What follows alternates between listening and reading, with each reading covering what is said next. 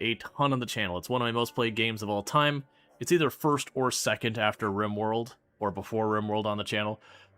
It is a game that I used to have a world record in for the highest kill count run ever streamed at 135,121 zombies killed on, sweaty try-hard settings, 0 to hero, 16 times pop. You get the idea. No mods to change itemization or vehicles, just a couple UI mods for mostly streaming reasons. But broadly speaking, really sweaty try-hard, big score, it's been beaten. So I played a lot of this game. I'm very proficient in this game. I did notice they don't have up here anymore. They used to have a thing that was like the developer names and all that kind of stuff, like a credits, if you will. And they used to have like special infected listed here. So up until build 42 stable, my name would actually show up here in the corner. I'm not upset that it's gone or anything like that, but it was just kind of a way that people were like, oh, like, do you know Product Zomboid? It's like, I'm right there. But yeah. So with this, there has been a massive number of changes to the game.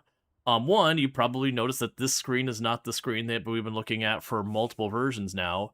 It is effectively the same scene, but instead of like a hand-drawn version or whatever, it is using like the in-game models and all that to create the scene, kind of how it looked like in-game type deal. And that's because what ended up happening is Build 42 Unstable came out, and they had added a bunch of art to the game, and the devs didn't take a very careful pass, and they hadn't intended any Gen AI to be used, but unfortunately some Gen AI snuck through, and rather than making excuses, they just struck it from the game and said, hey, we don't want this isn't important, because it was those things that they were trying to put out the Unstable branch, be like, hey, does the game play well, how's the balance, like, what's the actual game situation? But because this Gen AI had snuck in there, it is a thing that they were like, this is, like, this conversation, even if we could prove there was no Gen AI or anything, is completely overtaking the entire point, is like kind of poisoning the situation. And for the record, I'm under the impression that Gen AI had been used by the artist without permission, because they had actually shopped it out. And so this is their way of ensuring that there was no Gen AI, as they use their own in-game models, all that kind of stuff, so that it was just that. So we already have changes there. If we go into the options, there were some options that I wasn't familiar with. Where was it? There's only like 1 or 2 changes. There was nothing that stood out tremendously. I'm actually blanking. I'd only seen like 1 or 2. None of them were things like I looked at as like, oh, that's a big one. But like the options are relatively the same. I'm not going to walk through all that. I am going to go ahead and we will begin a brand new game. So if anyone's not played Build 42 on Unstable recently, you'll notice this is a major change from what we had before.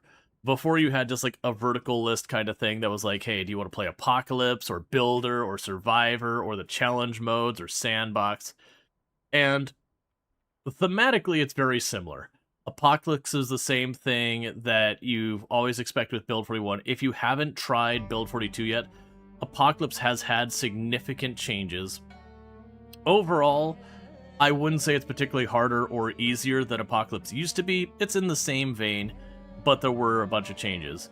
I haven't messed with Outbreak, but Outbreak is supposed to be a mode that you level up much faster, things just kind of move quicker, the loot is more generous, and all that kind of stuff. So the idea is, if you don't have much time to play Apocalypse and actually progress slowly, you can just get in there and fight. You've got Riser. This is somewhere between like Builder and Survivor mode or whatever we had before. So it is the easier mode where it's more focused on you just kind of building and surviving. There are still zombies, but like they move at slower speeds and they're less aware and yada yada. So this is your I wanna have a more relaxing gameplay. And then Extinction didn't have an equivalent in Build 41. Extinction is now like the sweatier mode of Apocalypse. Most of the stuff I wouldn't say is particularly that relevant. It's stuff like the loot is lower, the environment is tougher. But the one big distinction is it does have sprinters turned on. It's like a percentage of the zombies have sprinters. It's not a big percent, but it does end up being a far more arcadey way of playing than, a lot more like, you take your time, be very methodical, very strategic. There is definitely a lot more of reaction play, and then taking the time to, like, set yourself up so you have a place to run to with the sprinters to cause them to go over defenses to effectively make them not sprinters and yada yada. It's higher pops, that kind of thing. But yeah. You also notice like this screen they did change as well that it does kind of thing. Do you know if Stam was overhauled?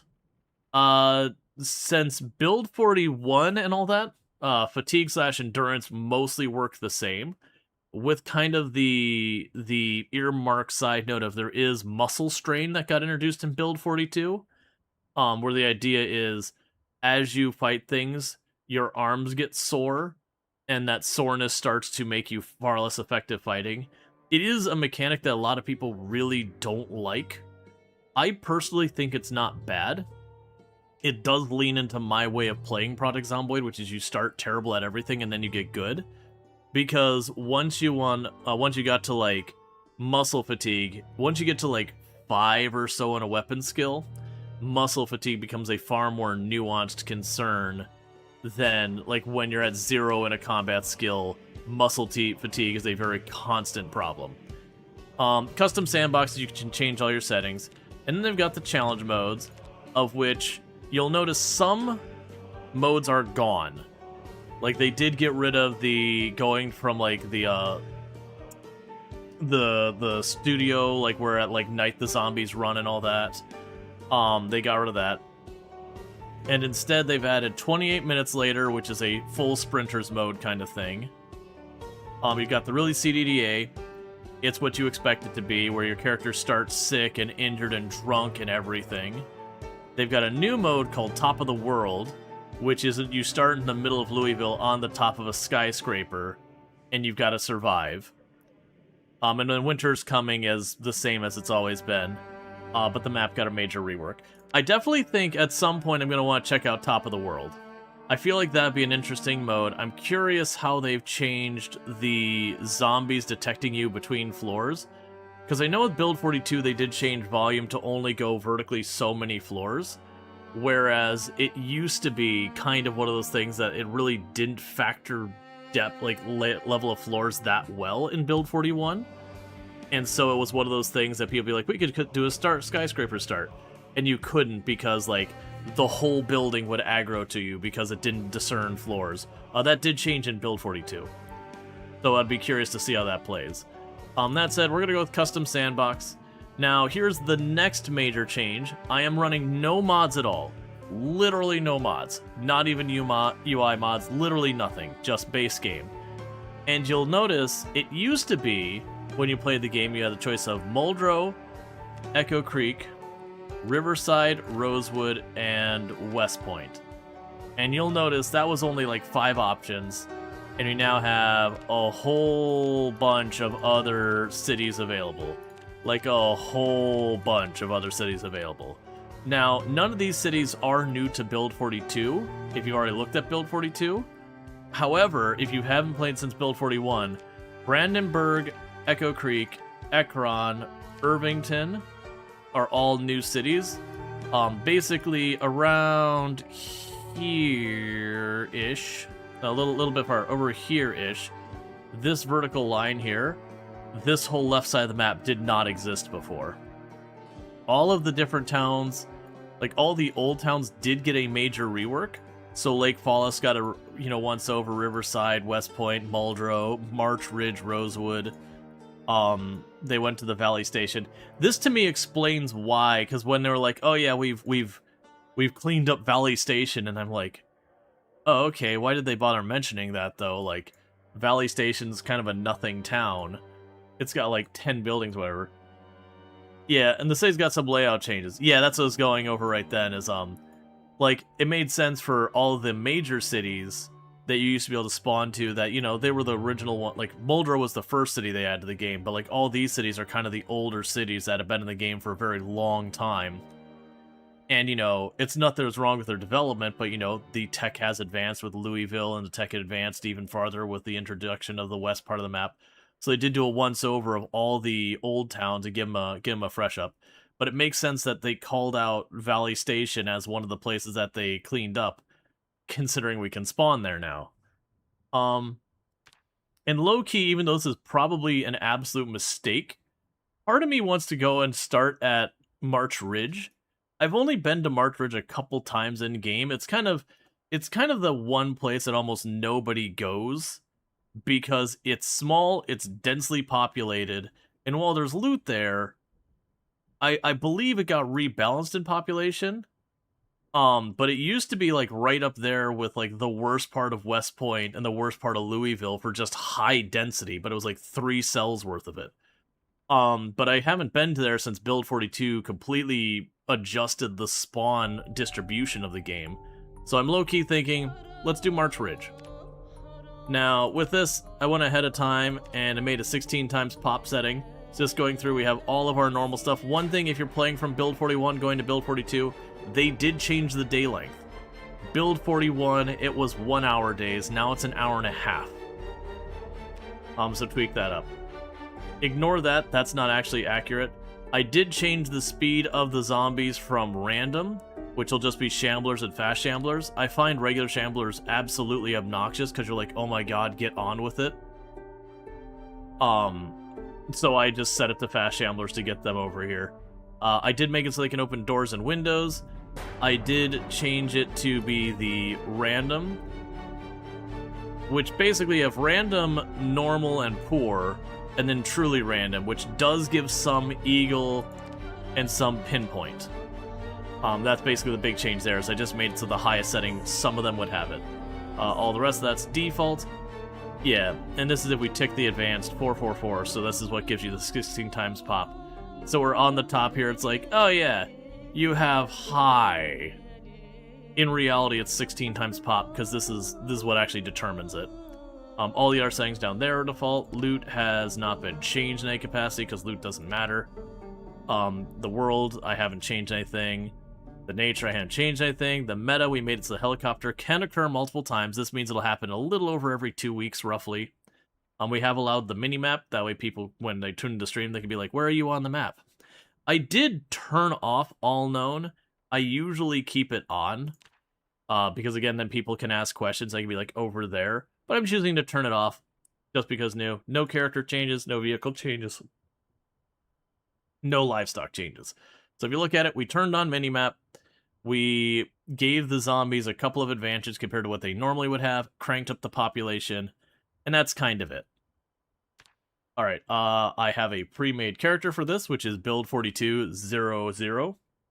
So we start with no skills at all, 0 strength, 0 fitness. We do get a lot of bonuses, but I do like to start from the very bottom and work my way up. So when I say 0 to hero, that's what I'm talking. Versus if you say, like, the version of 0 to hero where they have, like, high thirst, weak stomach, and, like, all the negatives they can fit, that's 0 to 0. They stay 0. Versus this one gives you growth. So the negatives we took were all about penalizing our stats. I took conspicuous so zombies would notice me easier, and then slow reader just because. And then the good stuff we gave, we can loot a little bit faster, we learn our recipes a little bit faster.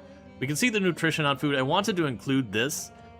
Just because they've reworked animal butchering, and then this will make it so we can actually see what the stats are versus trying to guesswork it. Cat's Eye makes it so you can see better at night. It will not help you in pure blackness, so when you go into a black basement, this does jack all. Wakeful I actually find to be a mixed bag. It's both good and bad. Late game Wakeful becomes kind of a penalty to you because you end up not sleeping long enough that you go to bed at night and you wake up at night, which means you're dealing in the dark, which is dangerous. Adrenaline Junkie won't matter past the early game, but it's kind of nice. Eagle Eye lets you see a little bit farther and all that. Organized gives you a little bit more carry capacity, which will be a big problem since we have 0 strength. Fast Learner, just because I don't want to deal with the slow learning right now. And then Keen Hearing is low-key like S-tier skill. It does let you see effectively a little teeny tiny bit behind you. You love that almost every time Drongo took Smoker. Yeah, no, and that's... Smoker used to be, you know, free points. Smoker's a lot rougher nowadays. Alright, and we don't get to recognize our character name. That's just the rules I have. Until they've survived long enough to be relevant, they don't get to have a name. Now, we did spawn in March Ridge. March Ridge is a fairly high-density zombie area. We are on 16 times pop, so the game will carve a small space around our house that we spawn in that is safe. So we're going to try and grab a couple of loot and all that kind of stuff. and then it will be a thing we get rapidly evicted. This isn't like a player skill issue. You are talking literally the number of zombies you couldn't even theoretically kill, and then once they start to redistribute, you'd be overrun. I've given myself every advantage before to see if you could hold your ground. They did that to Rosewood.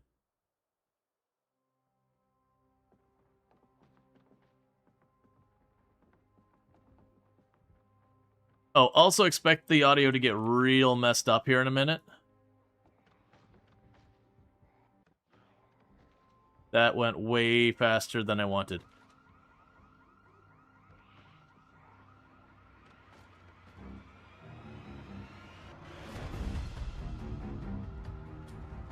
We just have to go. Ooh, frame rate. Yeah, so the audio is going to get really jacked up here.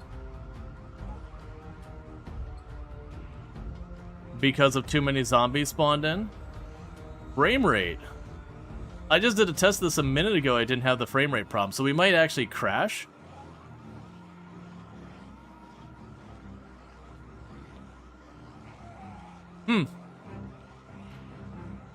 Well.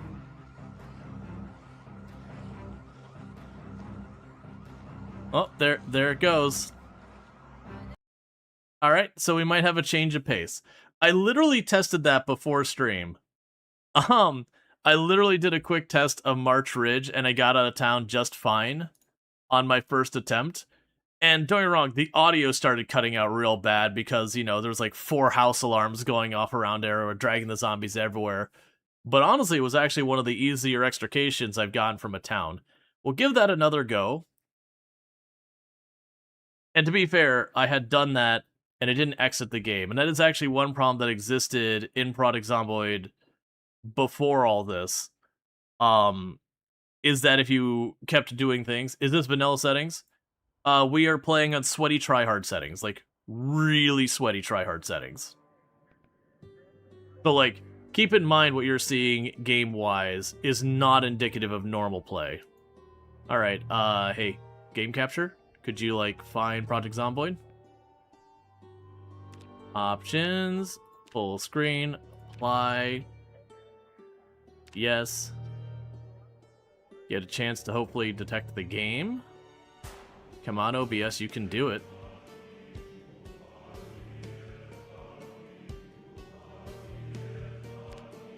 And borderless windowed mode, apply, yes.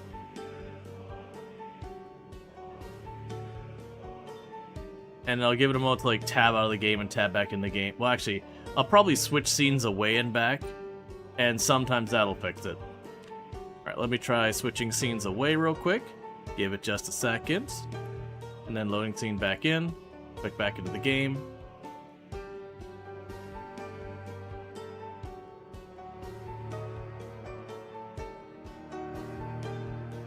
Alright. Properties on game capture. Capture specific window. Project Zomboid. Okay. Still no? Oh, there we go. Alright, now if I turn you back off of specific window, because I don't want it on specific window. Now we click in the window. There we go. Alright, so let's go ahead and we're going to do a brand new one, custom. And we'll try that again. If that doesn't work with March Ridge again, then we will just, then we'll just go someplace else. Because this is a problem we had in Build 41 and all that before. We are spawning directly into an extremely high population area. This is not normal gameplay. So are people like, oh, this update, what crap, it keeps crashing. This crashed in Build 41 as well, because you're literally telling it, hey man, what if we just jumped you into completely unreasonable settings? And for the record, I do appreciate that games let you do this. That games will be like, hey man, here's where we reasonably think the settings should be. We'll let you go higher, but like, you probably shouldn't. And to be fair, in the things that like Project Zomboid says, hey man, be careful setting this setting, it's going to have performance implications. They actually don't mention that with the zombie pop, even though it is kind of obvious. Oh, no TV, no TV, no TV, no TV. Device options. Turn it off.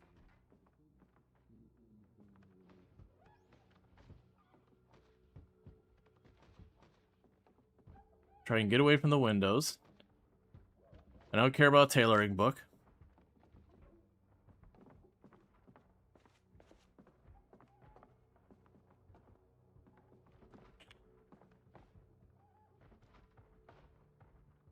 Find might be useful if I don't find anything else.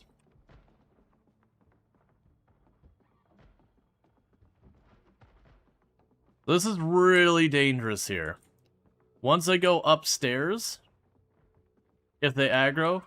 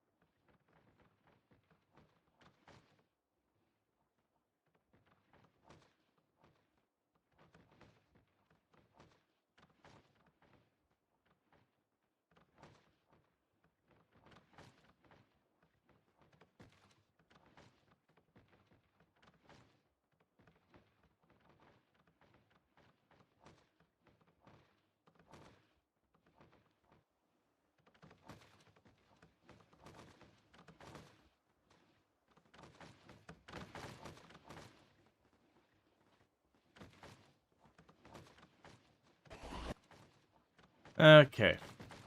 It is because we're overwhelming the audio channels. Which amuses me greatly. Because having the music just shut off.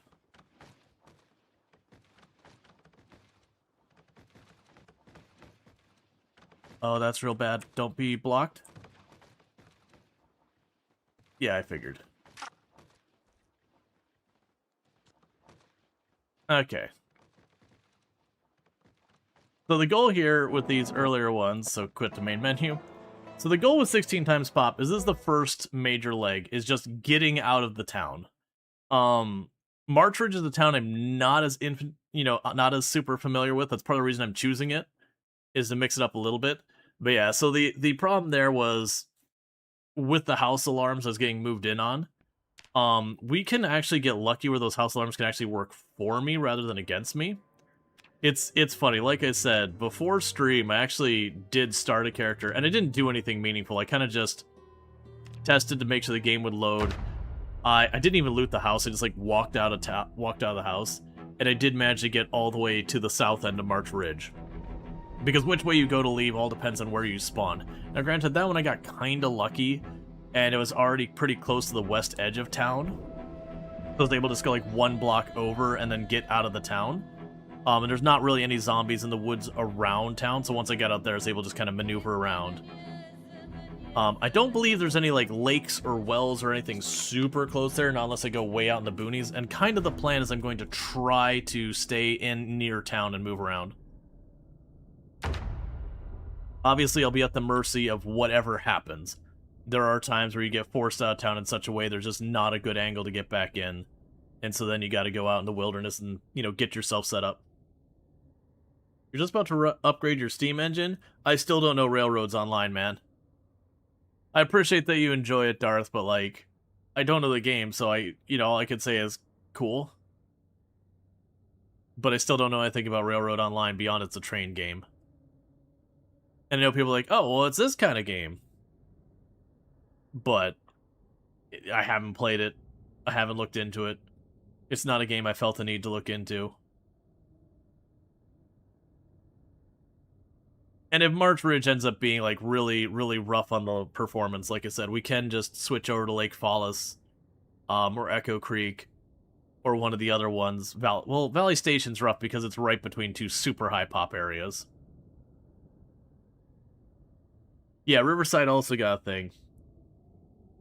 Yeah, no, I know you said that the same thing, Darth, but, like, that's the same thing of being like, well, this game's like Terraria, but whatever. I still don't have context, and then describing the game doesn't really do anything for me. Like, I know we've had this conversation, like, each and every time, and I'm glad you're enjoying the game, but, like, I don't know the game, so I'm happy you're having fun with it. but also it means like it means nothing to me other than like that you are happy about it. I'm wondering if the game's even gonna load. Because this is always a problem that Zomboids had, is when you did like back-to-back runs, sometimes it would get a little crashy. That said, it usually did a bit better than that, but if they did, you know, do a major rework of the map, add tons more tiles and all that kind of stuff, that potentially has increased the load on memory and all that. Yeah, no, it crashed. We might just not spawn in March Ridge if it's going to be that crashy. And again, this is not indicative of normal gameplay. Normal gameplay March Ridge is probably fine.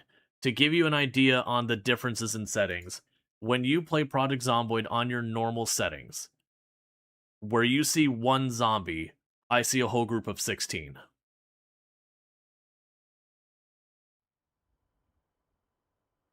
Okay, and it looks like you're going to be weird. There it goes.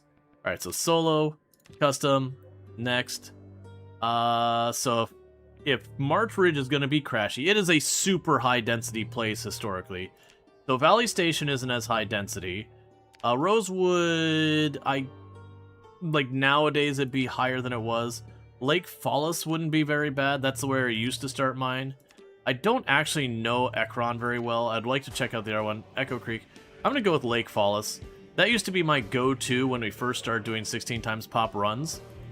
And all that. Let's go ahead and go back to 16 times pop. Do this. And thank you, Breeza Morgan, for the raid. I hope you had yourself a good stream and all that good stuff. And hey, Alessandros, thank you so much for the well wishes and all that. But if we can get a shout out for Breezel, and then when that cooldown runs off, if we get a shout out for Alice, that would also be good. I'm assuming everyone's playing Project Zomboid right now who's popping in and out of here. Hey, Breezel, how's it going? Yeah, if I can have one of my mods take care of that, I'd appreciate it, versus me trying to tab in and out of the game, especially at the beginning when the performance is going to be at its worst because we're playing sweaty tryhard. Once we get clear of the town, the performance will get way better.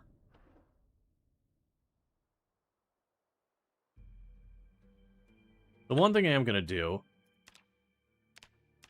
I do wish between runs you could tell to just remember that you want that to be isometric and all, or not isometric. I actually don't really, that's not what I wanted, but okay.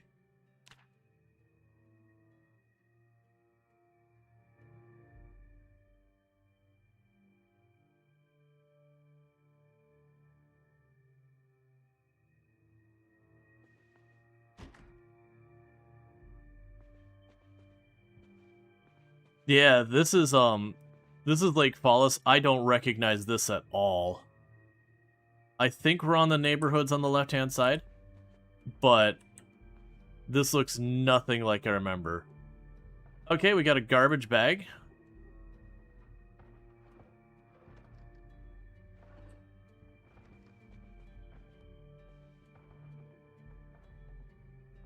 Need to chuck the rotten cake out.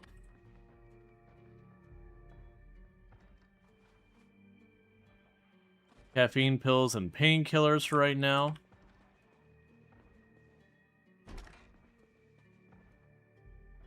Got a key ring, got sheets.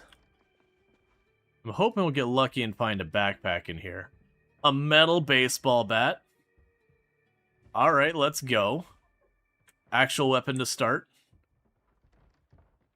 Toy cars and everything. That's a spare sheet. Make the sheet into a sling bag.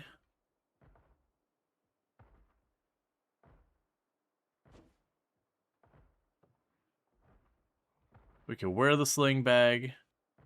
You can have my ID. I don't want it. Put these in the sling bag.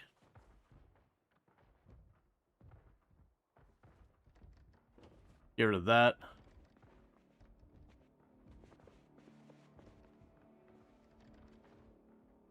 There's nothing more here.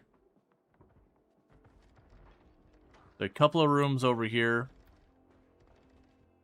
There's definitely zombies starting to move around out here.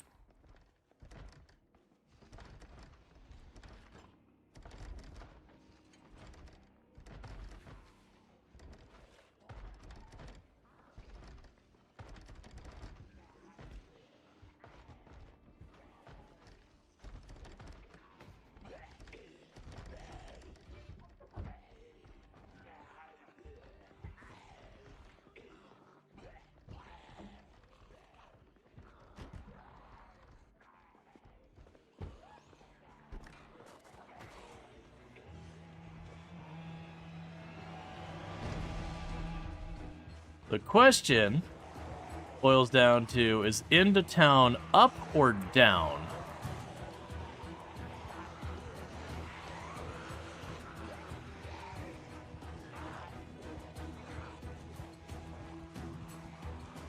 Ooh, this did not have tall fences here before.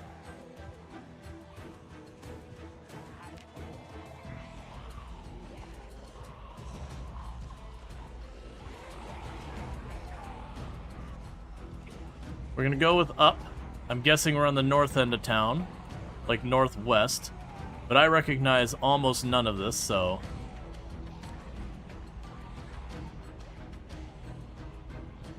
Man, this looks so different. Oh, hey. That looks terrible.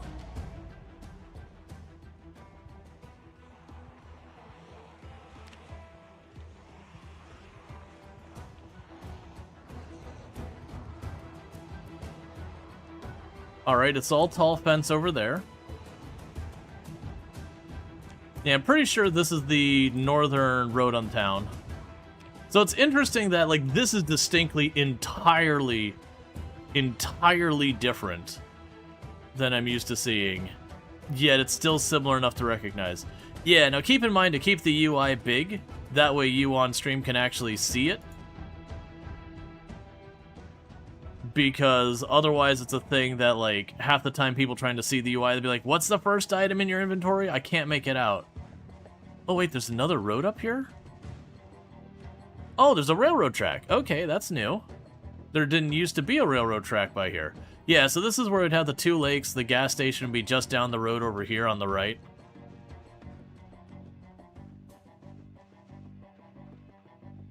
And that, when I was first doing the 16-time pop runs, those are new. What I would ultimately end up doing... How much do you weigh, actually? 15. I can't make that happen. When I used to do my 16 times pop runs, I would ultimately go to the south end of town because there was a little ice cream shop to the south.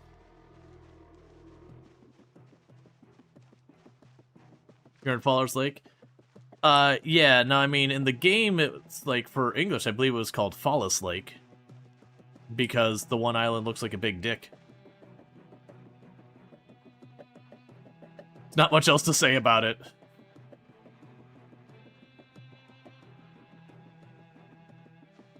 This looks interesting. Looks like you actually have some households I could work with just outside the edge of town.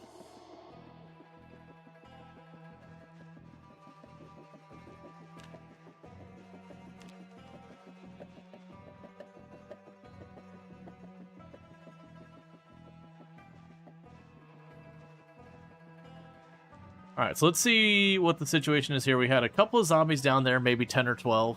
That wouldn't be too hard to clear if I need to. But it's really close to town. It looks like there's... Oh. Well, I was kind of really hoping that'd be a house up there. Hey, Bambi.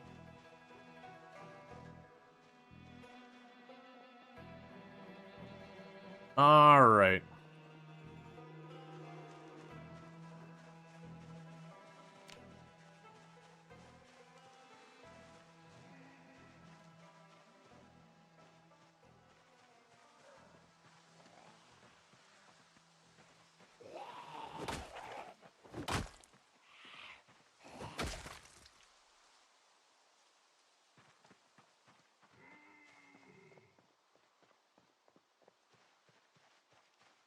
Yeah, so what we want to do is try to work our way into this house. We do have 0 strength, 0 fitness, 0 anything. So we are going to exhaust extremely fast. But finding a metal baseball bat on the opener is going to help a great deal. Okay, we got a key to the house.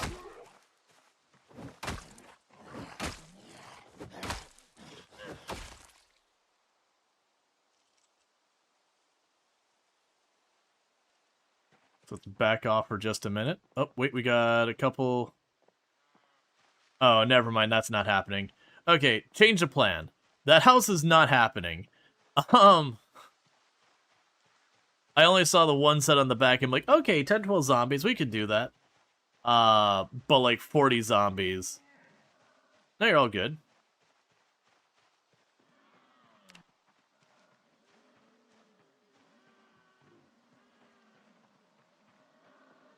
Yeah, no, like, if we had more stats, it would definitely be on the list of possible, but with zero anything...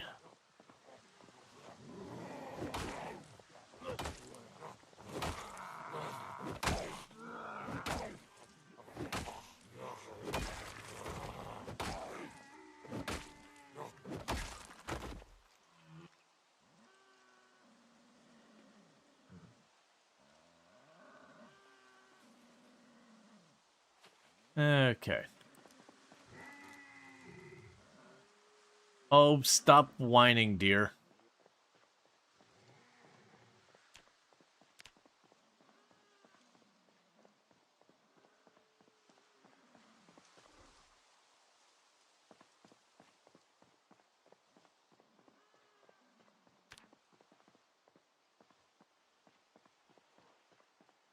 Join the deer. The deer will accept this as its own and protect us.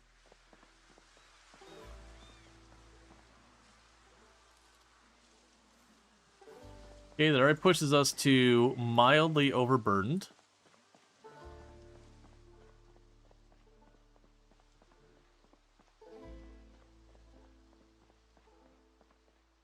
So we've got the railroad tracks going up this way. That is very clearly going out of town. And as much as I'd like to grab these, I just don't have the carry weight, unfortunately. We are still going to walk along because discovering these costs me nothing. And to get XP from forging. Okay, got an opening up here. Got twigs. I'll pick it up and drop it down. The only reason I'm not doing that is that does cost you stamina, endurance, whatever you want to go with. So it will gradually tire me out when I don't know where I'm going.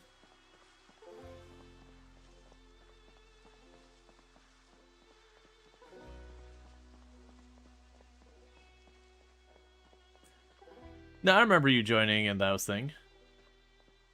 Alright, we got something up this way. So what we're looking for is like a farmhouse or a residence or even a shed they can make happen. Yeah, no, when you, like, finding stuff with forging, that's free, but picking it up costs you a little bit of, endurance. Yeah, no, you were here early on. I remember you, Dev.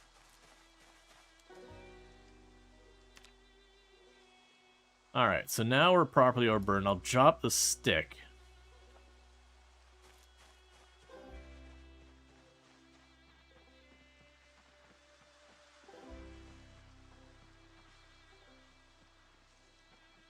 Oh, they grabbed 2 branches. That's fine. Well, that's not exciting. I was hoping for a little bit more than, like, an empty box.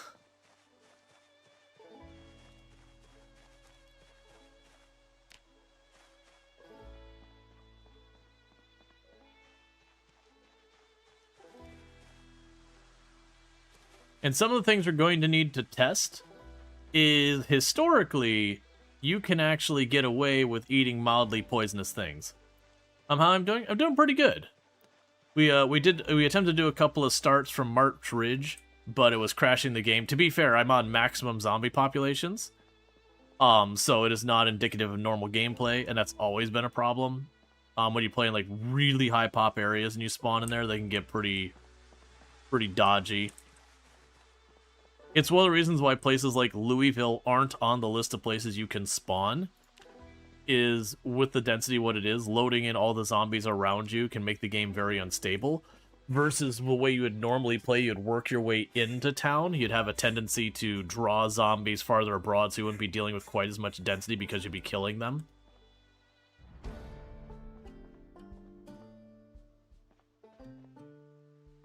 Caterpillar. More flint. More twigs. But yeah, honestly, not a terrible start. We got ourselves a crappy, but at least usable bag.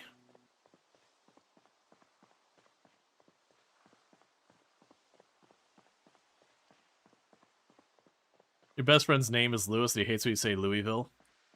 Yeah, no, I've had people on the channel before argue it's like, it's not Louisville, it's Louisville, or like they go back and forth.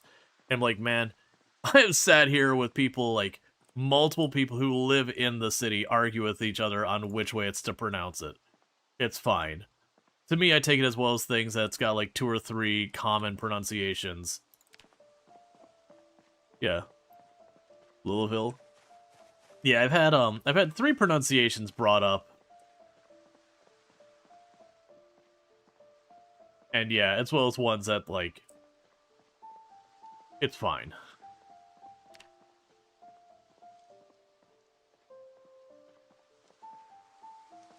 As long as it's not something, like, wildly outrageously out there.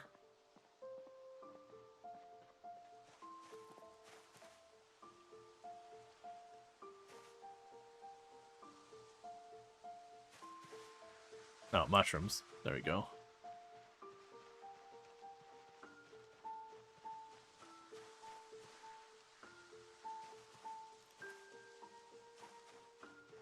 Yeah, the hemp will be nice when I have someplace to go. So they've changed this enough that I don't recognize it. Actually, I think that goes to Muldrow. Trim Relay? No. I actually have some okayish food on my person this time. Like, for as much as we got bullied out, I got a really crappy but-a bag. I got a metal baseball bat, which is a really good find. And I did at least get some food, and I got a soda that I could use for my bottle once I've depleted the soda. So all in all, for a 16 times pop, that is really lucky on the loot side. Because a lot of times you get bullied down, you might have like an item or 2 of food, and maybe you get lucky and get a bottle or whatever.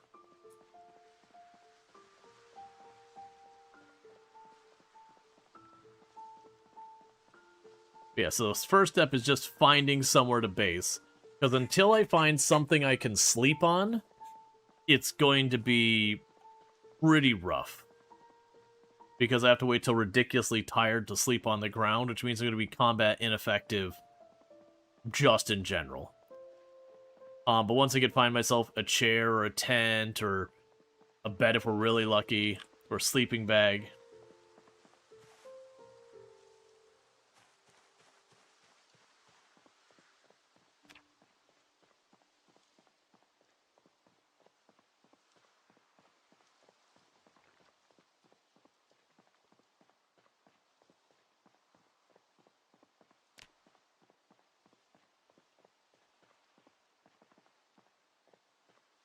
There's no mailbox on this.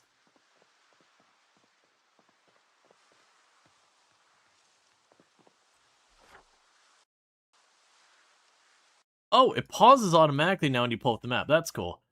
Yeah, so there might be stuff back here. This might just take me to random farmland. I'm going to take my chances on it.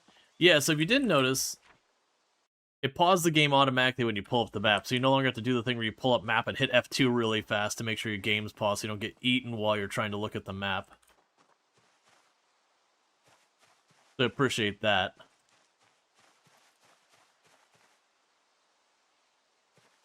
The big tree branch that takes like half a week to swing. Okay, nothing that way. Can you unpause to look into the map? I would assume. Yep. They just made it pause by default, which I think is the correct decision. Because that was one of those things that, like, one of your first, like, pro tip kind of things is always, like, you know, make sure you pause the moment you bring up the map using F2. And now it just does it. Yeah, from what little I've seen others playing this, the one and only big complaint I heard someone have is there's currently an issue with combat stance when it comes to turning and all that, where your character kind of, yeah. So, like, your character, when you turn, kind of locks in place sometimes, and it didn't used to do that.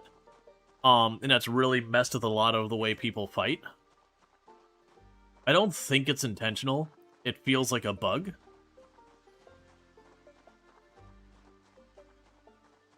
So that is going to be a concern.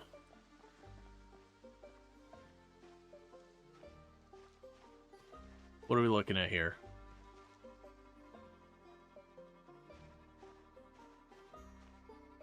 Okay. There are a lot of zombies there. But that would be a place to sleep.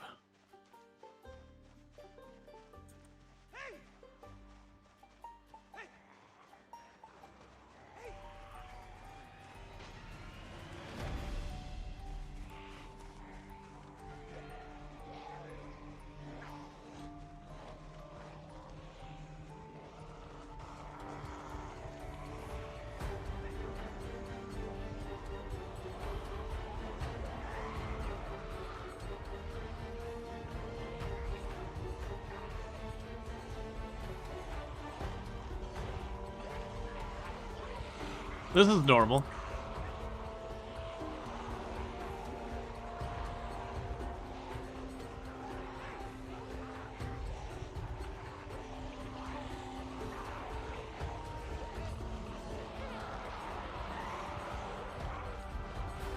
I'm already seeing the problem. With the random memory, some of these zombies are forgetting about me really fast. Which means the forming a giant ball of zombies and dragging them away is going to be way harder. Because there'll be a bunch that get left behind. Oh hey, you can walk in that part of the roof now. You didn't used to be able to do that. You'd fall through and then die.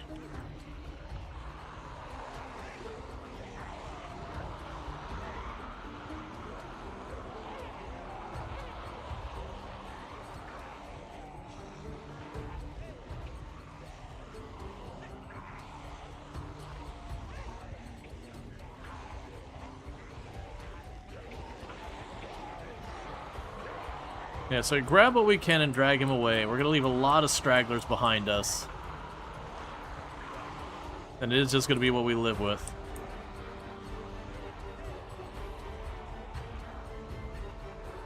It'll still be easier to kill like 50 zombies versus killing like 300 zombies.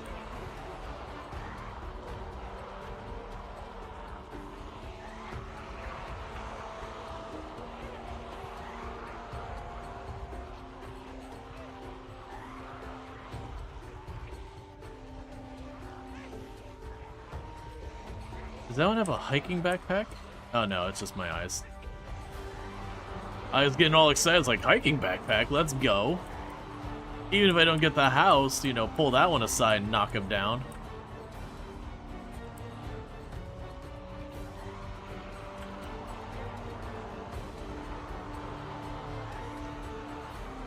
And the reason I'm kind of waving back and forth is the zombies, they'll lose attention, they won't move very fast.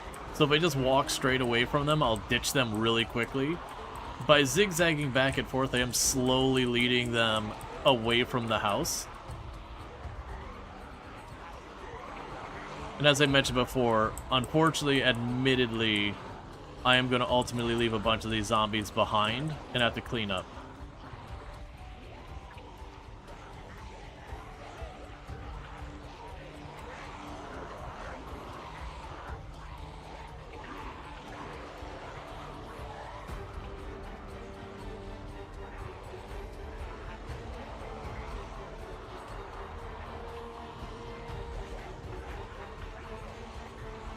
And thank you, Draconic, for the 1-year-long stream streak. I mean, technically it's more than a year because I don't actually stream every single day.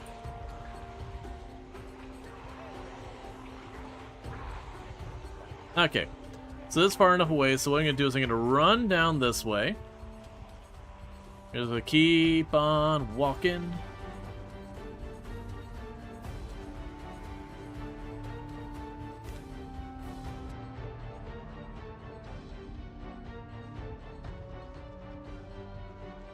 I'm going to cut over this way.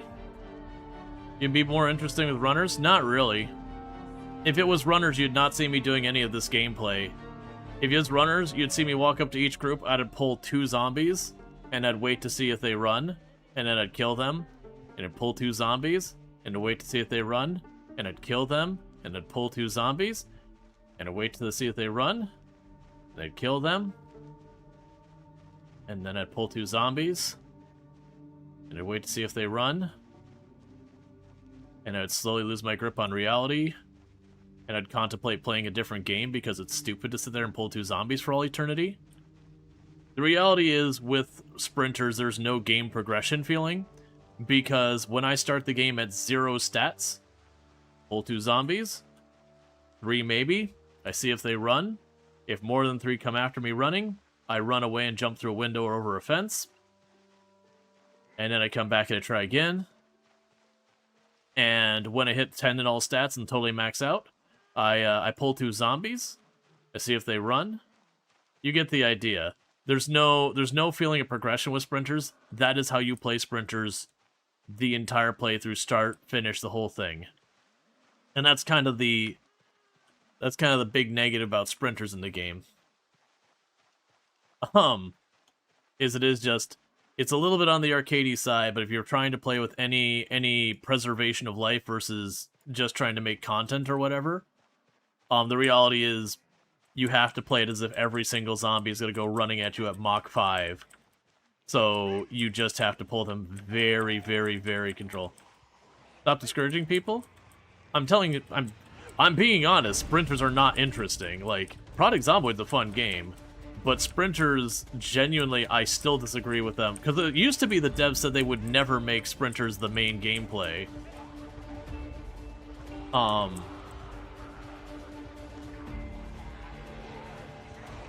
Like, very, very genuinely, like, you just play sprinters the same way always. You have no variance of gameplay. And I say this as someone who has been on sprinter servers that are permadeath servers and all that long-term and yada yada.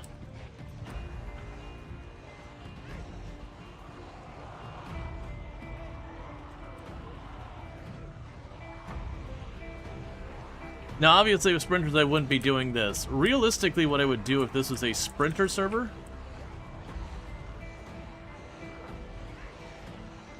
then what I would ultimately, server, we're not playing multiplayer. If I were playing sprinter gameplay, what I would realistically do is, first of all, I wouldn't run at 16 times pop because the poor game would just scream. But if you did decide to do that anyways, what you'd ultimately do is I would go to the middle nowhere of woods and work at getting myself, like, a basic place to sleep and a couple of other minor details and all that kind of thing. And, you know, basically I just sit out there. At 16 times pop, what you do then is eventually, once you start getting yourself set up and get a couple of stats and, like, nimble and strength and fitness, it is those things you'd go to the outskirts of town and you would pick up, like, again, you'd grab them in groups of 1 or 2. If you accidentally grab more than 1 or 2, you just run away. You quit the fight.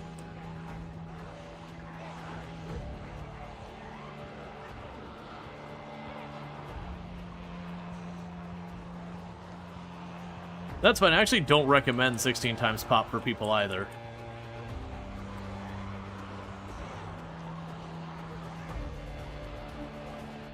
Let's see. Just venting. You're annoyed with build 42. They cut content and rushed out a build just so they didn't have to go fast approaching 5-year deadline they had set. It said no build to take long to build 41. I genuinely don't think that's exactly the reason they did that. Like, from what I've talked to, they didn't just arbitrarily go and say, well, we're pushing this because we don't want to go longer than a certain amount. I'm sure that was not a factor. But genuinely, they've had a change in direction on a couple of things. Until recently, they didn't have someone who was, like, in charge of the game design. It was they just had a bunch of they had a bunch of devs who had just kind of work together to make a game. Not that they didn't have goals or anything else or whatever in that regard, but they didn't have someone who owned the direction be like, hey, we're not doing that. Hey, this is too important. It needs to be prioritized. You know, this is whatever you're gonna go, like that kind of thing. It's only like very, very recently, like the last 6 or 7 months, that they did actually have someone who was brought on as a game design lead with the explicit job of basically, like, making sure the game was working on what it needed to be working on. Because before that, it was, you know, a handful of people who had worked AAA jobs, or, you know, once they got things going, they started bringing on more people, you know, people who showed talent, and then just kind of working together. And I'm sure they would have their meetings about, hey, what are we working on? But there was definitely inconsistency in regards to, like, you'd have one person and be like, okay, well, we're going to be moving stuff off the context menu, and the other one's like, well, no, this works well, it needs to stay on the context menu. And so we had updates where a thing would be on the context menu, then one update later it'd be off the context menu, then the next update it'd be back on the context menu, and then it'd be off the context menu because, you know, there wasn't someone who was making the decision, hey, that goes there, that's it. Oh, and all that stuff. Any significant changes between build 42.2 and build 42.19? So I didn't play build 42.19. I was kind of waiting for build 42 to be farther along because, admittedly, I was a lot more mixed on how I felt about build 42.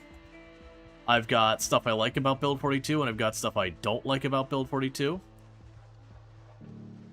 But as far as with 1.19, is just kind of one of those things that it is just, they've got like a complete map rework. So far as like all the older parts of the map, Rosewood, Riverside, Muldrow, West Point, March Ridge, Valley Station, all those got kind of like a refresh and all that to be more in line with the way cities look now. And they all, like, we've only seen Lake Fallas so far, and it looks way better.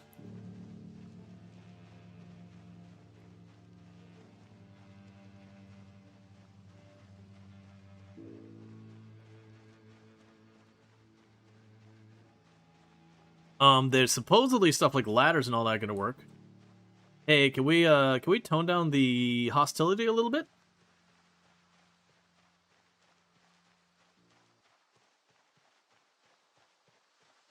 What changed this patch? Basically the map got a massive rework so that the older parts of the map are more in line with the newer parts of the map. We've got a new size of tree, that there's like a large tree, so this is an example here. Which I did notice. It is solid. You cannot walk through it. So be aware that's a thing you gotta be afraid of now.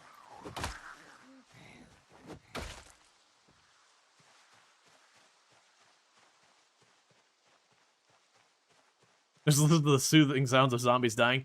Well, there hasn't been much of that because I'm spending my whole day trying to Pied Piper the zombies away from here to bring it down to a... I mean, the trees were always evil. There's now a different league of evil among the trees. Okay, so that's looking like... 20-25 zombies. We could probably make that work. Keeping in mind we have 0 stats. So, going for more than a walk wins our character.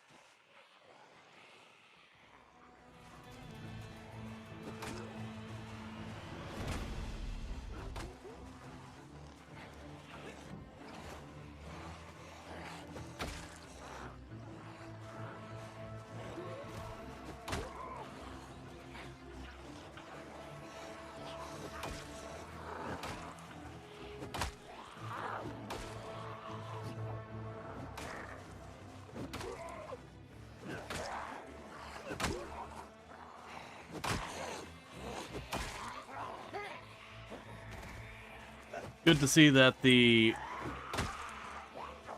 targeting priority is still terrifying. That it quite often targets the priority of the zombies on the ground over the ones that are actively an immediate threat.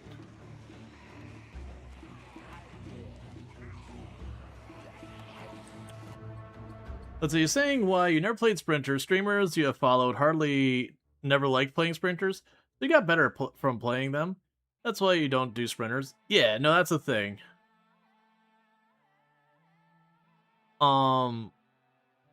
Perspective is they announced a bunch of content being cut and announced stable just before the 5-year deadline. You're interested to see how how you think that opinion would cause updates to take longer. Well, I think a big part of it had to do with they announced a bunch of content, and then the reception on, like, some of the extra junk, like, not junk, but, like, the extra crafting stuff was starting to get a bit, like, kind of long in the tooth, where people are going, okay, you've got this, but very genuinely, with this extra content, there are negative sides to it as well. So, like, for example, with all the crafting stuff they added for the weapons and all that, it is an unfortunate negative side effect of that, that because the durability wasn't really, really strong, the amount of effort you had to put in to make the weapons kind of made it work. I know it wasn't to me, but I'm kind of adding in my own feedback in regards to, it wasn't they just cut the content to hit a deadline. It was player sentiment of the stuff they were adding was that it was getting to be too much, and they weren't really feeling the balance there. So then, you know, they did end up cutting back a lot of that, but it wasn't necessarily, oh, just to hit an arbitrary deadline. Because Indie Stone has absolutely gone, hey, we said we're going to do this by this day. Well, it's not happening. They usually, like, actually go out of their way to not give deadlines of any kind for that reason. They're very famously, it's ready when it's ready.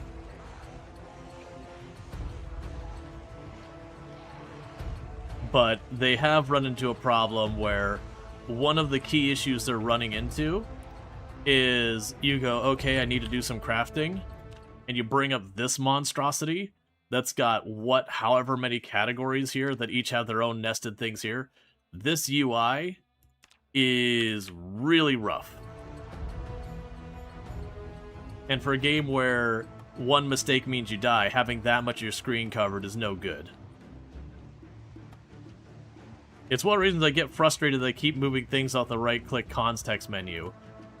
Which, for me personally, it's because they want to make the game more accessible to controllers, and I can respect that objective. I do think it is good to make it more accessible to controllers. I do not agree with the making it more accessible to controllers at the cost of mouse and keyboard. You can do both. I mean, you can be biased by you're not really caring how long it'd take the way Stable has been handled. Yeah, no, to be fair, I actually... So, like, the initial unstable release of Build 42, I was in the playtest, and I don't think there was a person in that playtest who wasn't shocked when they're like, oh yeah, by the way, and it was something like tomorrow... the unstable branches, you know, Build 42 is going unstable. You're like, hold the what now? Like, this isn't ready for that. And they did have a bunch of improvements from the last playtest versus that, but it definitely was nowhere near ready. But they rolled it out. Hey, Dev, you don't need to jump on them for everything. I'll need you to tone it down a bit.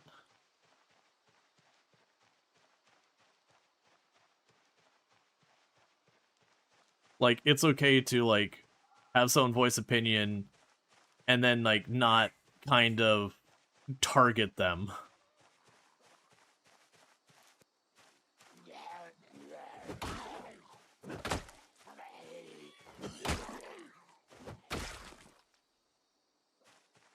Alright, and before someone's like, why aren't you stomping on them, streamer? You could make your bat last longer.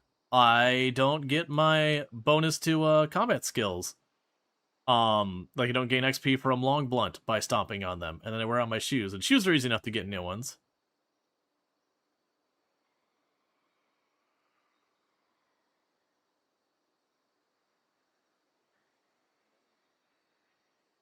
Alright.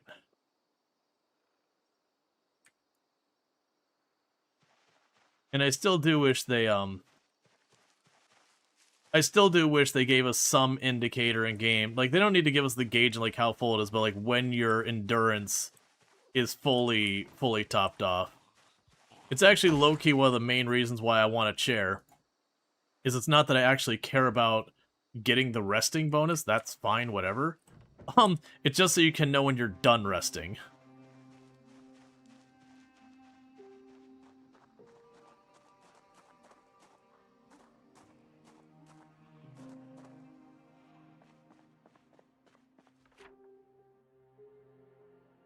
Alright, so first of all, I should have a pencil. I do not. Never mind. Let's see. We got batteries, hoses. I've got a saw.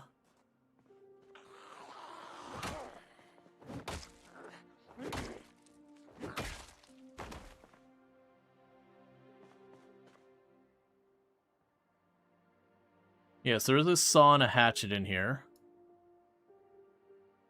Grab the hatchet to have a backup weapon. Okay. Right, I still don't... Did I really not grab a pencil? Oh, hey, get this out of my inventory for a minute.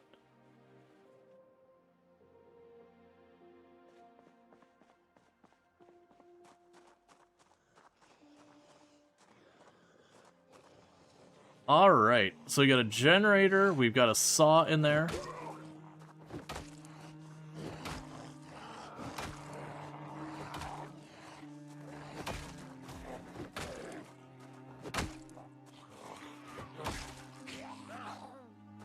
I played a little ballsy with that because I'm rusty.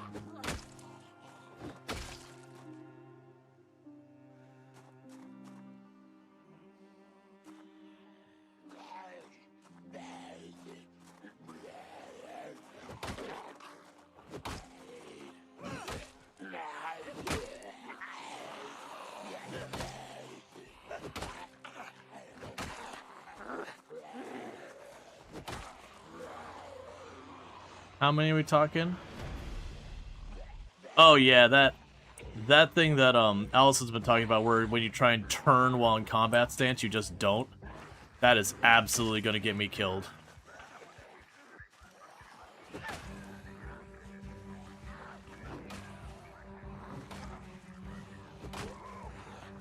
That kind of needs to not work that way. Yeah, even just turning around where you like kind of lock in place and you kind of tank steer. That is rough.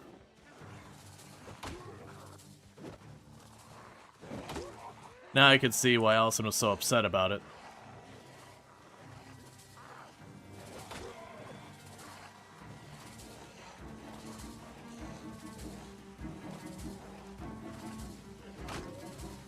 It's mostly survive as long as you can.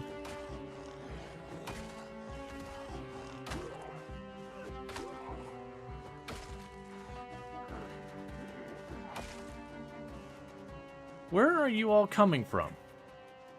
Oh, right, some of them have pinpoint. I need to remember that.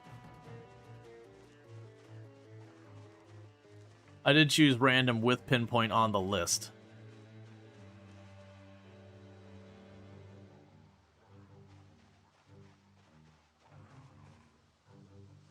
Hey, Serverlord, how's it going? Because we're probably getting close to the next level of exertion.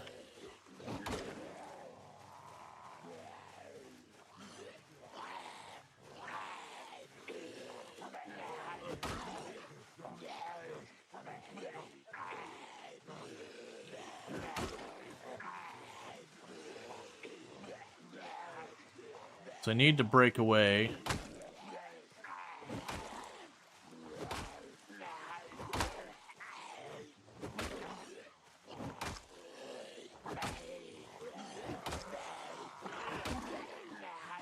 Okay, that was... Yeah,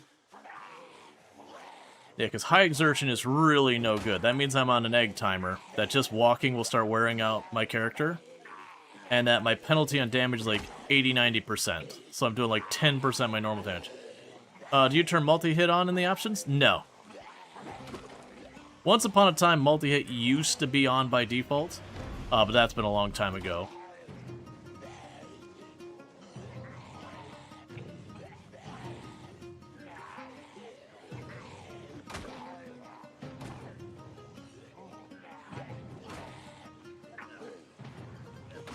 Come on, fall over.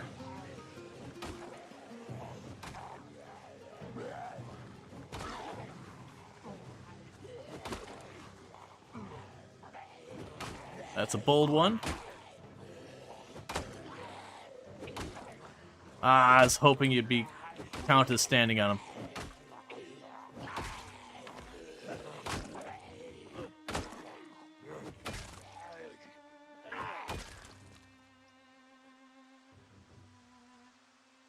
Alright. We can go off to the side over here for a minute.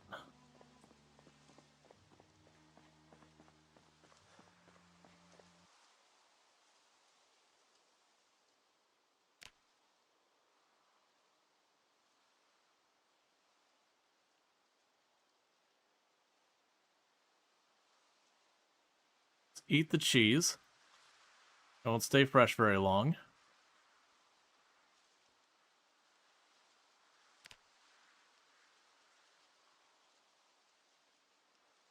Let's see, you got good news. Your nephew passes probationary driving test. Now he legally can drive himself and pay for his own fuel. Nice. Then you just wait a minute for exertion to go away.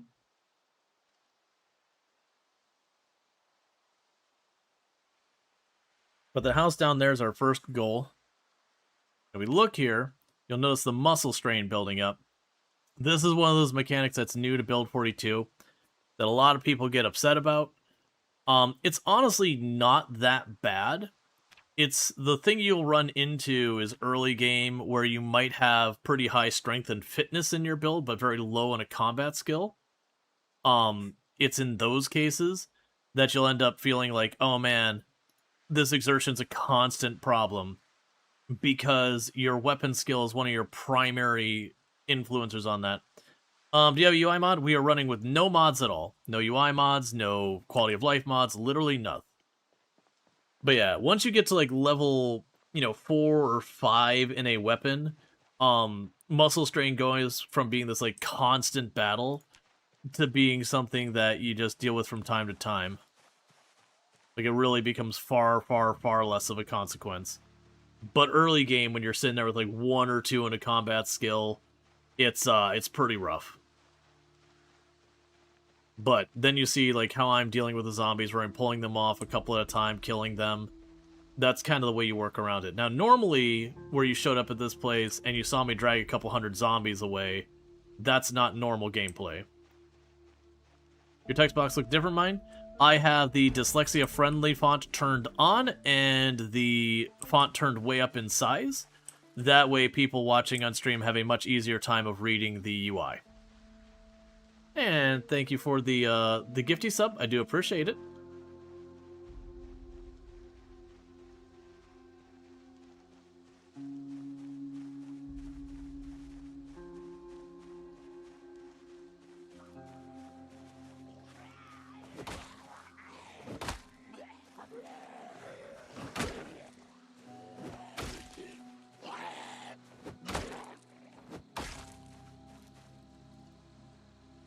Oh, and as a heads up in Project Zomboid, if you don't know, unless they've changed it, which is entirely possible, don't go by where you see the weapon hit the zombie. Go by where you are standing. So if you're standing practically on the zombie's head and you swing down, you'll be doing a head hit. Versus if you're going where the animation shows the bat hitting, you'll actually be hitting it like in the gut to the groin. Just remember you got your brother a sub-gift. Gotcha. Fistful, thank you so much for the 195 stream streak. I do appreciate that. Let's see. Does anyone know if you need a key from a zombie inside the police station to open the armory garage? You got a zombie in the parking lot outside the police station to get a key, but it doesn't work. Yeah, I believe it'll have to be someone inside the police station, because that key could be a resident key for a different building. But if you get a key for the building of the police department, it should work on all doors in the police department. Again, barring any changes that we don't know of yet. And thank you, Server Lord, for a tier 1 sub, gifted to Fistful of Face. So enjoy your advertisement previewing as well as access to the emotes. Alright. It's also those things like in this one where there's a separate garage, the key to the house won't work on the garage, because they're considered separate buildings.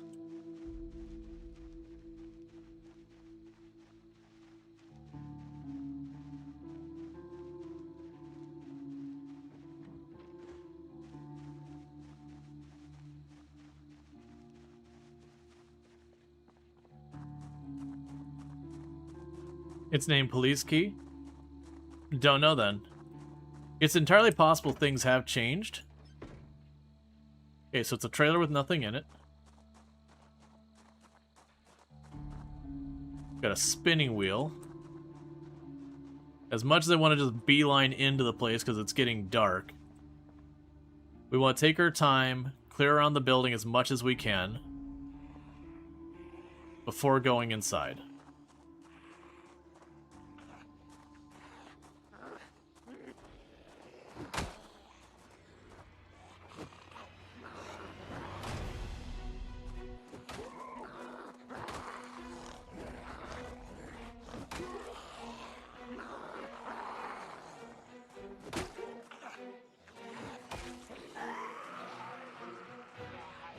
Alright, this is not looking great for our evening.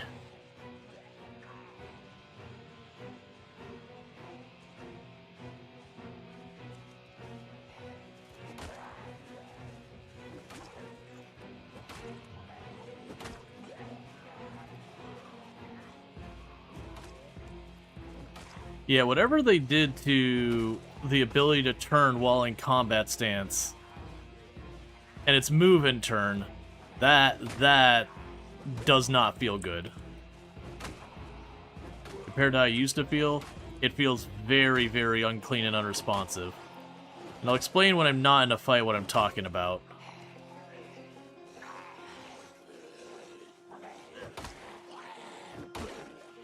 You can actually notice that when I go to turn around to fight them, so I right-click and you'll see my character stop moving to turn around.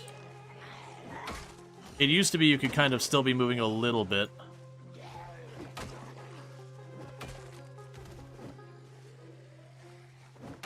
You can take your slower, nimble movement, but now it's like your character kind of stops rigidly and turns sideways.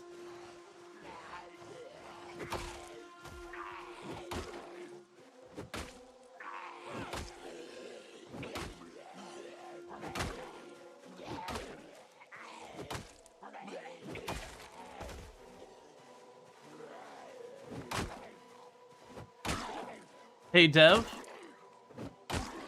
This is an actual warning. Like, don't tell people to go away. Like, people are allowed to have their own opinions. But, like, don't tell people to, like, go away. Like, obviously, if someone's being, like, racist or something, that's a different story. Yeah, they can take a hike.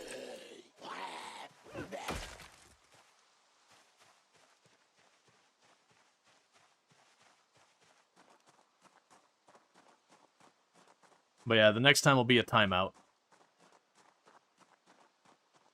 I'd say next one, 10-minute timeout. If you don't catch that, might be the last time you tune in.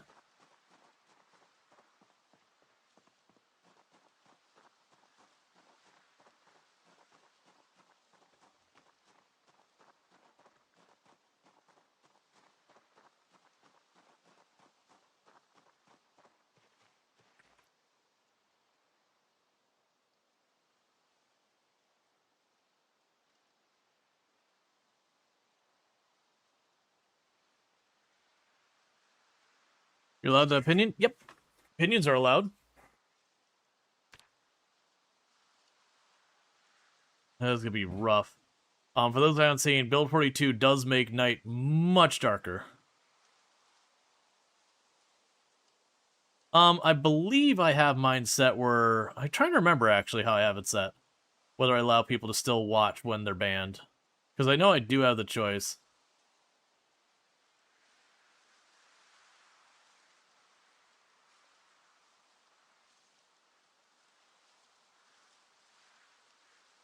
Thought, please? Well, no, it's people arguing with each other, and I've been asking, being like, hey, stop kind of attacking another person. That's very different. It's one thing if we're having a meaningful conversation, all that. No, you're not banned. Dev, if you're banned, it will literally say you're not allowed to participate in chat.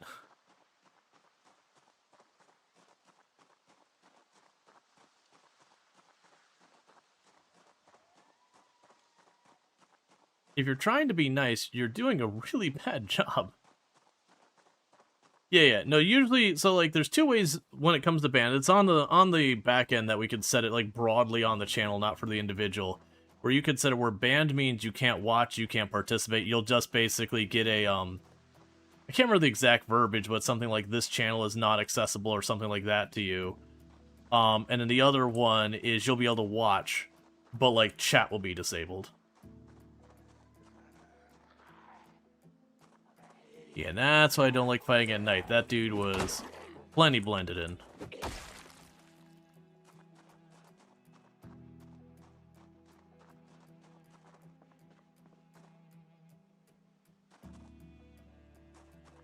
And hey, Stizzy, let's just go ahead and pause.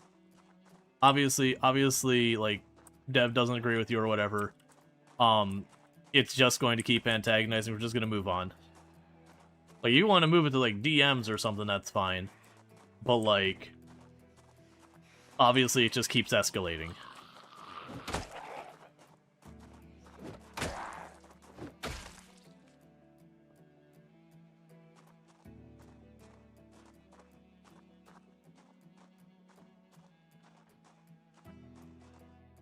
Let's see, like, excessive prevention makes it a bit out of executing chatters. He didn't know if it was completely removing them from his channel. Yeah, no, that's, thing. It's just like what your mom used to say, if you can't say anything nice, don't say anything at all, pretty much.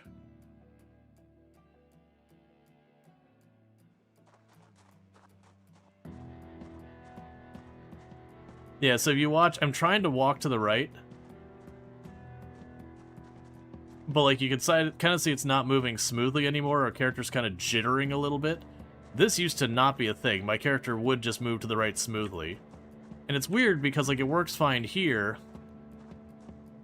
But there's, like, a certain point where it kind of, like, locks you in place. And that's... I don't know if that's something new they've added. Whether it's intentional or not. But, it does not feel good. It makes the combat feel way less responsive.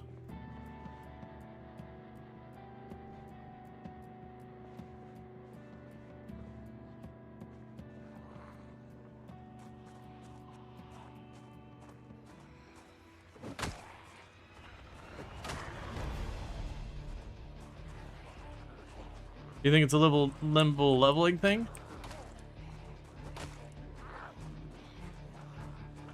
No, I don't believe so. I feel like if it was, they would be more explicit about it.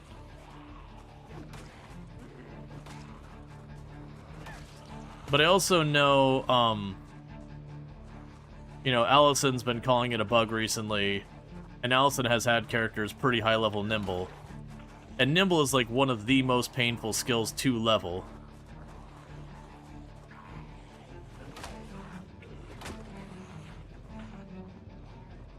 I'm gonna get bullied out.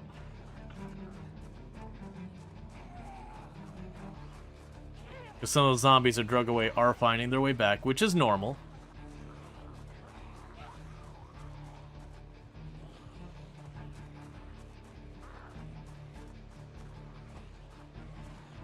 Yeah, that's another thing that also, like, if you're ever hanging out in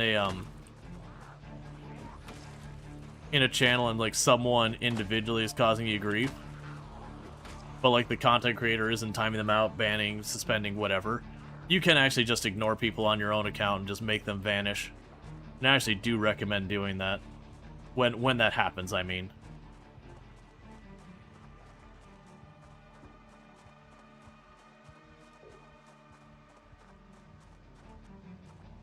Because something's just going to make a bad time for you. There's no reason to keep them around.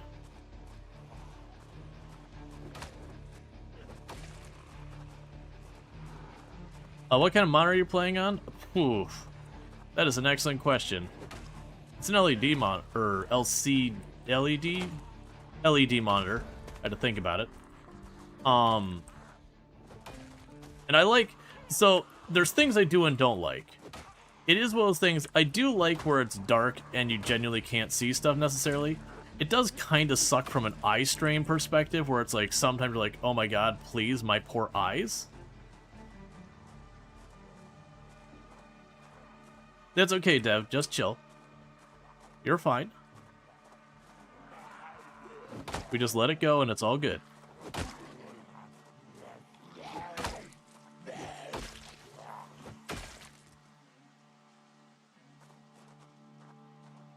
It's back off again. LSD monitor? No, that's when you're playing Vintage Story. How bad would this be if you did not have cat eyes? Oh, it gets pitch black.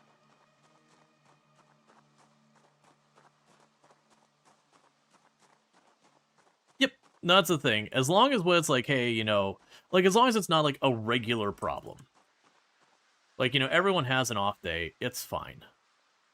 The only time it becomes an issue is like when it's, you know, first time chatter and the very opening thing they say is something incredibly rude, then obviously that's a different thing. Or again, if it's like a regular occurrence, then those are both things that'd be nipped in the bud. Or if we're like, hey, drop it, and then you just like kept pushing and pushing and pushing, that's when it becomes a problem. But that's the reason we usually go for a 10-minute timeout versus straight to ban, as long as it's not too far out there. Because sometimes it just needs to kind of like a little slap to be like, hey, get your stuff together. And we've had to do that for people who've been around for a long time. You have a Harry Potter questions about ethics? You can't ethically consume Harry Potter because the creator gets royalties from it, and all of that is directly and openly applied to really awful things. It sucks because I know a lot of people love that universe. Unfortunately, its creator, literally any dime you spend on it, you're passing money her way, and she is actively using it to hurt people, openly and explicitly. So, it sucks. It's terrible. It shouldn't be that way. And I do wish there's a way to, like, wrestle the IP away from her, but the reality is the reality.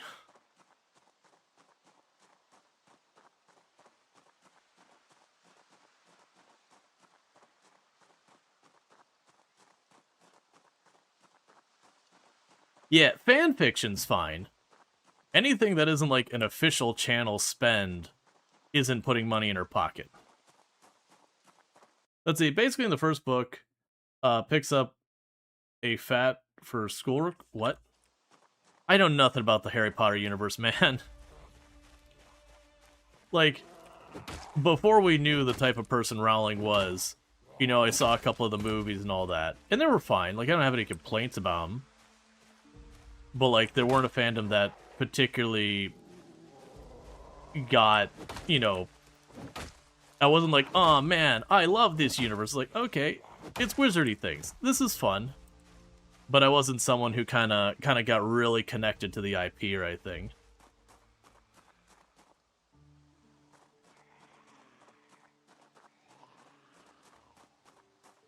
Yeah, no, like, for the argument separate the artist from the art, it's one thing if, like, a person did a bad thing one time, and you're like, okay, I don't necessarily agree with that, but, like, you're not continuing to fund the bad thing that occurred.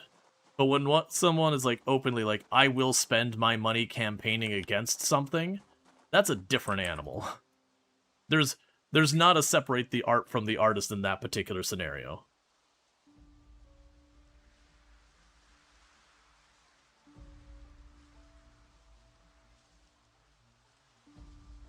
Yeah, no, exactly. Right, that's the thing. It's the whole thing there.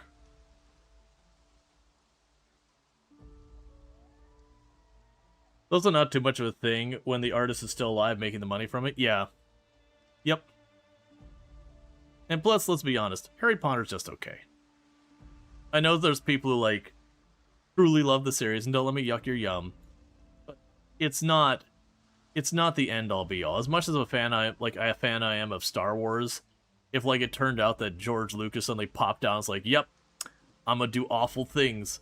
I'm gonna do real awful things with all the money you give me, I'll be like, well, that sucks. I really love Star Wars, but I would walk away from Star Wars too, which would be rough, because I really do like the universe.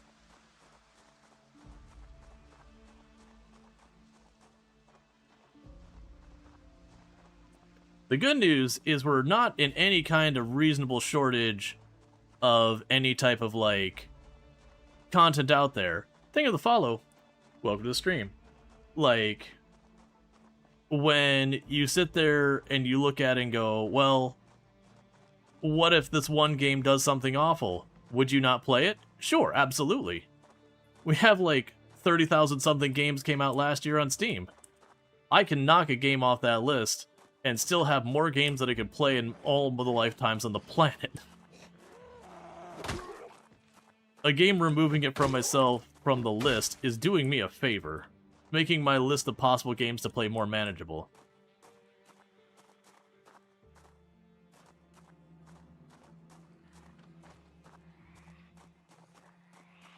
Wait to hear about taxes? I mean, taxes are used for both good and bad things. I've actually said in the channel before, I'm actually not someone who is opposed to taxes. I think it's good that we have working schools. I think it's good that we have fire departments and roads and all these other things. You know, yes, taxes are actually used for things I don't agree with. But there are people who also don't agree with paying for children's schools if they don't have things. And I think it's fair that not all of us are going to be happy.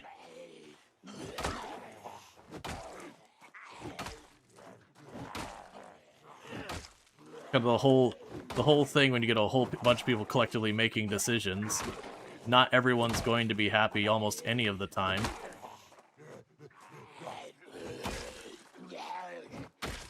But if it's broadly good, that's fine.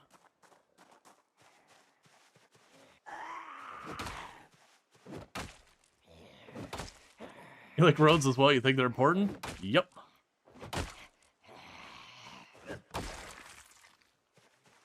Alright. Back off again. The good news is we found some caffeine pills. So when I start to get sleepy...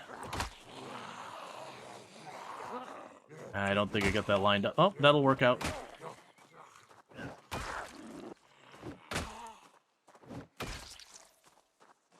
Okay. I need to fully back off again.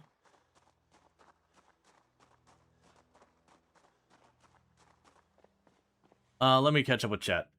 Basically, a prisoner Azkaban comes out to Ron's rat. I have no idea, man, Darth. You're trying to make an ethical questions about a fictional universe, and here's the hint. When it comes to ethics and morals, those aren't a static thing. Different contexts and different things will change the different situations, different realities, different upbringings. Your ethic and morals will be varied. Obviously, kicking a puppy is unethical in pretty much every imaginable situation. There are definitely those things, but, like, we don't need to get a whole thing. And you can fight where the government spends it. Yeah, you can do stuff there. Grandma goes to kids' bombs. I agree 100%. Let's see. You've coming to terms that, as a game hoarder, your backlog is ridiculously large. Steam sales are your crack. I have been pretty good. I have been pretty good in that the last handful of Steam summer sales and all that, I have bought like 1 or 2 games or none. And all that kind of stuff. There has been the occasion that, like, and part of it as a content creator, I do get keys, but a lot of times the games I would truly want to buy thing. Let's see. Do you level any faster in your lower strength and fitnesses? Or do you just level faster because the XP is lower? It's the XP requirement is lower and therefore it goes faster. Getting to 100 XP versus 500 XP is just faster kind of thing. When it comes to leveling your strength and fitness in combat, every single time you hit an enemy with a weapon, that's 1 fitness XP, and it's between like 0.8 and I think it's like 1.6 strength XP, depending on how much protein you've eaten recently. Don't worry about managing your protein on it. It's not worth the headache. You'll get it when you get it. Let's see. You like the fire department to be funded if your house catches on fire, or if you have a heart attack? Yep. Are you securing the house? That is my intention. It's just taking work because of the population settings. Let's see. You're still irked that the Lego still makes and sells Harry Potter. That doesn't surprise me. Like, one corporation working with another one, that doesn't surprise me at all. They're gonna do it, makes themselves money. There's very few corporations out there who, like, there's very few corporations out there who, genuinely will be like, no, we could make money doing that, but that is something we don't agree with. They do exist out there. Like, I've worked at ones that are like, no, it doesn't matter, we can make a boatload of money. Like, we don't want to be involved. Let's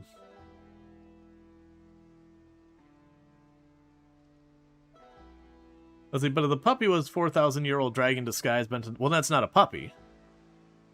That is something masquerading as a puppy. It's okay to kick a doppelganger. If it happens to be masquerading as an adorable puppy, that's just a doppelganger trying to take advantage of, your sympathies, which is manipulative, which means it is even more deserving of being kicked. The same way you have a library? Yeah. Libraries are good. I like libraries.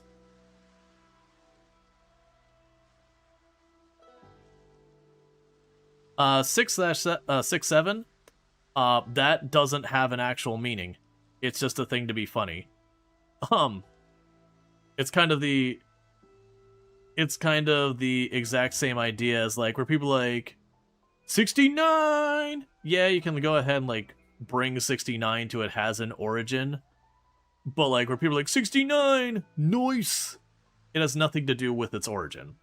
It's just a number people find funny. It's like 420. You have people who have no idea about marijuana who still make 420 jokes. It's fine. It is humor.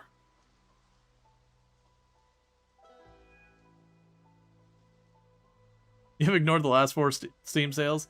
Yeah, no, absolutely.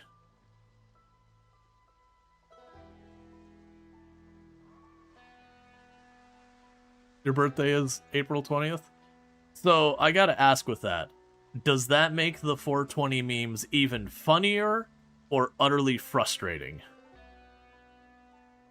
Right, and like 42 being just a literal random number as well. And you're like, yeah, 42, the answer to the truth of the universe and everything. Because of, that stuff. I'm playing Windrose with your food buffs, and the hotkeys were 6 and 7. Infected your brain. Yep. Alright, Debs and Dusty, you take it easy. You can't remember if it was this chat that discussed 42 and you're not thinking. I know that came up, a conversation about 42 came up. It wasn't super far back.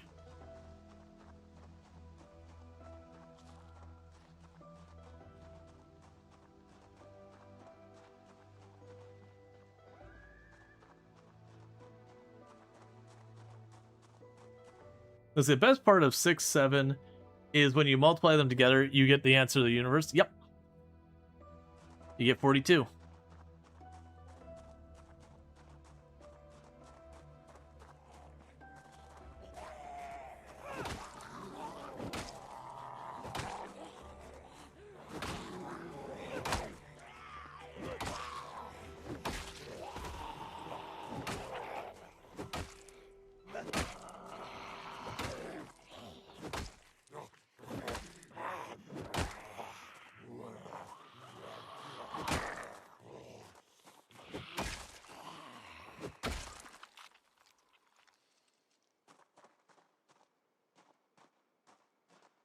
Let's back off to rest again.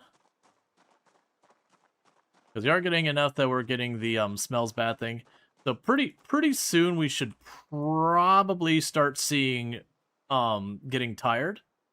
At which point we're going to pop a caffeine tablet.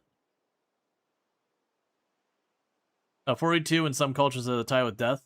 Well, that was the whole thing. Is the actual author came out, was like, it was a random number. Like if it came from someplace, they're not aware of it. But like it was just a random number they pulled out of their butt. And then people have since tried to apply meaning to it. Let's see, you got all the 420 jokes in high school. Looking like a guy high. Let's see. Looks like it take longer to wake up. Let's see, longer to wake up. Gotcha. Yeah. No, there's definitely a lot of people who, when I was growing up in high school, partook in 420 activities. I never ended up being one of them. I kind of watched, I watched a friend who, like, no judgment for anyone who imbibes, but I think we can all agree there's a point where someone is over-inviting, and I would definitely say this person was solidly in camp over-inviting. to the point, like, it was becoming a genuine detriment that, like, they were missing work, forgetting to turn things in, all sorts of stuff, because they were just stoned. And it was a shame, because the guy was, like, super smart. And my assumption of why I even got into it was he's just bored. But I kind of watched him screw up a lot. That was kind of like, oh, I don't really want to do that. Which is not a thing that particularly ended up interesting me. But I also do believe you can completely and utterly, reasonably, responsibly, like, recreationally partake and not have a problem.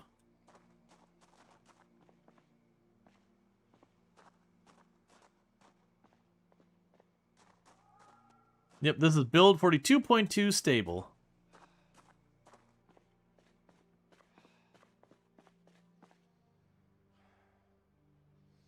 I'm in the tires. I'm invisible. You can't see me. That's not at all true, but let's go ahead and just chug a quarter of a gallon of milk. Or a quarter of a liter of milk. Sit out in the heat. Well, I mean, it's actually room temperature outside the well, it's room temperature in the garage. And get this out of the way. Let it sit for a minute. I'm surprised we're not sleepy yet.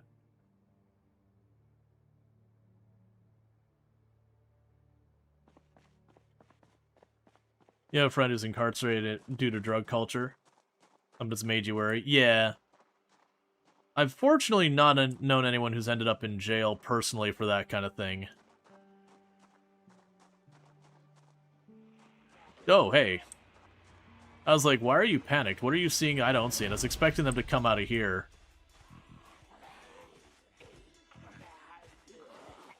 I believe a satchel is an improvement on my current situation. We should be on 24-hour clock.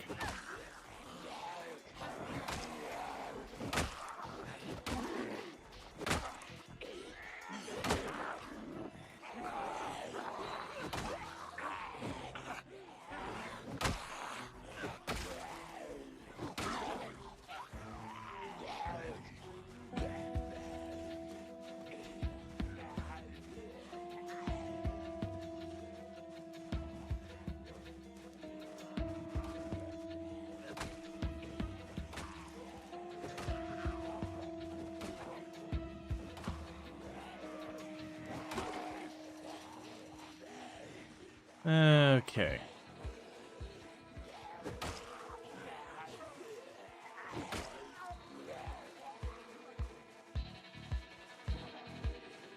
Yeah, we're in day 2, but we have not slept yet, nor have I had to take any caffeine tablets. And we spent a decent amount of it with at least a little bit of exertion.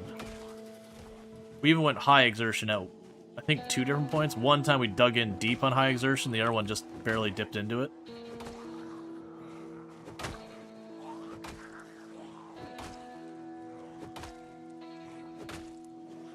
There's the muscle strain.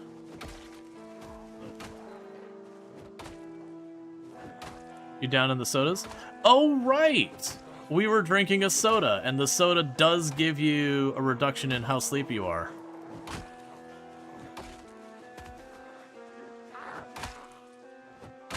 I forgot that was a mechanic.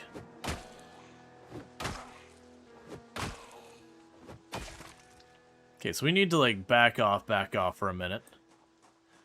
Yeah, no, I forgot about that. Because usually when you're playing in really high populations, you don't really get to spend a lot of time, you know, drinking sodas, those kind of things. So most of my runs, they end up lasting 3, 4, 5, 6 months to years in the game.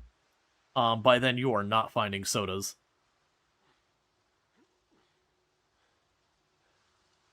Go ahead and slam a piece of cheese. It's not going to stay good much longer. That's not true. It'll probably stay good a lot longer. So you're still holding up well.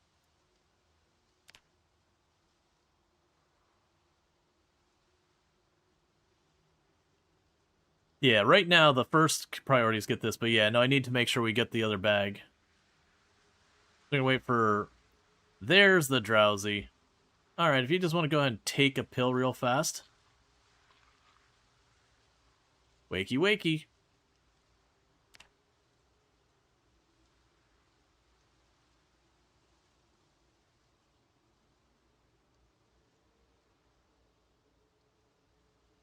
Okay, so our muscle strain is starting to properly back off. That's good.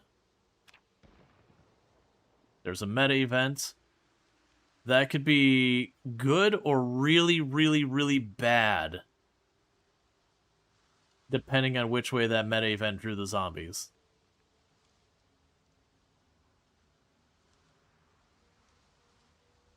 Because it drew the zombies south or west, or any combination thereof, that's really good. North would be my worst case scenario. East is not... It's more bad than good, but it wouldn't be terrible. We're actually getting chilly.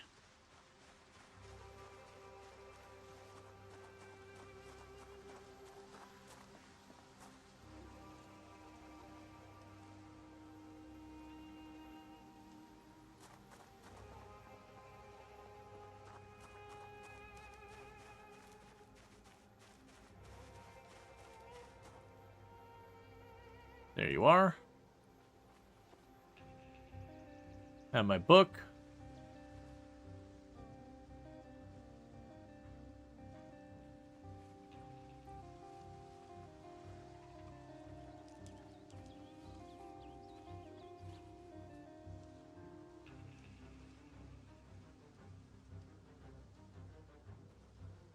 Wear it on our back.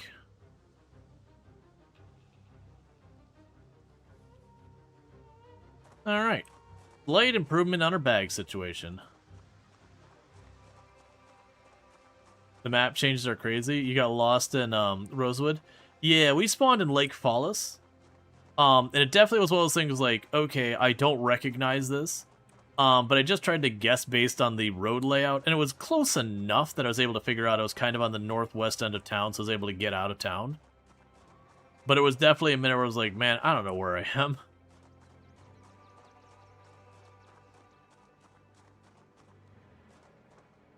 You don't see anyone over here. Oh, you're already drowsy again. Okay. So the caffeine tablets are definitely not as strong as they used to be. It used to be when you took a caffeine tablet, you were just good to go.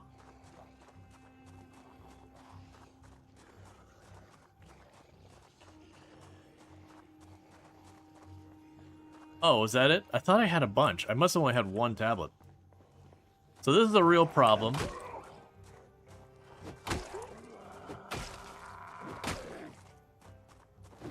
There's a feedback loop between drowsy and exerted. For the more exerted you get, the faster you get drowsy. The drowsier you get, the slower exertion goes away. Did you panic for a minute there, or did I see things?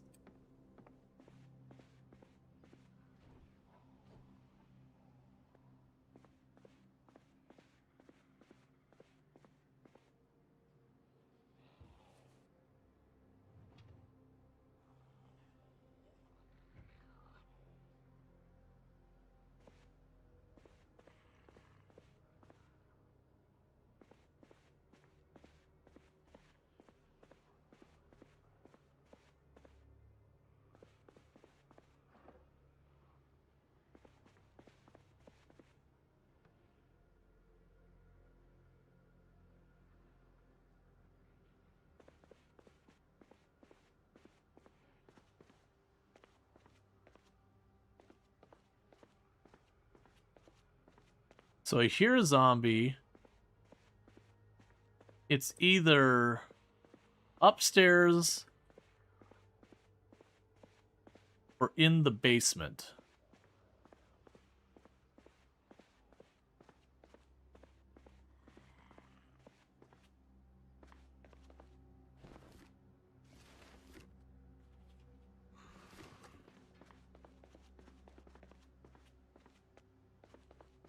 I'm pretty sure I aggroed one.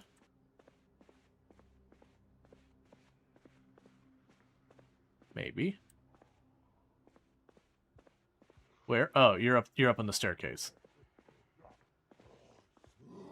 Alright. Follow me outside. Then if I get flanked, I don't have a zombie come up behind me. Strength 1 already.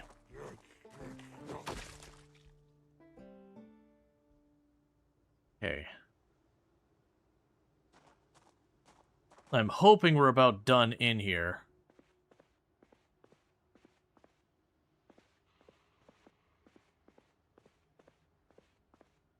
I still hear another zombie, which this means this is super dangerous.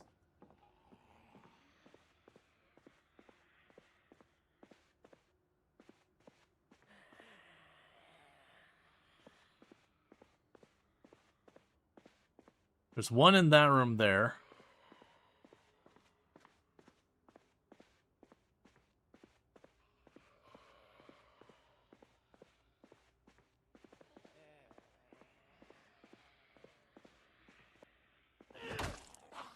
Okay, got your attention. Follow me out.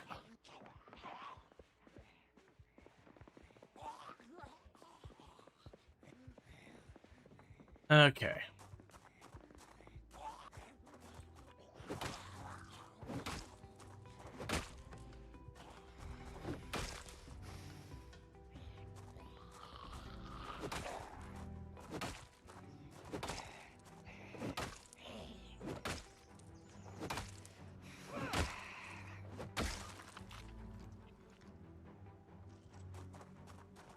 And one other thing that they changed from build 41 to build 42 is keys actually have a little bit of weight now. It's not a lot. I was gonna say, I did hear the zombie up there. So it's looking like these last two are probably it. And then we're in the all clear for at least inside the building. I do have zombies able to open doors and windows, yes.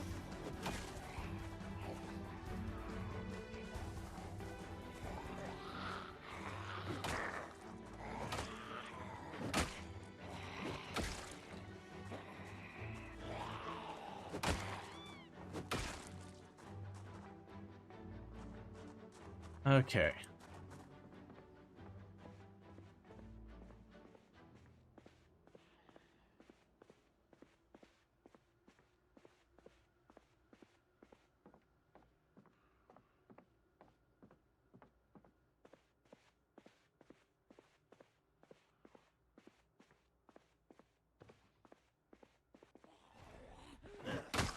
Where the did you come from?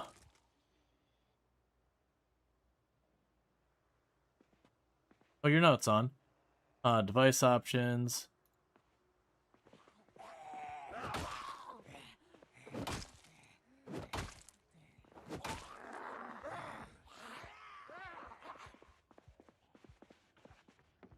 I wanted to get that radio turned off. For TV.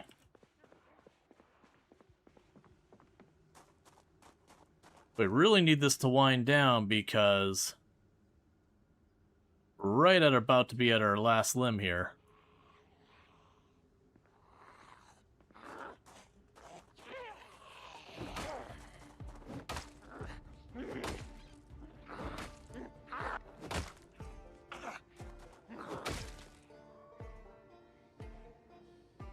Come on. Choose the side.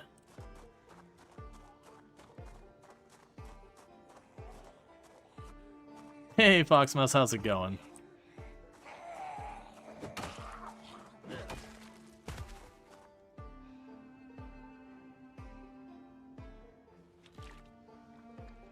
Alright, it was a long day of lots and lots of exercise. We're gonna slam down some milk.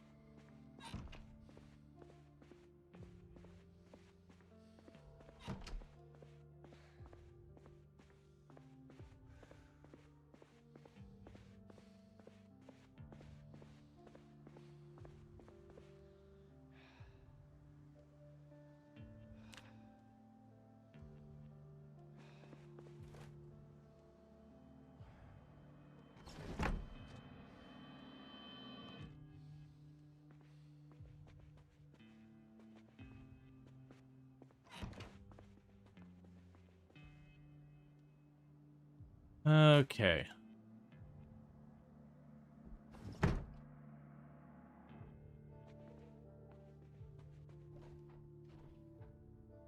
Alright, well, we got a replacement baseball bat for when this one wears off.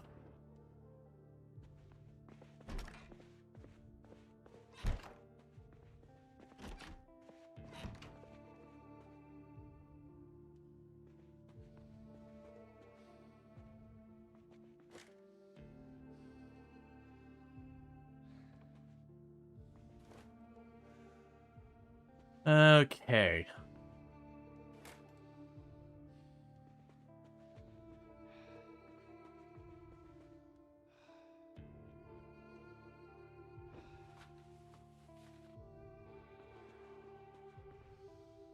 Ooh, duffel bag. Let's go.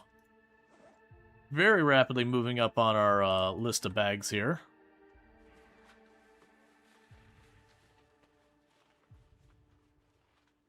Alright. So, we're going to need to do a little bit of a risk sleep here.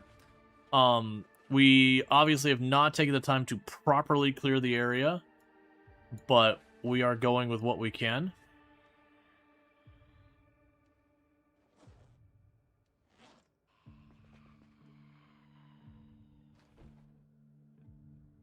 Here's a zombie in the building. And so the challenge we have here is I could take the time to try and clear the zombies out, or we could try and sleep. I'm suspecting the zombies are up here, because it looks like they've made this roof walkable now. I suspect the zombies climbed out onto this roof and they're aggroing in on us as we go. So my fear is we're going to try to sleep, and either one, it's going to come inside, or B, it's going to just wake us up because it's too close.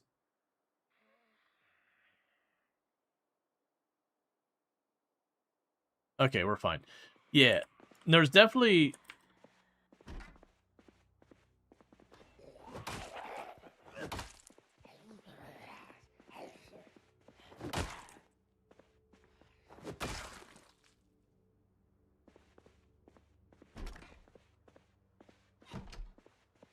There's definitely an argument for and against.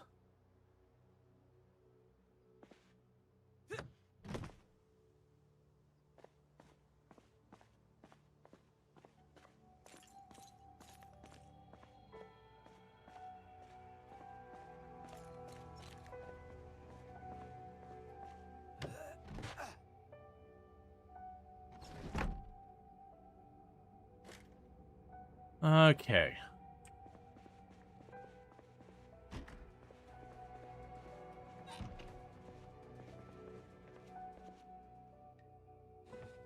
Hyper should make a decent weapon.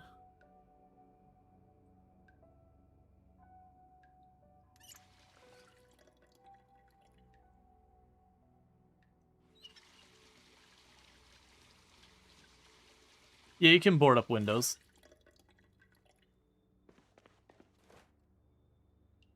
It's mostly good just as, like, a delaying tactic. But it's still worth considering. Alright, so we got those two taken care of. Yeah, and they broke the door that was in the bathroom, so that's not ever closing again.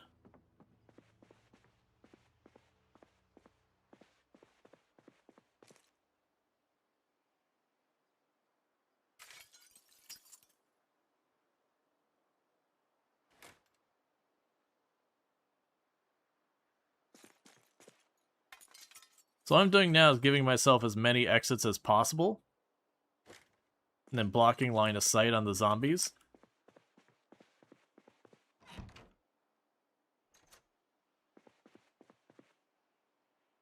Okay. I want to remove the broken glass.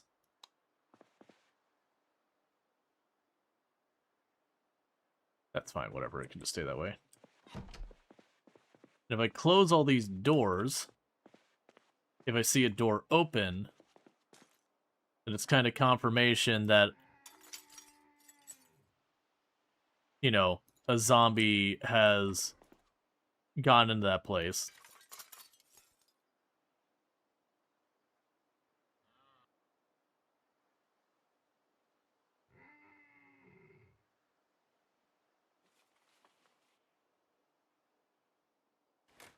Alright. So this home, for now it is. It's basically just a place I can reliably come back to sleep. Grab a bag of potato chips for the road. We have a flashlight. I really want to have that on our person.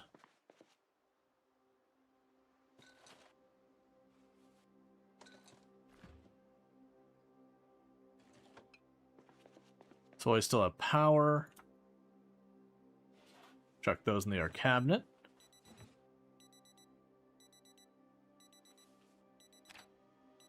Start cooking that pork chop.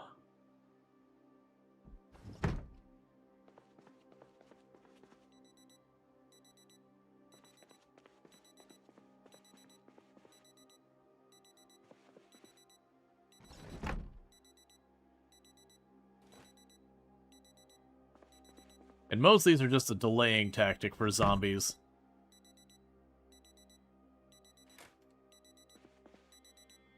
Close the window, close the curtain.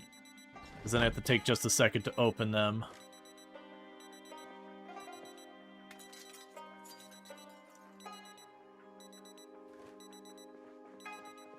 And then the windows that are busted, I'm pulling all the glass out. Okay, so it's still frozen.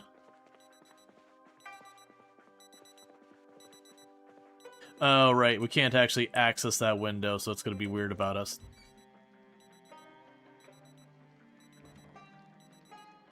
I got a bunch of non-perishables in there. Yes, I'm focusing on grabbing the stuff that'll go bad first.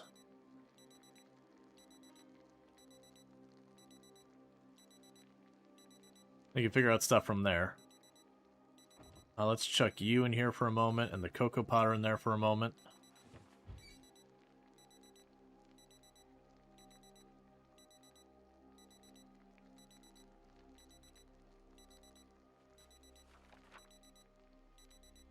Okay, so just gonna enjoy our book here for a minute. We found a Hunter magazine that'll give us some knowledge of traps or whatever. We can use this while this is all going on.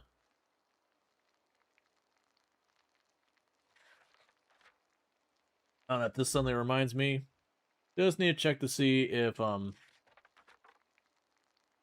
is home yet. She should be home soon. I lost track of time in all the fighting, which is not unusual. Nope, Tomb's not home yet. That's fine. So it looks like we actually might finish the magazine before the pork chop's cooked. Now, one thing in Project Zomboid is if you eat food that's undercooked, it'll poison you. Just the same as if you eat food that's burnt, it'll poison you. And we're talking like deadly levels of poisoning. Yeah, so if you look at that, I pulled it out instantly. And it's okay to say burning. It's when it starts to get like full, it'll eventually become burnt.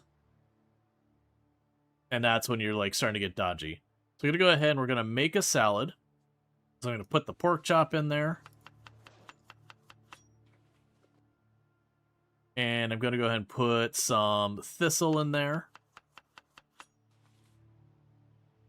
And I'll put some grapes in there. And I'll put a little bit of leek in here. And finally, put a little bit of onion in there. So, it's not just a salad. The heckin' salad. Granted, real life me is not sure about a meat and grape salad. Like, the meat, leek, and onion, sure, makes sense. Not sure I'm feeling the grapes. I like grapes. But grape and pork chop feels a little bit of a wild decision. Yeah, meat and wine go together, but there's a preparation there. Thistle? Yeah, thistle's fine. Oh, right, we got hot dog buns and salmon. I'll leave the salmon there, which might be a mistake.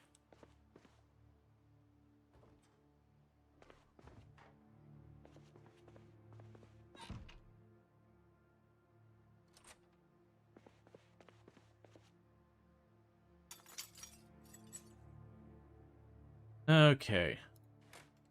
So this is now our home. And if any doors are open inside our home, it means something got inside our home. So once we've got... You don't want a bandage? No, not really. If I'm getting injured, I've already effed up.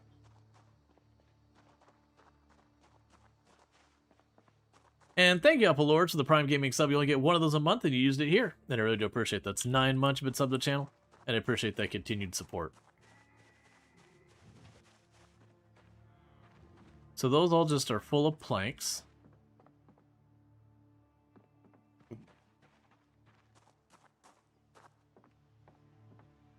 Empty feeding bottle, a bunch of seeds, milk powder, a road cone,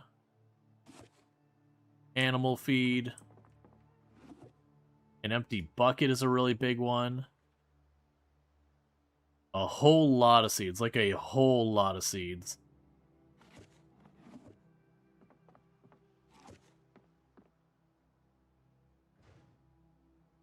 Yeah, a lot of goodies in there.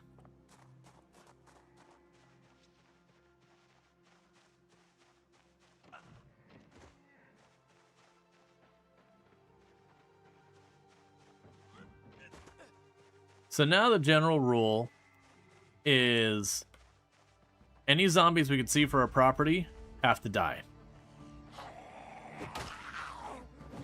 Did they fix farming? No idea.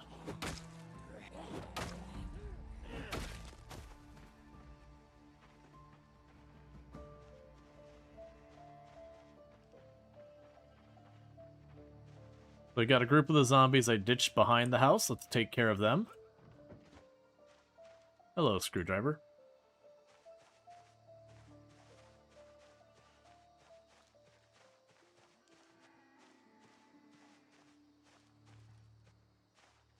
Come on.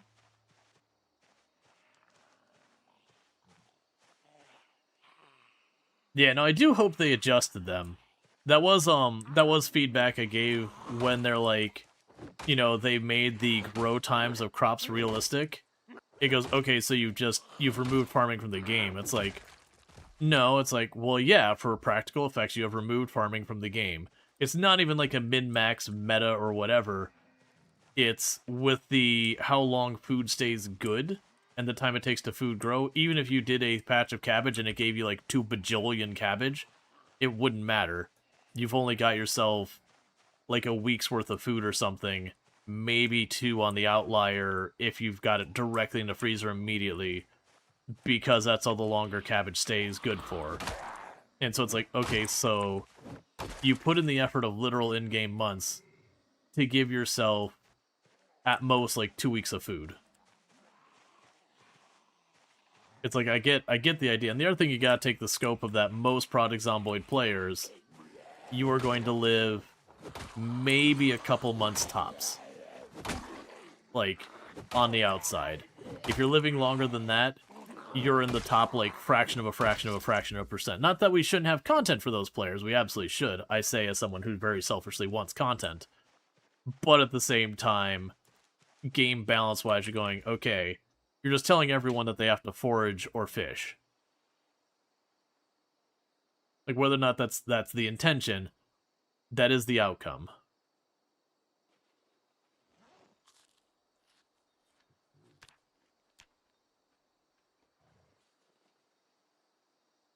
Cool. So it is, like, the way we had the crops before were something like 7 days or 14 days for cabbage, and then, like, the longest crop was, like, 30 or so days or whatever. That was far more reasonable, because, like, okay, one, you're realistically going to last long enough that this might be worth your time, and 2, if you do a little bit of a rotation on when you start the crops, then that's fine. And I'm totally fine with, like, the winter rolls around and you aren't getting crap out of your crops anymore. That's reasonable, that's fair.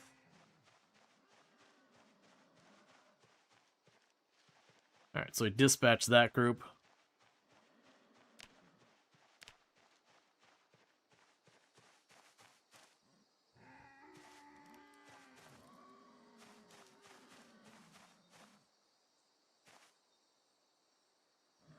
So at that point, they could introduce hydroponics that would work. I mean, there's a couple ways they can make it work. One is they can make the shelf life of your produce substantially longer. At which point it could be one of those things it's like, okay, you take the effort in getting it, and it does take a long time. On the other token, once you get that going, you pull up your potatoes, and you're set for like 3 in-game months or something, like whatever duration of time the potatoes last.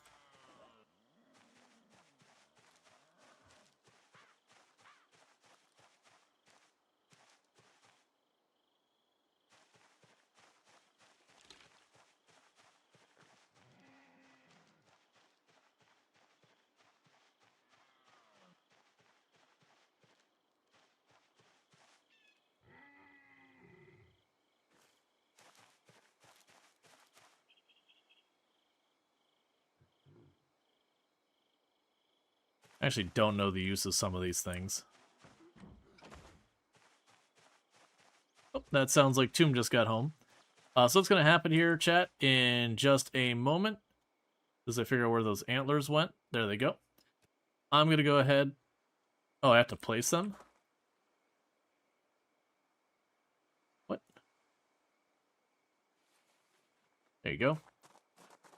So what's going to happen here, chat, is I'm going to step away for just a couple minutes, welcome my wife home, throw some dinner in the oven, that kind of thing. This is my quote-unquote long break for the stream. It lasts for about 5 minutes.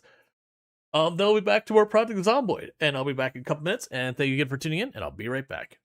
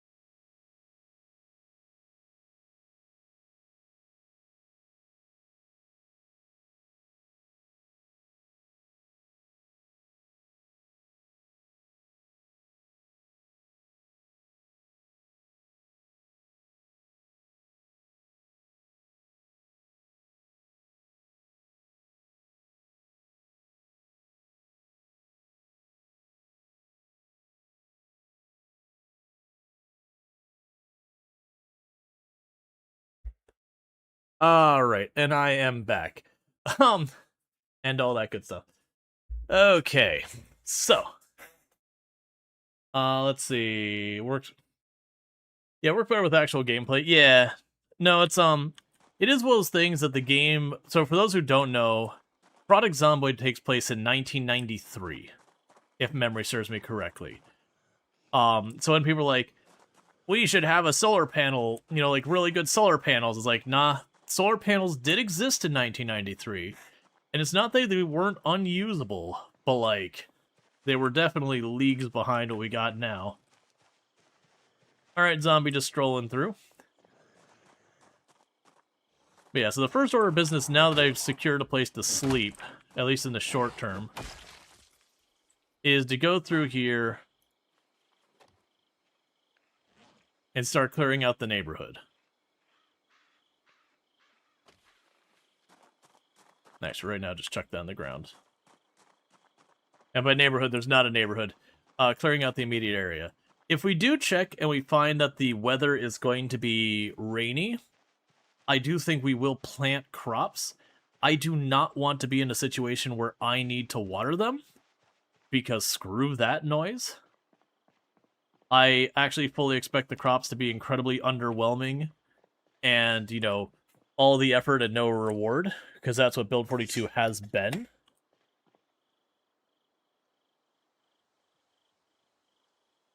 Alright. And thank you, Doppelganger, for the 280 stream streak. Catch the last 280 streams without missing a single one. I do appreciate that. And also check out the Ints and our fantastic content creator. Does a lot of like Stardew Valley, Coral Island, that kind of games. Has been doing Baldur's Gate 3 and a bunch of other stuff like that. So if you like any of that, you can find it there. Just a heads up, does stream in German, but does understand English. But just full awareness. Yeah, no, it's all good. It's one thing with Project Zomboid, and one of the reasons I don't stream it quite as much these days, is when you get into it in Project Zomboid and the fighting, you can't really stay as focused on chat as I'd like to be. You know, the classic, one mistake and it's all over, means you gotta be, like, sweaty focus mode.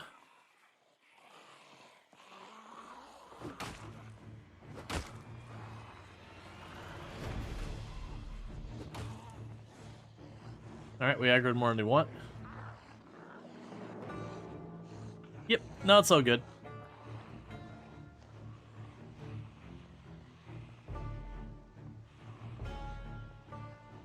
Let's go up the road a little bit.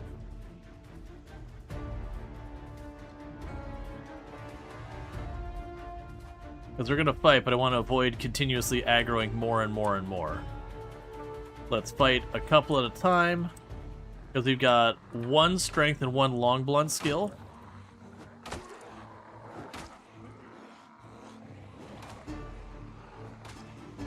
I really don't like that we're already exerted.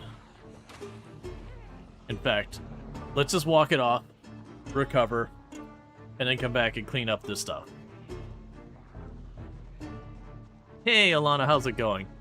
I saw that you finished Satisfactory at 100%. Congratulations. Take a sippy sip of our milk as we're getting all overheated. Because everyone knows that what you want to do when you're getting all overheated is you want to chug a bunch of milk. It absolutely certainly will improve your situation. Very excited to do the launch? Absolutely. Hey, Bassett, how's it going?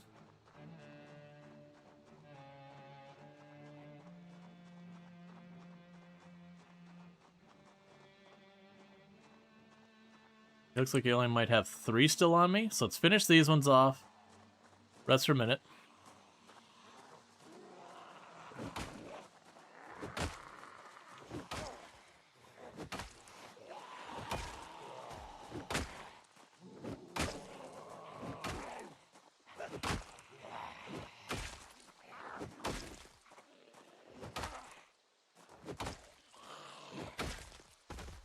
It's so hot, milk was a bad choice. Yeah, no, just drinking milk when you're overheated is just begging for a bad time in real life. In video game, it's fine.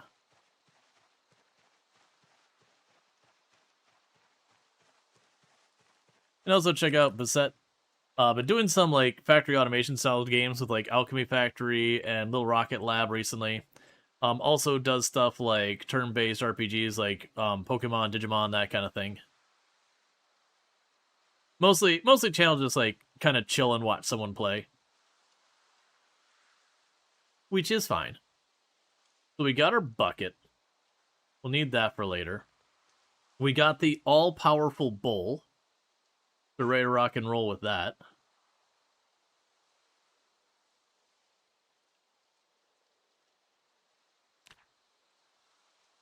I should have brought the animal care book, even though we're probably not going to do a ton of animal care stuff. There's no reason not to read the book, because those books will give you like a ton of extra XP.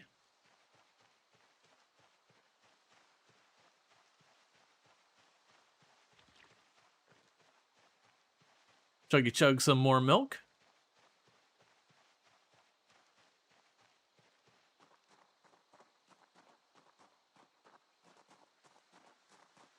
Yeah, OBS will work with Arc. You could stream anything with OBS. It's whether you can game capture it or if you have to switch to like display capture. But yeah, generally speaking, pretty much any game out there, you could stream it. Like the only ones that get weird is stuff that like interacts with your desktop itself, like those games that like go on the bottom border of your desktop. I can see those requiring display capture, which is generally something you want to avoid. It's really easy to accidentally like dox yourself by having display capture show when like an email notification pops in. Your frames don't crash? Yeah, performance could be a different issue.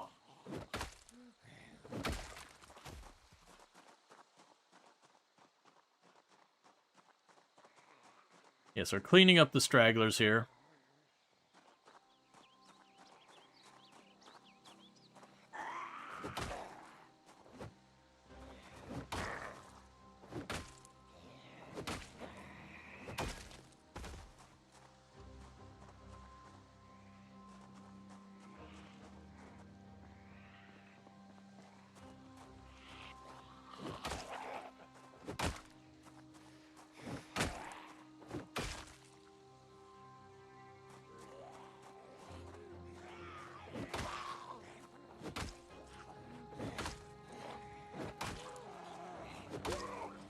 Alright.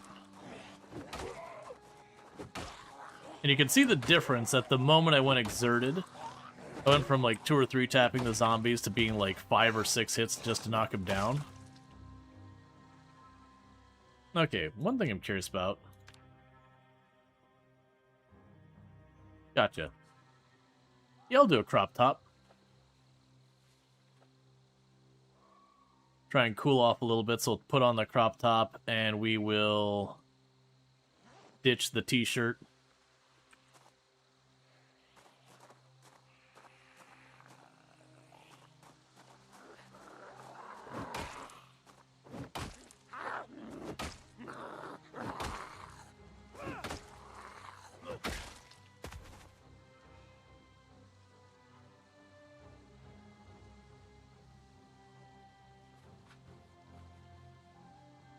Put on the skirt, ditch the jeans.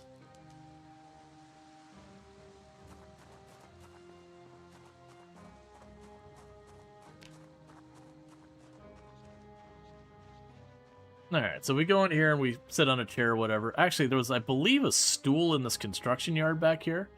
Let's grab the stool and put it somewhere out here so I can sit on it outside.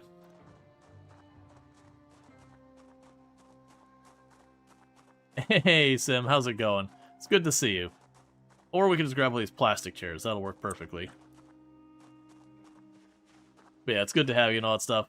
For those who don't know, SimCopter1, absolutely fantastic content creator. Highly recommend checking out as well. Been doing a lot of retro games recently, like Banjo-Kazooie, Super Mario 64, GoldenEye. You get the idea. But does a lot of like simulation strategy games as kind of the core content. It's going good. Started a brand new like 16 times pop run for the new update. and just getting the ball rolling. Overall, I'm liking the update. There's definitely a bug with the combat stance that's pretty bad.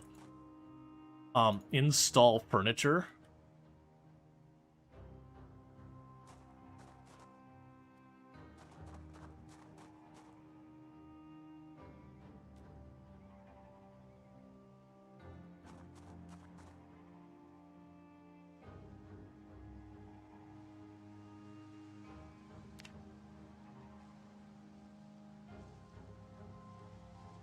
Okay.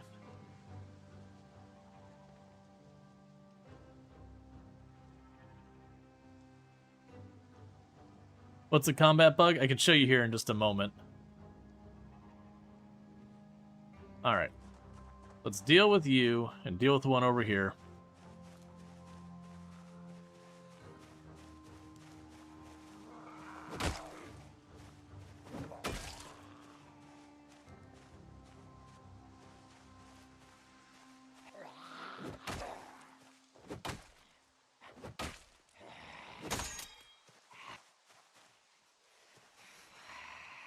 Oh, you're not actually dead. Hang on, zombie. You got a thing for this. It's called a second bat. It's like first bat, but it comes second.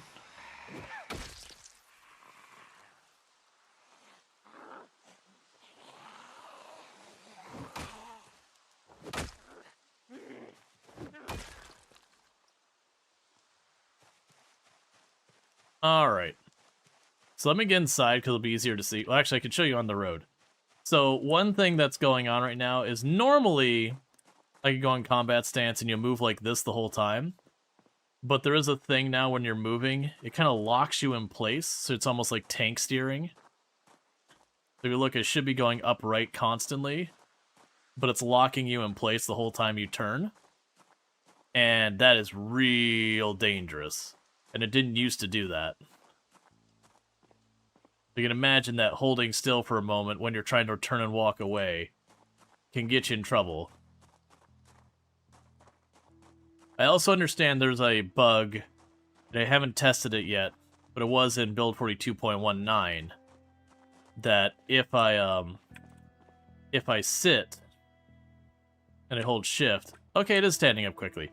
It was a thing that if you had a weapon in your hand, for whatever reason, you couldn't stand up quickly. But it looks like they did fix that.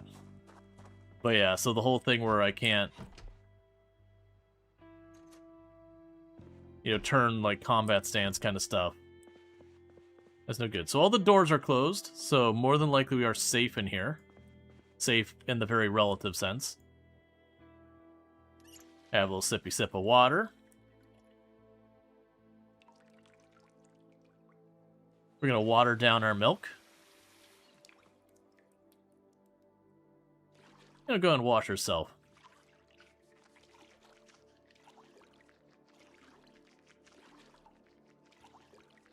It doesn't really matter, but I think the biggest change of 42.2 by itself is a revamp of towns. Yeah, no, definitely definitely the revamp of towns. For people who haven't kept up with build 42 though, there's been a lot of changes, and that's inclusive of me. I have not been on top of build 42 changes since the beginning.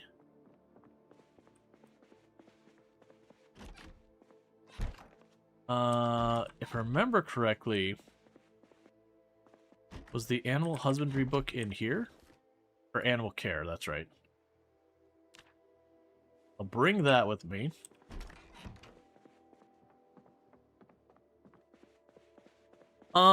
It is frustrating, to be entirely honest, because just the way you fight, you end up, you know, like, if zombies are here, you'll be backing up, and you'll go to turn, and that, like, hang where you just stop moving for just a second, it gets real dicey on whether or not you're going to get away with it. So it is one of those things you kind of have to, like, not fully plan around, but you do kind of have to be ready to be like, hey, I'm gonna be a little bit slow on this motion, so I better be ready for that to not work quite as well as I want. I'm taking all the junk out of here. Well, of course we have to put down someone else's picture of their kid. There you go. And I believe I put a pillow there, I get a better rest. Actually, don't remember if that's actually a thing or not. I know you can combine the pillows with certain things. So now what I want to do is I'm moving a bunch of those things I pulled out of there over here, because this is stuff I don't care about.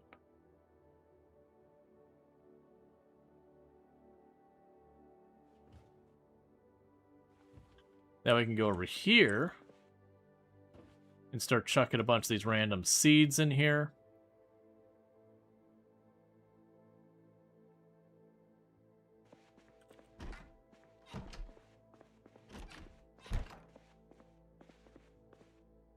You can just change it, Dragon. I actually do enable the vertical one, but it's entirely voluntary to use it.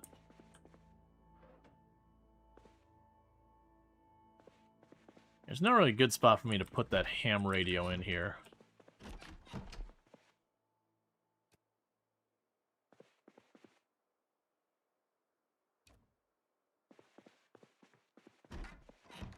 But yeah, all you have to do is if you touch on the screen, you could just kind of anywhere. You can go and easily set it how you want it. As I'm sitting there doing it, I actually don't know. Do we know the No. So I don't actually know the emergency frequency. Never mind. I was going to bring that in here so we could listen to the emergency frequency in the morning.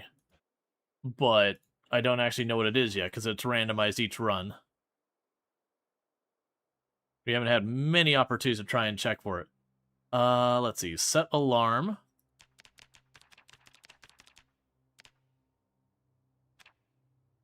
Alright, let's get some sleep.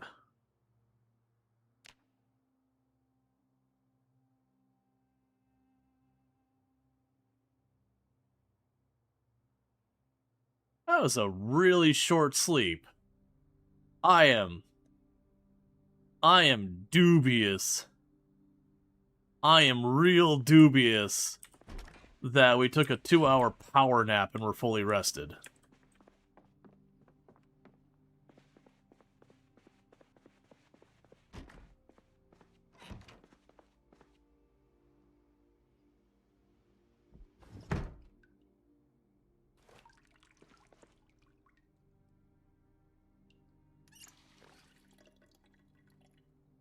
Okay.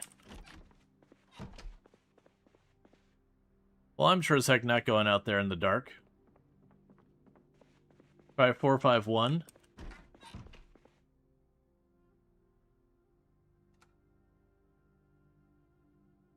Add preset. The odds this is right are basically none. Oh, I'm not... Actually, does it even go that high? Yeah, it does.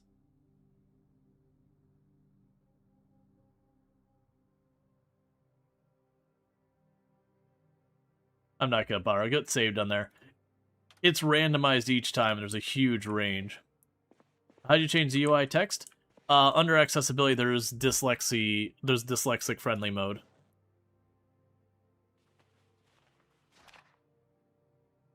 We're gonna chill in here and read our book for a couple of minutes while we wait for it to get brighter. Generally speaking, you want to avoid going outside and fighting in the dark. Poor visibility is one of the things you get killed the most. Are you playing with zombies able to open doors and windows? Yes. I like the text a lot. You have to do that. Thanks for humoring the meme as well. Yeah, no, it's all good. Yeah, it should be bright enough.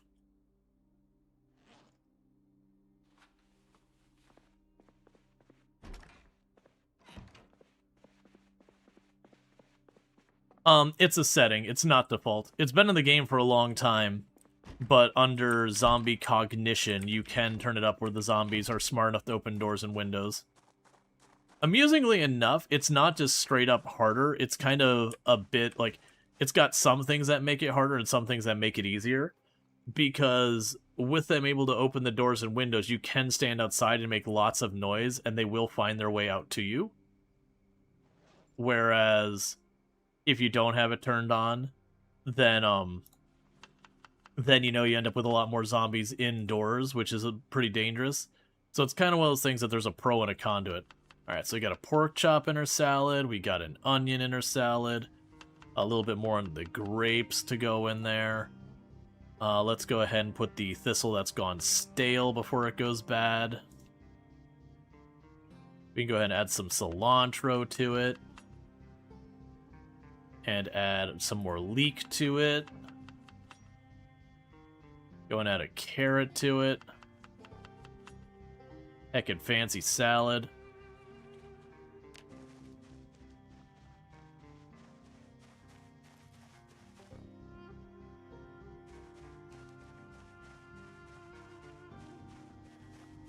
Yeah, that's fine.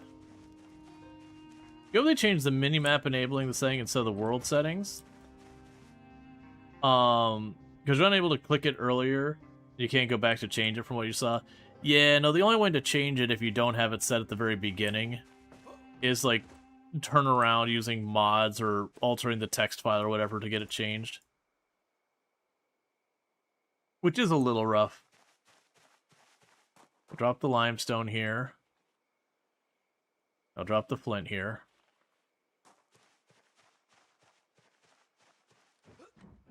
The text is so much easier on the eyes. Yep. Oh, is it a text file you can use? I believe there is a settings file, like a world file or whatever. It's been a long time since I've had to go in. I've only had, like, one time I've had to go in and fix the settings after the beginning. And I was like, there was a change in the game that ultimately what happened was they added, like, new tiers to a bunch of stuff. And your existing save files got kind of messed up with the change in tiers.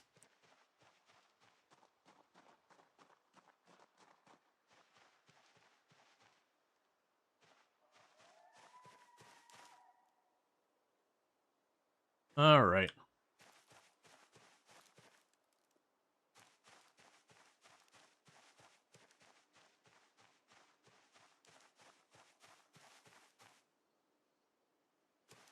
Come on. I'm doing it once around the block.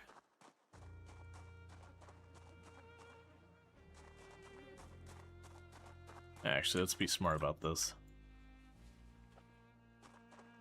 You know what? This trailer's convenient. What I'm doing is I'm just grabbing things we'll use for crafting later. Right now, I do actually have a decent amount of things on me. But, when we do start to break our weapons and we have to start crafting, I'm going to try and have some stuff set aside so it's not straight up from scratch. Oh, right. That, reminds me. We're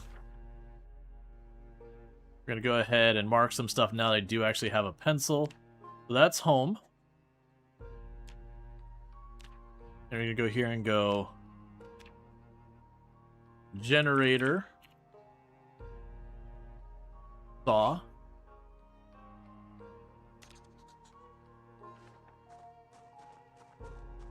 I got a bunch of planks here.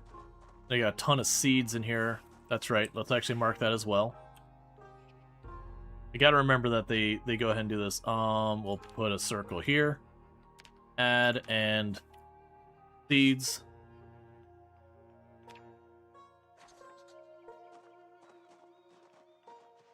Yep, and like I said last time, we're gonna do it once around the block. Every single day when we spawn in. I really wish we could use this water tower. Because clearly it's a water tower. It's like, okay. Can I take the water out of the tower, please? And right now we're fine. But like down the road, I would like to be able to use the water tower to hold on to water. For as long as we do have plumbing available.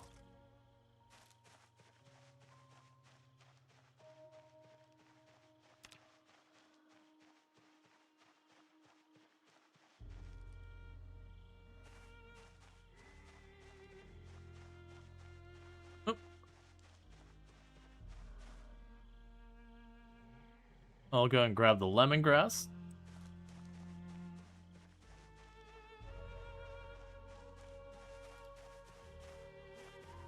Mushrooms, I have no idea if we're okay. Grab the flint nodule.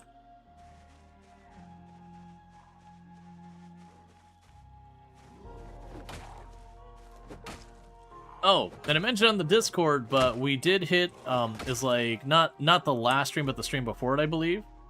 We did hit the 100 plus points we needed to qualify for the 60-40 split again, so I really do appreciate that. You know, we've been continuing to keep that up since we got the last time, which means it's something I don't have to think about till August next year. Which is really helpful because the increased split makes all the difference in the world. Each tier is effectively like getting a 20% increase in pay from your Twitch revenue.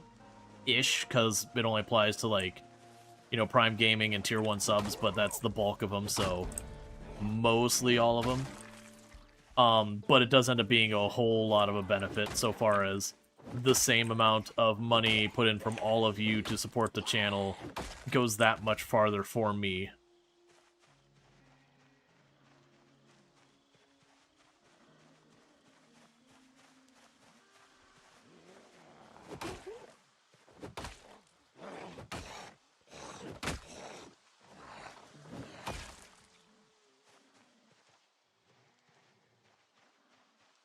Yeah, and if you're wondering, it's like, why... Oh, hey, dear. You just straight up snuck up behind me.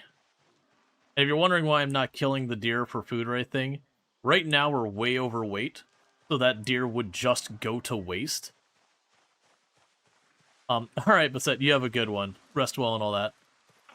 Versus, if we wait, let them continue to have offspring and all that kind of stuff, when I do need to start worrying about, like, maintaining my weight and all that, it means I got more deer then.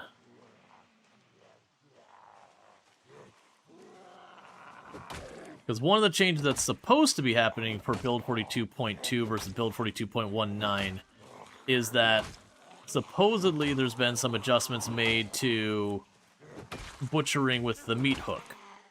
The implication, the implicit thing would be that you get way more food from it, which is good if that is the case, because prior to that, you would just, you know, basically die of effectively malnutrition despite eating entire deer and all that on the regular or whatever. Like, you could butcher an entire adult pig, and it would give you enough food for maybe a day or two tops. So they did go, and supposedly it's been buffed. I've obviously not tested it yet to see, like, how good we're talking. Is it a little better? Is it way better? I don't honestly know.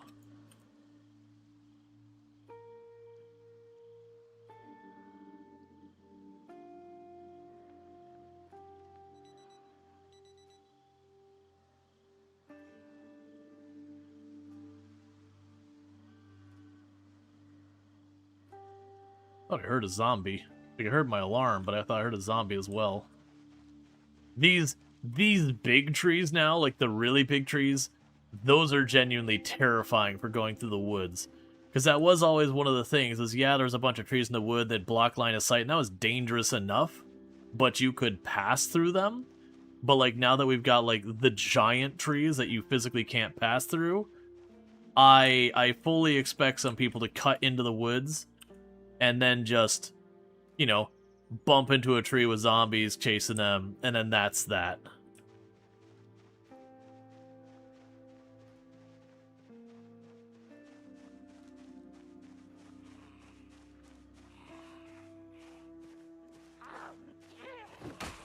We got level 1 strength, maintenance, and long blunt weapons.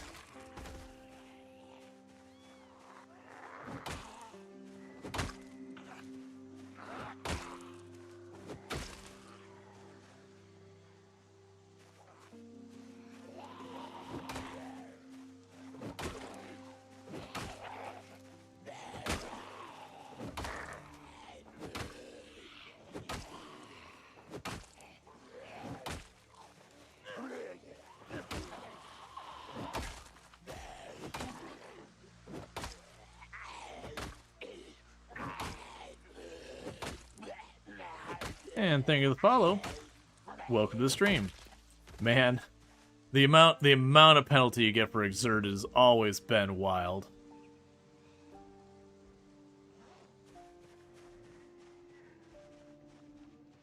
Okay, so let's go back up here. We can drop some of the stuff in here and rest up for a minute. Now, we did start with 0 strength, 0 fitness. We've already gotten to strength 1. But if it seems like we can only handle a zombie or two before my character's, like, struggling, that's because we can handle a zombie or two before our character's struggling. That's not seems, that's just how it be. You know, we're typical gamer. The power went out and our computer turned off, and then we realized the end of the world has been going on for the better part of a month. So, you know, we got up out of our chair, had to lean over a little because we got winded from it, and now we're just trying to survive.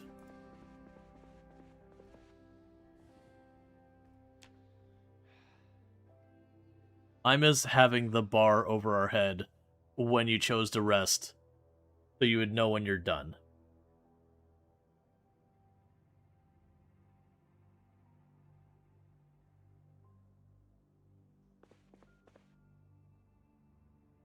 Alright, let's eat half of our salad.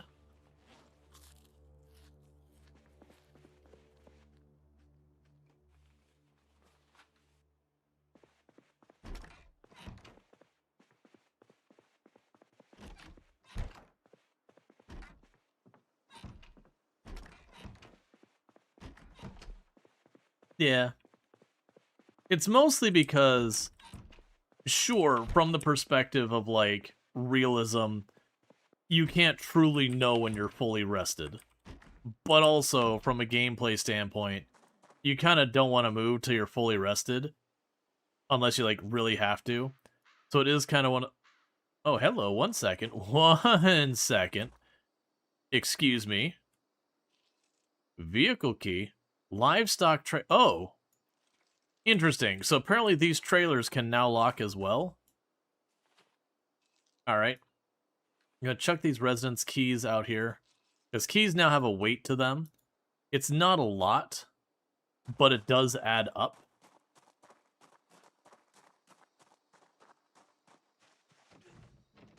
Like, on the key ring, it reduces the weight considerably. But it can add up if you're not paying attention. So it's good to grab the keys to, like, get into a house, but it's also good periodically to just offload the keys.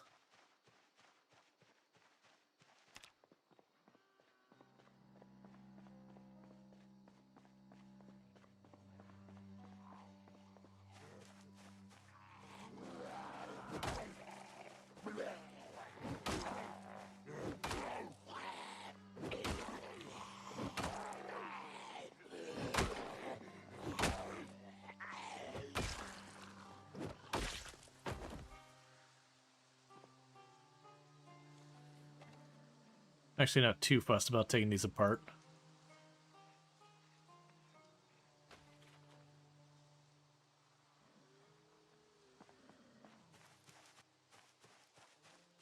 Okay.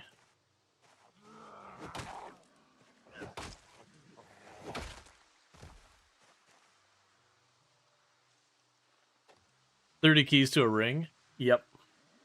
Yeah, no, it used to be they took no room, and it was actually a problem that you could get to start having performance issues because you'd look at your character, and if you paid attention, your character was sitting around with, like, 300 or 400 keys that you'll never use in your inventory if you're picking them up on any frequency.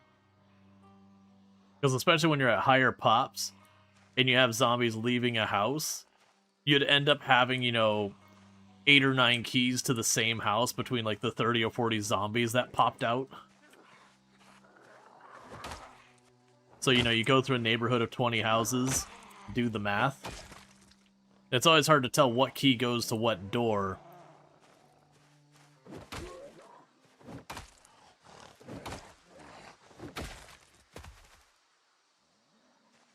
Alright, so you got 2 there, 3 down, third one down there.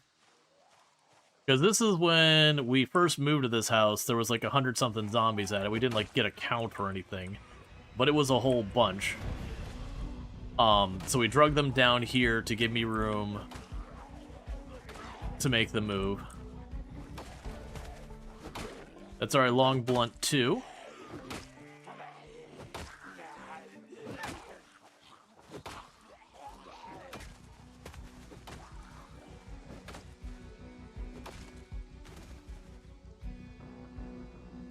You know, actually...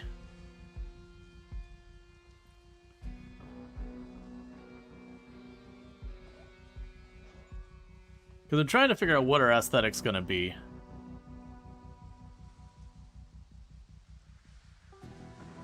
Yeah, the shoes have a hole in them.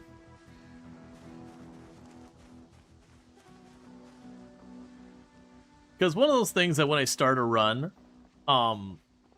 we don't, like...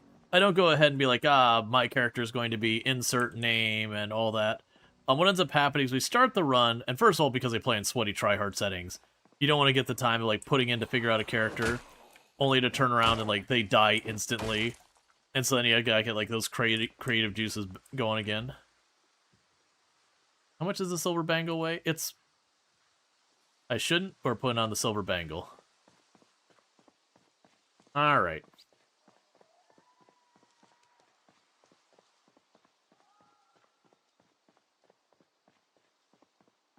So we're gonna get a little bit of our watered down milk.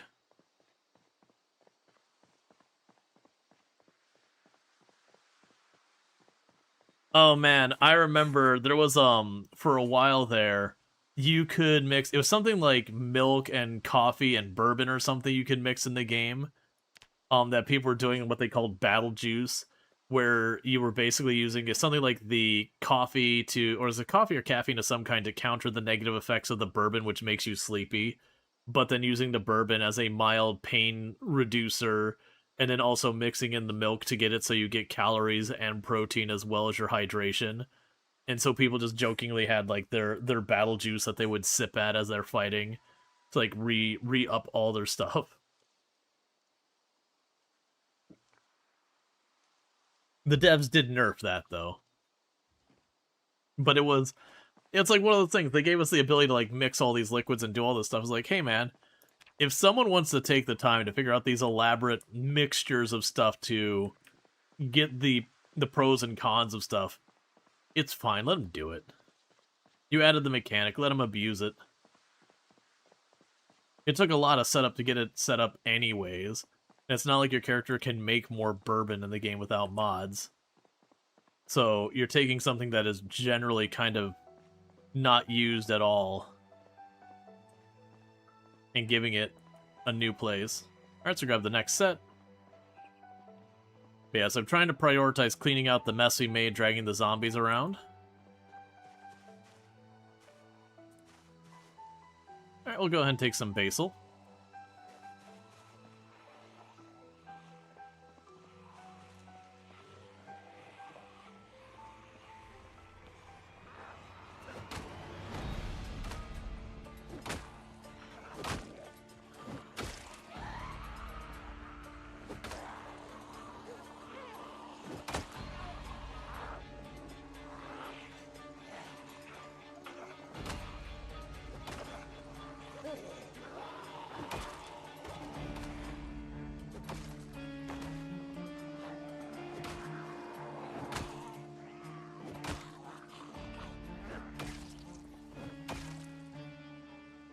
Okay.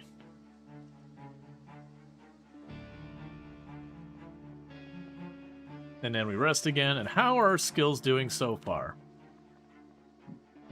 We've got long blunt at 2. Maintenance just barely at 1. Oh, did they move strength and fitness to the bottom? Yeah, that's right. They moved it under physical, whereas the other one used to be a top 2. So we're about to get a level in light-footed, which is just because of, like, snooping around in our house at the beginning with so many zombies. That's the same with the sneaking. Strength, we're at about 1 1/3. Fitness, we're only at about just a bit over 1/3 of the way up. Forging, we're already at level 3 and some change. Yep. And thank you, Elder Druid, for the 100 stream streak. I do appreciate that as well. Now, you might notice we don't have exerted over here, yet I still went back to sit in the chair. It's the thing to think about is that there's like this hidden gauge that's going up and down. So let's say 100 endurance is maxed out, that you hit something like 70 endurance, and that's when you become exerted, which is when you take a 90% damage penalty. Yes, you heard me. 90%, 90% damage penalty. So, like, when I say that exerted hurts, freaking hurts a lot. Or no, I'm sorry. I think the first tier was 50%. My apologies. I think the maximum is 90. But either way, 50% is still obnoxiously high. And it does stack with other damage penalties, like when you're sleepy.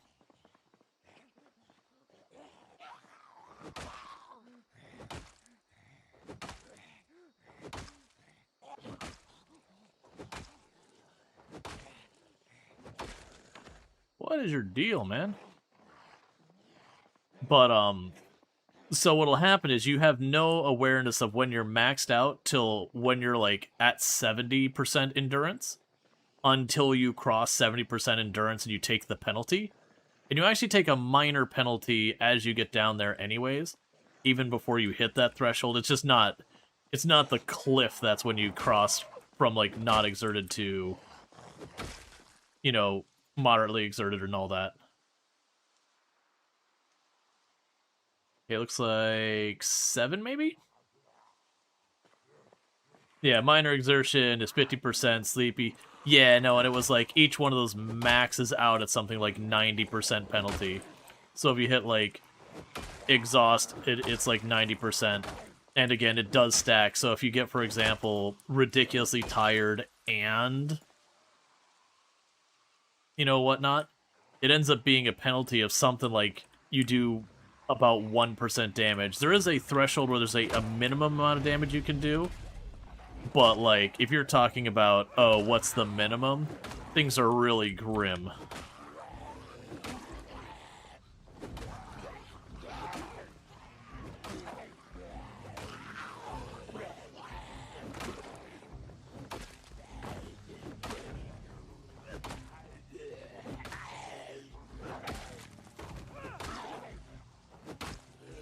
I'll be sad when the spaceball bat breaks.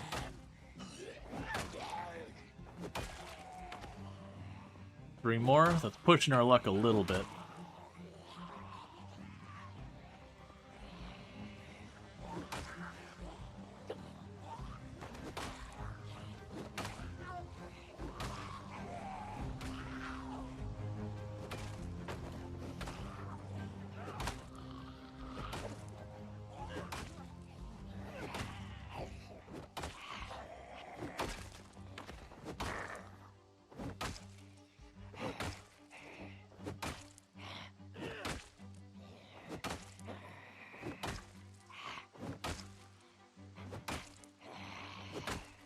Yep, that's high exertion. That's like 70% or something damage reduction. It's just a lot.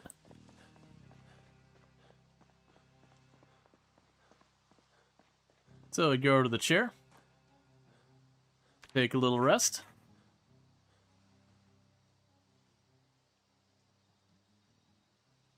And then we wait till we're recovered. And one thing, because we can't see the gauge, even if I see this, like, goes from out of breath to gone, if I still see the muscle strain, basically, if I see either of those still on my character, I just assume we have more resting to do. Because this also penalizes your damage quite a bit. And we are sitting close enough to these corpses that will start to get sick. I don't worry about sick until... Because I think it goes, what? Queasy, nauseous, sick, then fever, and then fever you start dying extremely quickly. I don't really start to, like, put any effort into it until I see nauseous. Nauseous means I want to wrap up what I'm doing and start backing off. If I see sick, it means we don't wrap up what we're doing. We immediately X-stage left as fast as possible. Because if you cross into fever, there's a good chance you just killed your character. Like, if you do accidentally find yourself at feverish, the best thing you can do is start overeating. Eating when you get, like, a little bit of a surplus will give you a very, very small hit point bonus. So you're going to generate hit points a little bit faster, which will offset the rate the fever kills you. And then otherwise, it's just, like, get away from whatever's causing your fever, and then do what you can to, like, cool off your character, that kind of thing. But just, you know, shoveling food into your mouth to keep that buff going for as much as you can.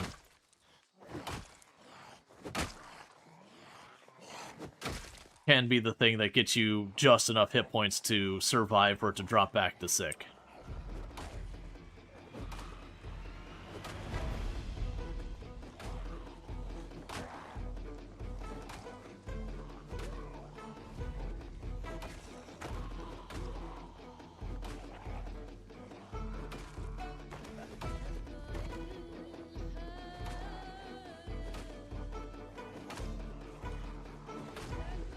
Another thing with muscle strain in the game is, broadly speaking, two-handed weapons are less of a problem with muscle strain than one. Usually one-handed weapons don't have quite as much damage as their two-handed counterparts. So you end up doing more hits on one muscle. And it is a thing that can kind of get out of control pretty quickly. That said, I actually still have a preference for short blades, but they are not as strong as they once were due to the sharpening mechanic, meaning you have to do maintenance on them. Like, this day and age, I'd actually say probably the short blunt weapons are probably your all-around best pick if you don't know what weapons you prefer. They're just broadly kind of good for everything, so claw hammers, nightsticks, that kind of thing. They're not too hard to make happen either.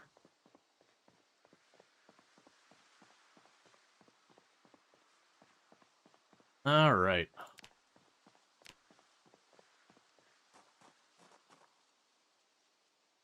Yep, so as you can see, our fitness is slowly climbing, our strength is slowly climbing, and our weapon skill is slowly climbing as well. How many zombie kills are we up to? 159. That's what, day 3? Day 2? That is pretty solid for a 16 times pop start. For 0-0, if you're like super juiced, you can handle it just fine.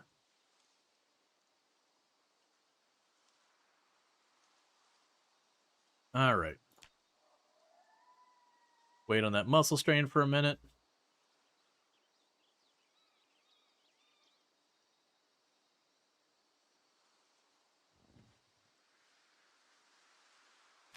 Alright, let's just enjoy our salad real quick.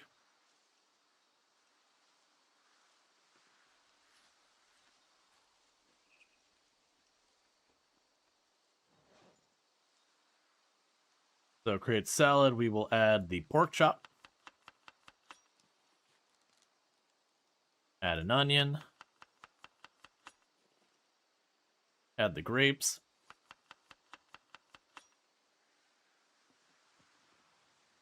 Add some thistle. Add some basil. And add some cilantro. And generally speaking, the more different ingredients you add to your food, one, you'll gain your cooking levels, which lets your food go a little bit farther. You'll get a little bit more nutrition out of the same amount of food. Eventually you can actually get to the point where you can use rotten food for very small amounts of nutrition without any risk. Once you get your cooking high enough, it'll let you use it as an ingredient. But it's more just broadly being able to get a little bit more mileage out of your food. But the other thing is where people are like, man, how do you keep your character from, you know, being sad all the time? And the answer is cooking. You get a bowl, you get a skillet, whatever your preference is, and you just always make sure to put your food in that thing so it counts as quote-unquote cooked. And that's all it takes. Because you get a constant trickle feed of happiness.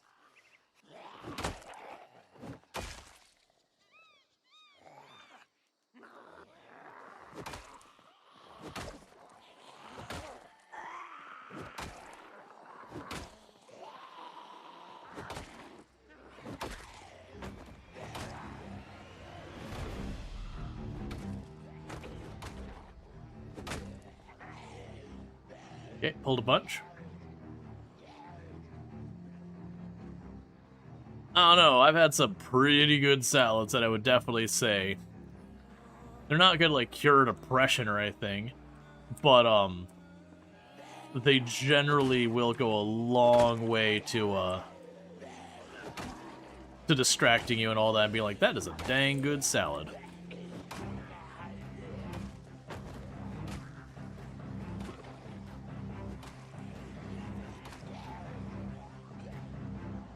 Let's see, you're new, but you're learning to loot sets in order, giving too much stuff. What setting do you put your loot on?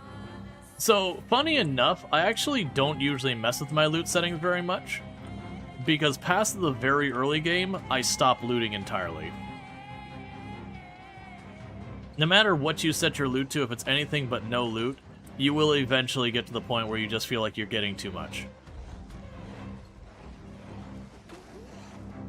But turning it on the rarer side can make it feel better. I just don't worry about it anymore.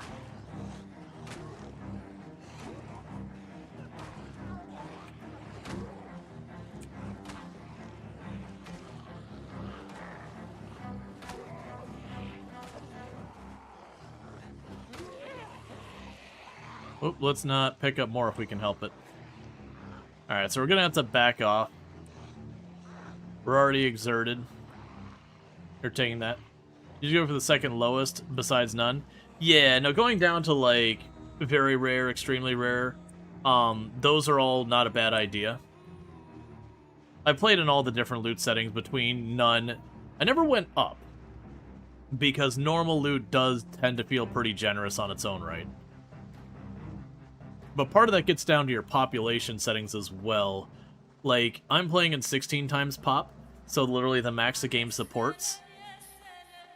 So for me, when it comes to the loot settings, like, all the 100-something zombies we've killed, not counting the house I spawned into, I've successfully gotten into one building.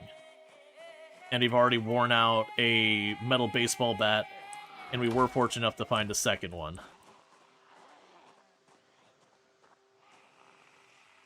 Versus if you're playing at more reasonable populations, you know, those weapons will last you longer. As far as, like, number of houses you can loot per weapon kind of thing.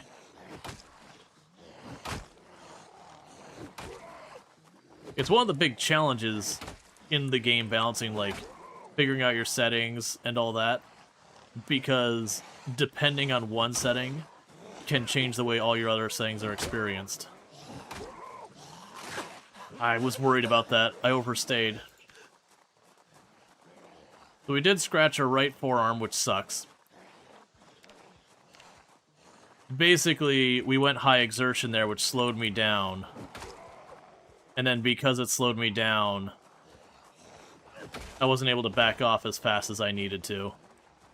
So I got kind of in that treadmill, or the treadmill where the zombie goes and pushes up on me, and I have to swing to avoid getting caught. But at the same time, you know, I'm not able to deal with it. So that means there's a 7% chance we've already died, because the scratch has a 7% chance of being infected. There's nothing I can do at this point to prevent the infection. If I'm infected, I'm infected. If I'm not infected, I'm not infected.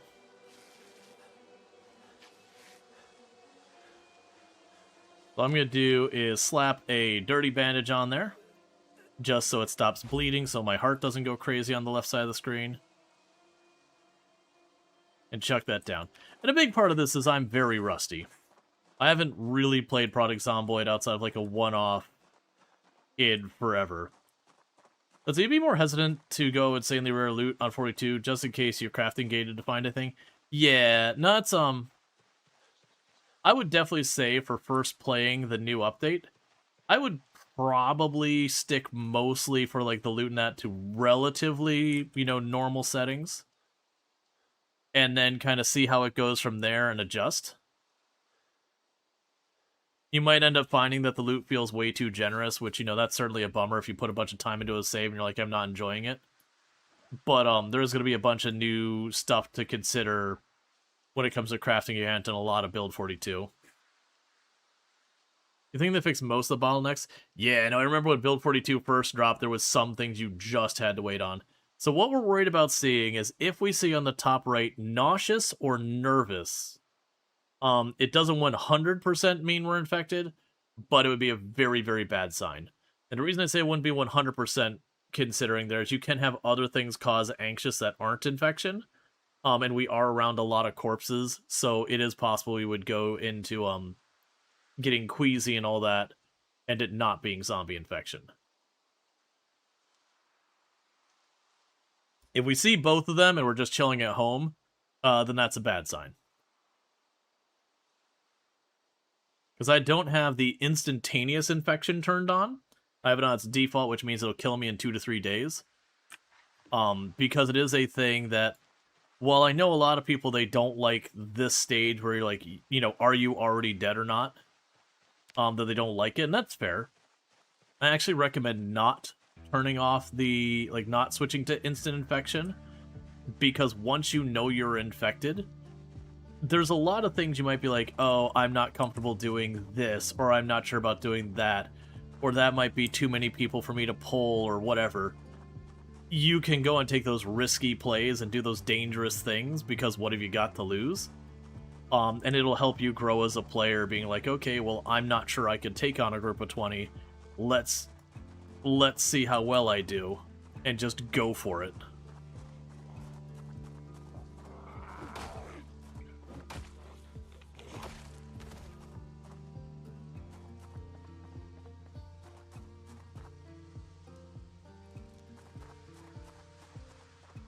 But yeah, where we're seeing this is the reason why if I get queasy, that's not a guaranteed problem. Because we are walking around corpses a lot. But yeah, for those who missed what got me scratched there, because we're slightly on the overburden side and we were getting exerted, this gives me a very mild movement speed penalty, and then the high exertion gives me another movement speed penalty. So while I was fighting, my speed to back off got too slow, and it kind of puts you in a position where you don't have enough time to turn around and run away or walk away or whatever. You can't run at high exertion. But it also means you're kind of going too slow to just keep hitting the zombies to keep them down, so they'll slowly overrun you. It's one of the many, many reasons you'll see me pretty much never go past weighed down, which is the lowest level of that one. Because the movement speed penalty gets to be too big, that it's too dangerous. And it's why most of the time, if I hit high exertion, unless I'm down to like the last zombie or two, I'm gonna cut and just get out of there. Hey, go to sleep. Like, that's the point you're gonna see me bail.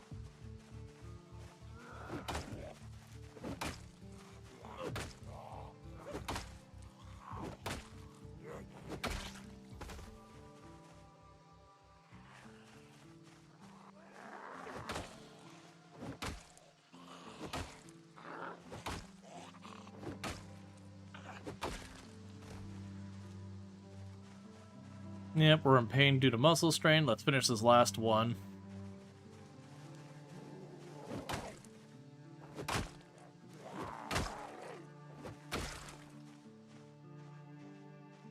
Okay.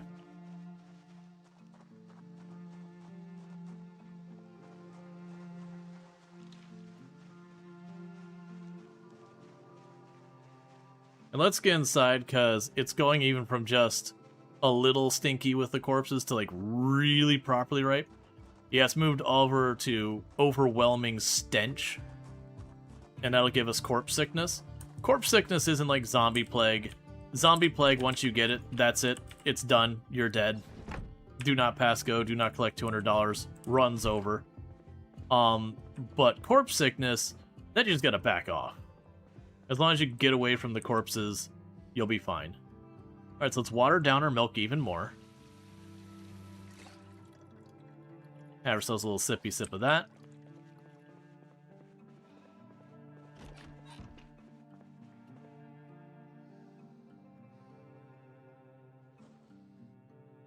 Oh. Let me get closer to the lights.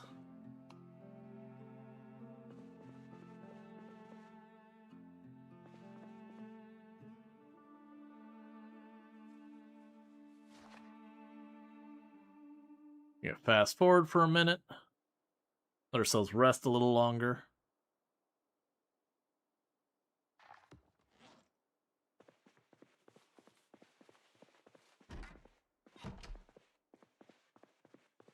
Now, all these bodies around us, they, unless it changed for build 42, which it might have, but at least for build 41, they last for 9 days by default. So, one of the things I'll have a lot of new players come in here is like, oh man, how do you deal with all the bodies? So I'm doing it. I am currently actively dealing with the bodies the way I would deal with them. And by that I mean I'm utterly ignoring their entire existence unless the body is like in the bedroom I'm trying to sleep in, at which point I'll drag it out of the bedroom and otherwise ignore it.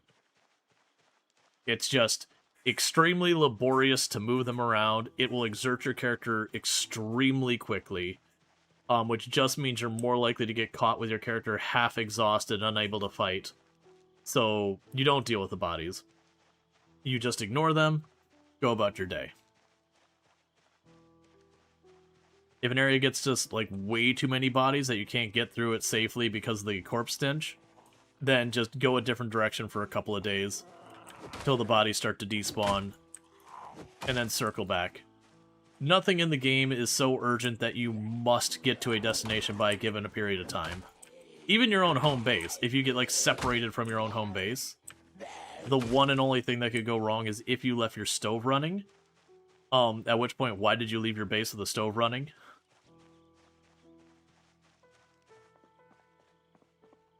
The answer to there is go back in time to you previously and be like, don't leave your stove on. Ooh. You have a lunch bag with a whole bunch of food in it. Alright, let's go. I mean, I'll grab the fillet knife for cooking.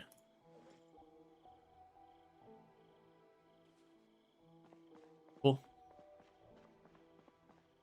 And it looks like, to me, that was the last of zombies here. There's probably a couple who got inside here and got stuck.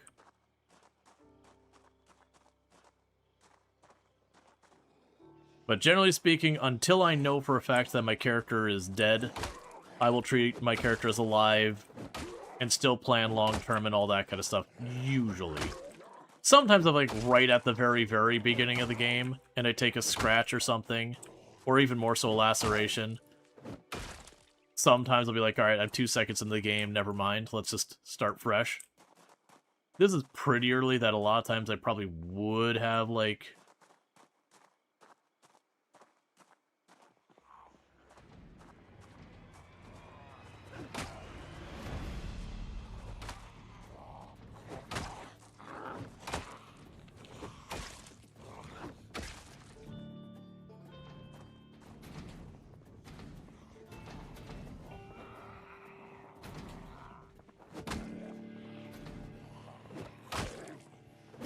Oops, step too far.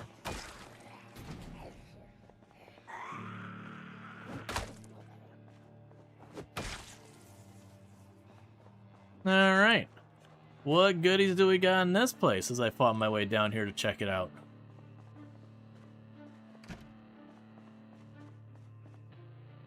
Got animal feed, sacks, animal feed, sacks, animal feed, sacks, animal feed, shears. A whetstone I'll bring with me.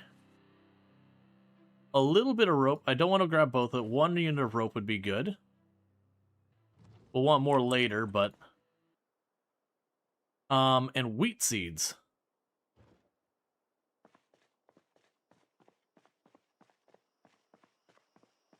Alright, so let's back off and get home. So, we can go down here. We're aware of this place. So, animal feed and sacks.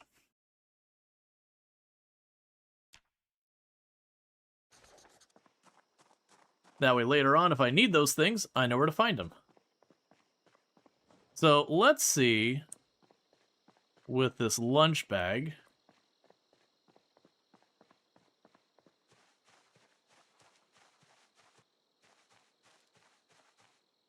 Oh yeah, fresh donuts and bananas and all sorts of goodies in there. So put that there. You put the remaining bag in the container. I mean, with that, what I'm going to go ahead and do here, chocolate bread, how much hunger? It's only 2 hunger, but let's go ahead and slam some chocolate bread.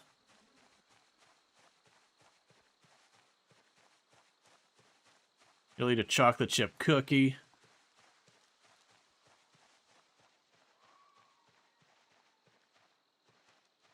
Okay, and it's already 9 p.m., so we're going to go ahead and head back because it's going to get properly dark soon.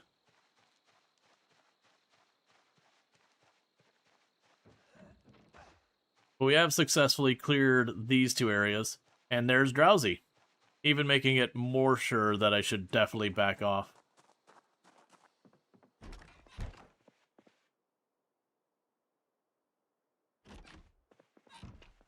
Interesting.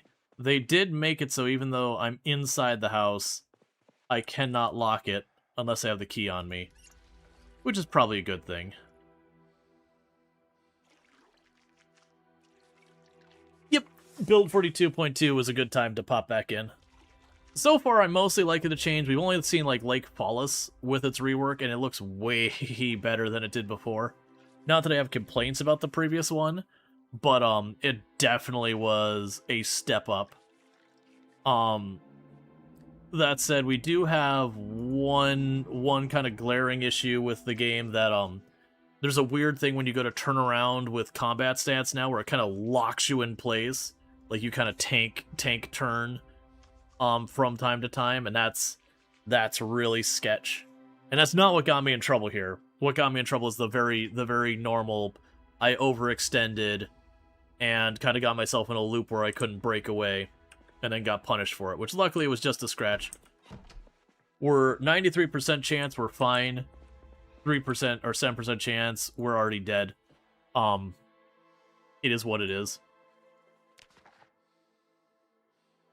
It does that still? Yeah. Yeah, it was a bug. I don't know when it got introduced. From what it's hearing, it's something like build 42.16 or something like that got introduced. That slow 360 that gets you killed. Yeah, it's not the actual rotation that's the problem. It's your character goes from walking, and then they stop moving, and then they rotate, and then they start moving again. Whereas that used to not be how it worked. Like, you would still rotate and move, and I believe you moved slower when you were going backwards or sideways, but when you're going forward, you go faster, which felt like is entirely a reasonable compromise on that kind of thing, versus the whole like rigidly locking you in place. I don't believe is intended. I believe it's when they did whatever their animation rework and all the re-rigging and all that. It feels like it was an unintended side effect of that.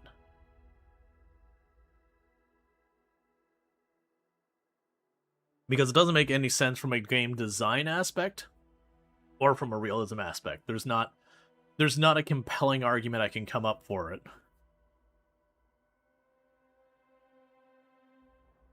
Okay.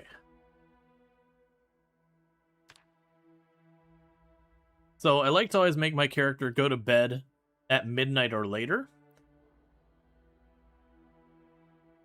I did take Wakeful, which I normally don't, because Wakeful has negatives to it. The big negative with Wakeful is because of how little time you sleep, and the amount of sleep you end up needing is kind of tied to fitness based on how tired you get, that you do end up with the undesired, unintended side effect of you go to bed at nighttime and wake up at nighttime, which quite often means you stand around with nothing to do.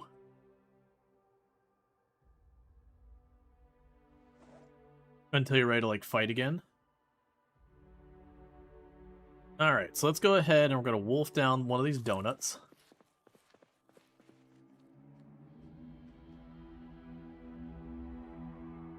Let's see. No, it's fixed. You reported that bug a few patches ago. It was confirmed as a bug, and they fixed it a pair of patches ago and reintroduced. Gotcha. No, I had heard from Allison that it was kind of just a bug that was still here, like, that it was present the whole time.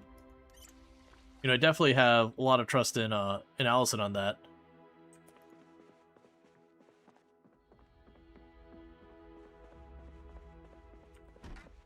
That said, it would not be the first or the last time.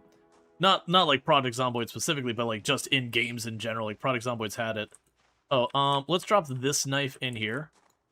That knife we don't want to fight with.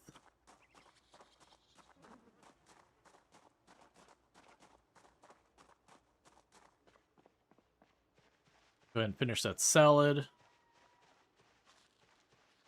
Oh, let's also drop the rope off.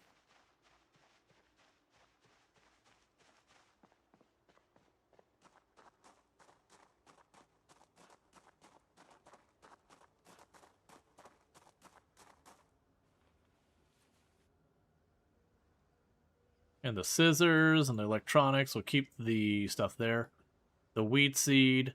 The whetstone. How much do you weigh? Yeah, I'll drop the whetstone off right now. Basically, all the things I'm going to want for crafting purposes, I'm chucking in there. Actually, the bucket can probably go in there for now. The basil seeds. Alright. So let's go in here and salad. There's the pork chop.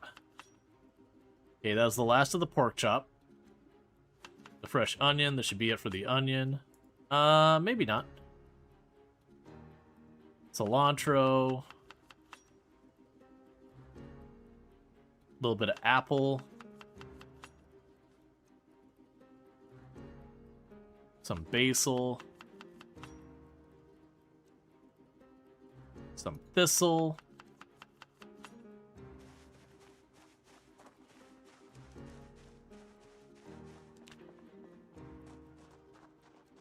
Alright. And like I said, we always do. We do a once around the block around the house. I'll have foraging up just in case I need it.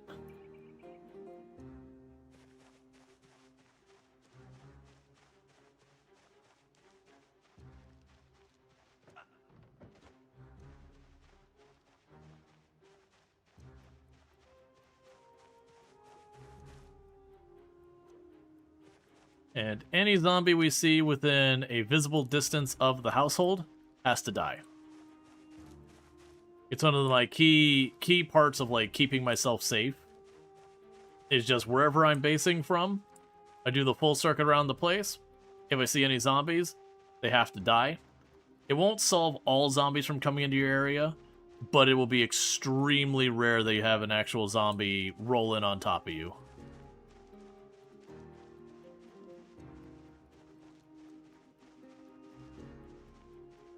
It also means you'll do a little bit of foraging here and there, which can get you all sorts of goodies. And you'll be able to like know your area is safe, relatively speaking.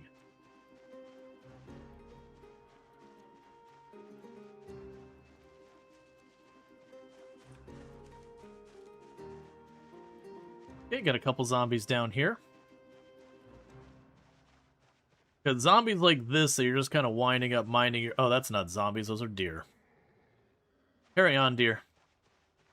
I will eat you later. Because right now our weight's probably 96 or something like that. 93. Once we start getting down to, like, the 70s, like upper 70s, that's the point where I'd start wanting to consider, it's like, okay, is there deer nearby? Okay, is there rabbits nearby? You know, how are we maintaining our weight? Yada yada.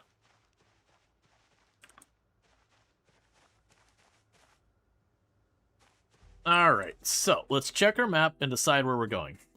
So we've got this area mostly cleared. There's probably more zombies down here and down there, that's fine. This is Lake Fallis proper. I do think we start fighting our way down this road along here. There is the woods here in the middle of it. I might just cut across if the woods aren't too obstructing, versus going up and around into an area where I'm unlikely to see really any zombies. We can just cut straight across here, see what we can find. Now, one thing you've probably noticed is I'm not spending much time looting the zombies at all. I'll watch for stuff like weapons and that kind of bit. They can be helpful. But it is one of those things that, outside of a couple of things, loot is a pretty concern in the game. A lot of the stuff you need for making weapons, you're not going to find in the zombies. You're going to find, like, random stones and sticks and foraging stuff and all that. And where it used to be the zombies were a really good source of weapons, they did nerf it super hard for Build 42. So you will find some weapons on zombies, but not like you used to. It used to be a thing that, generally speaking, once you got like 2 or 3 in maintenance, as long as you weren't too picky on your weapons, you could go without crafting any weapons at all and just sustain yourself on the weapons you find on zombies.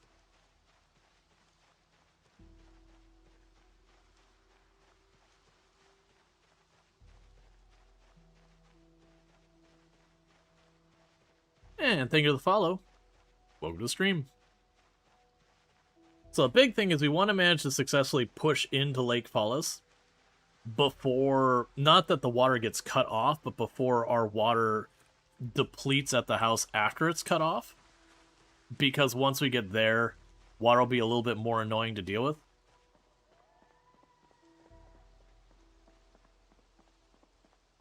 Now, one thing I haven't tested in a while is in Project Zomboid historically, as long as you didn't take weak stomach, you could eat a poison berry, it's fine. As long as you ate one poison berry and you had nothing else causing stomach problems. You also had, you could drink water from the lakes and the rivers, and it'd be like, oh no, be careful, it's contaminated, it's dangerous. And as long as you drank directly from the body of water, it was fine. Weirdly, if you bottled it and then drank it, it was super dangerous. Which, you know, I don't believe was intended, is just the way it is. And that's been true for all but, like, a very short time window in Build 41, that at one point during Build 41, they're like, okay, we're going to make drinking from the lakes dangerous. And they kept announcing it and putting the patch notes, and a bunch of people killed their characters. Despite like repeating again and again and again, it's like, we're doing it. Like, that warning is going to actually mean something. And then eventually, it just kind of went back. They didn't even announce that it was going to go back. It just did. And it wasn't like it was an immediate reaction or anything either. But yeah. So, I obviously haven't checked this build yet. But, as long as you didn't mix your things that would poison you, you could get away with a lot more than you'd expect. So, like, all these berries, I don't have the skill that lets me see what is and isn't safe. So what I'll end up doing is I'll eat a berry, and if we get sick from it, I won't eat another berry for a hot minute. Okay, so we got some zombies in the field over here.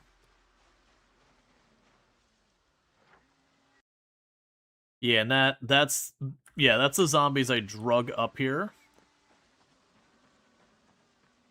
from that house, or from that farmhouse down there.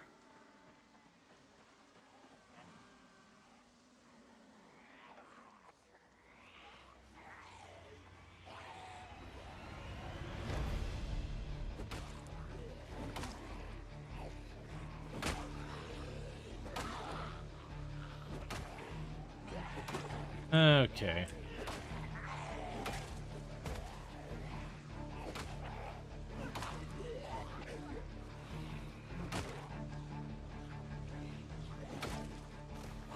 Yeah, like, I'm gonna have to adjust. Normally I would have been able to turn around and back off and play a room. That's actually a little bit closer than I would have wanted to. So when I went to re-engage, they were way closer to me than I anticipated.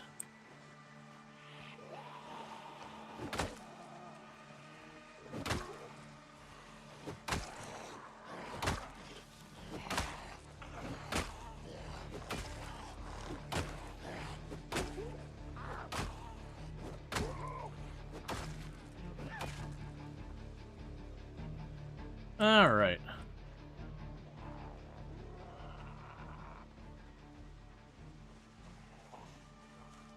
But it kind of depends on...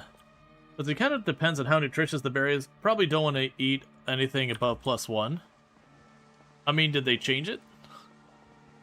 Because you used to, like, like, when I say change it, did they change it since, like, build 42.16 or something like that? Because I would eat, like, +8 or 9 nutrition berries or whatever that I knew were poisonous and it was fine. You'd get queasy and all that, sometimes push as far as nauseous.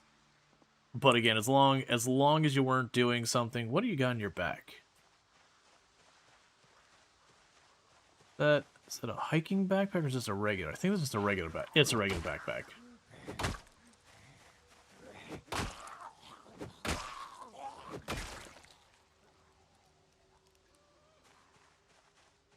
Okay. But yeah. Because you'd get queasy and nauseous, and there's definitely negatives about doing that. But it was very manageable.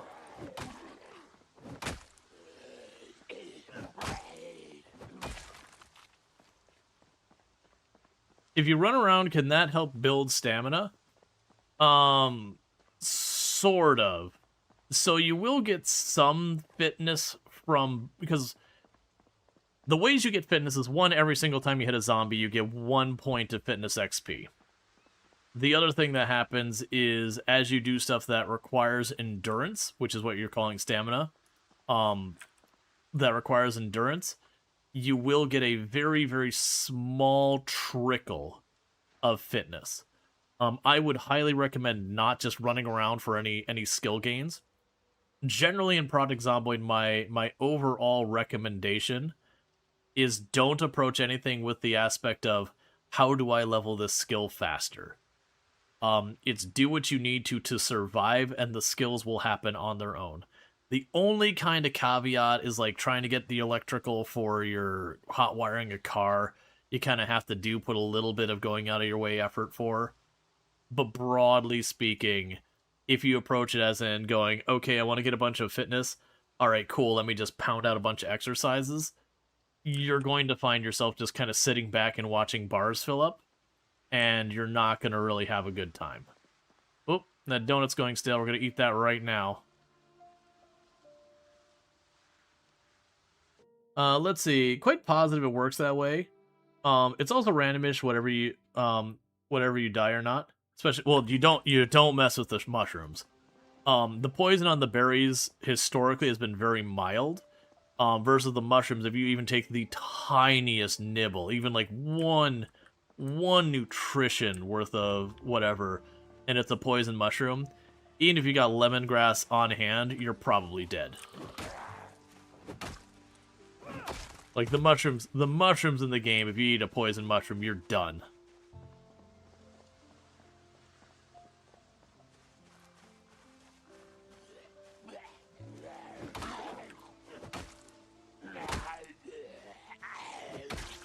Oh, and do not cook with anything poisonous, or that you don't know. It's, again, weirdly when you cook stuff, a lot of it will get worse, historically. I think there's some stuff you could do to mitigate it, but I do not remember. Alright, we got a group moving. Let's let them settle into a new spot, because that's not their aggroed on me, that's redistribution. So they'll move around to try and, like, balance out the zombies in the area. Because you notice they were going to where I was going to head to just by happenstance. So it wasn't they looked at my character where I was going and made some executive decision or whatever. It was they happened to be moving there and I happened to be moving there.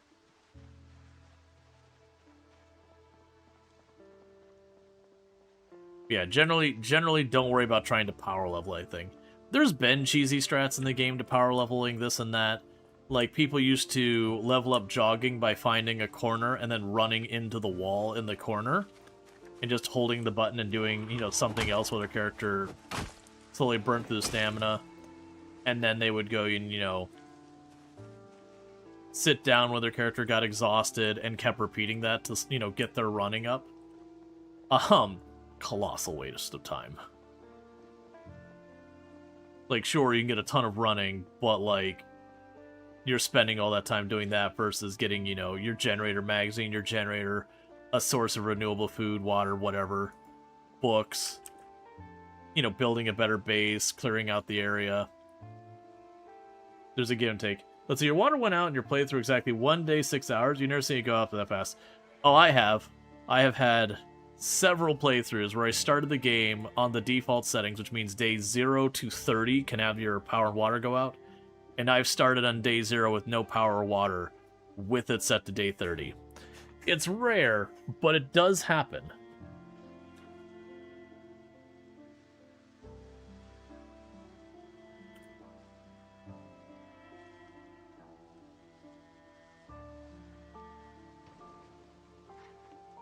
I think I heard a very quiet meta event. Let me adjust the volumes again.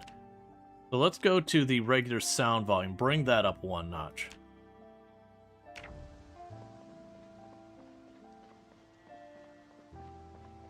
Because, like, if you're trying to get your stamina, the best way to get your stamina up, if you're just trying to speed level it, would be go to exercise and do, I believe it's sit-ups? Yeah, do sit-ups. do those all the time. No, don't do it. I didn't actually mean to tell you to do that. But basically, you do sit-ups, you rest it off. The thing to keep in mind is you will burn up all your stamina, and then, you know, you'll get sleepy and all that kind of stuff. So it absolutely will get you your stamina or your fitness leveled up by keeping your character half passed out the whole time.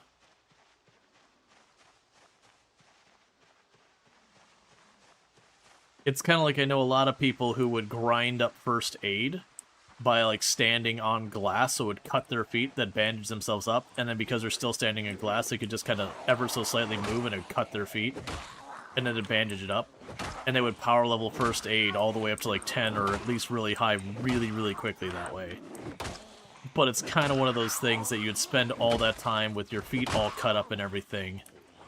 And the only real benefit of doing that is the fact that, you know, now when you bandage, you know, you won't get as much of a movement speed penalty for, like, you know, splinting your leg or whatever, and healing a little bit faster. And so it's kind of like, okay, I'm going to reduce the amount of time I spent limping around by limping around a lot. Let's see, first aid is pointless if you never get hit, and if zombies infect you through the damage, it won't matter anyways. Yep. You feel like having 0 XP in the first aid is a really good goal? Yeah, no, absolutely. It's one of those things with stuff like light-footed stealth first aid. A handful of those, it's like, genuinely, it's kind of a testament of you're playing well if those never see a point. Now, this one we almost got a full level because I did sneak around in my initial house for a little bit till, you know, things kicked off.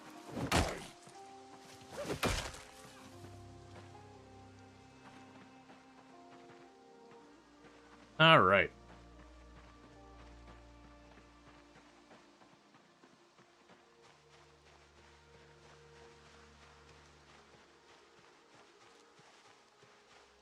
Yeah, now multiplayer with friends, there can be value in having a medic, but then it goes back to the, like, getting a random scratch or whatever can happen even if you're playing carefully. You cut through the bushes or the trees and you cut yourself on a bush. That's an RNG thing. You can have a situation where you stomp on a zombie, fail to realize your shoes just broke off because their durability hit 0, and then you end up cutting yourself, and all that kind of thing. So in multiplayer, there's something. If someone is taking a fracture, though, that is a failure on them as a player. In most cases, once in a while it can be a bug, or like when you're new to the game, and it does look like they fixed it, by the way.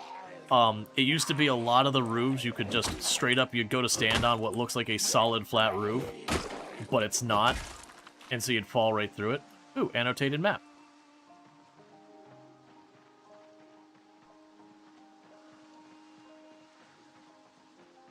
And so it is a thing you could get yourself in trouble that way. But broadly speaking, if someone is taking,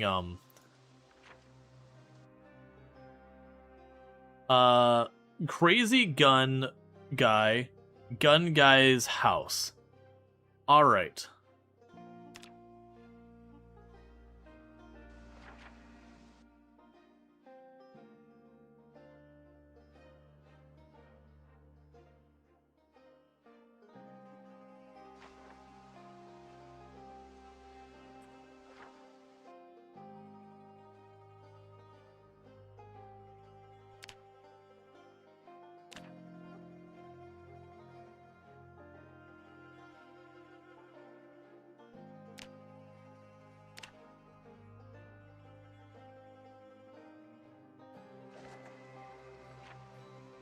It's not the right house at all.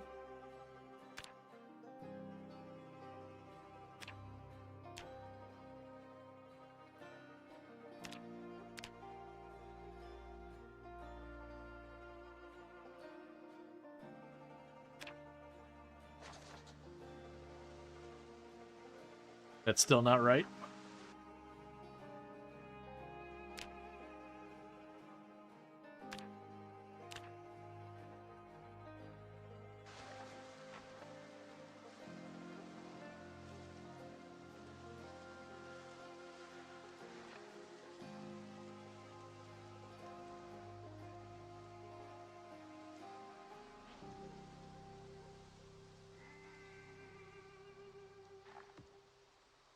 The fact that I'm getting overheated at 74 degrees in a satin dress feels a little wild.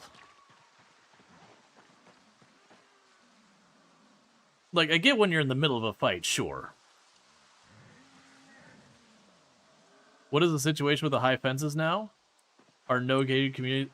I mean, for build 42, since pretty close to the beginning, using, like, the zombies could break all the, almost all the tall fences. Even before build 42, I usually recommended people be careful about using places with tall fences. They can be as much of their own danger because how the zombies move, versus, like, just having areas zombies can pass through. Almost. I haven't gone through to check everything, whether, like, the iron rod ones break, or the wood ones break, or the chain link break. I know the wood and the chain link definitely break, but I haven't, like, thoroughly tested all of it. But broadly speaking, fences can be broken now by zombies of all types, just about. I imagine there are exceptions, like maybe the fence for the exclusion zone in Louisville, maybe that's strong enough. But I don't know. I wouldn't trust them. I know traditionally there's a lot of locations people like for the tall fences, but it was one of those ones that I always felt was kind of a new player trap. That you would go and be like, it's a defensible position, and then the helicopter would show up and draw the zombies into your area, and like the entryway to it would just get overwhelmed that you couldn't go through, and you'd try and jump around the other side, and there were zombies over there too. Or when the zombies, like, a migration or redistribution pushes them towards your tile, that they would just flood in all from the same direction and cause problems. I ran into a lot of headaches doing the Rosewood Prison with the tall fences.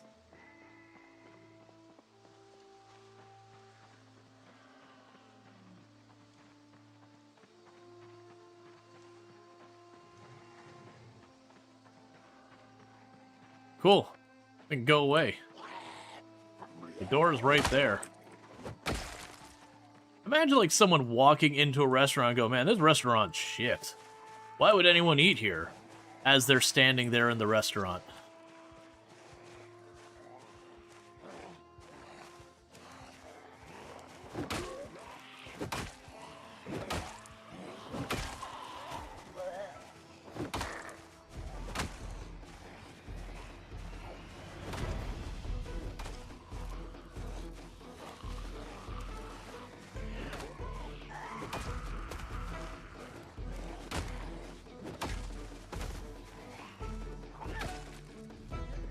Okay.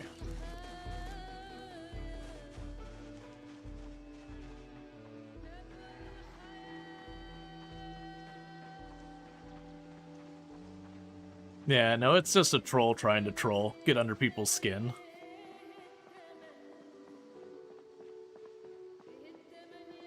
Considering some of the games I play on the channel, if this is the kind of thing that causes people grief and all that, man, we play some games that genuinely look properly terrible.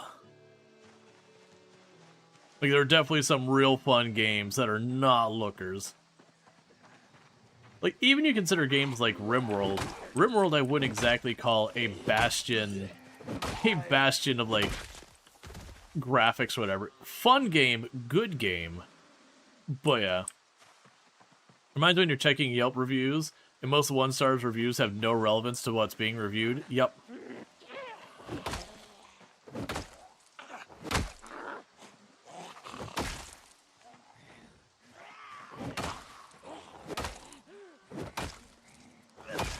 Yeah, thanks to you, you broaden your tolerances for bad-looking games. Yeah, no, there's definitely a lot of games that they put an incredible amount of effort into, like, the gameplay and all that, and like having a bunch of that stuff work extremely well and all that. But, you know, very admittedly, the game looks terrible.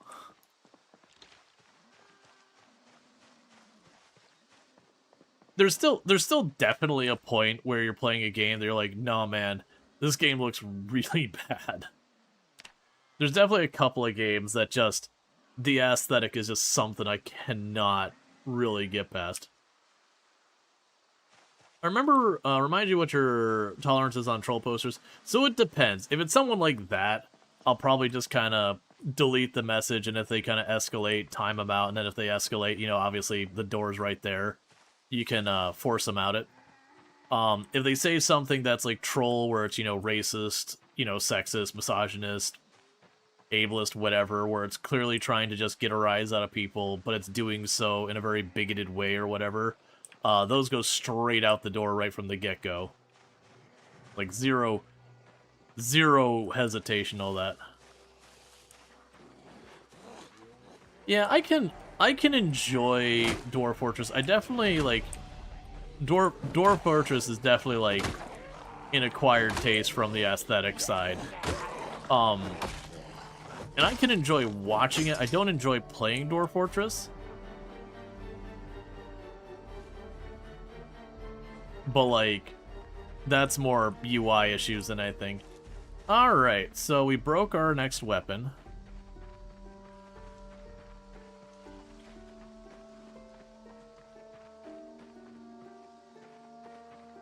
Man, our character is... I mean, I guess it's getting to be about 80, and we are doing some type of physical labor. But yeah, so, like, I actually enjoy watching Dwarf Fortress. I don't enjoy playing it. I find the UI just way too obtuse. Okay, so we're likely to have a lot of muscle strain issues now. We are switching to a weapon I have no levels in, and it's a one-handed weapon. So I get a little bit of headaches from that.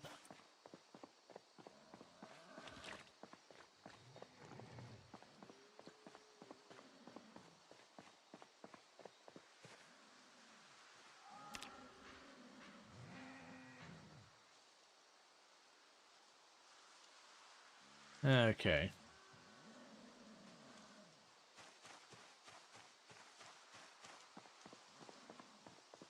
And then eventually I'll probably break these last two weapons I've got handy, the cleaver and this.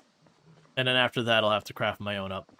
But yeah, so it depends on the severity of the troll. Also, like, if it's personal attacks, the tolerance for personal attacks is way lower.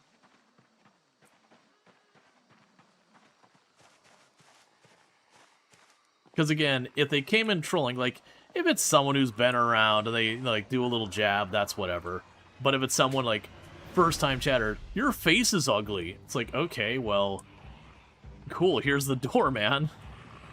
I understand what you arrived trying to accomplish, and it'll be easy enough to just deal with that now and just skip the end. Because if that's what the person feels is the appropriate start to a conversation and all that, then they are best not being part of the community. Also, one thing, don't underestimate how dangerous overheating can be.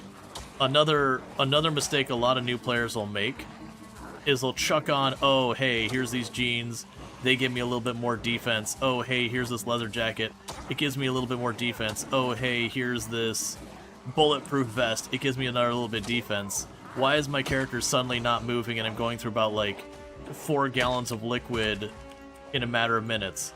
Oh, right, my character's literally having a, like, heat stroke. So you'll notice, like, my character's just wearing a satin dress. There's literally no defense bonuses to that at all.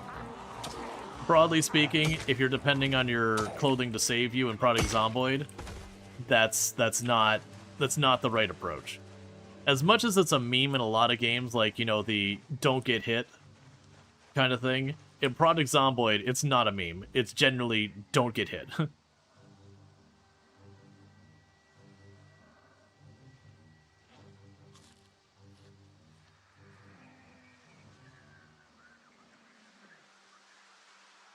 Because if you get hit, doesn't matter what clothes you're wearing, the risk you just died is too high. And understandably, like, when you're new, you're gonna get hit. It's a reality. But in a lot of ways, wearing all the extra clothes will make you far more likely to get hit. Some of the clothes will give you movement speed penalties. You'll be dealing with overheating, which can give you movement speed and damage penalties, and burn through the water faster, meaning you have to stop to drink more often. You know, yada yada. You'll have to stop and get water more often, which can, again, put you at more risk. That said, where I'm running around in this, there's a bit more of a balance you can have. Like, the bulletproof vest by itself, just chucking on some pants and a bulletproof vest, no shirt, nothing else, that's actually a pretty reasonable balance. It'll only protect you from, like, torso hits, but you're unlikely to overheat. And I don't believe there's any penalties on the bulletproof vest by itself.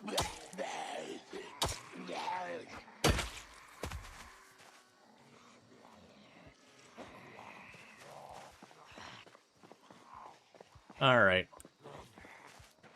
So 1 second, let's adjust this. So we need to start carrying the whetstone on me. I forgot how much that became a thing. That, blade sharpness is just a huge deal. It does look like they adjusted the wear of the condition of the weapon itself down to give you more of a reason to sharpen it. Because there's definitely a lot of weapons that by the time the sharpness is low enough to be a problem, the overall condition would be bad enough it just wasn't worth the time or effort.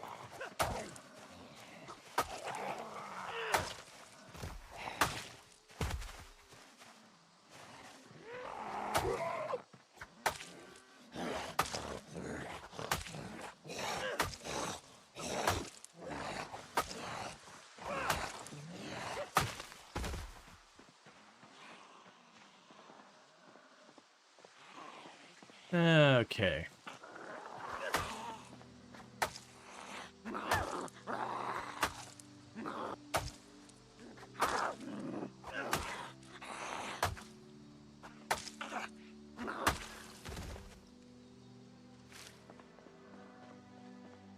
Okay, as I mentioned, we're gonna have a lot more muscle strain issues. That should be all healed up by now. And that's, again, because we're using one-handed weapons and all that.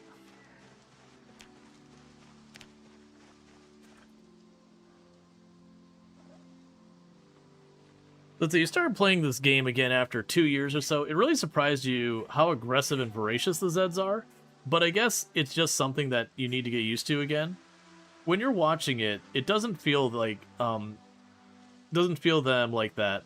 It's not the same than playing yourself. Yeah. No, definitely your experience in Project Zomboid is very, very different when you're, like, spectating versus playing. Like, when you're watching someone, it's really easy to notice stuff that the player doesn't notice. Because you'll start to, like, hyper-fixate on, like, what's my immediate threat.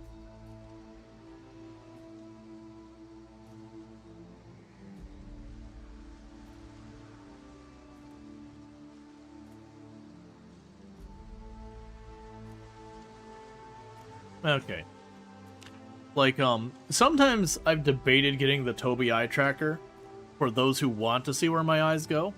Because a lot of time, like, if you're watching me, while I'm fighting, it'll be a lot of, like, looking right around my character with occasionally, like, flick off to this side or off to that side, depending on which way I'm going. And a lot of that is kind of the, okay, what is my immediate threat? Alright, is there something I gotta worry about over there? Okay, back to my immediate threat. Finish our salad. Have a sippy sip of our water.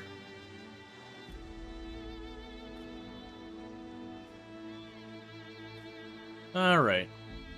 So add the onion to the bowl. Add the apple to the bowl. Add the thistles to the bowl. Add the basil to the bowl. It looks like we can't put banana in our salad. In case anyone's wondering, bananas. Also, interestingly, they won't let me put the ham in there. That feels like a change, because it used to be, I feel like it used to be that we could actually put the ham in there. Let's also crack open our potato jar.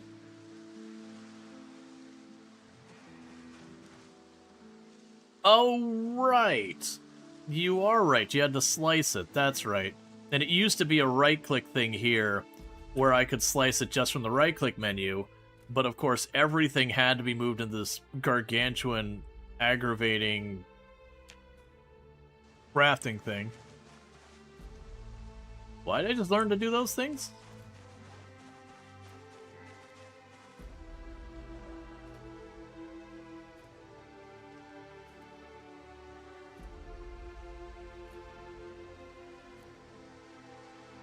What?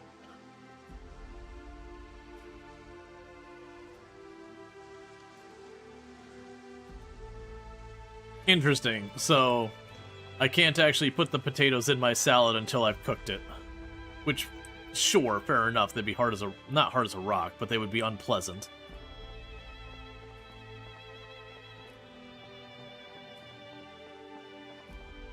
Yeah, no, it used to be a thing you didn't have to worry about all that.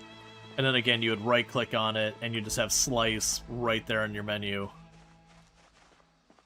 But they put a huge effort into just continuously putting more and more on that crafting menu, which I don't like. The crafting menu's fine by itself. I'm just very annoyed at how much is being removed from the context menu, because the context menu's so nice, because it's contextual. It only shows what's available at that moment, so I don't have to navigate a bunch of different menus to try and suss out what I can and cannot do at a spot.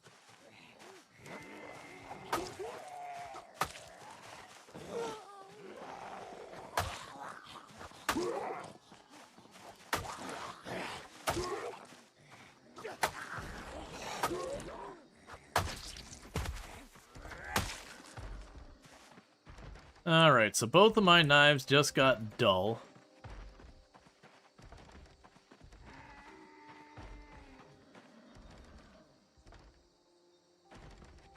So I switched to the next knife. Well, my axe and my meat cleaver, which used to be a short blade, but I believe now it's under axes.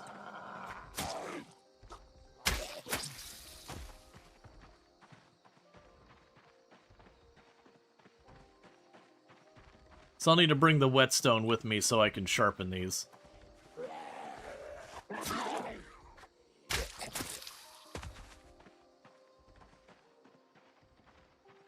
So way more than I want to tangle with there.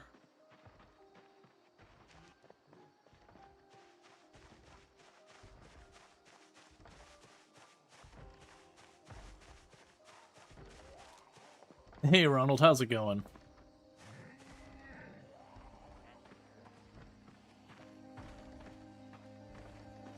What's the one thing you dislike about Build 42? So, there's things I dislike as in I'd like to see change, and then there's things that are like actual problems. I would say the one big problem we have right now is there is a bug with combat stance, and I'll show you once I'm not in the middle of a fight, that does make it way more dangerous for movement than it used to be. That's not my favorite.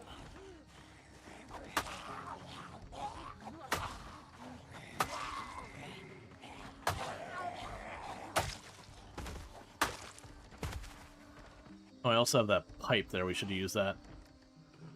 So, we'll back up, because by the time we get home, it'll be like 7 or 8.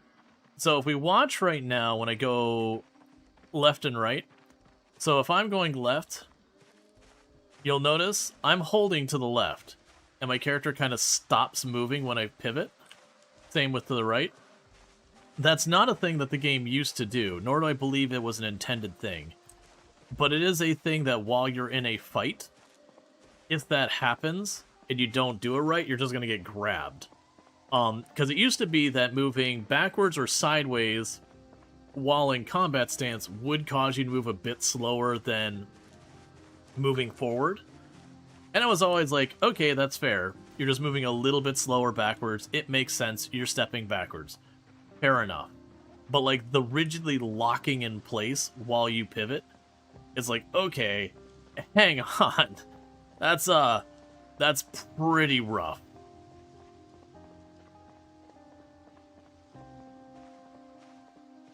But definitely feels like that doesn't seem like something intentional, but probably does need a look at. But as far as things that are like actually game mechanics I'd like to see adjusted, I can't speak for the crafting right now. Historically in Build 42, there's been lots and lots of layer to crafting, which is good, but the durability of what you got was pretty rough. I hear it's better, so I'm gonna hold judgment on that till we actually get there. But that was one pain point. And it also seems like one of the other things that we had a problem with was the butchering of animals, whether domesticated or hunted, was like horrifically bad calories. So you would starve to death eating like full boars, like a full boar a day, and you would end up starving to death from malnutrition because it didn't have enough calories. I understand they did buff using the meat hook. Again, no context of like how much, was it enough, anything like that. We'll have to wait and see. But I don't have much. Well, the one complaint I have is in this version, all these things on the right-click menu, they've been taking more and more of those off of here and putting them on these screens, the crafting and the building screen. And I don't mind that they exist on the crafting and the building screen, but like doing stuff like being able to right-click on a window and choose to barricade a window, and like right-click here and do stuff like that. Being able to have a stack of clothes and like right-click on it and tell them to rip the whole stack of clothes. But that's honestly one of the ones I really miss from Build 41, is I could grab tons and tons of clothes off a bunch of zombies, pile them all in one spot, and be like, rip all of this. And your character would go through and rip them one at a time, but it was one input that I could then fast forward through. In Build 42, going to this crafting menu, it'll show like one piece of clothing. And so like if I have a bunch of different types, I'll only get like the one piece of clothing at a time. That will do, so I'll do like the 2 shirts, and then I'll have to do it again for like the 2 pants, and I'll have to do it again for the 2 shorts, and I'll have to do it again for the other style of shorts, and I'll have to do it again for the other style of shirt. You get the idea.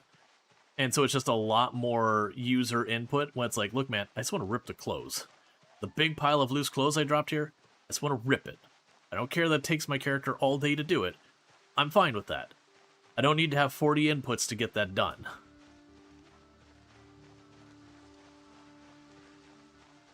Oh, I could have cut across here.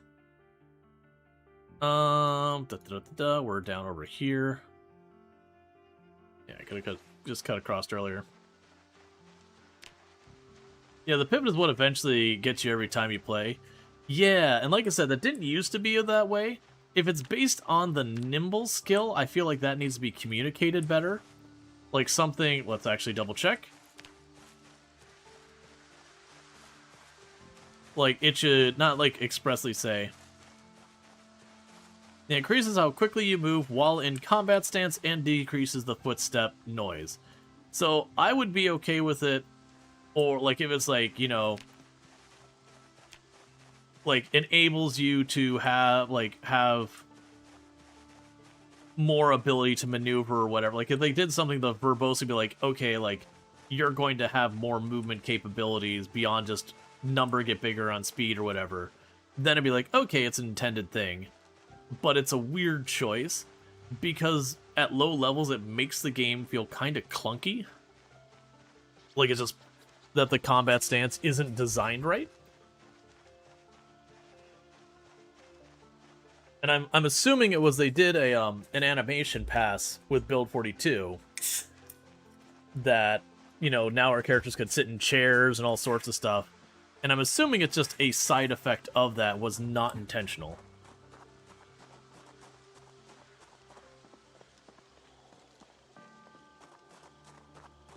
Yeah, I end up using the crafting menu a lot out of necessity. I don't like it.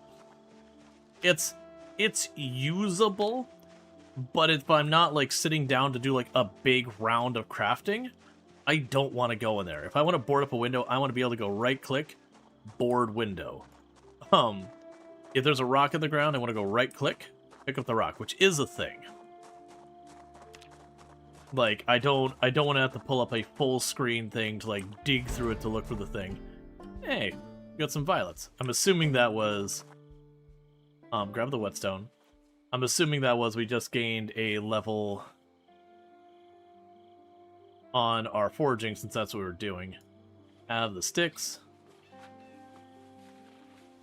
But yeah, and I don't know for sure, but the supposed reason that's, you know, secondhand information, so super grain of salt and all that, is that the context menu is being deprioritized and moving everything off of it for consideration of controller players. And it's like, okay, I advocate heavily for consideration of people with, like, accessibility needs and all that, and we should absolutely support controllers. But, not at the cost of everybody else. Like, you support controllers, but you don't take away functionality from other people who prefer keyboard and mouse to facilitate. You add it in addition. Like, if you want to put the big wheel on the middle for controllers, fair enough. Let me right-click in my context menu still.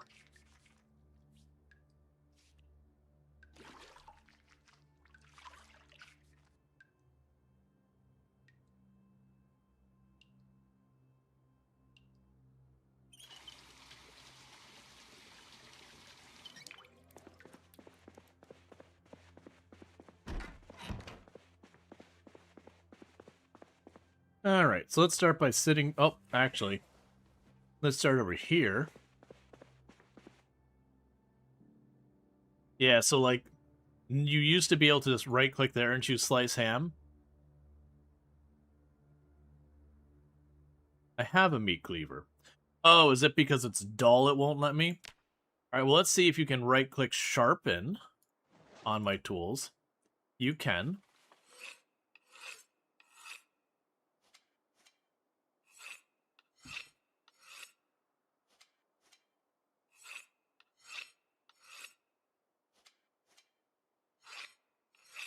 And the sharpness, unless something changed, can only go as high as the head condition on the tool. So it does become a thing that once the condition starts to get down, you'll hit something and be like, okay, it's dull again. And you'll have to sharpen it up again. Cool.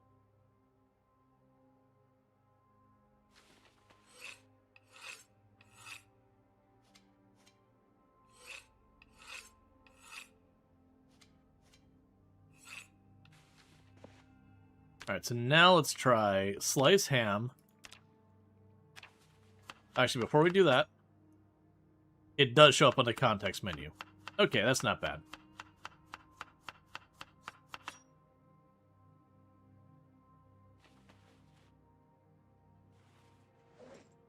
Alright. So salad. We will add some sliced ham.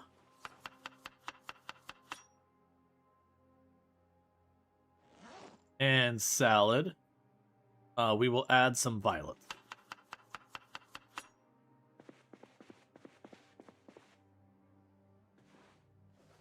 And I expected to be able to put the potatoes in the salad as well, but that's apparently not a thing, which is fine. I'd have to cook them first, but that's okay.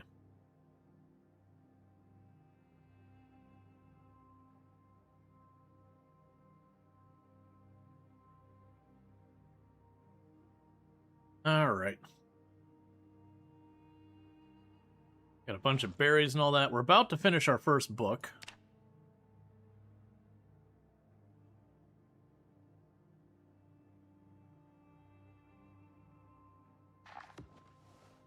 Okay.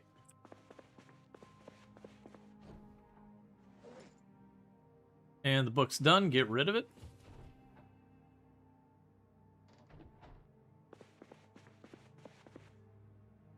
Let's see, is there a bonus from making a salad instead of eating the individual ingredients? Yes. So, if you notice here, there's the boredom and the unhappiness. If you eat the individual ingredients, your character will gradually end up getting bored and depressed. Versus the moment you put anything into a bowl, the more different ingredients, the more boredom it gets rid of, and the more unhappiness it gets rid of. The more of the same ingredient, the more boredom it causes, and the more unhappiness it causes. On top of that, when you cook, it does make it so you'll get slightly better efficiency so far as the nutrition. You'll get just a teeny bit more out of that, and that has to do with, like, what level of cooking you are. So you can make your food go just a little bit farther than if you didn't cook it.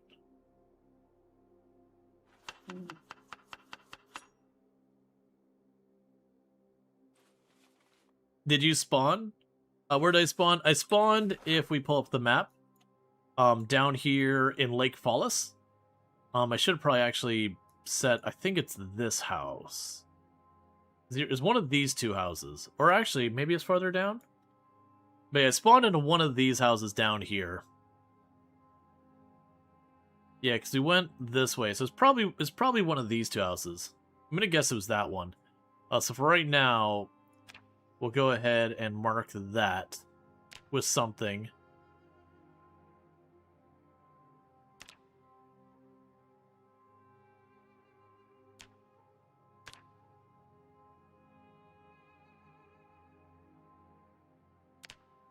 Yeah, so I spawned there, we walked out of town, got to this farmhouse up here, and now I'm fighting my way back in. Alright.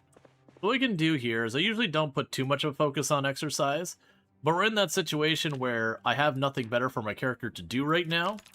I don't have another book I can read in here that I probably should check, but I don't have another book I can read in here, so I could just fast forward until it's late enough for me to go to sleep, or we can work out. So if I got nothing better to do with my time, I might as well be productive with it.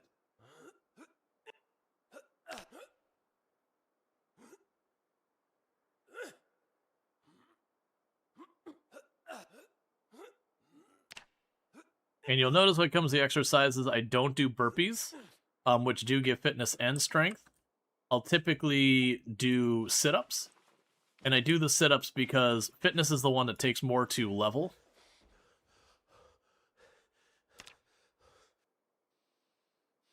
Yeah, if you push it too far, one round of exercises early on is going to give me a little bit of a penalty, but that's actually another reason I choose the burpees, the sit-ups.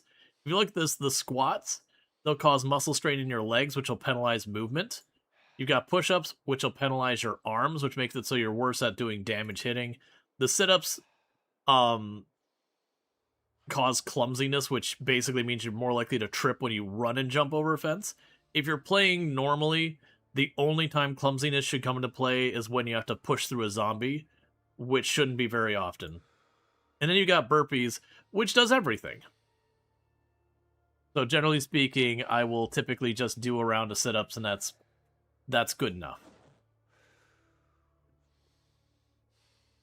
Alright, I'm not allowed to put the banana in there. We'll probably want to use the banana soon, because it's probably not going to last much longer before it starts getting dodgy.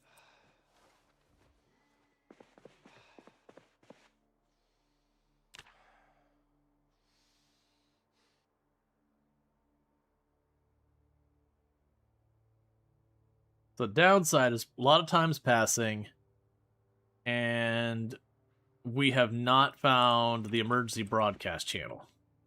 And the reason we care about that is the emergency broadcast channel is the way I can tell when the helicopter's coming.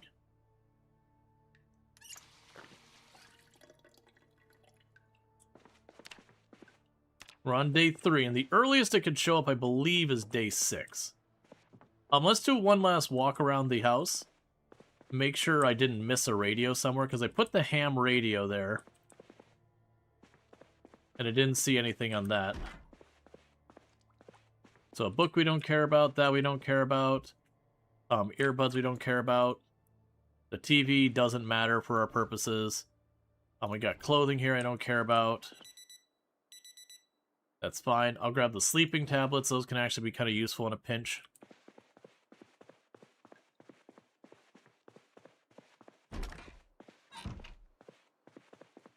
Stuff we don't care about in here.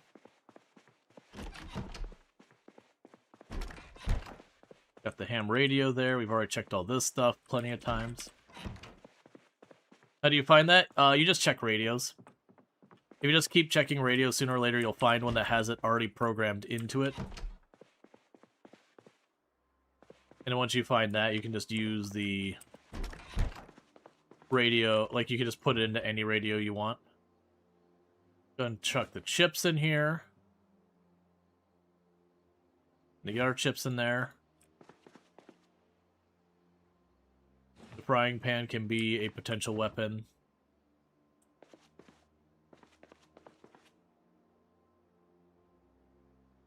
There's a dead rat and an empty jar in there.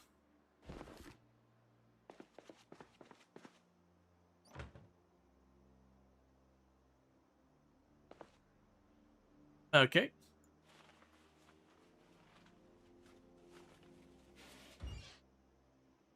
Got a stew there.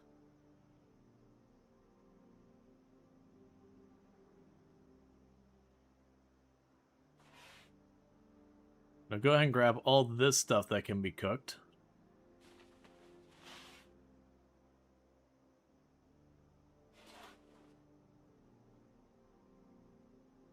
That's fine. So these should cook really fast. It'll cook the stew. And we're just going to eat the entire stew in one go. What, how you die? Well, we died once right at the very beginning of stream because I was getting a run off the ground, but we have not died since then.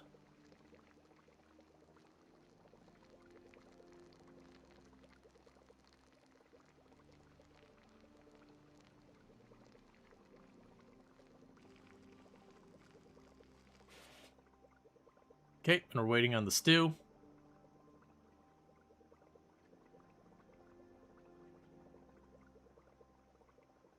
So let's eat the banana before it goes bad.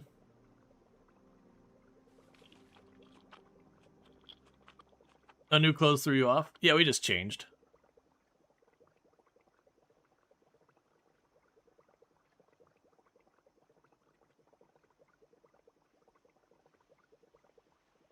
I wonder if I can put the cooked acorns in there. Nope.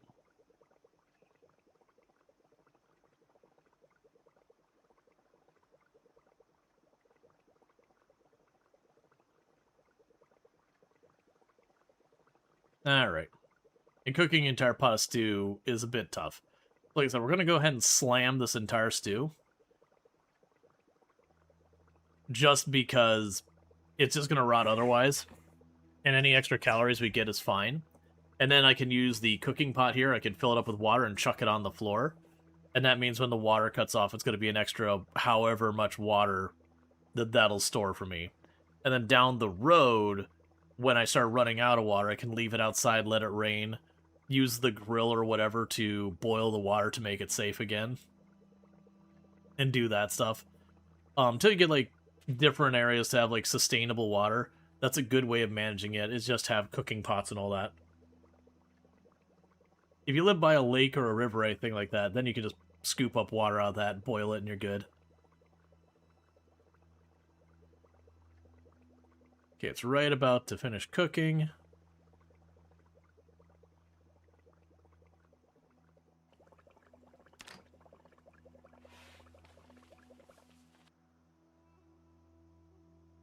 So, go ahead and just shrug the entire stew. Just the whole thing.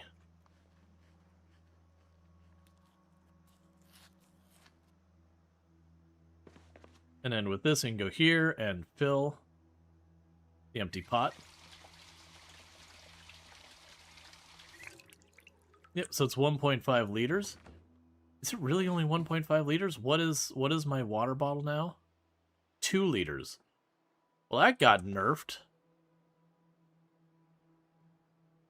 This thing used to carry a good number of refills of this. It used to be like a whole strategy to carry around like saucepans and all that. But weirdly, the large cooking pot has less water capacity than your water bottle.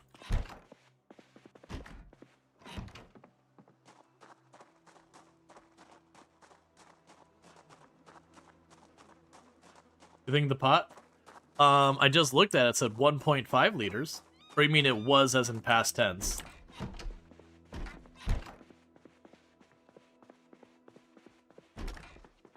Yeah, because mousing over this, it says 1.5 liters. Yeah.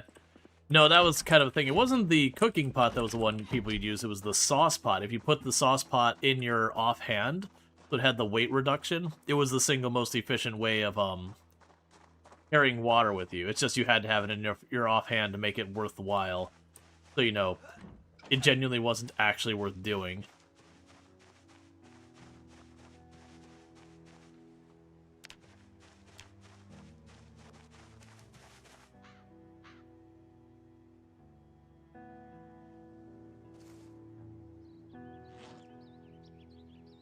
Okay, so you're just an empty bag. There we go. Does the bottle weigh less than the pot? I did not compare the weight. Once I do my once around to check for zombies, we can go ahead and take a peek, compare the weights.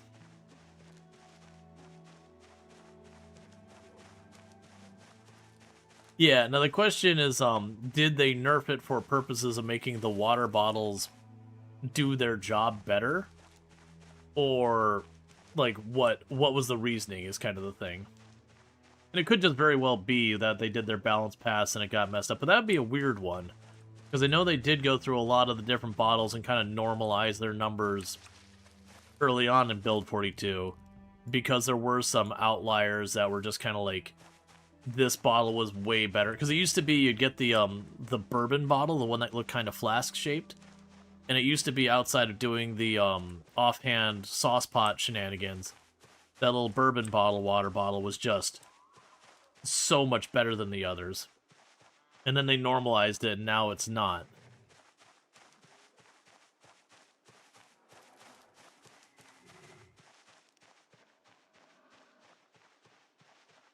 Man, those deer generally are, like, scarier sounding than the zombies. Sounds like Darth Vader going on there.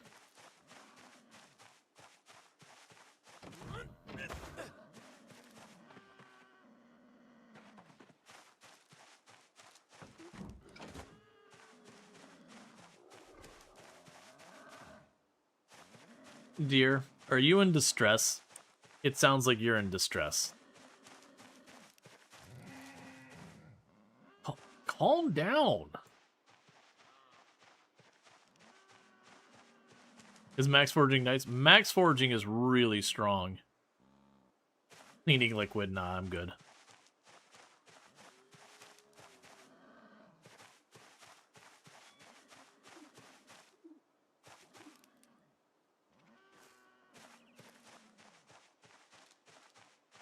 But you'll notice the circle here is just going to get bigger and bigger as we gain levels in foraging. But yeah, so doing the lap around to check for zombies, then foraging while we're at it, it's just a good way to get like your trickle feed of crafting supplies, slowly level your foraging, all these kind of things. That can be very helpful.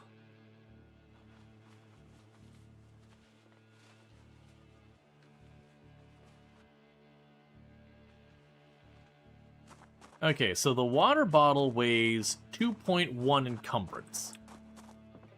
I would actually assume the cooking pot to be substantially higher encumbrance. 2.5. Yeah, so it's significantly higher encumbrance than my water bottle.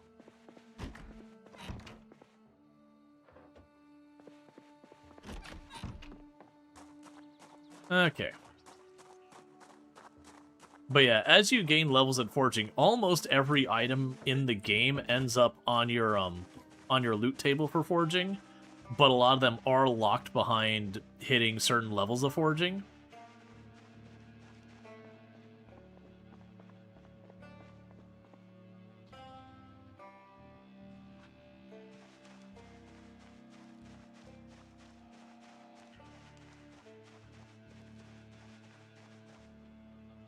I keep hearing a lot of these are like research to learn a recipe. Does not generate maintenance XP when used as a weapon.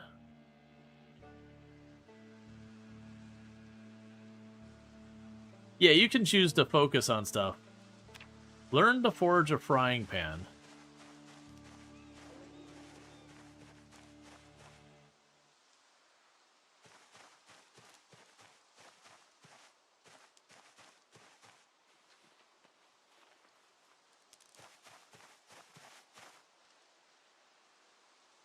Marigolds?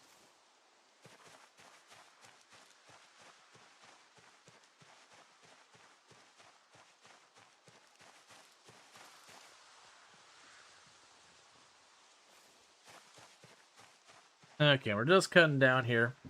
Getting back on track towards pushing that house. Yeah, so many mushrooms.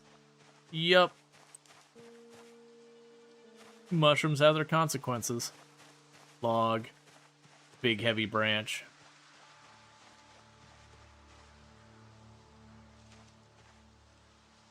More lemongrass. Lemongrass can help if you poison yourself a little bit, or you're getting a little bit of corpse sickness. It can mitigate it. If you get yourself like really out there, it's not going to save you.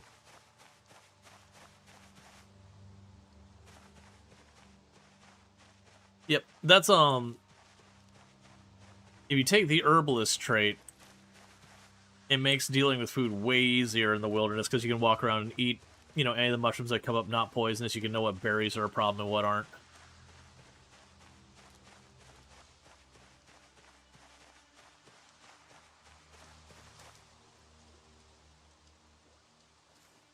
Some mushroom and lemongrass salad? Nope.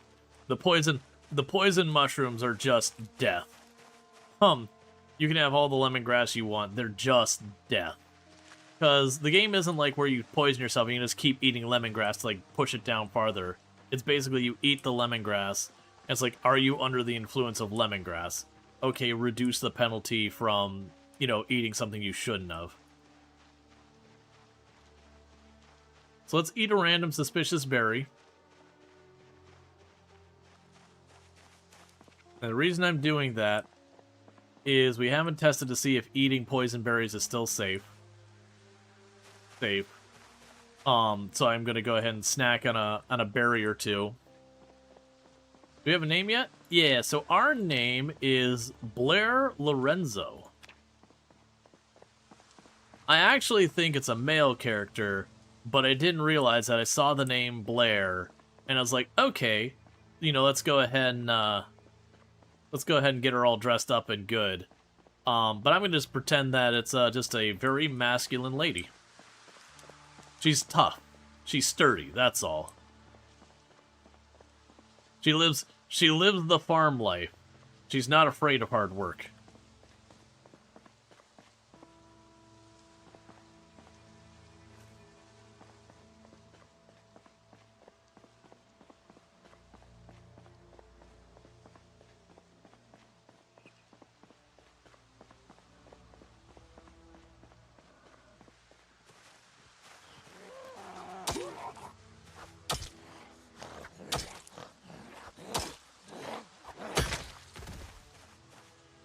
Let's see. Fun fact, there is a mushroom called Destroying Angel. It must be tasty, right?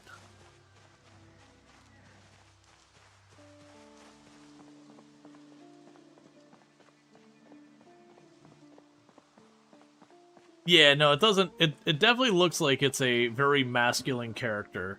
But, like, we were wearing much heavier clothes earlier, so you couldn't make out the body shape at all.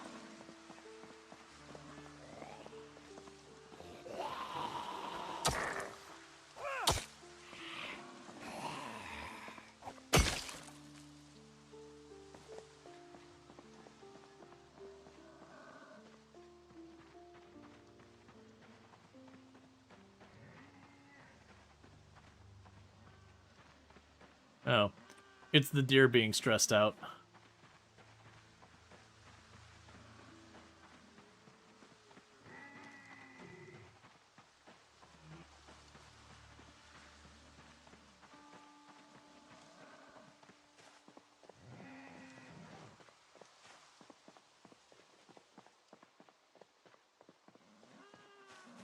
Hey, deer. Bugger off.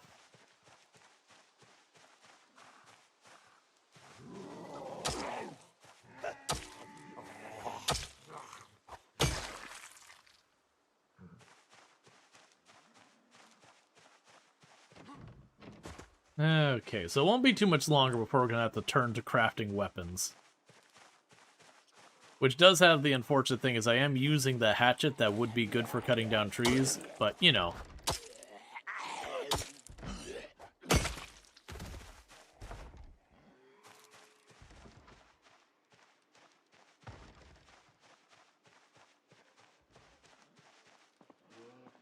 Oh. The sharpness and the condition are the same, so our axe is never going to be sharp again.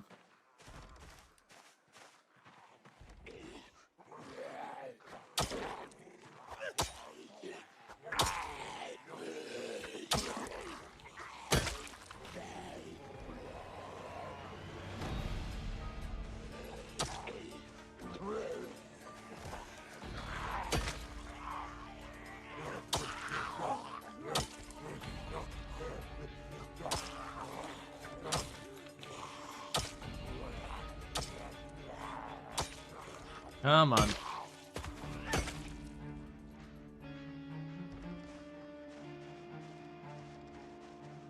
We need to back off and rest again.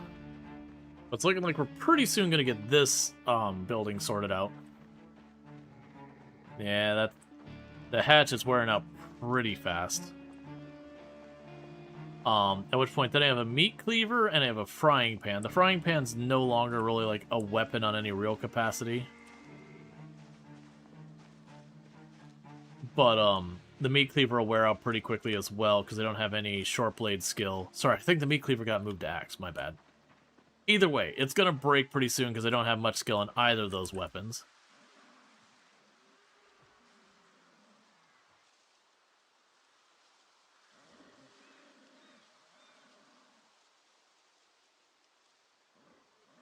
Put the ham in there.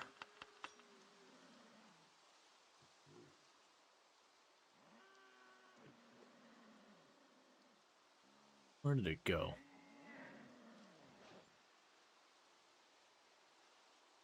Put the nettles in there. Put the violets in there. Put the marigold in there. Slam it down because it's only for hunger.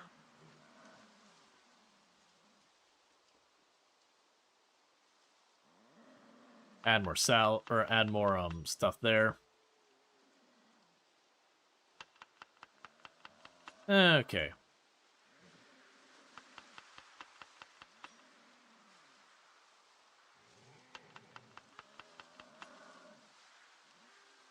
That should be probably enough to get our hunger sorted out.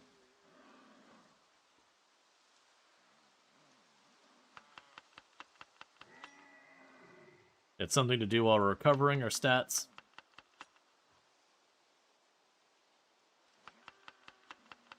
I also should have dropped off the seeds and all that we found, but that's okay.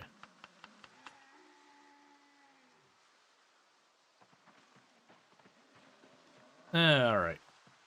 Yeah, so little by little we're getting all that stuff sorted. It will be a thing that, very genuinely speaking, eventually I'm going to have to put a lot more effort into farming and whatnot. We'd like to get the emergency channel. If we get the emergency channel, that would be great. Because then when I know it's going to rain, we will spend a day just planting everything we've got that's, you know, in season or whatever.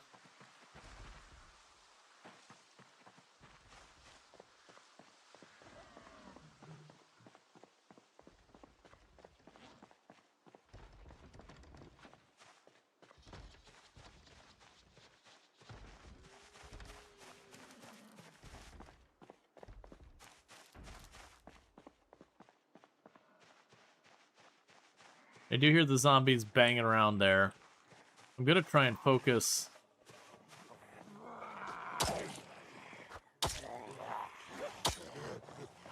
Where did you come? Oh, the door must have, like, broken while I was... There's, like... Why do I hear a zombie directly behind me?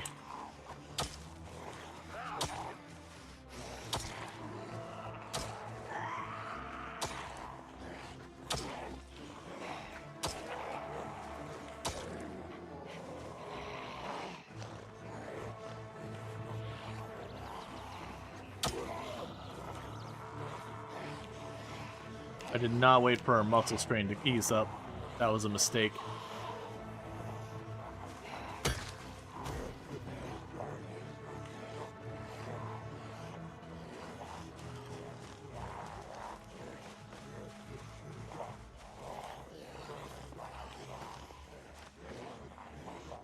Okay, none of that's how I expected them to pass, but alright.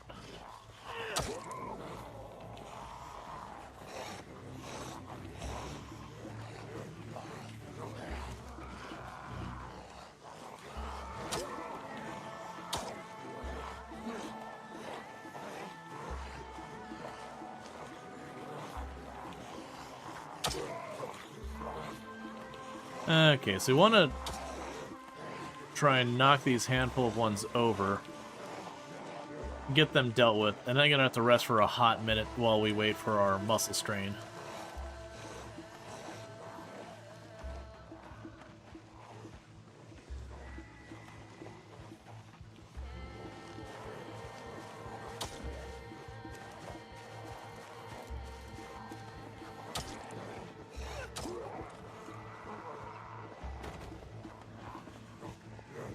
Okay.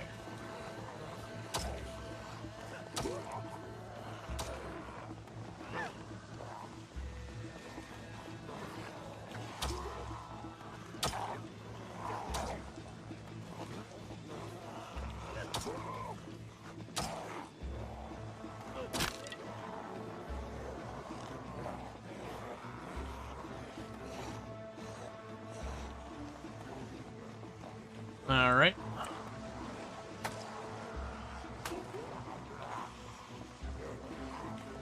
And also, if the pain gets high enough, I believe we'll get other penalties to like movement speed and all that as well.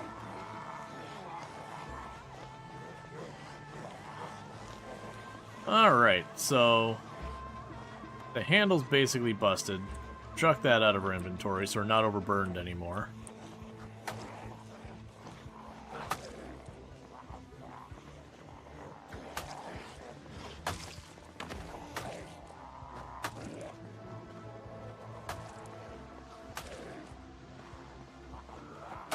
Yeah, it's because we have really bad muscle strain. It's massively penalizing our damage. And it's because I didn't take enough time to recover from my muscle strain between the first pull and the second.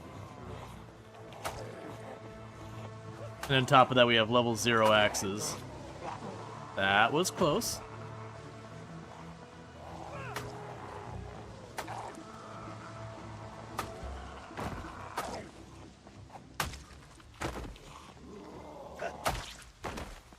Alright.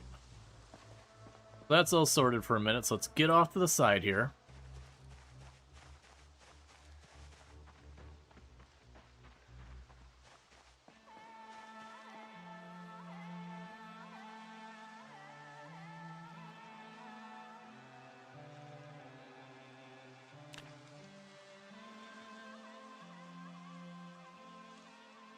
Did not... Oh, it's already basically fully sharp. Okay, so what we need to do here is just kind of chill for a minute. We're basically waiting for this to not show the muscle strain anymore.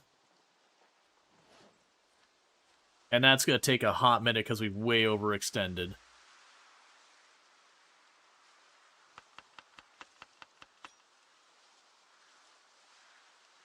Because the more you lean into it, the more problems it gives you.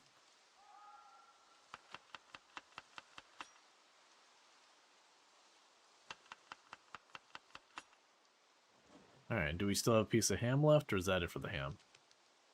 That's it for the ham. Alright, we'll go ahead and finish that off. I believe that'll be it for our salads until we find more ingredients, which is just foraging with some focus. Then I got acorns, we got other goodies to eat. Yeah, we do not want to cook with the berries. Because we don't know if they're poisonous or not. It's just a weird quirk of how the game mechanics work. That if you cook with poisonous stuff, it kind of like magnifies how poisonous it is.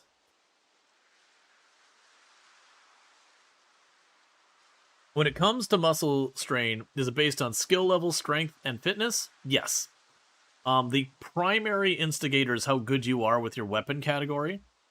So in this case, we have less. We're at 1 axis or whatever. We don't have pointed axes yet. That's the primary factor into it. But strength and fitness do play a part into it as well. Because like strength deals with the damage. The higher your damage, the less swings it's going to take in the first place. Fitness has to deal with your endurance. The lower your endurance gets, the less damage you do. The more swing it's going to take to kill stuff. So it does have a compounding effect. And that's just kind of the way it is. But yeah, we're going to be dealing with muscle strain for a hot minute here.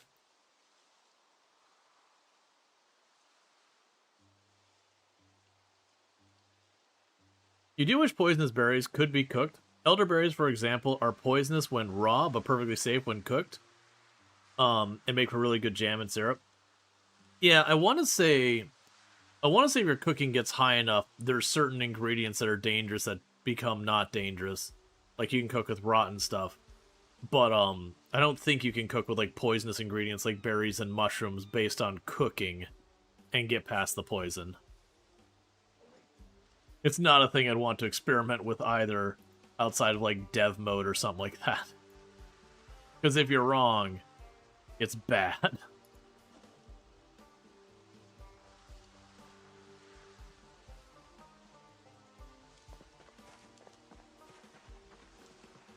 Can I ask you? Yeah, so the weird quirk is when you cook with poisonous stuff, it ends up being a thing that it makes the poison worse.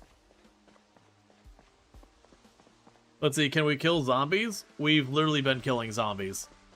I'm at 260 zombies killed, and we're on day 4.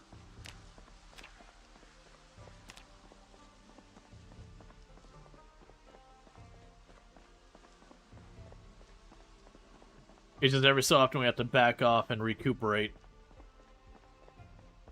Yeah, or eating burnt bacon kills you. Yeah, no, it's... So, like, in real life, you can get food poisoning from overcooked food. That is actually a thing. But, like, we're talking you have annihilated it to the point it's basically charcoal kind of deal. Just a little overcooked or something is not that big a deal. But Project Zomboid, it's like, wait for it, wait for it, wait for it. Waited too long, it's ruined.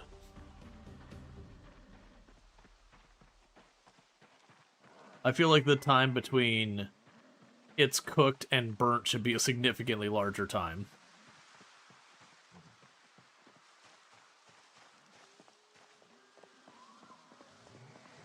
And even then, most of them, the food poisoning would not be pushing on the end of lethal. It'd be pushing in the end of you would wish you were dead, as you and the restroom are best buds for a while. Here. A lot of mods weirdly aggressive these days. It's fine though. You could be a master in the outbreak. I killed so many zombies and died because a tiny piece of bacon got burnt and you had weak stomach. Yeah, but that's because video game as opposed to real life. But I mean, also to be fair, in real life that is a concern. That's the reason we've had the conversation before. You'll have people who, in their mind, they're like, I could survive forever. Like, I am God's gift to survival, and you're like, okay, but then the first time you eat something, and it's a little dodgy, which even if you're very cautious, is going to happen sooner or later, and you're dealing with food poisoning that you can barely get out of bed, and you're just gonna starve to death. Like, we're a communal species. We depend on society to support us. That way when one of us is knocked down, you know, we don't just straight up die. And there's just so many things that can go wrong so easily. Alright, well, window just exploded.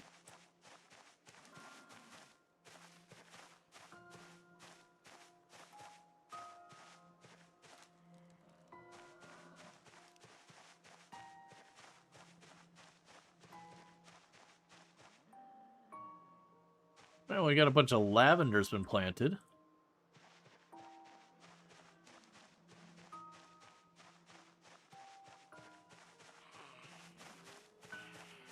Man, it's not like we've never had anyone who's survived for really long times on their own. But, like, it is an extraordinarily rare thing.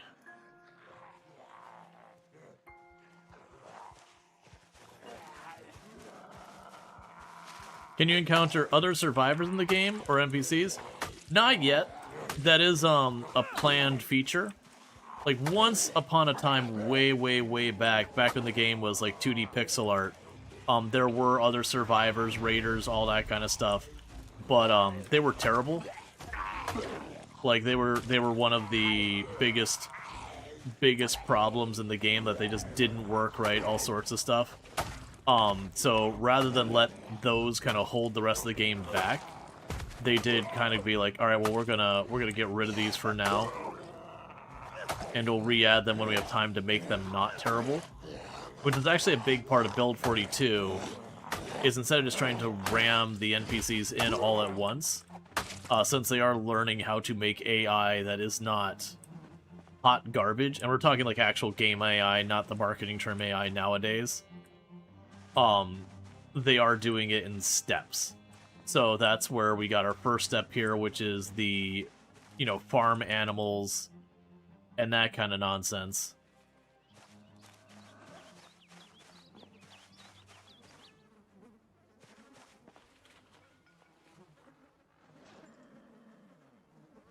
All right.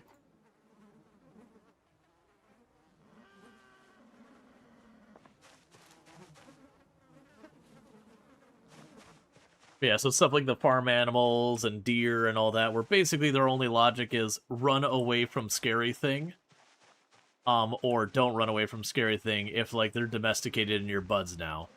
Like one or two minor differences from that.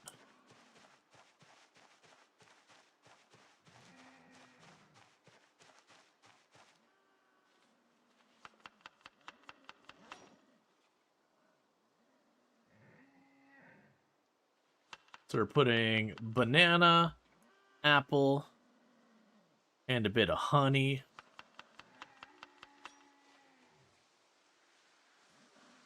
And making ourselves a heckin' salad. That's actually a decent salad. Like, I don't think a banana and apple is being besties. I also don't think they sound terrible together. Put a little honey on it. You know what? I'd eat it. Probably not often because it'd be a bit sweet for my taste.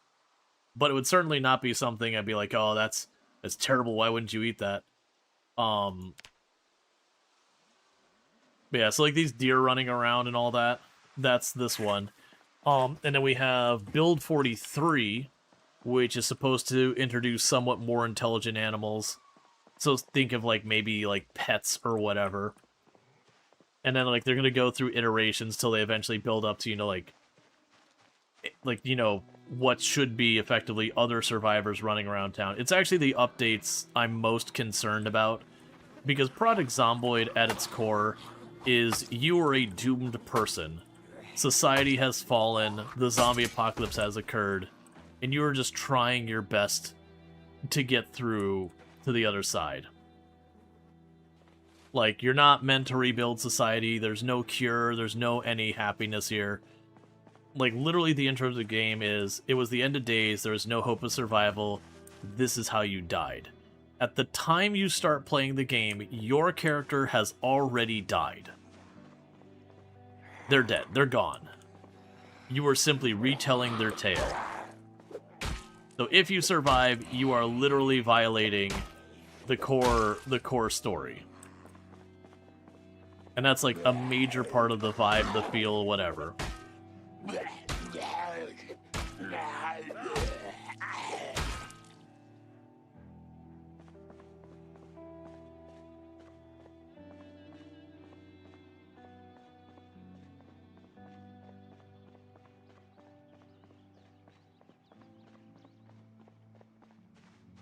There's a couple zombies way up there. They're far enough away we could probably ignore that for a minute.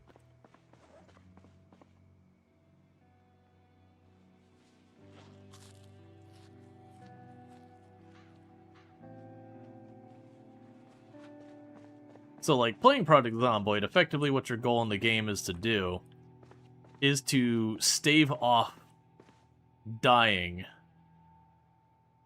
for as long as you can. I think the main purpose of the NPCs to be a threat? That's my fear. And it is a thing in a lot of these games when you have an NPC who their only job is they run up and they start blapping at you and all that. For me, one, it's the laziest kind of NPC in the game. You know, it's not a human being at that point. It's simply a zombie you gave a gun. Or a crowbar or whatever. Or it's, you know, you end up in the weird thing of going, okay, well, that, you know, the human NPCs can run, but zombies can't. Well, now you weirdly just kind of turned on sprinters or whatever.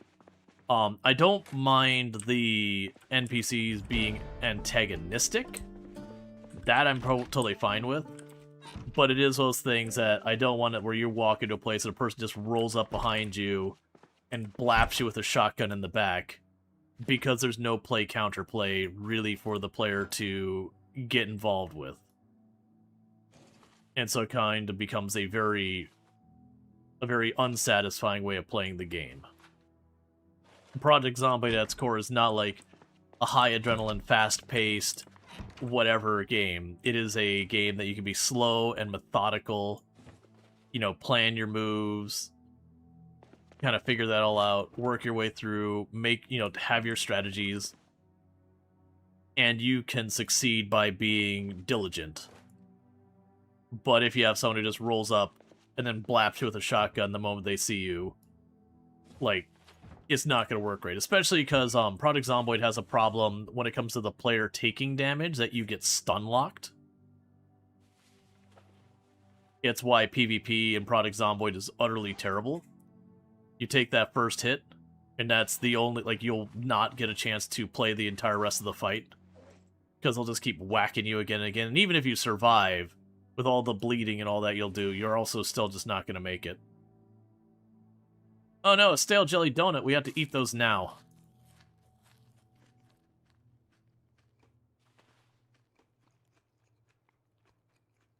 Let's see. Yeah, in Project Zomboid, getting into a gunfight is, like, really bad. The victor often bleeds out, or takes it way too long to heal. You know, it takes way too long to heal a... Yep. Really hope the NPCs are implemented. They can be turned off in the sandbox setting for everything else. For you, the loneliness is part of Project Zomboid's appeal. Right. I've said what I would like to see the NPCs implemented as, you know, if they're bringing them in and all that. I would like the NPCs to be something that, you know, you're wandering around town and it still feels very lonely and quiet. And then, you know, maybe someday you're looting the grocery store and there's the lady in the pink hoodie. And she's kind of sketched out by you, so she keeps her distance and she just kind of nopes out. Like, it's not like some big thing. And so you kind of see her around the periphery once in a while. You're like, you don't walk up and get, you know, X number of friendship points to, you know, align yourself to bring her into your crew. Like, none of that. There's not some, like, trade currency kind of system or whatever, or reputation thing. But there is, like, a hidden thing where every character has some predisposition of being, like, more cagey around you, more aggressive or whatever. And so what you could do is I could walk in on the person and that I show up and they just leave. They just don't want to be around me. Or it could be one of those things that they'll kind of keep their distance, but, like, maybe they don't mind being in the same space. Or they could be like, get the hell out, we were here first. And then if you don't, then it turns violent. So I would like the enemies to have a disposition that... Well, not the enemies, the NPCs to have a disposition that's not always super obvious when you get into a situation. But, like, kind of you know... Like, you basically make the decision, okay, am I going to push this? And it could even be, like, the one that threatens you. If you push it, like, they might back down. They might be like, get the hell out, we were here first, and if you don't back down, or if you pull a weapon on them or something, there's like, alright, you know, F this, it's not worth it. Or they could, you know, throw hands or whatever, or pull out their own guns and things escalate. Like, you make that decision-making. That would be far more interesting. But I like the idea that this person would also be surviving going around town, and so you might have the plan of hitting the hardware store. Well, crap, you get to the hardware store and someone's already ransacked it. You start noticing that, like, this person's going to the gas station, now the gas station's all boarded up. And so you could be a raider who goes in and attacks that person to try and take their stuff and take that risk. And then maybe at some point you go, I haven't seen this person around town in a hot minute. And you end up going to the gas station and realize they've kind of taken all their stuff and left. And that, you know, you could find notes about, it's like, you know, I gotta go find Dave. Like, you know, he was in Louisville, you know, like, I just don't want to be in this world without them. I gotta go find Dave, like, that kind of thing. And you've got that whole, okay, you know, this person went to the area, and you could kind of pursue them trying to go to Louisville. Maybe you find their cars wrecked on the side of the road, and you're like, okay, and, you know, maybe you find them and they've already died to the zombies, they took injuries or whatever, or maybe you find them, like, holed up in a new location. But you get the idea that there's, like, almost a story that kind of builds around from being in that. Versus, again, the person runs up, they got a red name, and they just immediately turn to trying to murder you.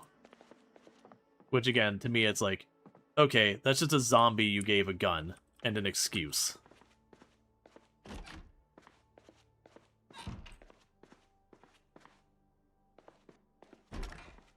Yeah, poor Dave, exactly.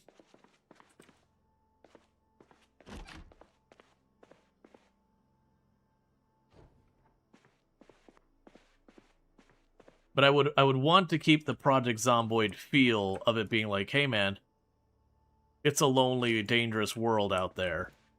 Like, this is the end of the world. This isn't the you rebuilt a community. This is how it all ends. And you're basically just trying to hold on for as long as you can. And I do understand people want to have the vibe be like more positive about how you rebuild and all that. And that's what mods are for.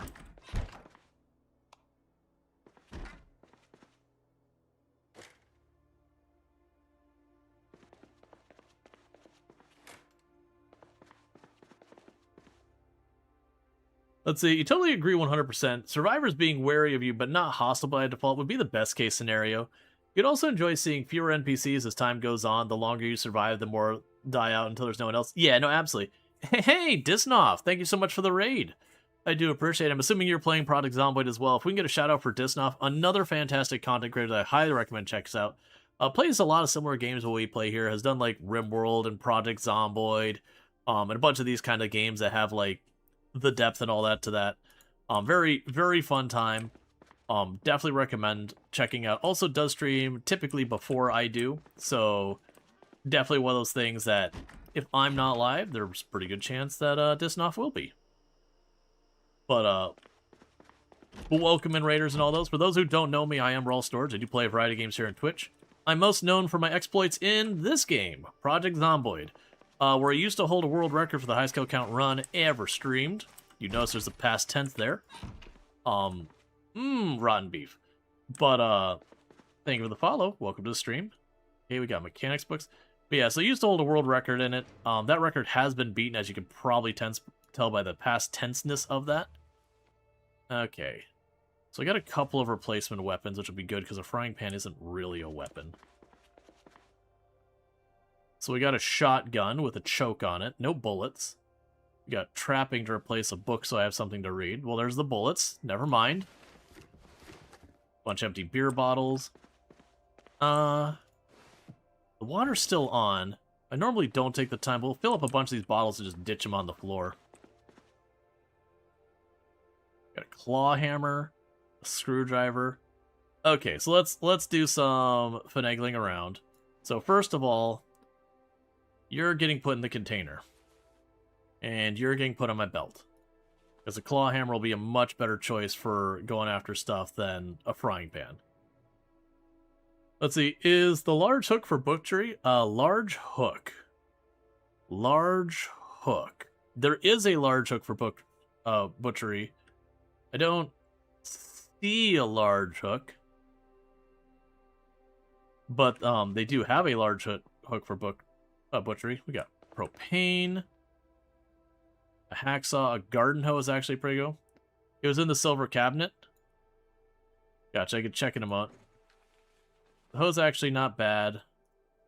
Alright, so I'm not going to be able to carry this all. We're going to have to finagle some of this. The large hook. I may have just, like, utterly ignored it. Oh, large hook? That's actually an excellent question. That might be what we make the meat hook out of. I haven't done enough of the butchery stuff because until build 42 properly went stable, the amount of, stuff you got for doing the harvesting of the animals was, like, horrifically bad. So you just didn't get enough to do anything. Alright, let's go over to the fridge. For right now, our non-perishables, let's just chuck them in here.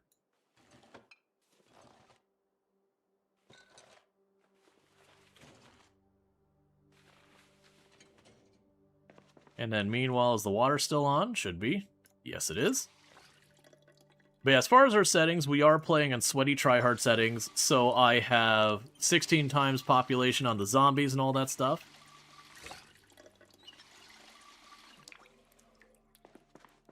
Which is, the highest the game supports out of the box without changing anything. Alright, honestly, even though it's a fridge, I'm going to chuck all this stuff that I'm not using right now in here.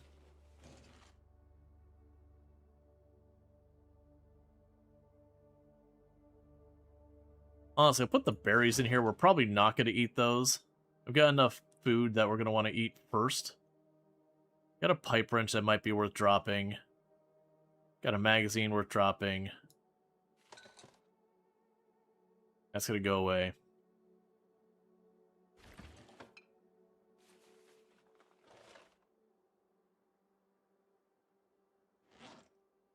Alright. Let's put you in the bag. Because we also started what I call 0 to hero. So we started with basically no strength, no fitness, no combat skills of any kind. We're building up from nothing.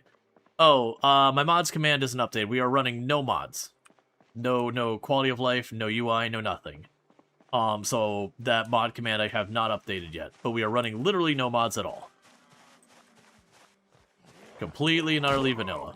Which is what I recommend for anyone when a new version of the game drops for the first time that isn't, you know, just a little incremental one. I would encourage people to run mod-free because you're going to have a lot of bugs that are going to end up happening.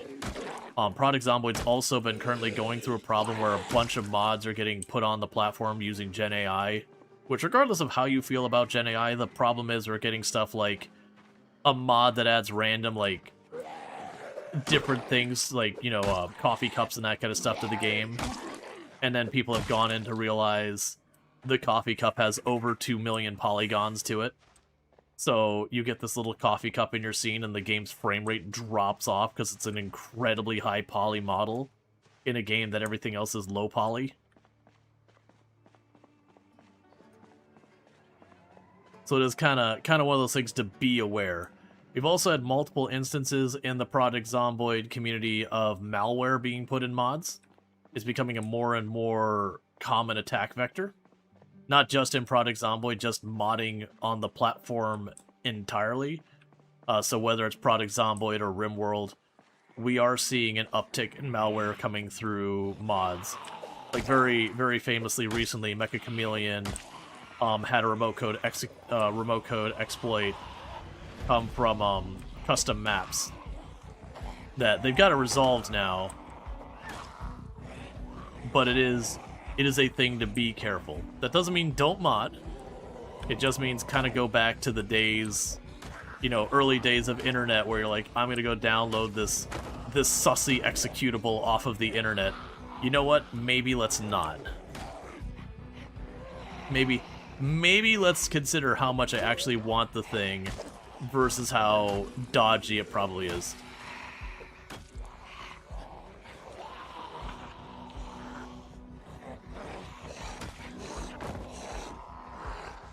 I should have not pulled this group.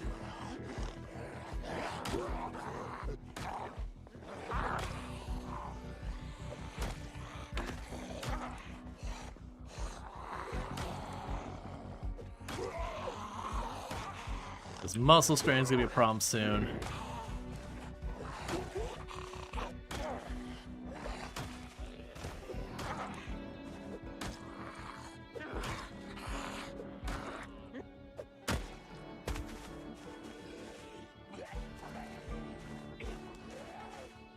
Let's get back on the road so I can actually see.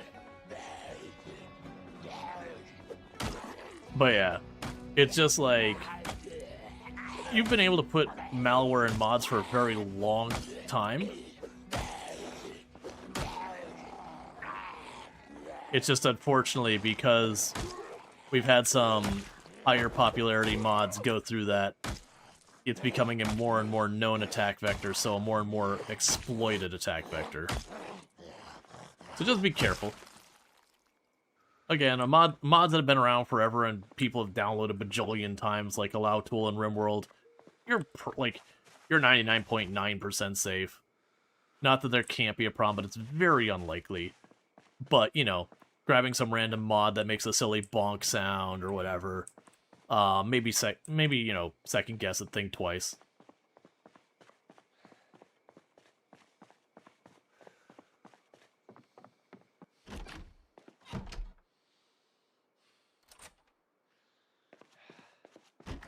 Yeah, no, it's been a thing. And like I said, it's more not that there's been like a new problem. It's just, unfortunately, more and more malware authors have kind of become aware that it's it's a viable attack vector and exploiting it.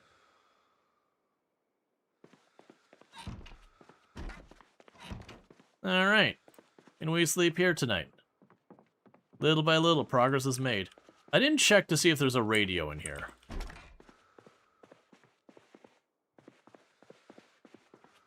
Oh, also, the water beer bottles I want to leave. Those are going to be heavy. That's just for if the water gets cut off. That means I got a couple more days of water that I don't have to think about.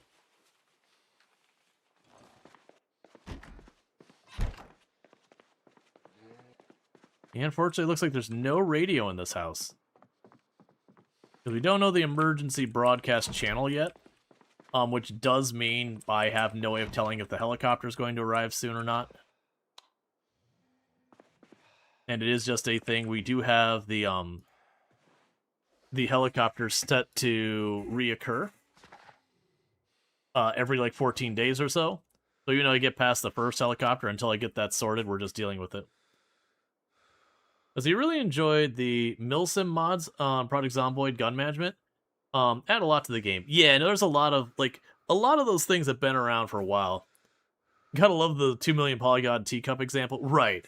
But that's the other side of the thing. Even if it's not malicious intent, one thing that's been good and bad about mods forever is it's a common vector that, you know, new developers will break into the game industry by making a big mod, getting known, and then using that as their foot in the door, as it was, to get into game dev proper. And it's good to have that. It does mean you've got a lot of people who really don't know what they're doing making the mods, which again is totally fine. But in the world of generative AI, where people go, make this thing, use this texture or whatever, spit it out, and not realizing the code is just hot garbage. That's unfortunate. I woke up while it's still dark. The wakeful trait is low-key not good. Because, like, on one hand, it's nice to have more wake hours so you can get more done. That's the perk. But on the other hand, you know, we went to bed, we only slept like 3 hours, and we're awake again, which means I went from it's too dark to safely fight to it's too dark to safely fight. And that's fine while I've got books and stuff to read to kill time. But very quickly we're going to reach a point that, you know, I can sit there and do sit-ups, but you don't want to sit there and do like 4 or 5 rounds of sit-ups and have all sorts of pain and muscle fatigue because you overextended. Yeah, no, if you look like right here around the house, it's fine. But if I'm out here, the zombies that are on this area of the grass, I won't be able to see.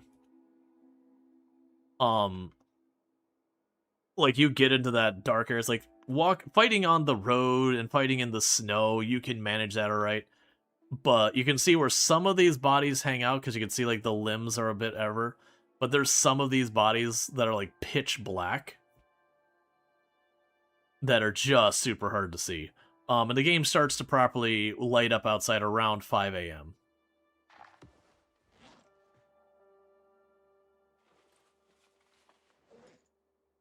Okay, we'll go ahead and... Actually, before we hit the fruit salad... Do we have any of these that I'm going to have to worry about going bad soon? Not really. Okay. So let's eat our honey, banana, and apple salad.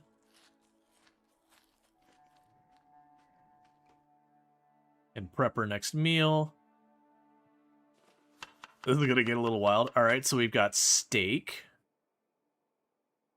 And we've got fish fingers. And we've got fish fillet. Salad, by the way. But it's okay. We're gonna go ahead and add an apple. So it's officially a salad now.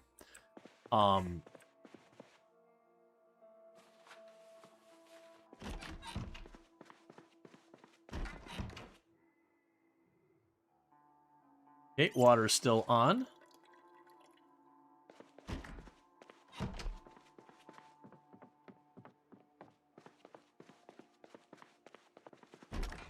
And where we're at is we spawned in Lake Fallis because we wanted to check out one of the new towns and all that. I did see that there is a bunch of lavender and poppies and all sorts of stuff. Sure, why not? Let's get some farming skill. Actually, before I push too far, let's just make sure there's no zombies chilling like right up here where I can't see them by the trees. And we'll work our way this way in. But we're just barely outside Lake Falls to the northwest. Like you can see, like that's Lake Falls down there on the corner of my mini-map. So, nothing I care about. Nothing I care about. Are you really dead or pretend dead? You're really dead, that's fine.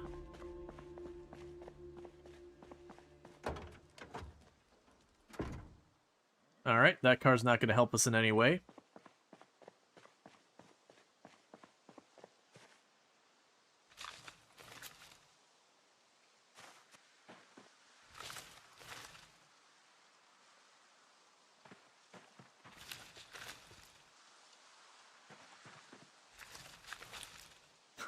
Hey, Randall Thor, and absolutely never trust the trees.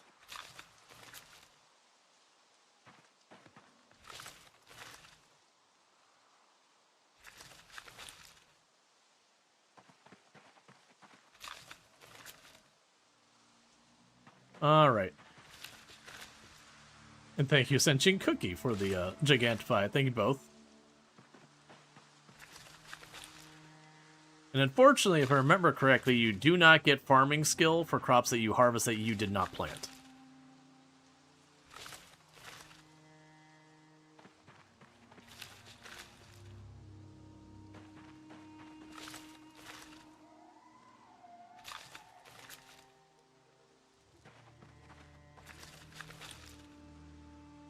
Let's see, you reported to your product Zomboid 3 gig download patch. What have they done to you? They added a lot of textures.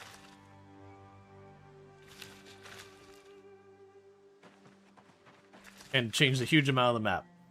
And thank you, Shade Flare, for the tier 1 sub. Sorry, you do get multiple of those. Thank you so much for the tier 1 sub. I really do appreciate that. And I do hope you enjoy your advertisement-free viewing as well as access to the emotes, where we have a crab throwing a dumpy, which you will probably not find anywhere else on the platform. It do be what it do.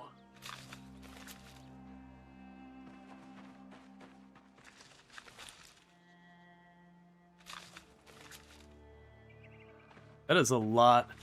That is a lot of stuff. I'm mostly doing this so I can get the seeds and whatnot. And this will be a good test to see if we get any XP for harvesting crops we didn't plant.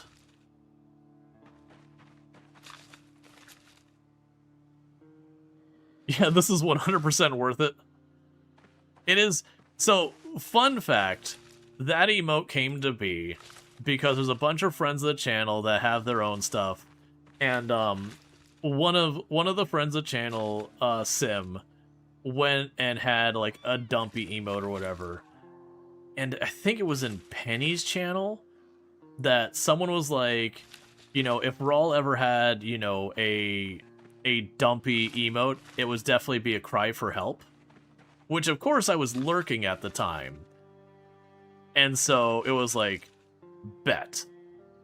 And so I didn't hire an artist or anything else like that. I just jumped onto Sprite and spent like maybe an hour or so just kind of, probably not even that long, just kind of like cranking out a real fast, dirty, messy emote of the crab dumpy. And I was like, okay, this is actually pretty fun. Alright, so our character's in a lot of pain because their back hurts. Because they're carrying, you know, practically a metric ton of lavender. And then poppies.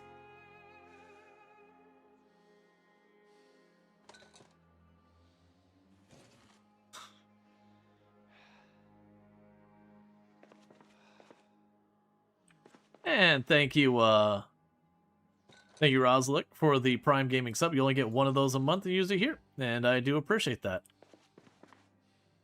We're gonna go up here, and we're gonna sit in there. So let's see, did we get any amount of XP at all in our farming? I anticipate no, because you didn't before.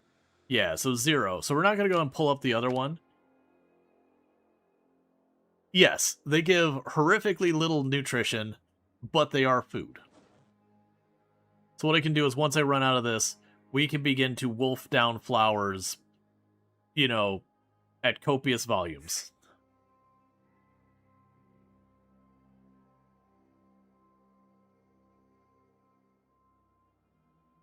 All right. Yep, and thank you, Randall, for gifting a tier 1 sub to Annabelle Jewel. So you now have yourself some nice advertised reviewing as well as access to the emotes as well. And thank you, Randall Thor, for the gifty sub. I do appreciate it. It's the base north of Lake Fallis. Yes. So if we look at the map of where I am, so I believe I spawned in this house in Lake Fallis. So this is like the north road of Lake Fallis. They added this railroad track, so I followed it out to this farm. And we've been working our way back to this area. Yeah, no, absolutely. And thank you, How to Jump, for the Prime Gaming sub. I appreciate that as well. Yeah, no, I used to be very, very heavily into gardening myself. And yeah, all the bending over, like weeding and doing all that. Yeah, it can get rough. Alright, and thank you, Jay Walker, for the 500 biddies. I do really appreciate that. It means a heck of a lot, so thank you so much. Oh no, our banana's going stale. Alright, so what we could do here... I'm just gonna eat the banana. Because I can't put it in the salad with all the meat, and I'm not wasting 30... I could have been reading a book. Well, we can still read a book this whole time. Yeah, so we're being punished because I made my character carry about 4 times the maximum they're allowed to carry. So we need to wait for that back strain to go away, or we're going to suck in the next fight. But we're going to work our way down to Lake Fallis and start chipping away at it, and then going house to house as we can, working our way through town. I'm curious to see how much it changed, because Lake Fallis historically, when I first started doing 16 times pop way, way, way back when Build 41 was still, I will back up my save, I would start my 16 times pop, and no matter where I spawned, I'd use a random spawn, I would try to make my way to Lake Fallis as my start point, because you had access to all of the different types of loot other than military for the most part, so you had, like, the range of different types of loots that a lot of the bigger cities offered, but the population density was one of the lowest. So you could get in there and get your, like, kind of your start off the ground. Usually you can get yourself a car and gas. Most of the time you can make a generator happen as well. And so it's just one of those things you got set up there, and then you could use that to, like, springboard to go after, like, Rosewood or Riverside, or, you know, Louisville wasn't a place yet. You know, West Point, Muldrow, March Ridge. Okay, we properly wrecked our back. We're just gonna blast out this whole book in one sitting. Not really. We're about to have it drop off.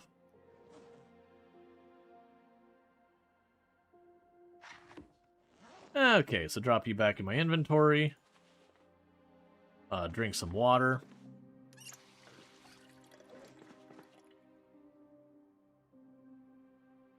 And let's see here. Okay, we can add lavender to my salad here. And enjoy our fish stick steaks, apple, and lavender salad.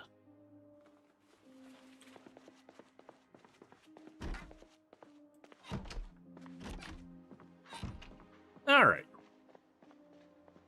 The other good news is we could potentially fish at this lake.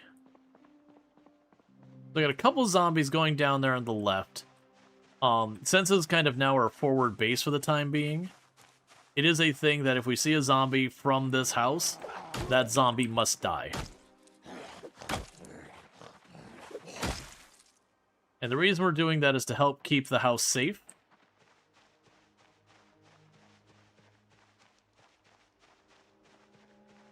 Okay, there's a lot of zombies down there.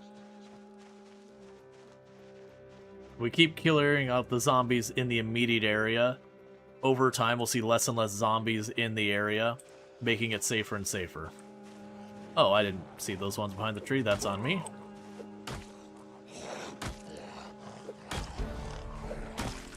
Hey, fitness 1. Let's go.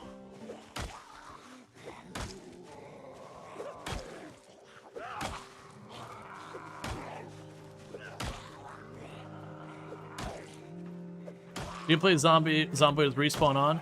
No. Generally speaking, when it comes to your game settings for Zomboid, you're either going to play low zombie pops with respawn on or high zombie pops with respawn off. You can kill, and actually this information's out of date for build 42, but at build 41 you could kill on average sustained about 700 kills per day. And that's, again, the sustained is the keyword there. I'm sure you're going to have days you're going to go in there and kill like 1,500 zombies, but then you're going to follow that with a day where you're spending all your time making weapons and all that, where you kill almost nothing. And thank you, Randall Thor, for the 200 biddies. I do appreciate that. Taking us up to a level 2 hype train at 63%, with 4 gifty subs and 740 biddies. I do appreciate all that support. It does let me keep doing this full time, so thank you so much for that. But yeah, so it's one of those things that, like, your sustained kill rate, again, in build 41 was about 700. You push it like a little higher, but it's around that ballpark. Build 42, it should be lower. I haven't tested it, but with muscle strain and a bunch of these other things and how much more is involved in crafting, I doubt it's gone up. So with that said, if we take into consideration you kill about 700 zombies a day, and you consider the fact that it's, what, 10% respawn of zombies per 3 days or something like that once you've left an area or something like that? Someone else could probably fill in those numbers. I used to know them off the top of my head, but I haven't played as much Zomboid this last year. But whatever it was, you can do the math where you go to some of these areas where they have 20,000 zombies in a cell, and then 10% of those are respawning every 3 days. Do the math. You could go full bore at the maximum sustained kill rate that you could reasonably do, and they would respawn faster than you could kill them. And that's just one cell. It's not considering the neighboring cells or anything like that, or zombie migrations or any of these other issues.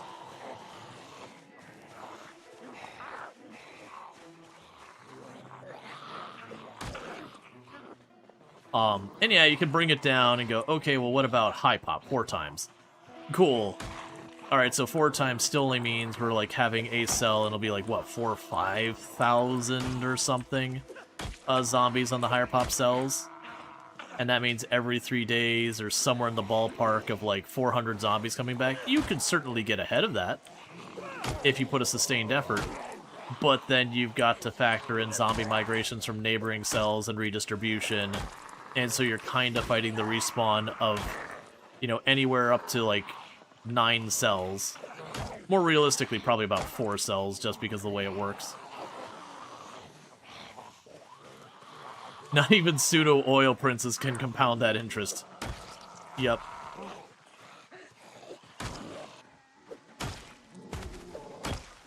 But yeah, so you get the idea.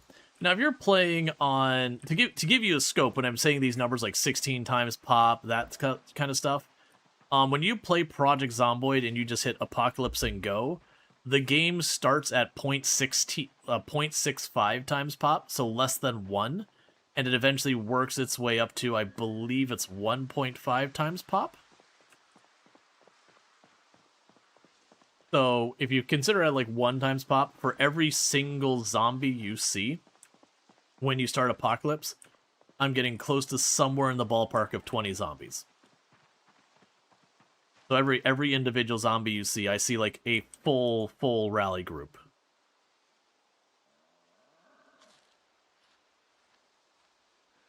I'm just scarfing the acorns. They're gonna go dodgy soon.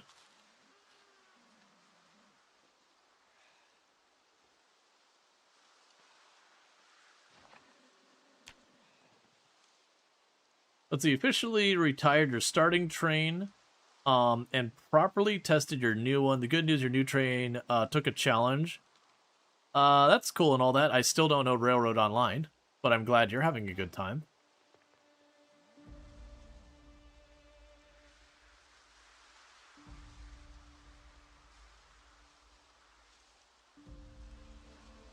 Alright, we probably still have light muscle strain. Yes, we do.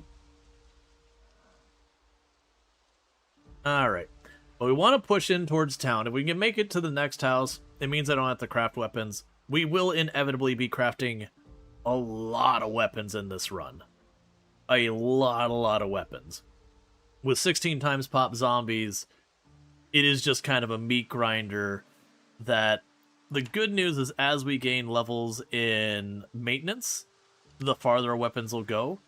It genuinely is a thing in this type of a challenge that if you score yourself a good weapon or two, like a crowbar, or in our case we got lucky and got a metal baseball bat, it gets you that first leveler to a maintenance right away, and that can go a very long way to making your run not a pain. Probably want to use those pipe wrenches soon because they're pretty heavy. Get them out of our inventory.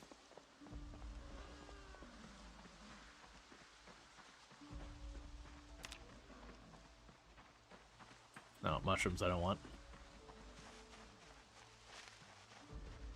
But yeah, so eventually I'm going to need to get, like, flint nodes, chip those, make them into knives, start doing the knapping, all that stuff.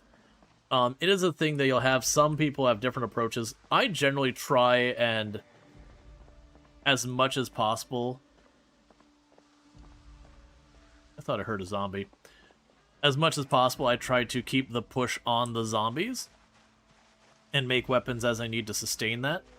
There are definitely people who instead back off from the whole thing, and they'll kind of just work on, you know, building up their blacksmithing, building all that up, and then getting themselves well situated to be able to take on the zombies, which is a very, very reasonable approach. For me, I just don't want to sit there and just grind skills. I want to fight the zombies. Oh, the candle. How nice.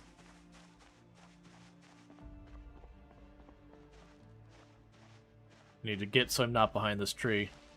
And for those that didn't see, I mentioned a couple times, these large trees they added, the really, really big trees that are new, they do block pathing. So be aware. You cannot pass through those trees. So if you're someone who likes to cut through the woods to ditch zombies, be real careful. You bump into one of those big trees, you're going to stop moving, and the zombies are going to get you.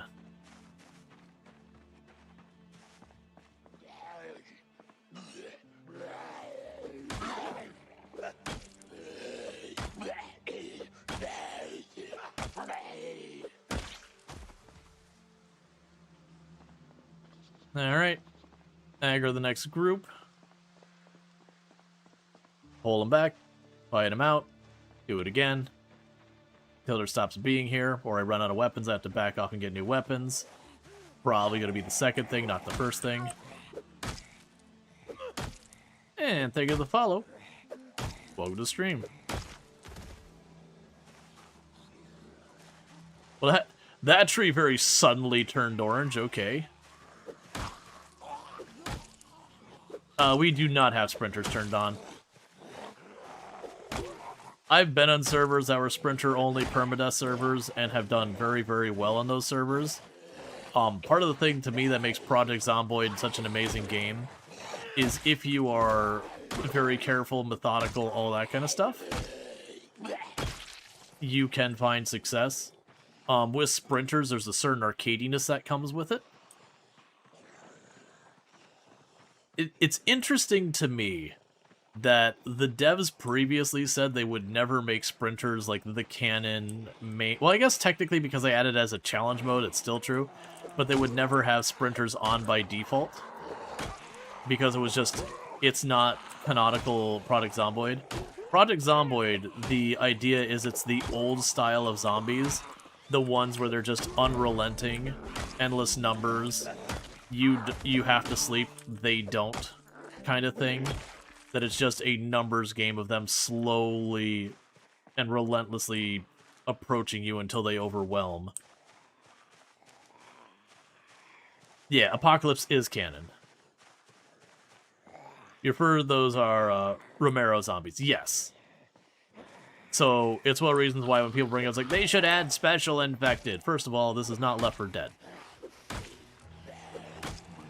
And fun fact, the only reason Left 4 Dead actually got special infected is because they wanted to make you fight hordes of zombies, and they ran into limitations with hardware and all that, that they couldn't actualize that dream So they did ultimately turn to giving special infected.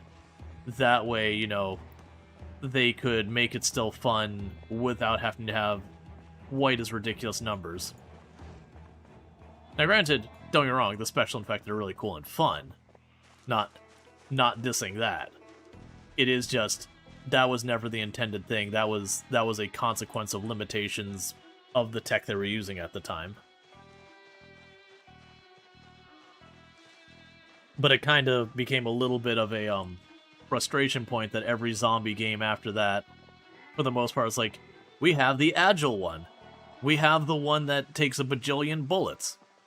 We have the one that, you know, spits or otherwise, you know, ranges you. We have the one that calls a bunch of other zombies. We have the one, and like they just kind of keep, you know, they'll have different flavors about it, you know, versus the screamer versus the boomer, but they kind of do the same thing. You know, the hunter versus the oh, what was the one? The feral. But like the idea of what they are is kind of the same thing. I need to remember to actually read the book.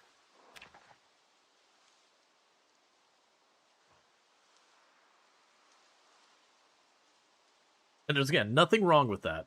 Like, I enjoy State of Decay 2, I enjoyed State of Decay 1, I enjoyed Left 4 Dead 2, and all that. But it's actually something I really like about Project Zomboid, is we don't have a bunch of gimmicky zombies. You just go around the corner and go, oh, there's 200 of them. Okay. They don't need special things to kill me. They just have raw zombie mass to make it happen. What are you gonna teach me to... Oh, that's weird. Like, I could choose to craft that from the book. Interesting. Alright, and we're all better from here. There is going to be a little bit of a tug-of-war that's going to happen here. Let's see, Dead Rising, the first couple anyway, we're good for that. No real special zombies, just hordes. Yeah. That's kind of the thing. Amusingly, it's almost novel now when you get a game that doesn't do a bunch of, like, gimmicky special infest. You know, in fact, you're like, no, this is a numbers game.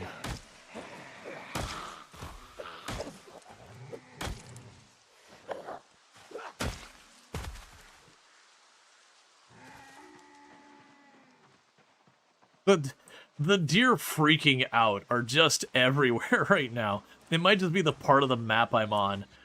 But the whole time you're just hearing the deer just absolutely losing it.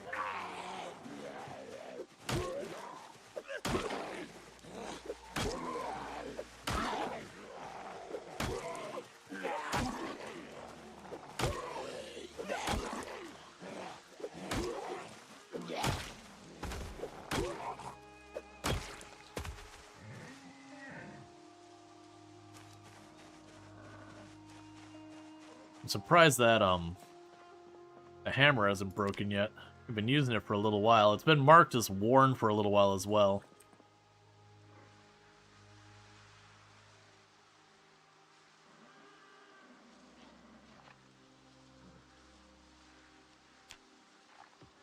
I see you, zombie, making your move. Hey, Chrono, it's going pretty good. You just had an ad that's like talking up data centers. That doesn't surprise me. The amount of money that these companies have sunk into AI, that the current expectation is for them to lose like 1 point something or other trillion dollars. Yeah, no surprise, they're doing everything possible to try and get any money into that. They kind of need it to work, or the fall is going to be a reckoning.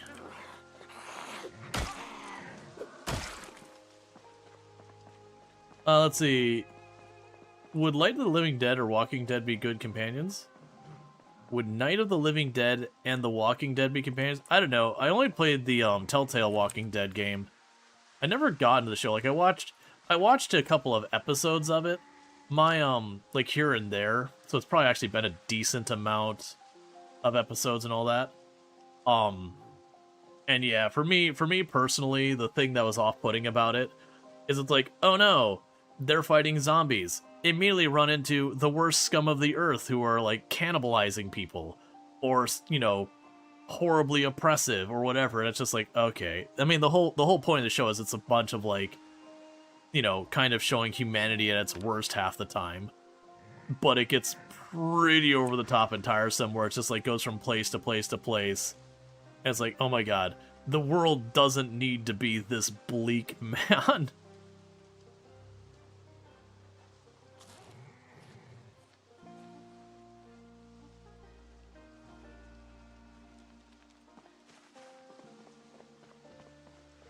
Let's see, the pure corporate propaganda ads are just so blatant. We get mining industry ones here in Australia. So that's, in City Skylines, I can't remember if it's 1 or 2. I think it's 1. If you leave the radio on with the ads, they have, like, the local mining company, which I think is called Ore. And it's like, we just want to get them back where they want to be, in the mines.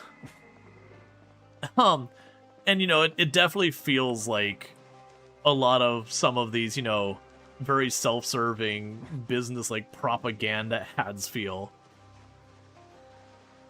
Like the really overtly like anti-union ones where it's like, all these politics in the office get in the way of real productivity. It's like, dude, you're paying them below minimum wage because you found a loophole in the law. I feel like they have a legitimate grievance that they should actually be addressing. I feel like the fact that people are dying at your warehouse is a legitimate enough reason that maybe your employees should be like, guess what? I don't think this is good. I think I want my situation to improve. Actually, that claw hammerhead's in relatively good shape.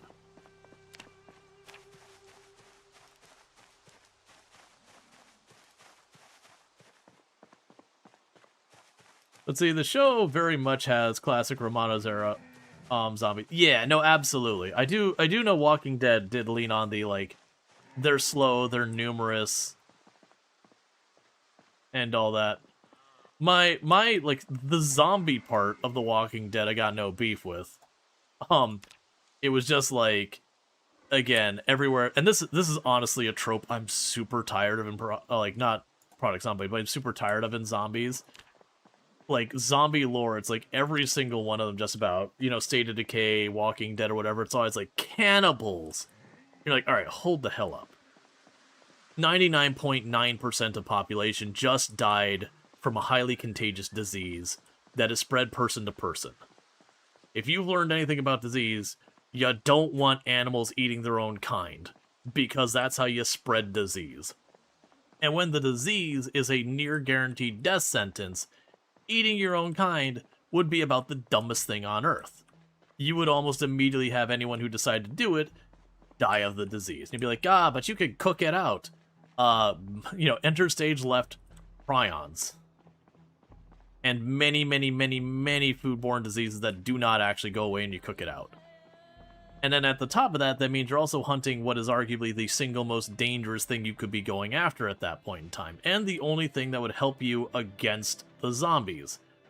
It is illogical, it is dumb, and it would absolutely not last for any real length of time. But oh my god, every single zombie IP just feels this, like, insatiable need to include cannibalism. And it is incredibly infuriating.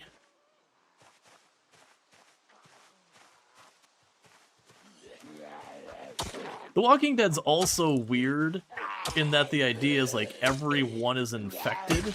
So, like, it doesn't matter how you die. You just become a zombie. So that one's at least interesting in the being different in that regard. At which point, in that universe, like, okay, well, you're already infected in theory. So maybe it's fine. But also still, it's a very tiresome trope. Like, you know, within gaming, it's not like RimWorld is the first one to do it, but they were, like, one of the first ones to, like, kind of be high profile about it. And it was cool. It was fun. It was a little edgy. It was a little different. And then once that kind of got off the ground, freaking every survival colony game just about feels a need to include that now. It is like, come on, man, please. Please, I'm tired.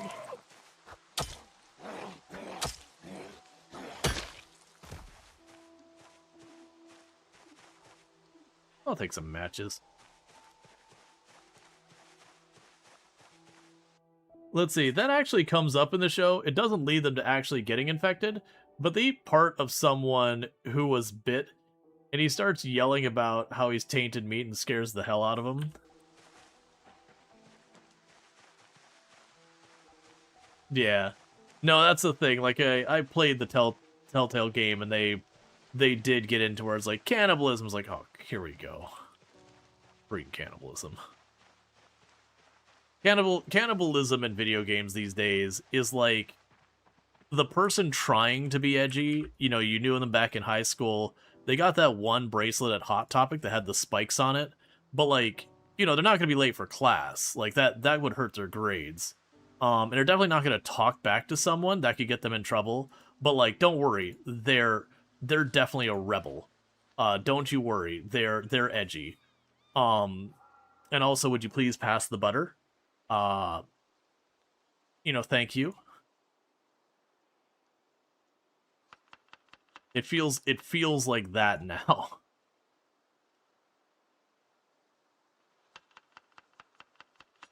It's that image, if you've ever seen, where like whatever the latest meme is, and it's got like all the people, like there's the one person, they've got like a pineapple on their head, and everyone's like, oh, it's a pineapple on their head, that's real fun. And then everyone has their pineapples on their head. And then you see like, it says like brand, and the brand puts a pineapple on their head, and everyone's kind of like looking at it, kind of like, oh man, I don't know about this. And then the last frame is just like the three brands in the middle with the pineapple on their heads while everyone else is discarding it and walking away. It feels like that. It feels like it just became that thing you got to put on your checklist to include in your game. Well, it's not even like the sheeple thing. It's like the idea that you have something that becomes viral and a whole bunch of people do it, and then companies catch wind of it and they start mimicking it, and it kind of kills the fun because they don't, they're not participating in good faith or anything like that. They're just looking for their angle to make a buck. And so they kind of kill the meme or whatever it is because it gets all sort of, associated with being super duper corporate. Well, hell yeah, let's put some blue lipstick on. We're gonna save that for later. Yep, corporate PR trend following. Yeah, no, exactly. It's like being on a social media network, and then Grandma shows up. There's nothing wrong with Grandma. She's lovely. But, like, the moment Grandma shows up, like, that starts to drop off real fast.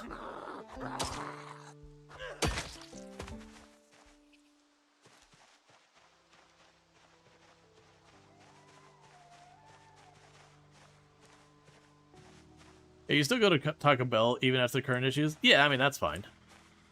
Like, that's the thing. For as much as they're the whole thing about the contaminated lettuce, if you stop and go, okay, but what are the actual numbers? And then you do the calculation of the odds, it's like, okay, the odds are still extraordinarily low.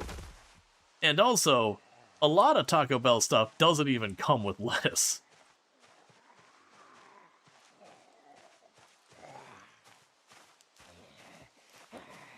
So I don't know about abroad, but here in the US, they're having issues with contaminated lettuce. And I believe they've got that stuff sorted out now. But it was to be fair, it's not only Taco Bell. It's those things that there's a bunch of people making fun of Taco Bell for being like, oh, of course, Taco Bell would be contaminated, but it's like, nah, I mean, Taco Bell, the moment there was, like, any suspicion, we're like, nope, we pulled it, it's gone. Let us out. Absolutely no. Versus the same people who supply Taco Bell supply a hell of a lot of the restaurant industry, so are also likely contaminated. Yeah, it's higher in the supply chain. Yeah, so it could be just about anywhere, but even then, Taco Bell, the moment that it's like, nope, it might be coming from us, pull it all. Absolutely pull it all.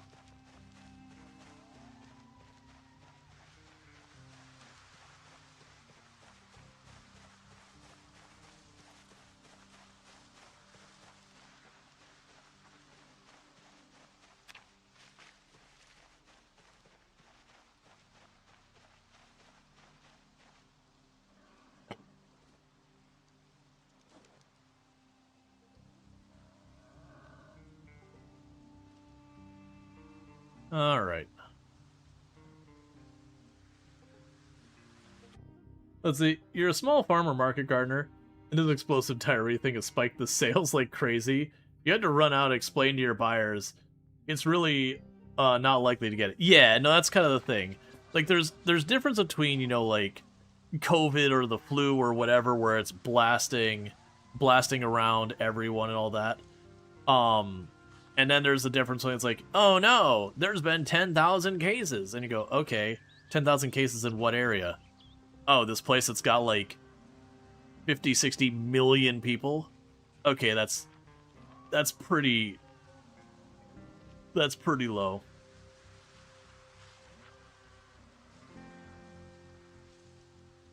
Yeah, I'm actually going to deny that one, Chronic. Generally speaking, so we don't have a no politics thing.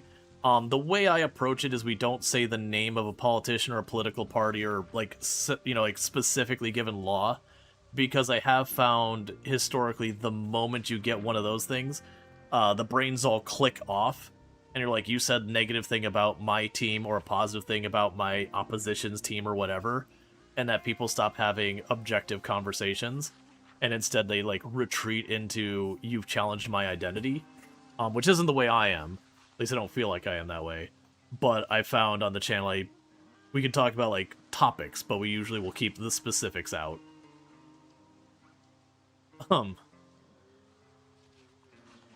Because it's one of those things when you play, yeah,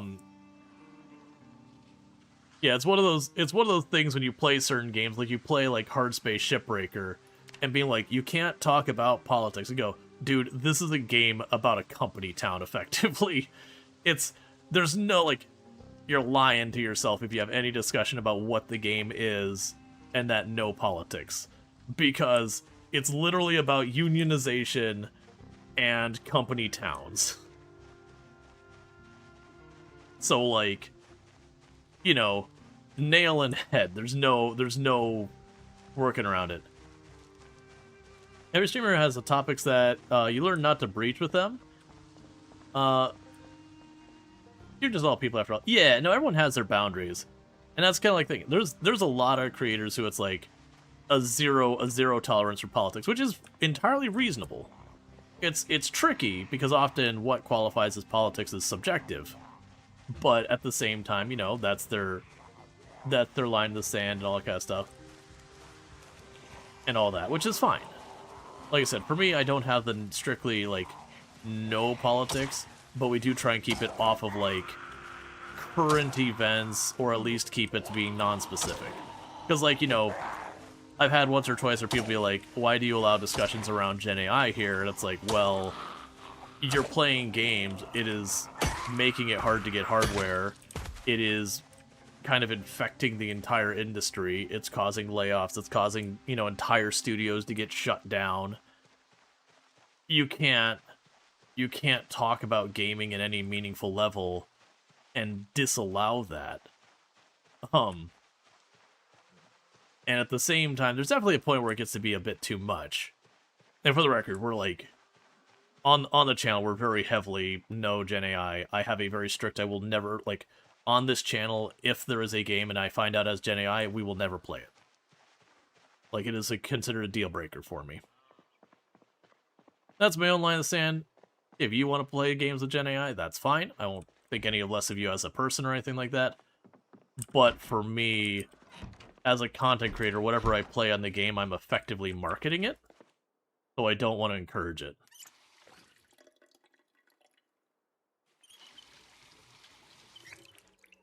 Alright. That's all fine there. AI is going to bring the golden age of gaming. You know, you can put a little bit more effort into your trolling. I don't even think the sycophants for AI even feel that.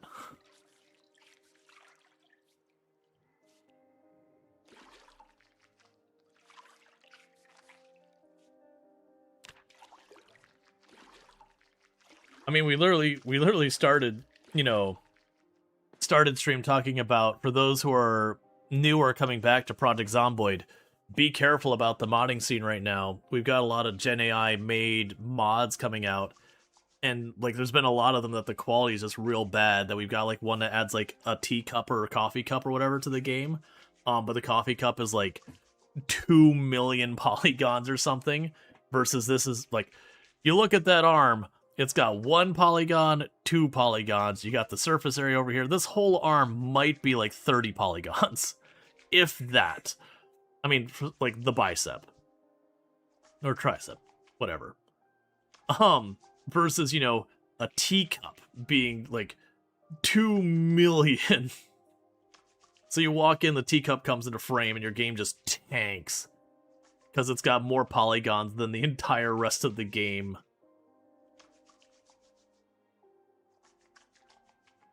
To be honest, this whole collapse will bring about good games that don't have AI. Yeah, no, generally, a lot of studios, and a lot of the ones that have been doing relatively good right now, are leaning on the fact that you've got a lot of people embracing the AI nonsense, and they're very explicitly being anti-AI, and it is boosting their sales.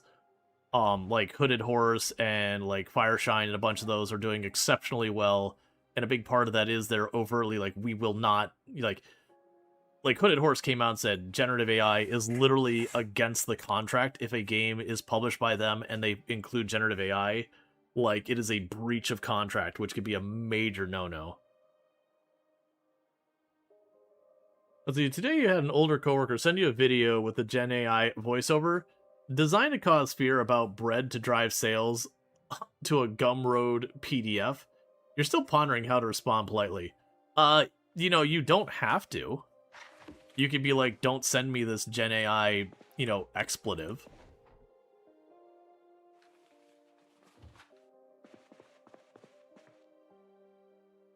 Sometimes you be nice about stuff, and sometimes you need to step in and be like, hey man, what you sent me was hot garbage.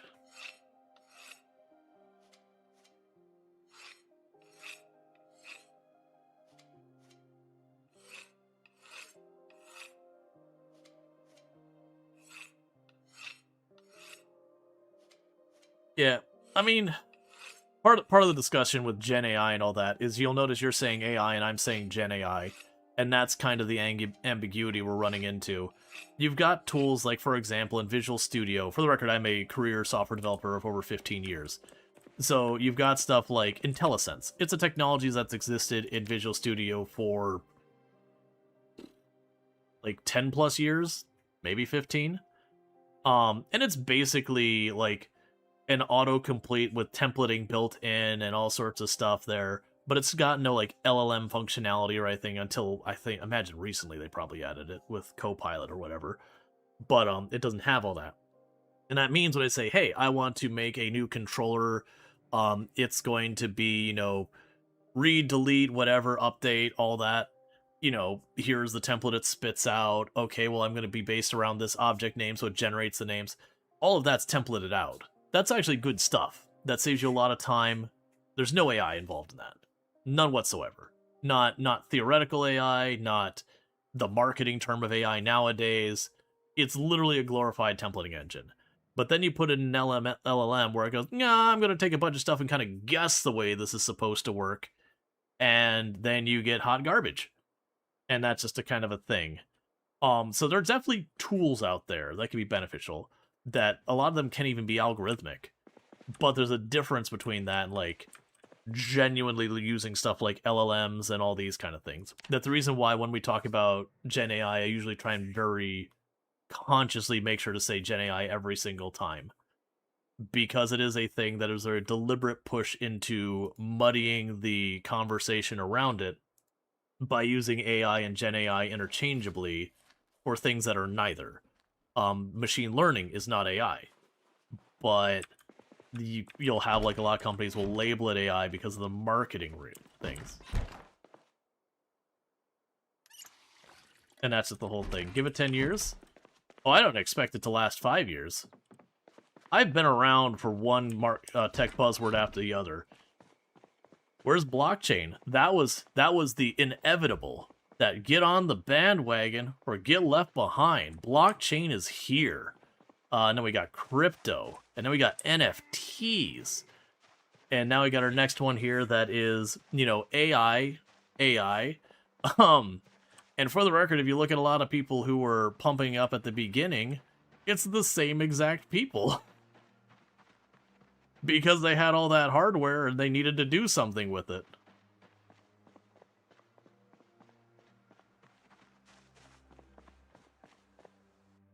Let's see. Yeah, they're really marketing Gen AI in such a way to get people ready for real artificial intelligence, right? Scary sentiment. Yeah, well, I mean, that's the idea. Is by kind of muddying the terms, you can sit there and be like, I hate AI, referring to Gen AI, and they'll be like, why do you hate having characters that move in a logical way in your video games? Like, that's not what I'm talking about. Or like, why do you hate machine learning? It's like, that's not what I'm discussing. And it was a deliberate and conscious thing. Like, we even have communications that have come up in the court of law where deliberate decisions were to label things as AI for purposes of, you know, creating market confusion.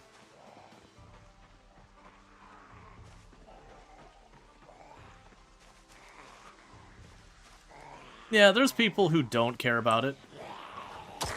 Like, the reality is, generative AI is far more expensive to make anything but absolutely wretchedly terrible than, you know, a lot of people have expected. So all of the major players going on it right now are, you know, failing to meet one mark after the other mark after the other mark. The goals they've set for themselves, like, this is the amount of money we'll raise, and then they're just blowing those goals again and again and again. And if you've ever been around for the tech buzzword cycle, this is very normal. What eventually happens is a bunch of your investors will start getting heartburn as the numbers keep looking bad, and eventually they'll start pulling their money out. And as they do, the whole thing starts coming down. The same thing that happened with the massive explosion in blockchain and NFTs and crypto. Machine learning is a weird one, because machine learning is genuinely a really, really good tech, but it kind of weirdly had a cycle where it was sort of a tech buzzword, but also is a technology within its own right that's, you know, very solid and capable. It was just being rammed in everything, no matter how little sense it made. So it was kind of overspent on that eventually it kind of collapsed into itself and then became what it is now. Sort of like the .com boom and the initial thing where people were making like online hair salons, and people were like, okay, wait a second, how the hell do you cut hair online? Oh, and then, you know, a company implodes when the .com boom collapsed. But investors didn't know what to do with it, were just hucking money over the fence en masse. Because they were all scared of missing out.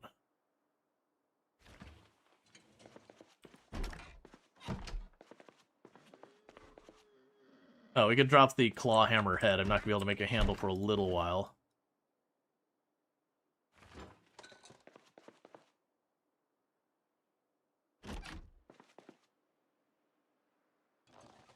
Chuck the seeds over there. Chuck the lipstick in there.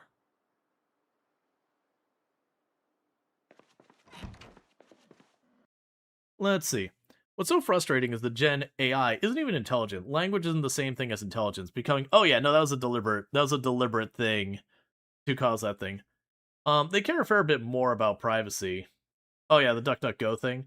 Yeah, the LLMs in your closet cost you nothing, but time and old unused hardware. It has its uses, but you don't overhype it like big players do. Well, that's the thing. Like, the technology of LLMs is not inherently evil. It's not inherently even bad. But the way it's being used primarily definitely gets to that point where it's like, okay, but it's being used in truly a harmful way and an unsustainable way.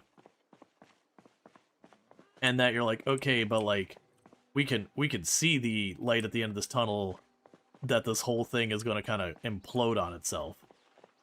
Because like one of the things they're running into is they have to find sources that are not contaminated with Gen AI to continue to improve their models, and then there are diminishing returns on the improvement of the model. That to get your system to like the next step better, you need that much more data.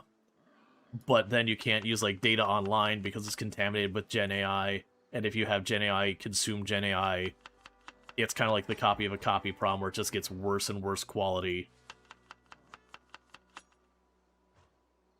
We need to sharpen this. And so it does end up being a major problem.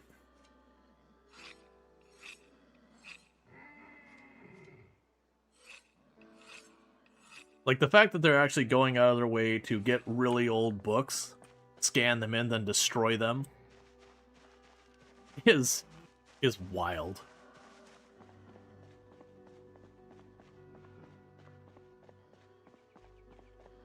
The ability to speak does not make you intelligent? Yep. Yeah, and there's a whole... Oh, which one was it? Yeah, no, it's still dull because the head condition.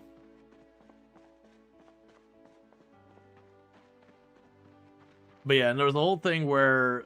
man, was it Anthropic?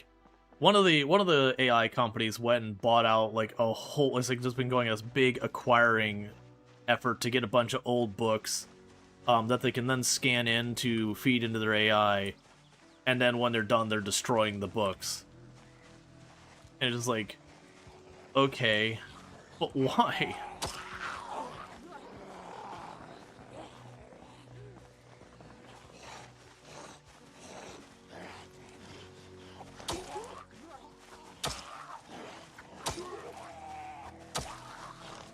I mean, the answer is because it takes more effort to not destroy the books.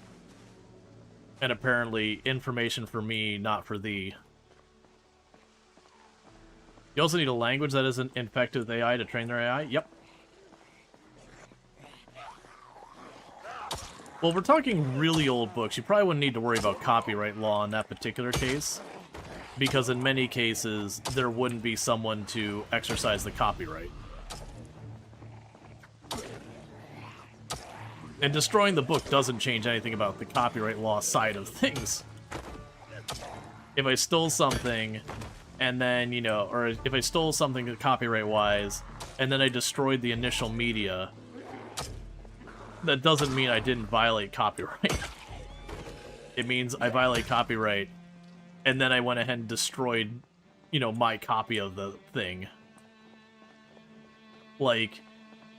if I pull a song off of a CD and I put it on my hard drive, and then I start blasting in every YouTube video I make, and then I shatter my CD, that doesn't magically change anything about copyright. Does sharpening axe work at your maintenance skill? Yeah, it does improve your maintenance skill by sharpening it. What day are we on? Because at day 6 is the earliest we can have the helicopter I think we're at the frame that the helicopter could, in theory...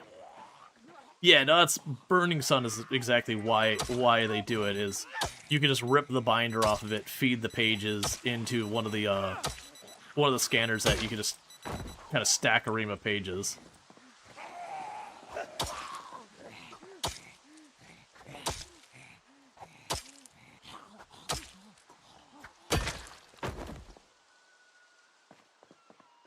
But yeah, so the problem is when it comes to, like, where people go, oh, in 10 years it'll be better, the issue you're running into is, again, diminishing returns. That's honestly true in almost every technology thing. Like, to give you an example, if I say, hey, I'm going to have a server, it's going to have a 99% uptime.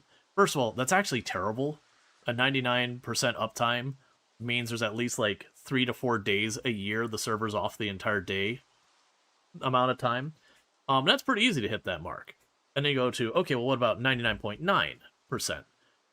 That's exponentially harder to hit that mark, to have that amount of uptime. What about 99.99% uptime? That is just literally magnitudes higher. We're not talking like double the effort, we're talking like factors of 1,000 the effort. And then, you know, each iteration it goes that way. That's no different for the way Gen AI training works, is to try and get it to be that next increment higher. You don't have to consume double the amount of information. You have to consume a magnitude higher amount of information and ensure you're not consuming more Gen AI stuff, because that will cause your model to regress.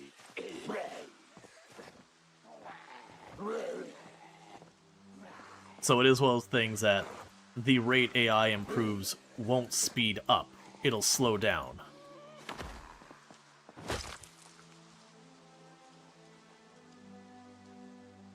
Alright, well the head of that hatchet's basically already done, so I'm gonna just chuck that. We'll get the garden hoe next.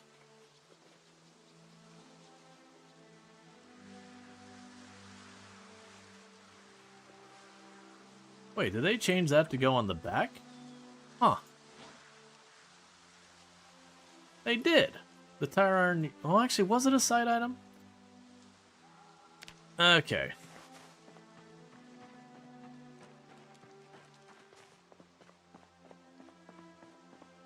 Destroying the books, inputting AI actually counts as transport?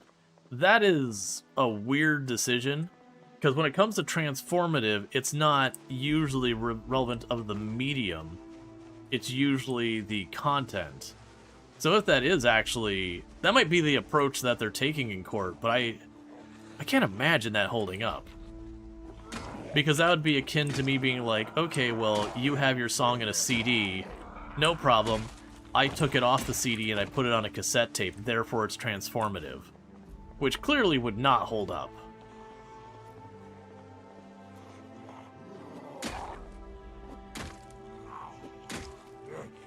My assumption is that's the defense that's being made, not that it's been proven in court. But it feels like a kind of defense that isn't going to hold up more than 20 seconds.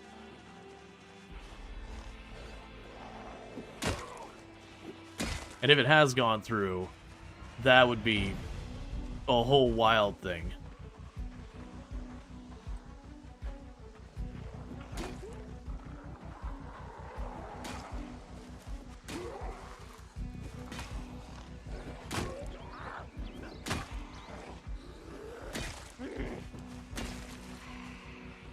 Alright, we need to keep backing off. The good news is we're already seeing the edge of Lake Fallis itself. The bad news is my weapon situation's getting a little not great.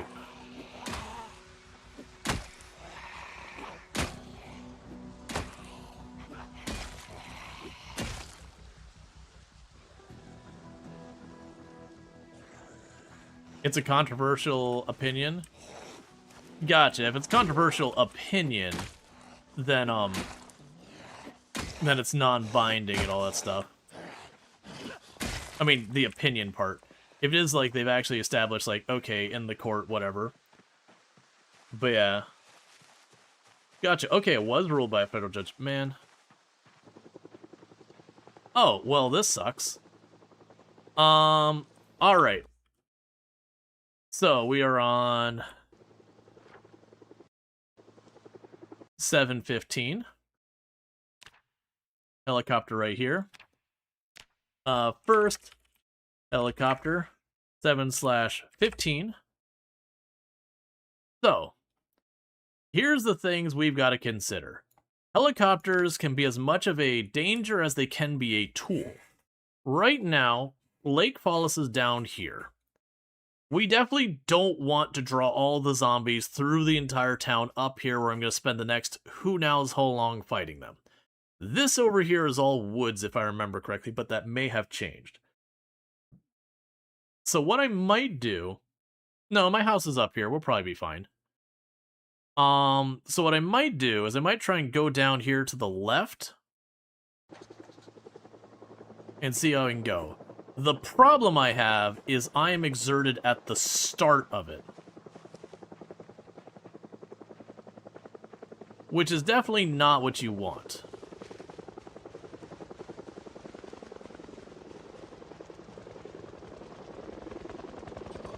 At least it had the decency to have occurred as early in the day as it's able.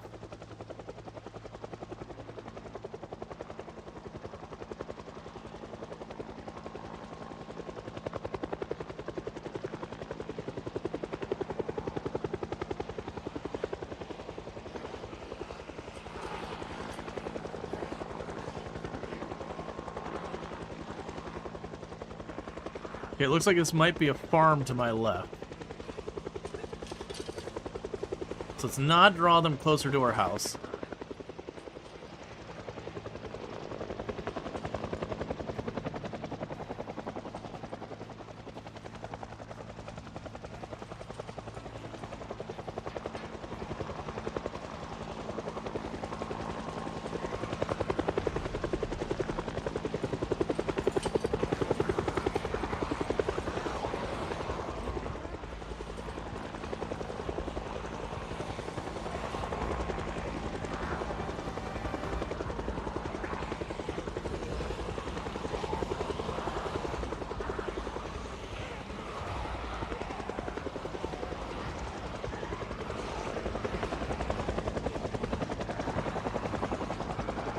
I'm jogging entirely too much for as exerted we are.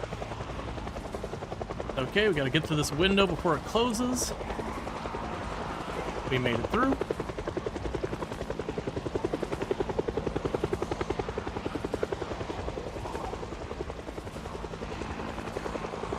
Yes, the helicopter will circle you from 1 to 4 passes.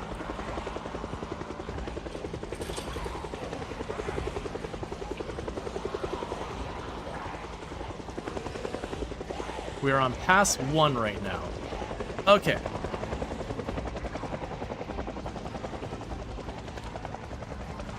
So our vision is heavily obstructed, which is going to make this real dangerous. But I wanted to take it a little ways down, and now we're just going south and west as much as possible.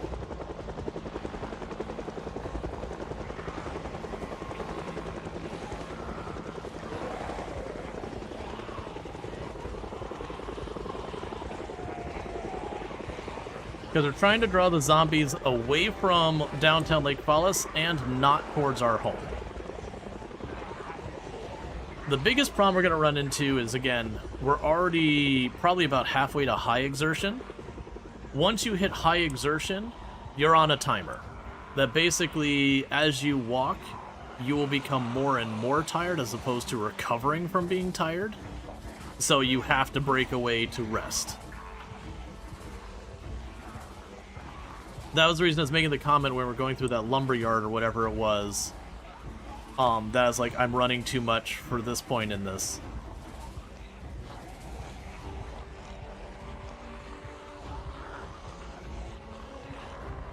Took a sip of water.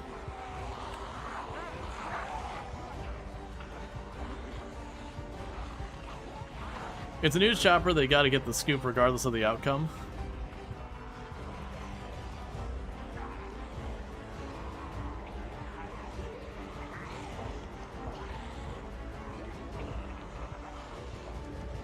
Okay, so turning this way might be dangerous. It's kind of what I want to do. Let's not. And that's because I'll be straight south of Lake Fallas. Maybe coming along the side of it.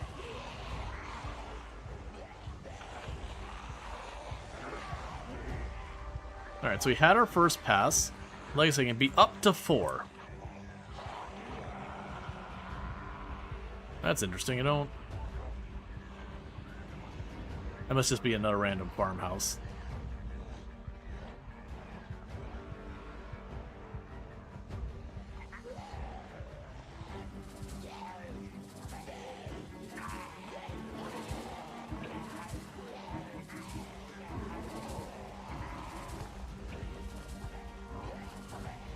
Yeah, no, it's just... The only part that was dangerous is where it's cutting along the west edge of Lake Fallas itself.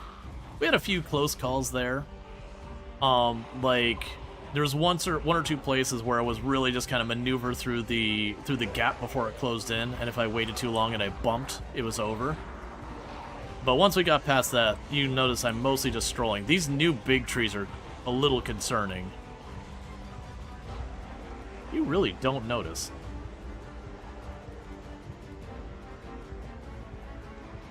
Okay, we're getting far enough west that we're seeing the numbers drop off. It might be lucky and we might have just gotten a one-and-done helicopter. Which I wouldn't super complain about in this particular case.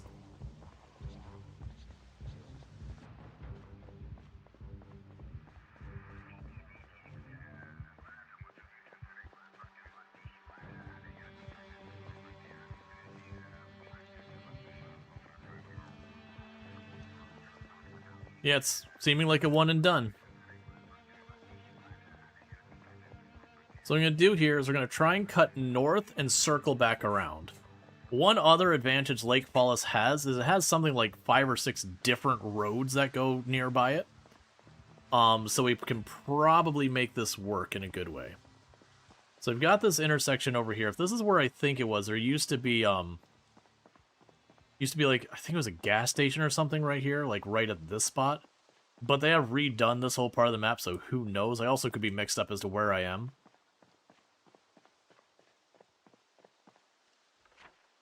Okay, So we're down here. Oh, I'm not nearly as far west as I was. So we want to get back up there. And I think most of this will be open fields and that kind of stuff. I'm going to go ahead and turn on foraging. Oh, yeah, that's fair. I should definitely rest. I just need to get away from where these zombies... They're not still tailing me. They're just moving in the last direction the helicopter made noises, which happens to be this way. Which is part of why I chose this direction, by the way. It's much easier to move in the same direction as the zombies are moving than to go against the tide or across the tide. Across is probably the hardest.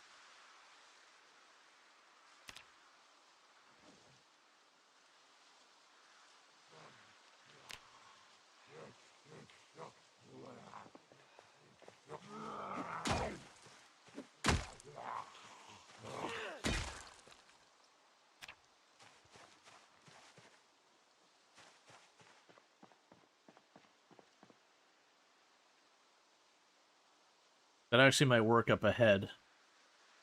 It mentions that there's a turn north. Because what we can do is we can circle back north.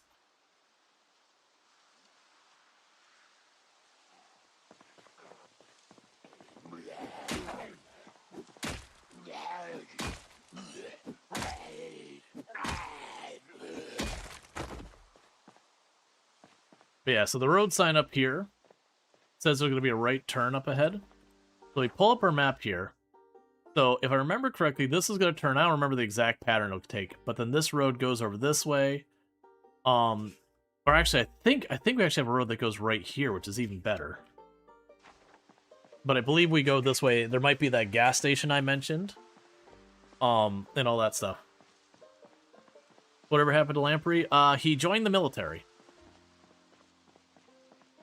And he's been doing the military thing.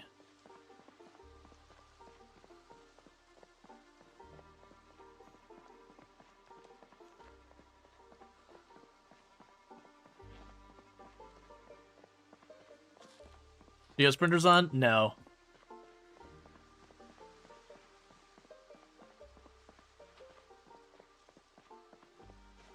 Yeah, all these angles are so much different than I remember.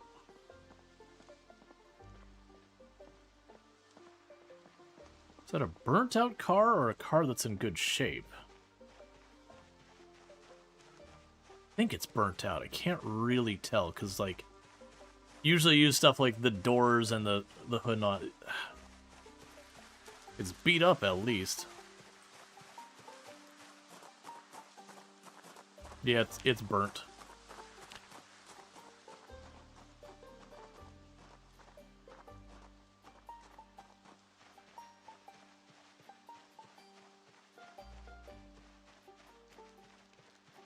Yeah, no, there's a lot of pros and cons. I know some people really like to... If you're looking for someone to survive long term, you're not going to really see sprinter gameplay very often, because they are a bit buggy, a bit arcadey. You could do stuff to make them manageable, but generally speaking, when it comes to like sprinters and all that, they're not consistent. It's like the same thing like having people who survive extreme long term on servers. You know, there's a lot of things they have to do, like basically be very averse to driving much, because on servers desync and driving get you killed. They honestly have to kind of fight alone a lot, or fight where, you know, you're playing with others but they're not really close to you, because again, stuff like desync will cause the occasional death and all that on servers. It's kind of the same thing with sprinters. There's just some times that they'll be all weird and they'll teleport around or desync or things like that that you gotta be careful of. The animations get glitchy. They have like... I've had where like the sprinter will kind of go over the fence and then get, you know, knocked down. And so it'll show as being on the other side of the fence from me, and then they'll grab me anyways because they're actually on my side of the fence because the animation glitched out. And that kind of stuff happens.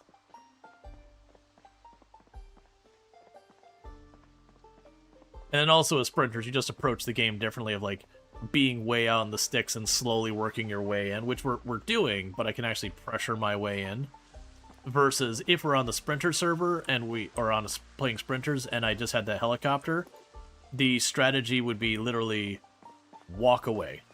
Like, just straight up walk away. We wouldn't have flipped back around towards town at all. We would have just gone north. That house is gone.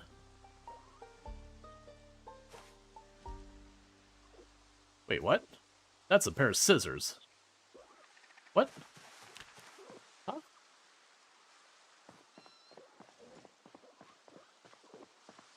Well, we found a makeshift fishing rod. It must have been, like, underneath that. Hey, Allison. Hope things are going for well. Crawlers are equally dangerous. Yeah, I hate... As much as I don't like sprinters, crawlers have definitely caused me more grief than sprinters have. Because, like, where the model is a horrible thing. The targeting priority with the crawlers gets all sorts of messy. Even down zombies, the targeting can get wild. You have to be very careful about it. And also, check out Allison Adventures, another fantastic content creator. Plays a lot of, like, RimWorld, Project Zomboid, Pal World, all these kind of games. So if you like your survival crafters of these kind of games, or RimWorld or whatever, you can find it all there. Definitely good times. It's incredible how far you can pan out when you pull up the map now. You picked up a Riverside spawn. After checking a flyer for the store in Muldrow, you thought for a second you spawned in Muldrow based on the proximity, map proximity. Yeah.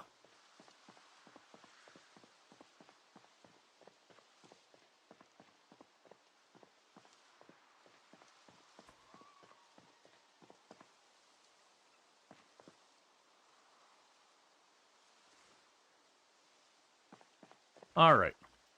So we checked the map. So like I said, this is going to go ahead and circle around right here. And that's where we're staying. So literally we're going to go and zip exactly where we're going. Map has lots more depth. You're having the portion of the update for sure. Yeah, no, and I saw your thing here where, like, you kind of lock in place and you go and turn, and it does not feel good. It definitely has to be an unintended change. I can't imagine they would do that. And if it's not an unintended change, you would imagine they would have some type of documentation. I've had a number of people who are like, maybe it's based on the nimble skill. It's like, I doubt it. But if it were, I would really want it to be mentioned somewhere here under, like, nimble, that, like, you know, it says something along the lines of, like, helps mobility or whatever. That kind of thing. You actually, it actually causes an error in the console too. Someone did respond to the bug report, and they just think they got forgot. Okay, so it is like,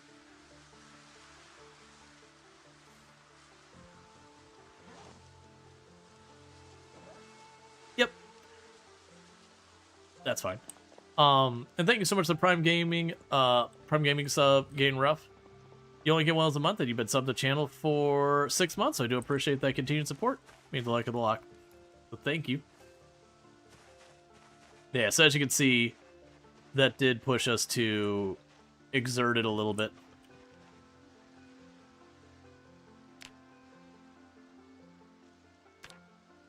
Alright, so we're already seeing straggler zombies out here. And that's probably just because of where I took the first part of the helicopter, because we don't have the radio to know when it was going to arrive. And it basically arrived, it pretty much arrived about as soon as it possibly could. Which I'm not unhappy with.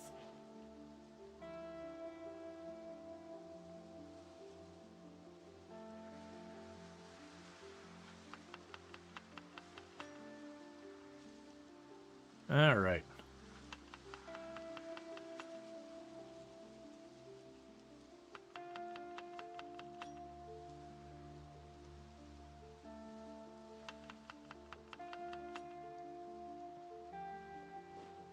Now I'm doing. Anything starting to get stale yet?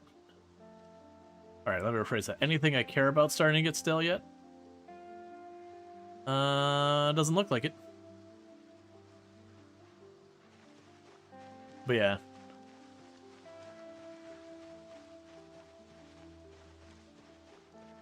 We did turn the zombies up to random.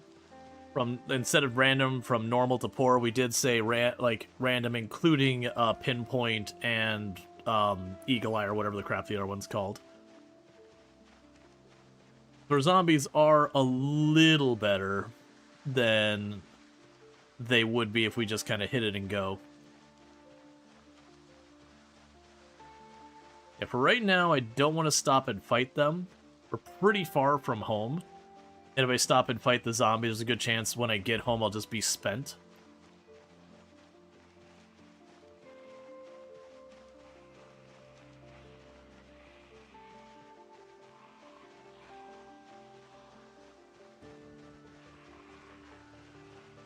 Alright, we're already running into them.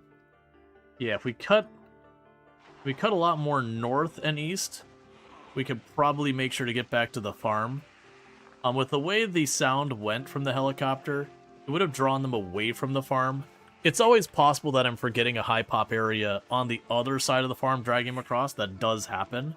I don't think so, though. I think north of there is when you start getting into some of these like random fields out by Riverside, to a bunch of the forested area that has next to nothing into it, but like way deep in there. I think they have like a radio tower or whatever. Because they're pretty far from like the country club and all that stuff. So we shouldn't have too much grief.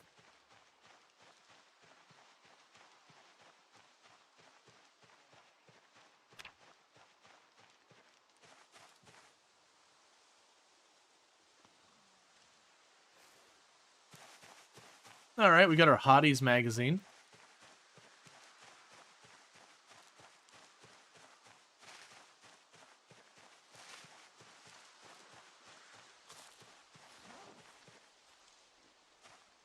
Alright, so our potatoes are going stale, so I'm just wolfing down the rest of it.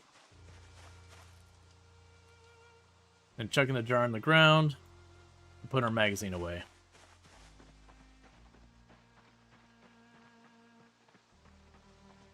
Let's see, it felt like you're going out on a stroll in Night City in Ohio, even though Project Zomboid is in Kentucky. Yeah. You'd love an end game where you successfully get to safety. Right, I know that's been an asked for thing, like, be able to find a cure, rebuild society, you know. That's fun. Random lakes in the middle of the field. But, you know, that kind of thing. The intent of the game is that, like, this is the end of days scenario. Yeah, no, I think going with the whole, the world is coming to an end, that kind of deal, is a very deliberate decision of the game. There are plenty of zombie games where you do, you know, cure the zombie plague, or you yourself get to like a tropical island where you're away from everything so you can be safe or whatever. But it is a whole thing, like the identity of this game is the fact that it is the end of the world. Like, that's just it. It's the end of the world. And this is you holding out for as long as you can. The actual telling of your character is like, you know, it is the end of days, there's no hope of survival, this is how you died. So, based on that, when you start the game, your character's already dead.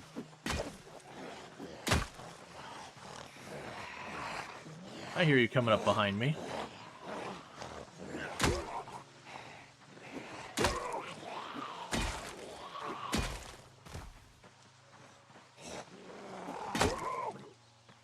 No, that's the thing. Me having multiple helicopters, that is not canon. In canon, between days, I think it's 6 and 7, or 6 and 8 or something like that, the helicopter will show up once. And then it never comes back. And then the idea is, if you look at all like the radio broadcasts and everything, the assumption is there was a news person that was talking to someone inside the exclusion zone, and eventually that person inside the exclusion zone stops responding for unspecified reasons. The assumption is they died. And then the helicopter happens, you know, within a couple days of that ending. And so once that's done, the helicopter never comes back. So the implication is the news reporter from the outside is violating the exclusion zone to try and figure out what the heck secret is being hidden.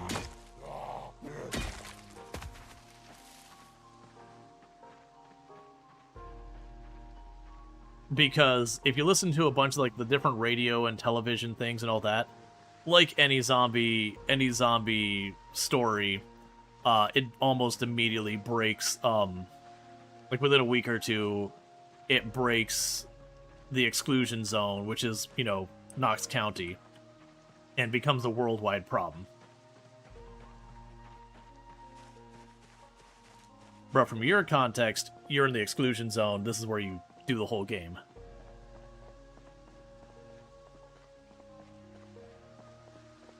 You aren't supposed to win. Defeat is the predetermined outcome of a story, but it hasn't been written in pages between waking up in a zombie and dying. Yep. Well, yeah, I can't remember what the official one. I want to say the official, and someone correct me if I'm wrong, the official, like, outbreak is I can't show you on the map because we don't have the map fully revealed, but over by West Point to the east of it, by Muldrow, it's like kind of between Muldrow and West Point, I want to say there's this big trailer area, and that they have, like, a green fog shows up one day, and basically kills just about everyone there, but they become zombies. And so, like, they never do fill in, it's like, this is what the green fog is. It's kind of left where there's a bunch of potential suspects to what caused the green fog, with no verification possible, so you can kind of make the story what you want. So, like, there's a thing about Spiffo using questionable materials and ingredients as one of the possible causes. There's a secret underground, like, military research area that could be one of the causes. You know, a bunch of stuff like that. So it's kind of left wide open that you can kind of make your own determination of, oh yeah, for me and my character's world, it was the military. Or, oh, hey, for me and my world, it was Spiffo, you know, or, you know, whoever.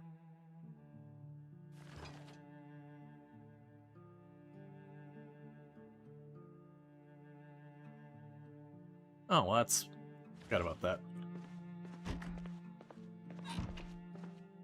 Let's see. They think the military used human meat Spiffo burgers to make super soldiers. This is the first time I've heard that one. But yeah, so you get the idea. But it is deliberately left open-ended, where there's a good, like, 4 or so, like, potential theories. I want to say there's one involving the Louisville University or whatever.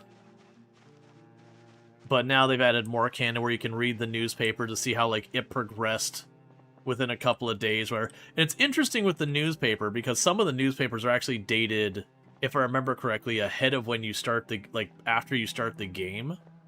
They'll start showing up. So the idea is there is more happening after you run into this part. But, like, it's happening in Louisville's, you know, downtown Louisville, where, let's be real, you're not surviving. So the good news is that helicopter went well. We took a little bit of a risky, dodgy play with it, but we went southwest with it, and it does seem like it has drawn most of the zombies away from this area. There's still definitely more of them, but it did drag them away. Now, it does mean there's some random place out there that's got a bunch of zombies that are slowly going to spread around and migrate and cause us grief later. But the assumption is by the time later comes, we'll be better equipped to deal with them. If only in stats.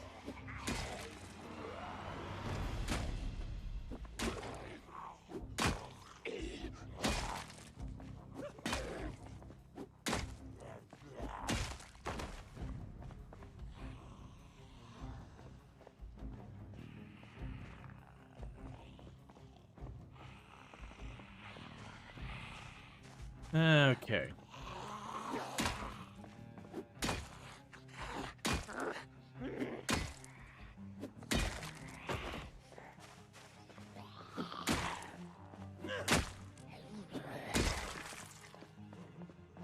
Okay, we're starting to move around a bunch. Let's back off so we don't keep pulling.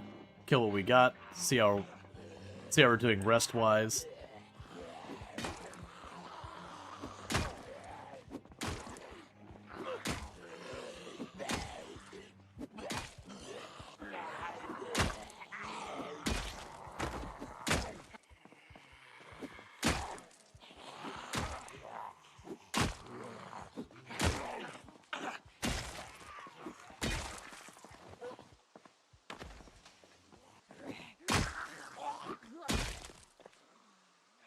Alright.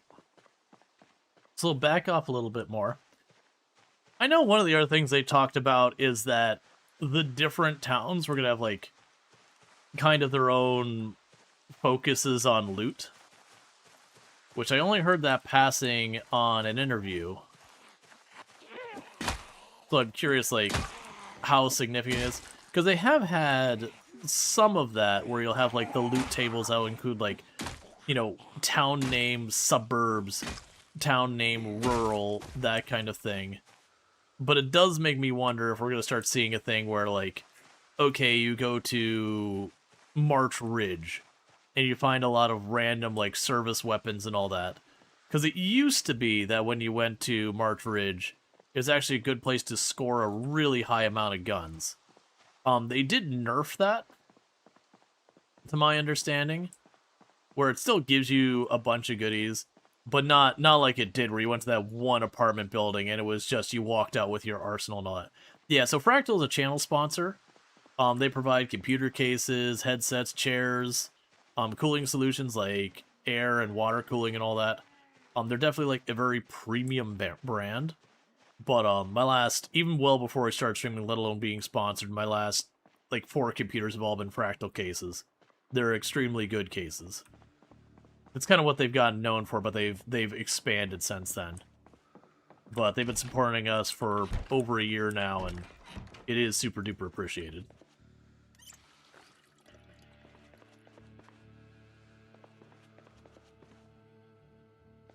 Let's see, you know they've upped the spawn rate of guns and ammo in general? Oh, interesting. Because it was a deliberate decision for the longest time to make guns and ammos a little bit scarce. To have you do a lot more of like the melee combat. Because it was one of those things of like if guns and that were super readily available, then it becomes just a run and gun kind of game. And yeah, it was a whole thing.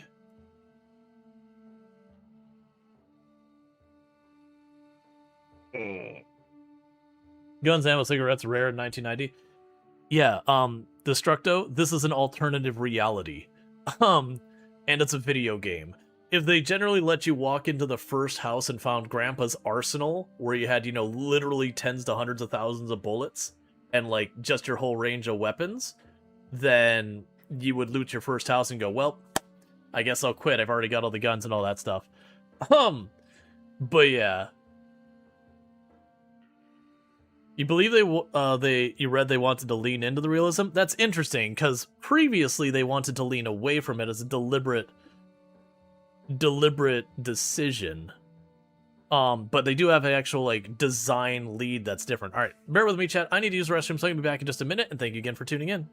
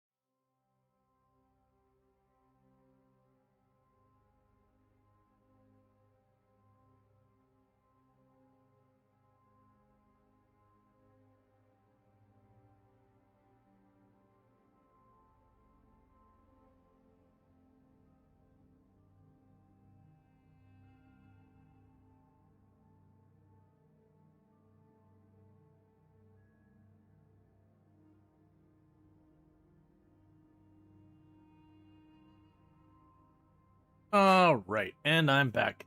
I have not played Death Stranding. I actually did pick it up with the intent of playing it at some point on stream. It hasn't happened yet, but I did pick it up with that intent. You love when video games do that? The lumber mill thing?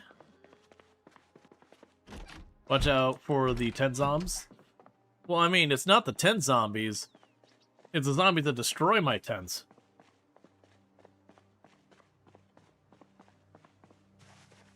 You just took the lumber mill, which is like 20 times your size, and just walked through the trees? Yep.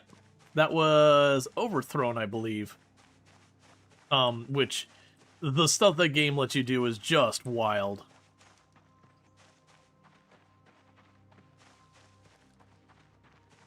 Yeah, I think it's called Overthrown, if memory serves me correct. It's not one of those ones that came out as, you know, early access and very promising, but like I haven't gone back to. It might be 1.0 by now.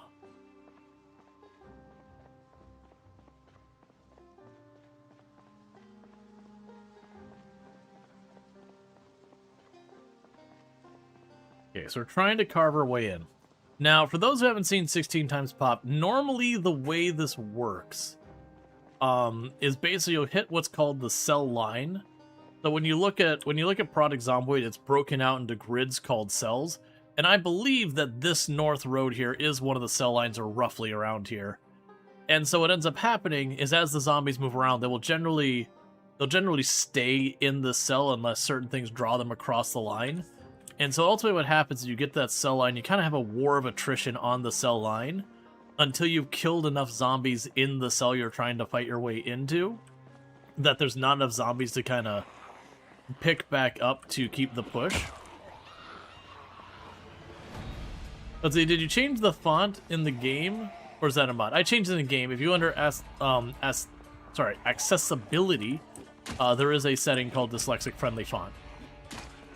And I can't remember if it's dyslexia or open dyslexia or which font it is.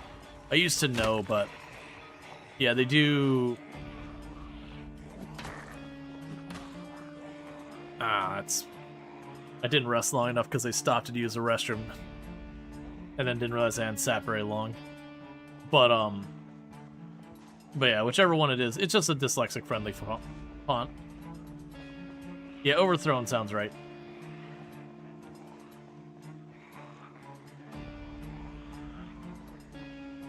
And so we keep backing off so that we don't make noise to draw those zombies in.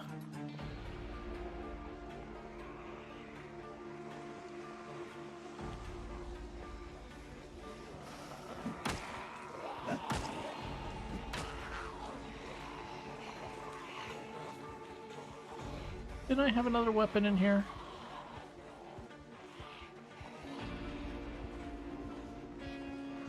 Because I believe... yeah, you don't get any XP for using that.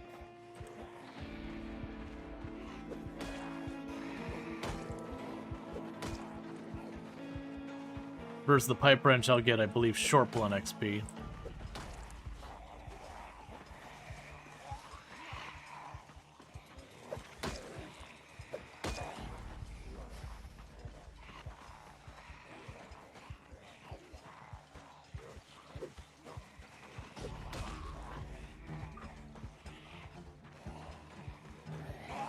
I overestimated the range on that, and I almost got nabbed for it.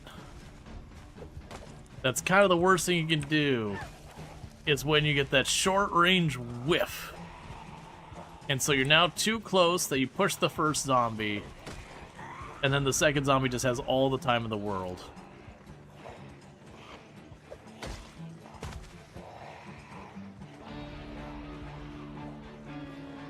It's much harder to gauge.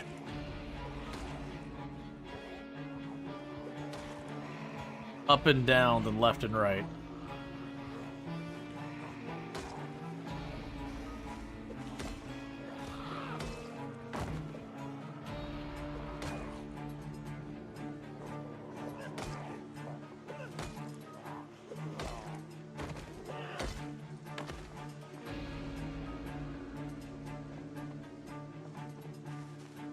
Okay.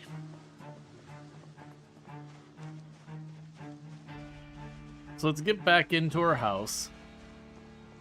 And properly rest up this time. It's a shame I don't have another book worth reading. Oh, I also have these tree branches.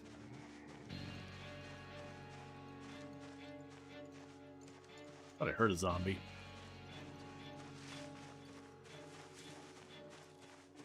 Yeah, no, like I said, Death Stranding's a game I've heard a lot of people speak very, very highly of. For me, my issue I ran into it was like when it came out, just all the marketing just showed a guy walking around. It's like I don't understand what the appeal of this is. And it's definitely one of those things that after I finally saw people play, like I didn't even realize there was vehicles in the game because almost all the marketing I saw was just the guy walking around everywhere. And so once you saw, it's like, oh, like there's a whole bunch of stuff in this game. You're like, why on earth did you market it the way you did? Very, very much in like why you'd play the game was a highly buried lead.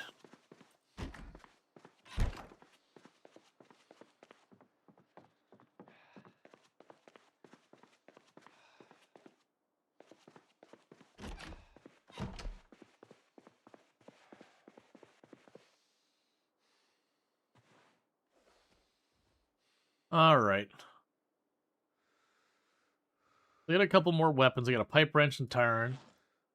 How is the run going? It's going good so far. Remain good progress, working our way towards Lake Fallis.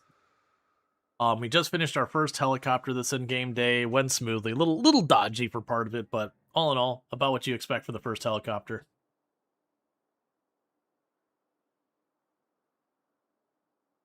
It got you to start exercising because you felt bad about playing a game about walking.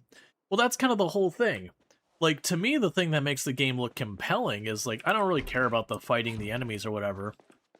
But the fact that you're, like, you know, trekking all this stuff, doing your deliveries. But, like, you're building infrastructure to get around between, you know, place to place. There's the vehicles and all that. And sure, there's the combat. I'm actually not too worried about that aspect of it. That's fine. But, like, sure, there's, like, the balancing the boxes on your back and all that, and seeing how far past reasonable you can stack them, and that, I can see the appeal for it. What is your plan to deal with food? The lake there, probably fish.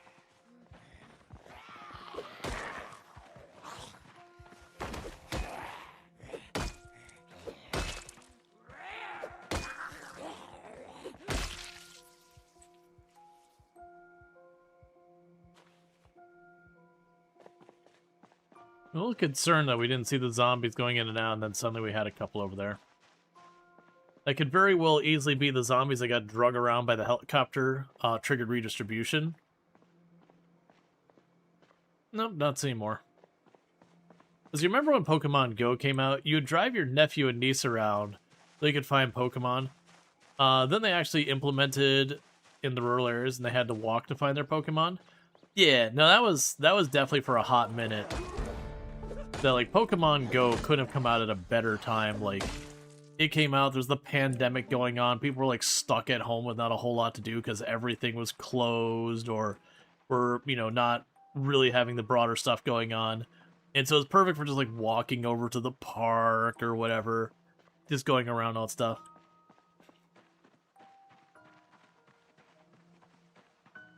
You spent your last run fishing, gotta admit, it got stressful. Oh, I don't find the fishing stressful. Like, once you get a couple points in fishing, the fishing can just be, like, ridiculous amounts of food. Unless they nerfed it and I missed that, which is very possible.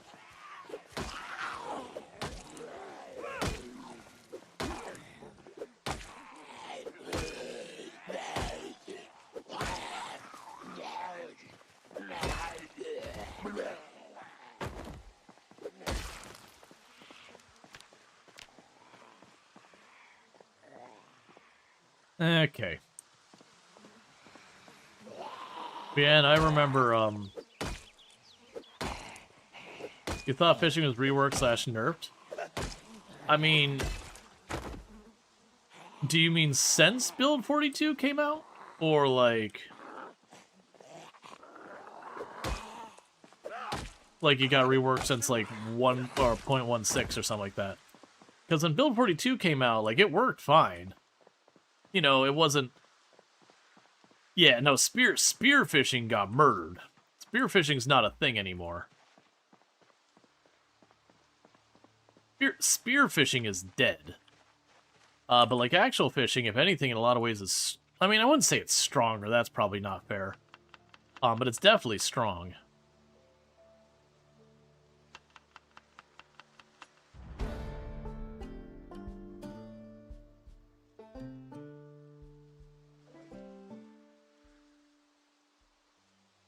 Alright, we gained a level in our cooking.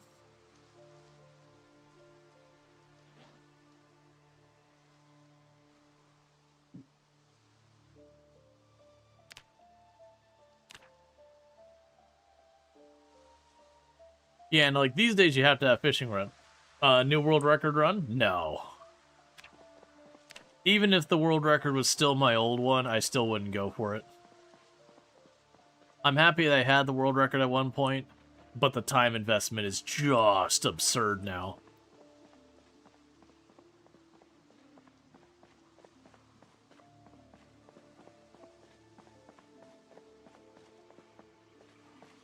Leveling cook was, basically makes it so you can use, like, rotten food to cook to get, like, a tiny bit of nutrition and a little bit of happiness and all that by having more ingredients.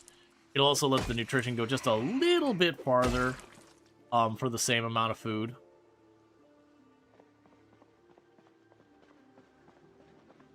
That no is so firm. Yeah. No, I've not humored it at all. It's like, yeah, here's... Let's see, people are still making new characters the rat race, but making their own adjustments to rules. Yeah. I think that's fine, though. Like, that's kind of one of the things that, you know, between a number of the people of us who either held records or were kind of in the running for it, that almost all of us were like, hey man, if you're not running mods like Burritos or whatever that just straight up gives you stuff that makes it easy to take down ridiculous numbers, then what your settings are not that relevant. If you want to max out your loot, don't care. Just genuinely don't care. That's not the hard part of the record runs. It's literally a marathon. After the beginning of the run, the loot is utterly irrelevant. Whether it's on none or max, it's just not going to make a difference. It is just an endurance thing.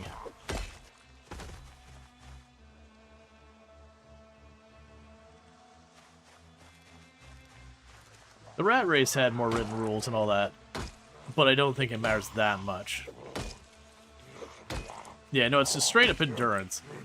Even, like, people are like, oh, but they made the zombies easier to kill. It's like, honestly, even that probably wouldn't make that big of a difference.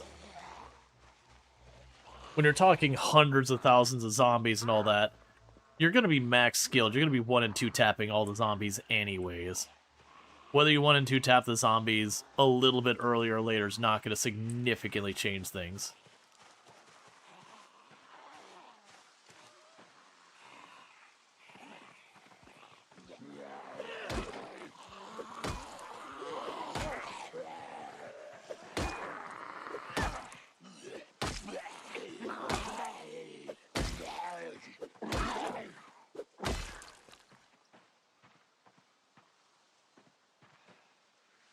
Alright, we really need to back off.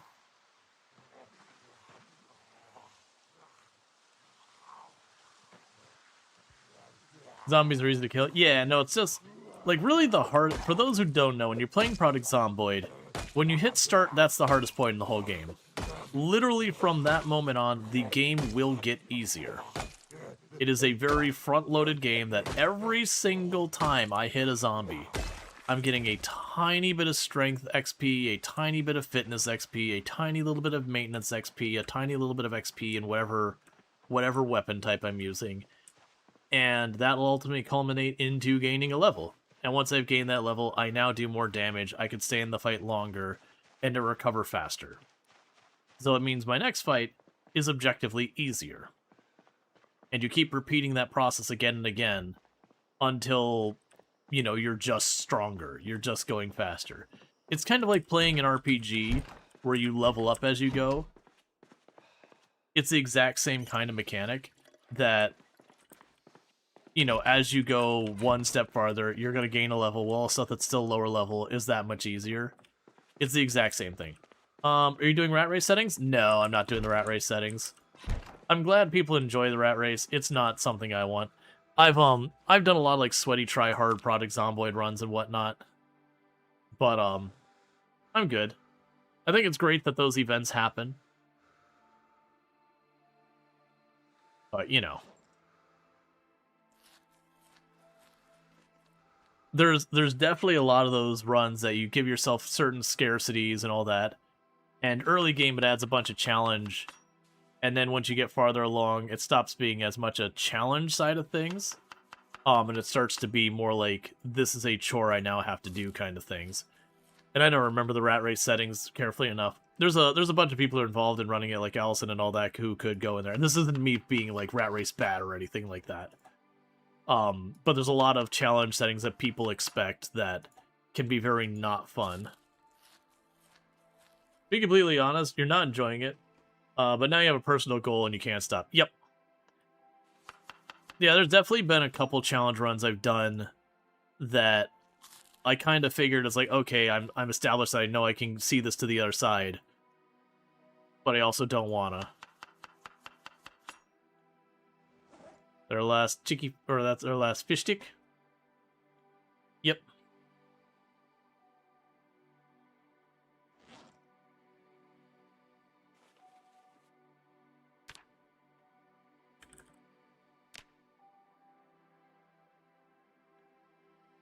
Okay.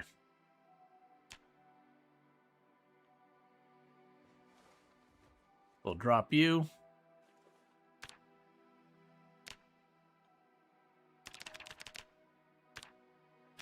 It's getting dark. Yes, today was a helicopter day. Let's just chill. Do our stuff. And say, would you say the text readability outweighs having to scroll down the list more? I prefer things to be readable.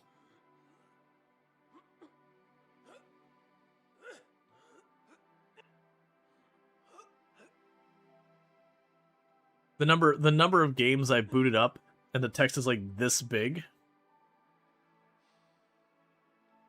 Hey Marcos, please, thank you so much for the Prime Gaming sub. That's 20 months you've been subbed to the channel, and I really do appreciate that continued support. They're so wrong, you're doing exercises through the wall. Yep.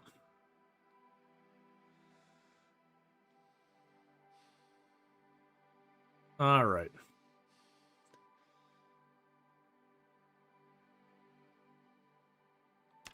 Okay, so let's go ahead and grab her bag, put that on. And to sleep.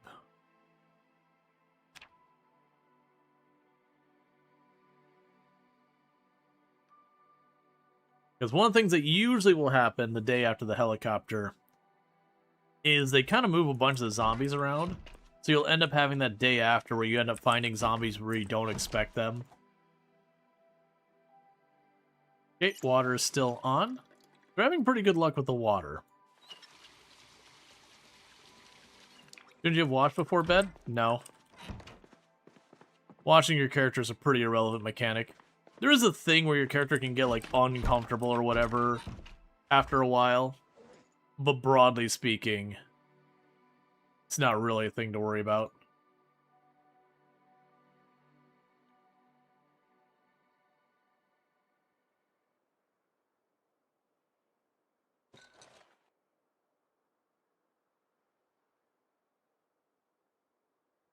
Okay, so I want to do...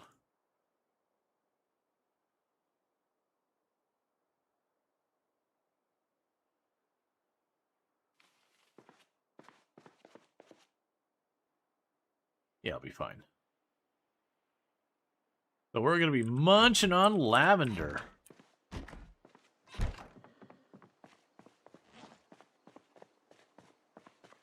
Sorry if you asked something that's already been answered. It's the middle of the day here. Oh no, you're good.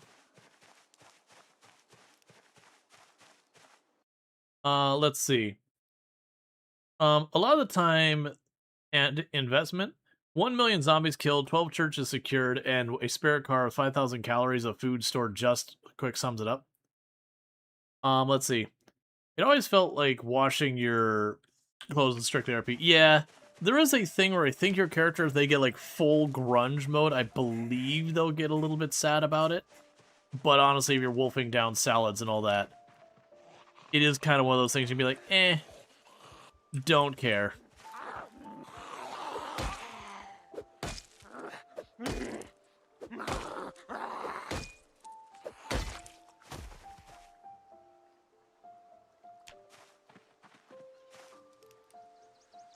Broken stick, glasses, and what do we have down here? Like worm or something? Yeah, cricket.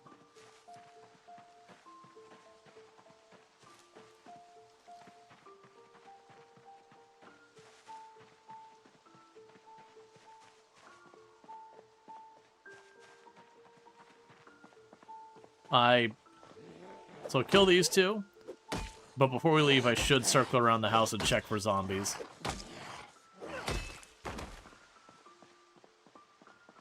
That's fine. Let's check for zombies by the house. We did have a helicopter yesterday in-game. That does have a tendency to shuffle zombies around a lot and can very much put them where you don't expect them. So just taking a quick minute to do a quick lap around the house, make sure there's not a bunch of zombies in the backyard or whatever would be a good idea.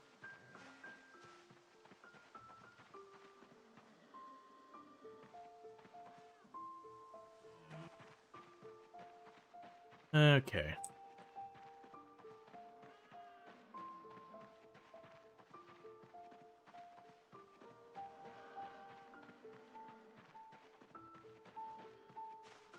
There we go. That's a perfect example of where we don't want a zombie, is like right literally at our house.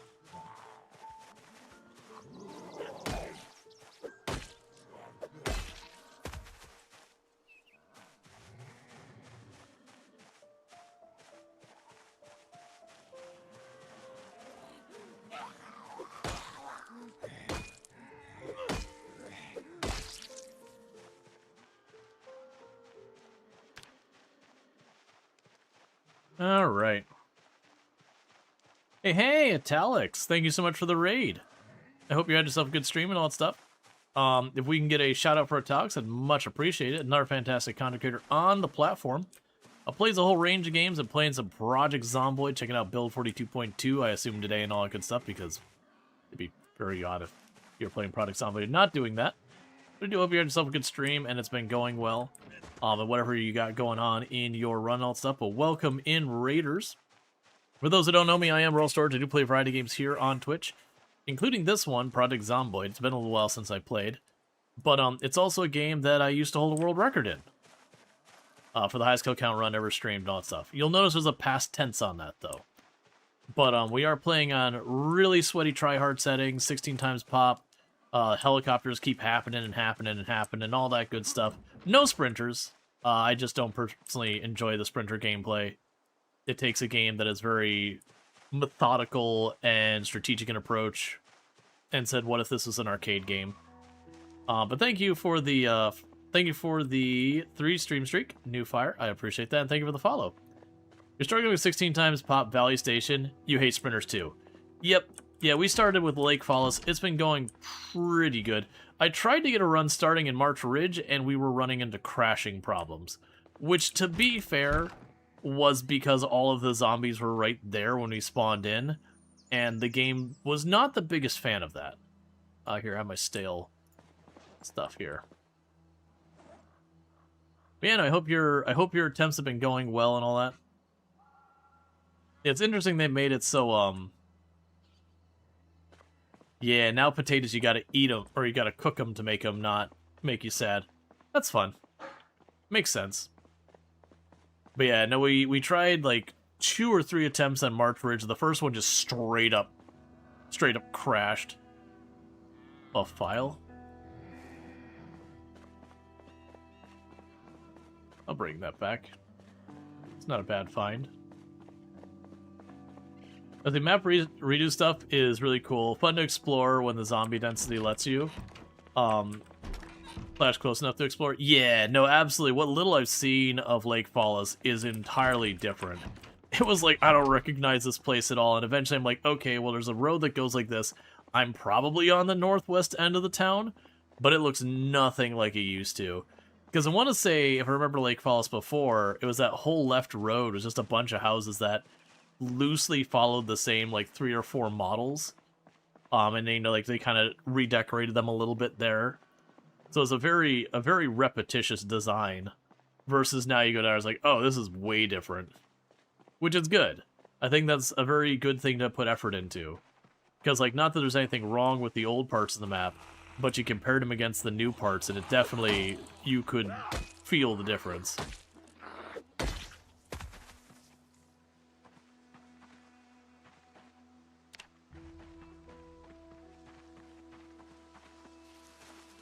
But yeah, so we're early game, pushing around, making stuff happen. But yeah, like, this is Lake Falls down here. We got bullied out immediately. Ooh, what do you got on your back? Is that a regular backpack or is that a hiking backpack? Looks like it might be a regular. Yeah, it's a regular.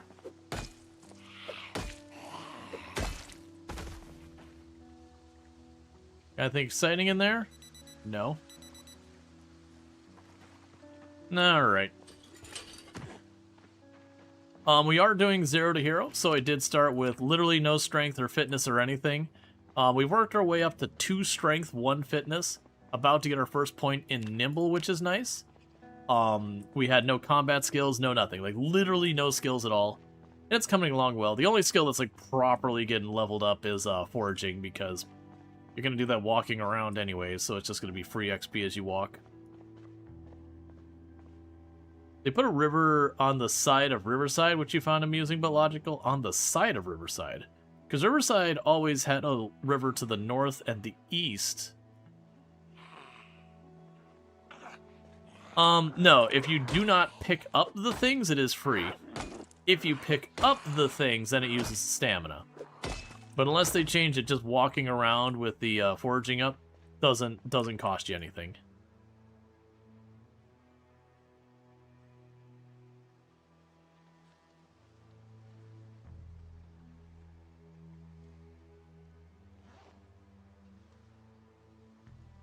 Okay, no more salads.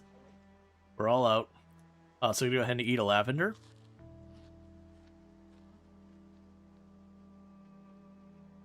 Then we can chase that lavender with a lavender. Look, man, there was a lot of lavender that was growing outside my house. The house I walked into, I guess. So I picked it all. We have like something like 80 or 90 lavender.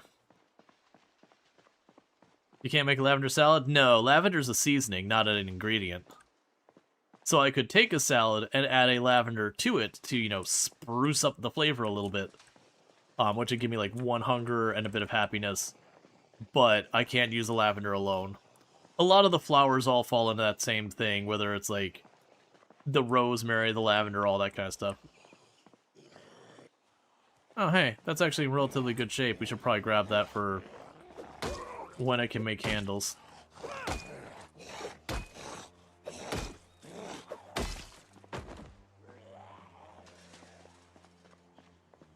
Okay, but we're just basically bonking zombies, one after the other, trying to work our way into Lake Falls.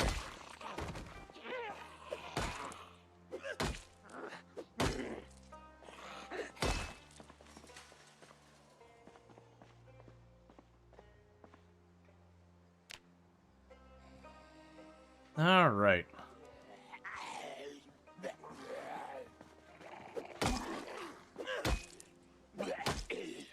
Will that lavender at least your house will smell nice?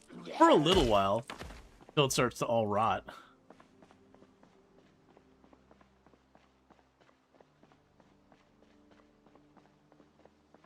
Yeah, let's just scooch a little ways over this way to try and get away from the worst of the bodies.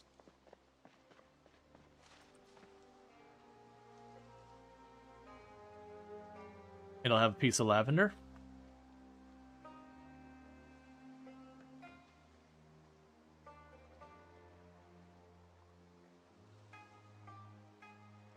Okay.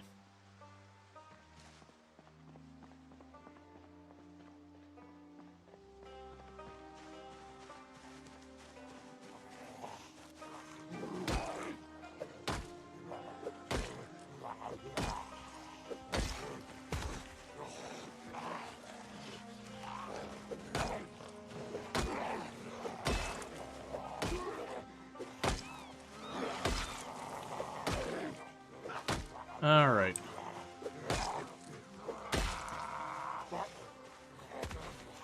Yeah, that's dangerous.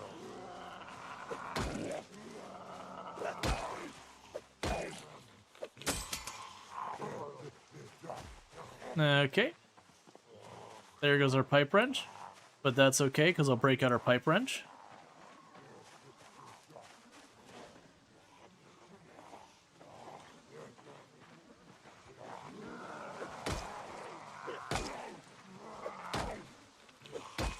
Alright.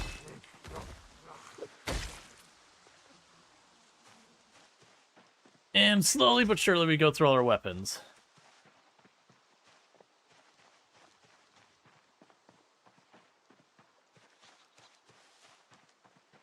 We haven't gotten to the point of crafting weapons yet. We'll get there. Because as you can probably notice, we haven't made it into town. Do the zombies still wander into cells that aren't populated with them? Yes, so there's a lot of things that lead zombies to moving around. A lot of it's you as the player. You drive your car by, the zombies move. You walk by, the zombies move. You shout, the zombies move. So you've got all that stuff. As you come and go, you end up disturbing the zombies a lot more than you would necessarily expect. But then on top of that, you also have stuff like meta events, where you hear the person scream out in the distance, the gunshot, all that. That'll end up moving the zombies across the different areas of the map a lot on their own, just kind of stir the pot. Then you got the helicopter, which is the more extreme one, which moves the zombies on a lot of the map all over the place. But then even on top of that, you've also got migration and redistribution, which are two separate mechanics that do similar things. One of those goes, okay, this cell over here should have roughly this number of zombies, and that cell over there should have roughly that number of zombies. And it kind of takes into consideration, like, oh, you have half as many zombies as you're supposed to, and this one has a quarter. Okay, move some of that half over to the one that's only got a quarter to balance it out to, like, maybe somewhere around a third on each of them. It's not exact, like, it doesn't, like, perfectly do the math. It's got a lot of fudgery around it. And then with redistribution within a part of the grid, or with distribution with part of the grid, the zombies will try and, like, fill in the gaps on the map. Like, so if I go into Lake Fallis and I'm in that cell and I clear out one building but I leave the rest of the tile occupied, the zombies will have a tendency to go over and try and fill in that gap. Where am I right now? I'm just on the northern edge of Lake Fallis.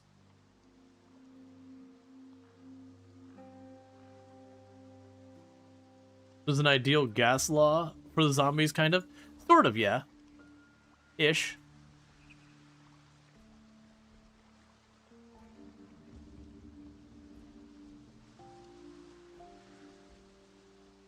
We could dry the lavender petals on a drying rack. Well, that's fine.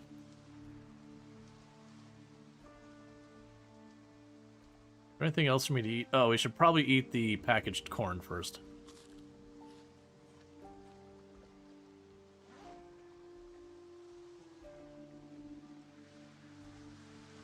But yeah, no, there's definitely a thing like that. But thank you, I appreciate it. Very happy about this shirt. Got it in the Netherlands. Of all places. A flamingo shirt in the Netherlands because the airline lost my luggage and I needed clothes, so we just went to the local store, and it was weird going to the Netherlands and walking into their, like, local clothing store and them having shirts for, like, Georgia peaches. Which I was like, I live in Florida, and I'm not gonna find a shirt about Georgia peaches. Maybe if I'm, like, way up in the Panhandle or something, like Jacksonville on the one side, or I don't remember who's over in the far west. Like Pensacola. But, yeah, it's one of those things I'm like, why am I finding this in the Netherlands? Remember your last 16 times pop run? Didn't that dispersion end up pushing you out of the base and getting you killed? Oh, if you're talking about, like, the one, like, right by the, like, not my last one, but the big one I did right after Build 42 dropped in Unstable. Yeah, no, we went over to, was it Irvington? And yeah, it's very close to Irvington. A big part of that one, though, was when you're playing on 16 times pop and you're by one of the major population centers, like any of the major cities, it becomes a thing that these zombies, there's just too many of them to fit in an area, that they end up kind of pushing out. And it becomes a problem in its own right. That they'll kind of slowly push out and overtake you. Because yeah, I was between Irvington and the Speedway, both which have a ridiculously high pop. And it was just one of those things between all the helicopters going on and meta events, because it's kind of centralized around that spot. It was kind of like the zombies got past me. It's almost like just this noose closing in, that as more and more things happened, it just squeezed down more onto the area I was at. Oh, sorry, if you posted a link, Server Lord, the links will get eaten by the bot. Well, eaten by Twitch, not even the bot. But yeah, it was one of those things. I kept doing more and more helicopters in the area, and it got to the point where it's like, okay, I've got no choice but to try and break out of here, because, like, we're one helicopter away from the whole thing closing in.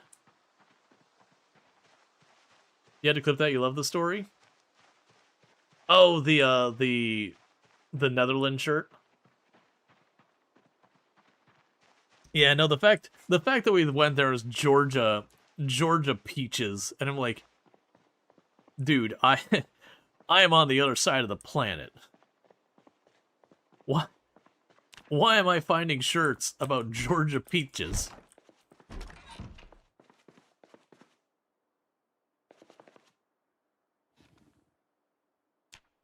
All right. No, so it's a setting to suppress links, and generally that is kind of a thing that most creators tend to do. And a big reason why a lot of the time you do that is because you have bots that pop in and they'll post nefarious links and all sorts of stuff, and it just gobbles them up. I believe, like, you know, I think it's VIPs and mods and all that can post links, but outside of that, it's just a thing that unfortunately there's just so many bots. Those peaches are famous, I guess.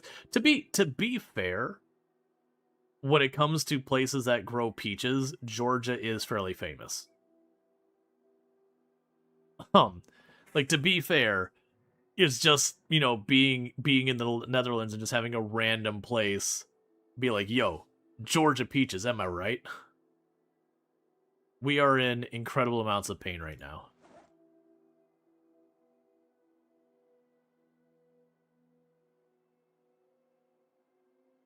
Clearly, we'll be able to get through this by eating some raw lavender.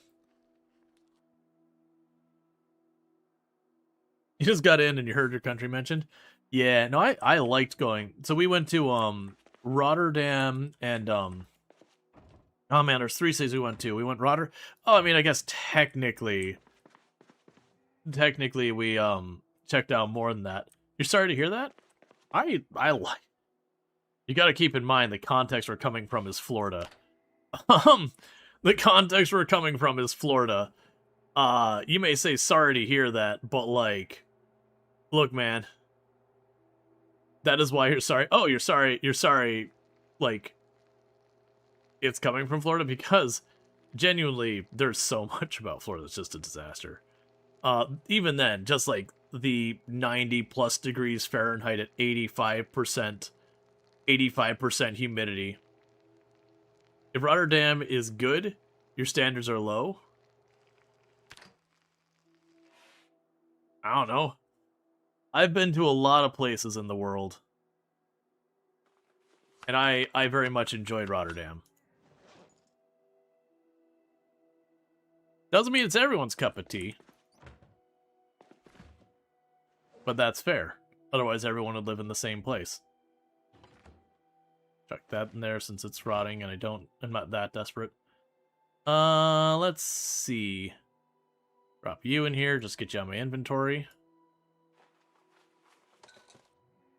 You'd say the same about Amsterdam. Yeah, I didn't get to check out much of Amsterdam because we basically went there just to get on a plane. It was a whole thing. Yeah, no, don't get me wrong. We also went to, oh man, why am I blanking on the city name?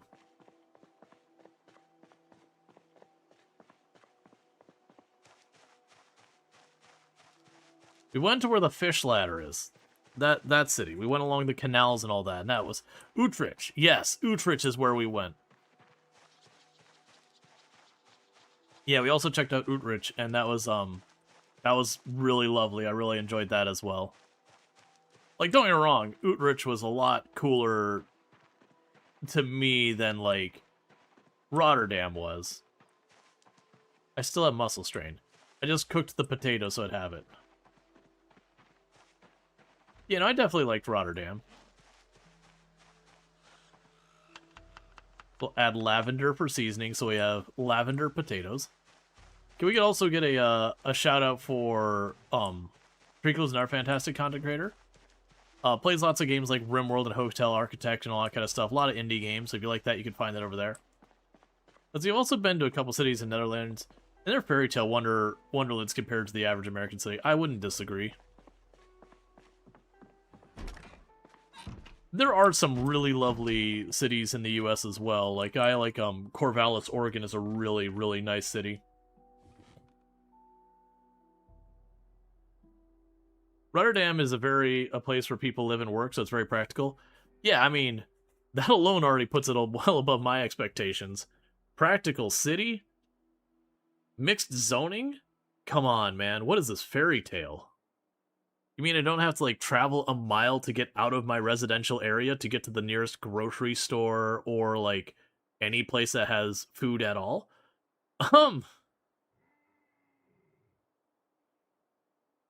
Oh, you were born in Utrecht.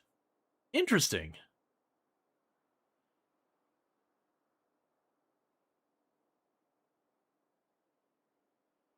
You with Lampingat? Yeah. Nah, like, so much of the US is just, like, big city, then suburbia, then, like, you're living in the woods. Or you're, like, living in an endless plain of a farm. And there, again, there are some cool cities. Like, I'm not trying to just crap on it. Like I said, Corvallis, Oregon is pretty fun. I know there's a lot of people who don't like Portland, Oregon. Portland, Oregon is definitely its own wild thing. And thank you for the follow. Welcome to the stream. Like, don't get me wrong, it's a city. It's what you expect. It's a city. But, like, it's got its own, like, wild vibe going on.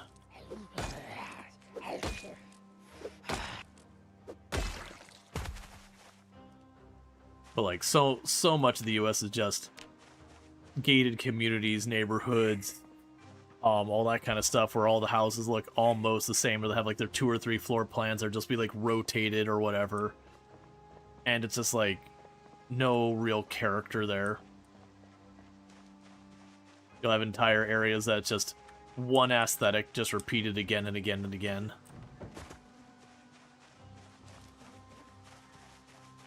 Yep.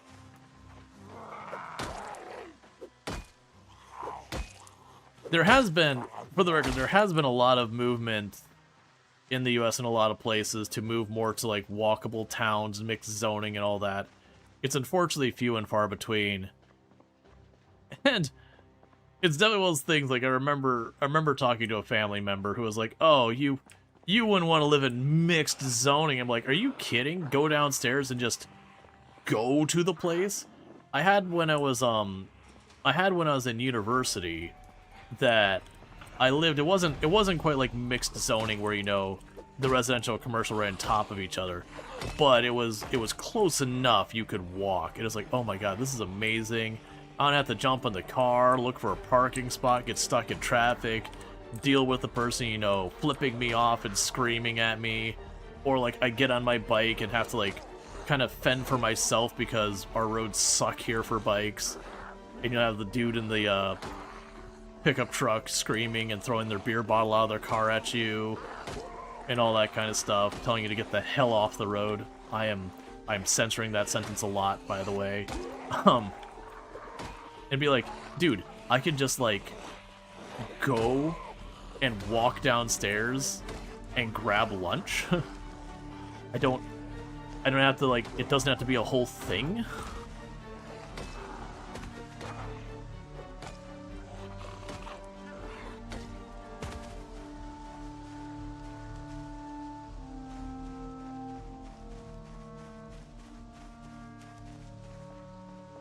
Cookie cutter houses, we call those neighborhoods. Yep, they're everywhere in Florida. Your fridge is the supermarket, basically. Yeah, no, that's the one I remember from visiting family friends in Germany.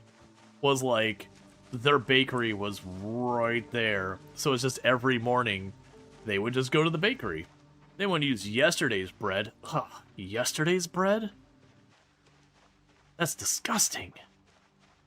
Gotta get it fresh every morning.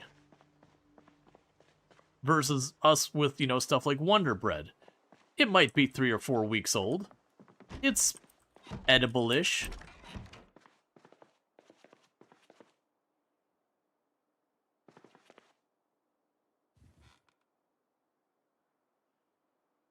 Let's see, cities built for people instead of cars, can only dream.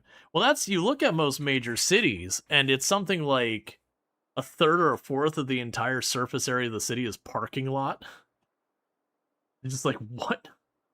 And there's ways they work around it where they have, like, the parking in the bottom of the building and yada yada yada to, like, mitigate that. But that's kind of more modern things.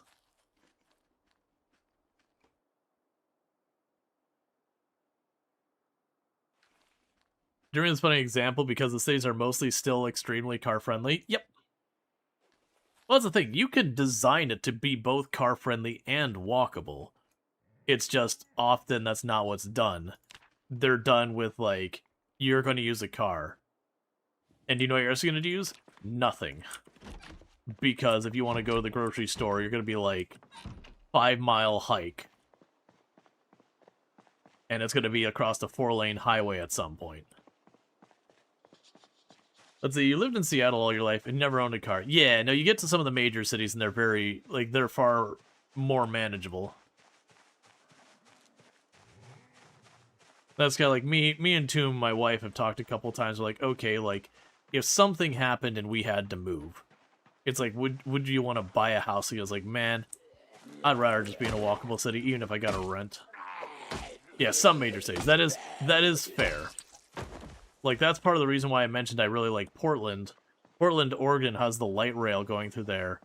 And I remember going there. I've been there a number of times, and every time I get on the light rail, I get just a little bit more jaded and just a little bit more bitter that I'm going to have to go back home, where our only public transportation is the bus system that doesn't work well. Let's see, the Netherlands is getting more and more car unfriendly. And you find it somewhat problematic because the big cities, you get it, but now the small towns are starting to copy it, and well, there you need to wait 30 minutes for the bus and traffic is a non-issue. So why try to ban cars now? I couldn't speak on that. Because we're on the opposite end of the spectrum of all that. Like literally, to give you an idea, for a while I was actually riding my bicycle to work. It was like 2 miles or something like that between me and the office. But it was a relatively decent bike ride. There was a couple relatively low-speed roads that were, wide enough that it wasn't that big a deal. Because we don't have much in the way of bike infrastructure. And I would do that for everything but, like, the hottest months of the summer because it's Florida.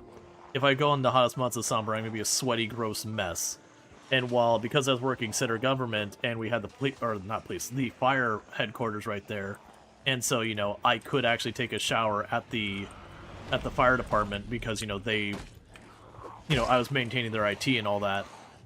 Even then, I still didn't want to do that during the summer. It was just freaking hot. But the rest of the year, I'd ride my bicycle there. I had a perfectly working car and all that, but it was actually faster. Hey, Nimble One. It was actually faster for me to ride my bicycle just because of the nature of how the route went with cars. They had a lot more lights that they could potentially have to stop for, while I could go on the far lane where there was no off-road going to that side, and therefore the light didn't matter. There was no point of conflict there. And so quite often the bicycle was legitimately just faster.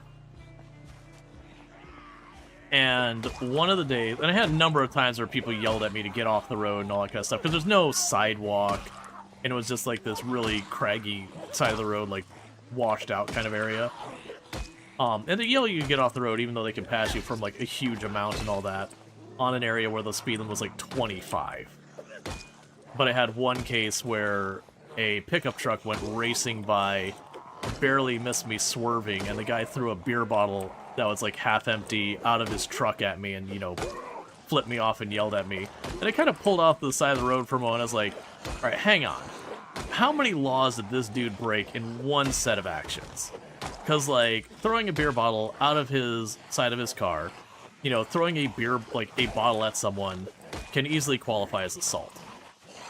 On the top of that, it was an open beer bottle, half drunk, from the cabin of his truck, which means he was certainly drinking and driving, which is a big no-no here in the U.S.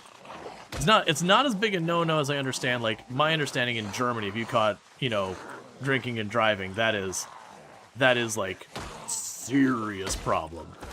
But it is a huge issue here. And on top of that, he was like crossing over a double line, reckless driving, yada yada, speeding. Like, it's definitely one of those ones you just kind of looked at as like, dude, this guy in the course of just a couple of minutes managed to commit multiple felonies, misdemeanors, and like traffic violations, all because of a mild impatience that he was on a 25-mile-per-hour road, and wanted to go like 35, which he could have easily passed without doing any of the other actions. Which, for the record, I was probably speeding on that bike. Because that was a race bike and everything, and I could get that thing going pretty quick. I can't say for sure because I didn't have a speedometer on my bike, but still.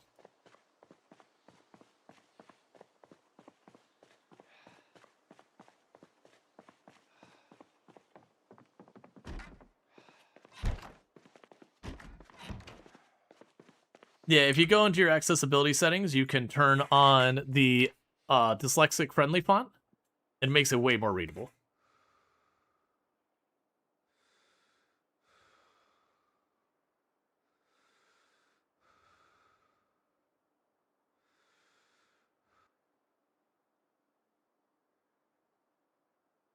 So you've been pulled over by the cops for going 60 kilometers on a bike at a 50. You got away with it because it was non-electric and no speedometer. Yeah. So yeah, a lot of the bike racers go faster than an e-bike can. Yeah.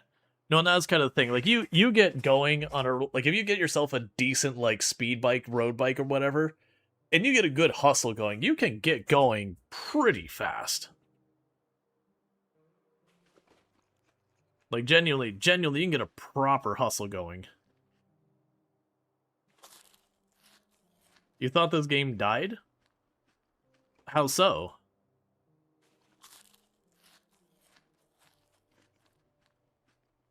Like, just because the game isn't, like, super popular in any given moment doesn't mean it just suddenly vanishes into the ether.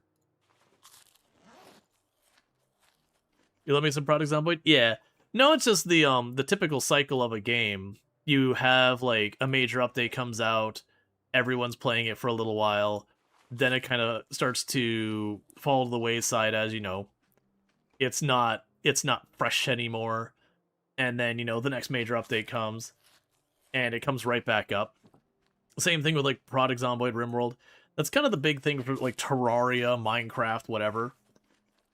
Versus games that, you know, you pop in and they don't update past that. Those are the ones that kind of fall off, and even some of those go around.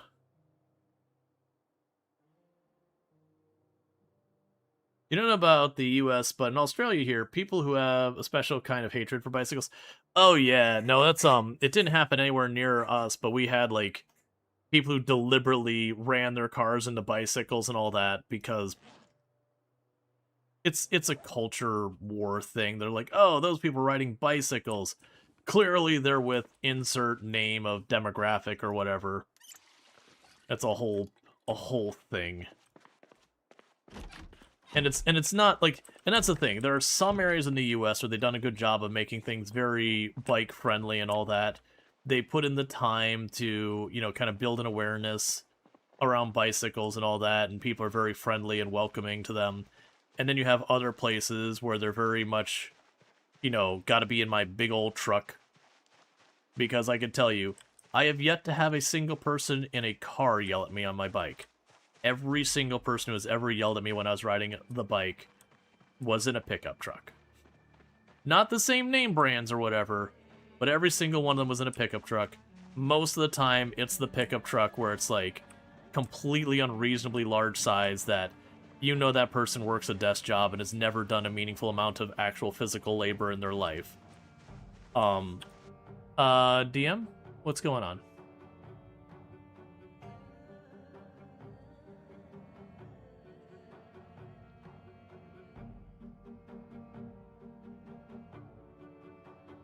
No, Luxray.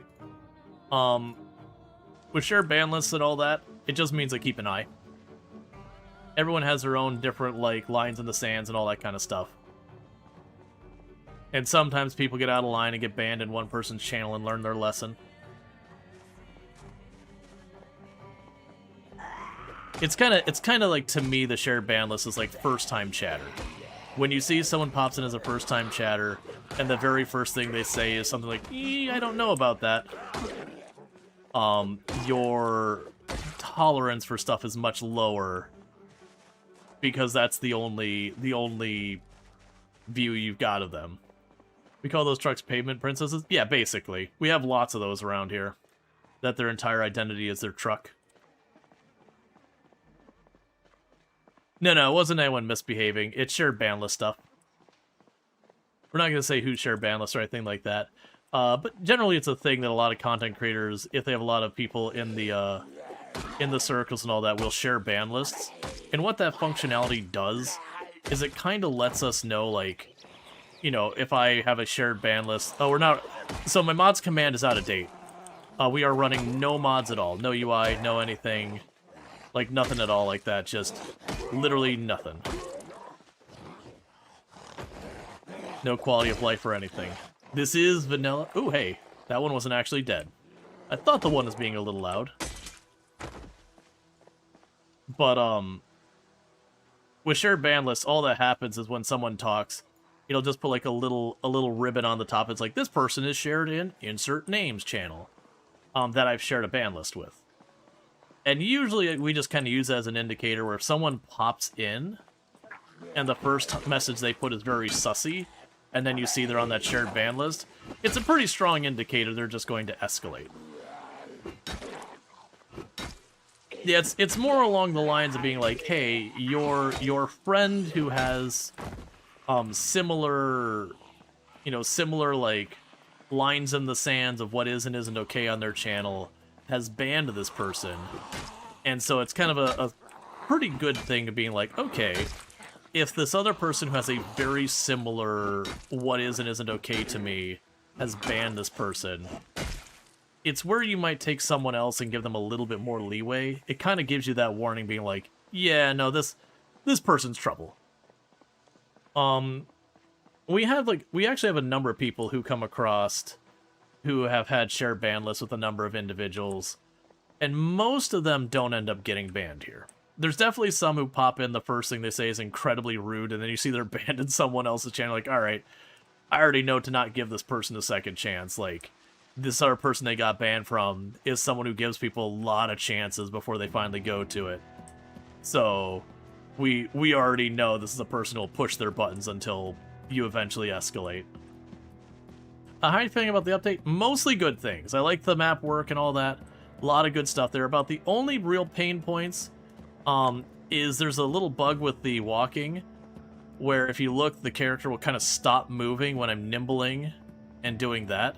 That's probably the biggest pain point right now. I haven't gotten got by that yet, but it definitely feels like super dodgy. And also check out Penny Meowie, another fantastic content creator who I imagine is probably going to be playing some Project Zomboid and all that to check the update out and all that good stuff. Let's see. You wonder if you're on one of the ban lists that you can't remember ever being banned? Yeah, it's also like a whole thing. It's like, you've been banned once in Lamprey's stream. It was for trivial reasons, but it's in the past. Yeah, well, that's kind of the thing. Like, there's a couple creators who I know they ban over stuff that I would not reasonably ban someone for. And so I won't share a ban list with them because, like, what? Like, we all have different things that we like, where it's like, this is the line too far and all that. And so there's some things I am okay, but some things that's not okay with someone else. But then there's individuals who are just not really on the same vibe of what is a bannable thing. And so in that case, it's even if we're like best buds or whatever on Twitch, it's not a good person for me to share a ban list with. Yeah, let's not bring up other channel names or like say anything negative about others.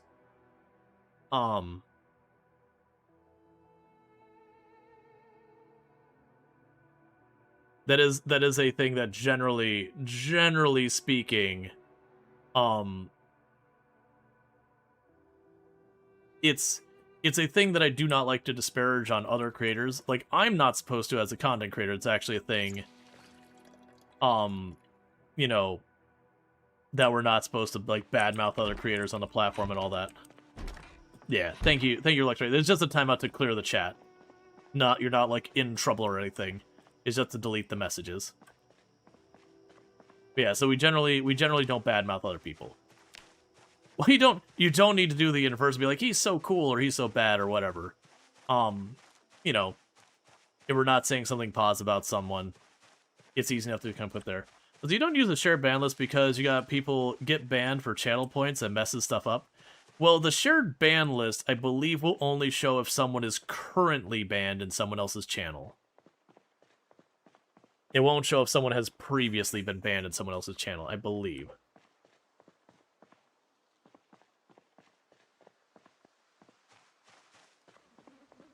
And that's actually... It's honestly a thing that you shouldn't pun ban people as well. If people get banned enough, they can end up showing up as, They can end up showing as, suspicious user. So that when you pop into someone's channel, whether or not they're on the ban list or whatever, if you've gotten yourself banned in enough channels, when you pop in here, it'll be like, suspicious user! And again, suspicious user doesn't mean I'm doing a skip to, like, timing out or banning or whatever.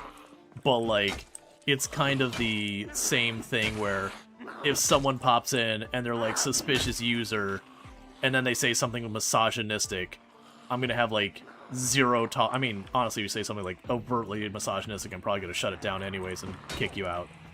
But if someone says something that's kind of borderline, you're like, I don't know. Like, it's not oh so overt that it's like, or whatever. Do you pop a suspicious user? No. Usually you gotta get a lot of bans before you start showing up as a suspicious user. It's one of those things, though, suspicious user doesn't have a hard, fast rule that's like, oh, you gotta be banned from 10 channels. It's like a lot more, like, calculated kind of thing, where how many channels are you active in, how many of those channels have banned you. Like, there's the whole formula on it.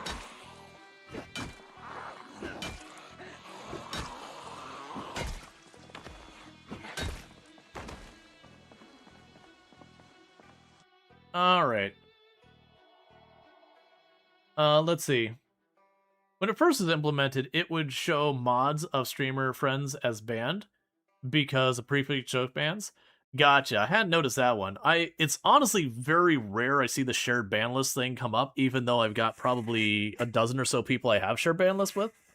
And there's like two names that come up frequently enough, and one of those, she just deals with a lot of crappy people. So she has a disproportional amount of moderation she has to do. Your cat agrees that Rual should be canceled for not giving her treats and scritches. That's fair. Let's see. Someone you were friends with became butthurt that I was growing more than she was, and she was telling people about how she'd hate to watch your channel, have dreams about me. She banned you. It is now senior in a big stream team. So you've been banned by a ton of streamers you don't know why and never met. You stop using shared ban lists because you just can't trust the quality of the data that might innocently be passing someone along with personal vendetta. Yeah, no, I could see that. Um, it's definitely one of those things like with the shared ban lists and how I personally use them. Someone showing up on a shared ban list isn't going to be someone I like automatically escalate to immediately banning unless I happen to be in their stream watching this go down and be like, oh, this person is not welcome in my community. And I've absolutely done that. I've absolutely hopped into like one of my friends' channels, I'm lurking, and the person is just absolutely being completely unreasonable and just awful. And you're like, all right, well, this person's playing the same games I play. They're going to end up in my community most likely. I'll just go ahead and get rid of that. You don't have that? Oh, I probably need to just make a command. Yeah, you do that all the time. Oh yeah, no, if I see someone and they're being like super duper gross or whatever in someone else's community to a point they end up catching a ban or whatever. Even sometimes like there's times I'll be hanging out on someone else's channel and they'll put up with a lot more that I'm willing to put up with. And there's definitely a point where like, look, man, like this person is so far past okay. Like I want to make sure they don't show up here. All right, Dev. Yep. You can't stop thinking about the Steam frame for what it's released. I have no idea what that is. All right, good night, Dev. You've had the opposite. You had a streamer raid you once years ago, and their chat was amazing, but the streamer was super toxic. It happens. Let's say you don't think you've ever been banned before on Twitch, but if you found out you had, and it was on a shared ban list, you'd be pretty upset, honestly. Well, to be fair, the shared ban list, it isn't something like say someone in chat, Senji Cookie says something like, "Oh, screw this guy," and I ban them. The shared ban list doesn't mean I then explicitly go over and be like, "Hey, other friends, here's my list. I've added Cookie to it." It's just if someone is banned in my channel, it will show them that they are banned in my channel. And when I say recent, we're talking like the last year or so. One of the recent changes as well is that you can add a note to it. And you'd be like, hey man, this person is banned in my channel because like they use racial slurs, or this person is banned in their channel because I asked them to stop backseating me like 3 times and eventually I had to escalate to banning them, or this person's banned in my channel because they wouldn't stop talking about, some controversial topic or whatever. Does it show if someone was banned for a joke then unbanned really quickly? Well, that's my understanding, is if you were unbanned, you will not show up on the ban list. It's only if you are actively banned in that moment. That might not have always been true, but generally speaking, the only people I've ever had show up in the shared ban list were, at that moment, banned in those other channels. Because to be fair, most of the time when you get banned, and it's not just a joke, you're just going to stay banned. For the record, if you do have creators who are banning people as a joke, I highly recommend you suggest they don't do that, because you will eventually show up as a suspicious user on Twitch, which will show up for everyone on the platform. Pretty sure will show up as banned even if they unbanned? No, because otherwise Drongo, every time Drongo popped in here, he would show up as banned. Pretty much everyone in that friend group just about would show up as banned because of someone joke banning each other at some point or another.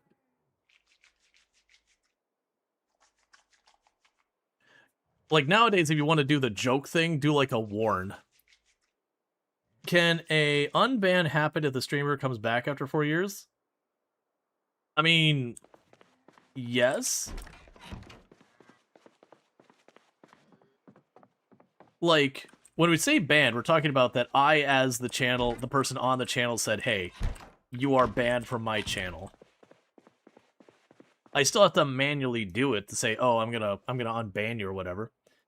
Someone you raid out to regularly point redeem ban for a day? Yeah. I mean, I don't know which person it is off the top of my head, but it is probably something they shouldn't be doing anymore. Timing out's fine. Timing out for a day is totally fine. Doing the warning thing where we can do a thing now on Twitch where if like someone's getting out of line, and I actually should do this more, that I can put a warning that what'll happen is on your end, it'll pop up, be like, hey, just so you know, we're asking you to not do this, and you have to accept it to be allowed to talk in chat anymore. Let's see, you've run into some generally unsavory people on Twitch. You can definitely see the appeal. Yeah. The big thing is if you're going to share a ban list with someone, you should share a ban list with someone who has similar moderation stances as you. Don't just be like, that person's my friend, I'm gonna share a ban list with them. And all that stuff. But 4 years ago, I don't think they were connected ban lists.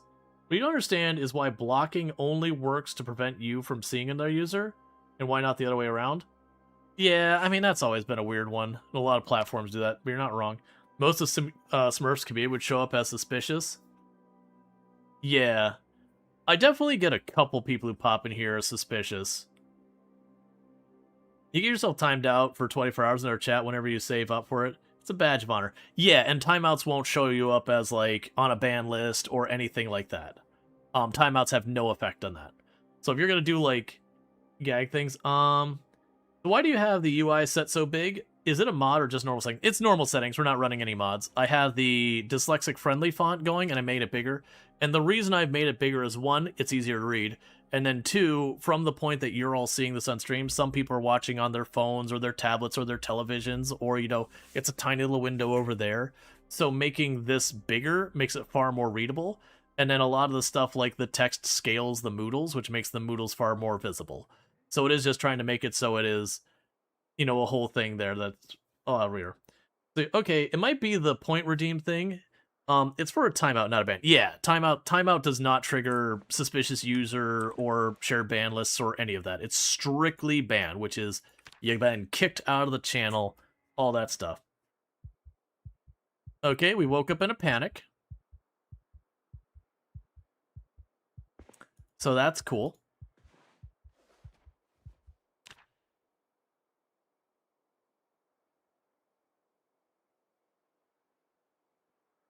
And thank you, No End, for the raid and all that stuff, playing some product Zomboid. I hope you had a good time with all that. Let's see, timeouts do show up as the mod actions. Yeah, but they only show up in mod actions within the stream it happens. Like if I'm timing someone else out of my channel, you know, Treacle or someone else can't look. I mean, Treacle can because she's a mod, but on her channel she can't like look it up and see what's going on there. But yeah. Extinction is hard, man. Sprinters are no joke. Yeah, generally I don't tend to run with sprinters. They've always been very arcadey in the game, to such a thing that they've said they would never be the default setting. They just have like weird animation problems and all that happen. But unfortunately, we did run into the problem that we had a panic. We only got about 1 hour of sleep, which is nowhere near enough. And so the problem is, if we take a sleeping pill to let us get back to sleep, then... Oh, good, we can get back to sleep. Cool.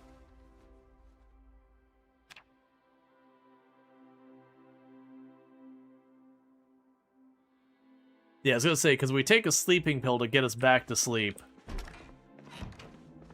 then we run into the problem where we're gonna just sleep like halfway through the day kind of thing. So again, that weird situation of going, okay, but where do we draw the line?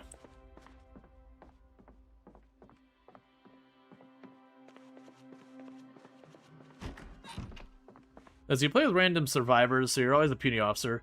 Short King, rise up. Oh yeah, no, we start 0-0, like no skill points whatsoever. So we're building up from literal zero. We got a bunch of good traits, but we do start with no skills at all and have to work our way from the ground up. So we have confirmed the dude's a dude. We got a beard. Because the character's name was Blair, and I was like, ah, Blair. Let's go ahead and get her a nice dress. Dude's getting a proper beard going. Calm down, dear. Yeah, no, it's just, we've had a bunch of generous raids. You know, like, I'm well known within the Project Zomboid community and yada yada. Beardy McBeardface, yeah. These deer just sit over here the whole time, just making noise.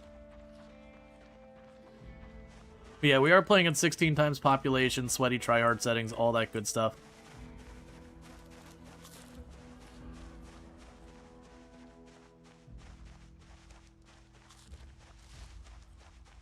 Deer also knows lunch. Right now, I don't want to eat the deer. Those will be more for when I need to gain weight. We did start extremely overweight. So right now we're eating lavender. Just because I have it. But eventually we'll want to go after the deer when I need a little bit more things.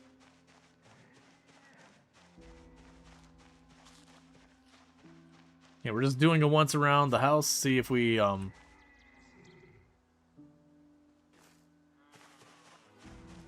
you know, see if we have any other issues.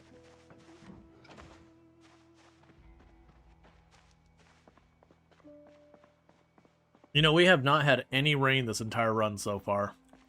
Cause I got a bunch of seeds at the farmhouse way up north.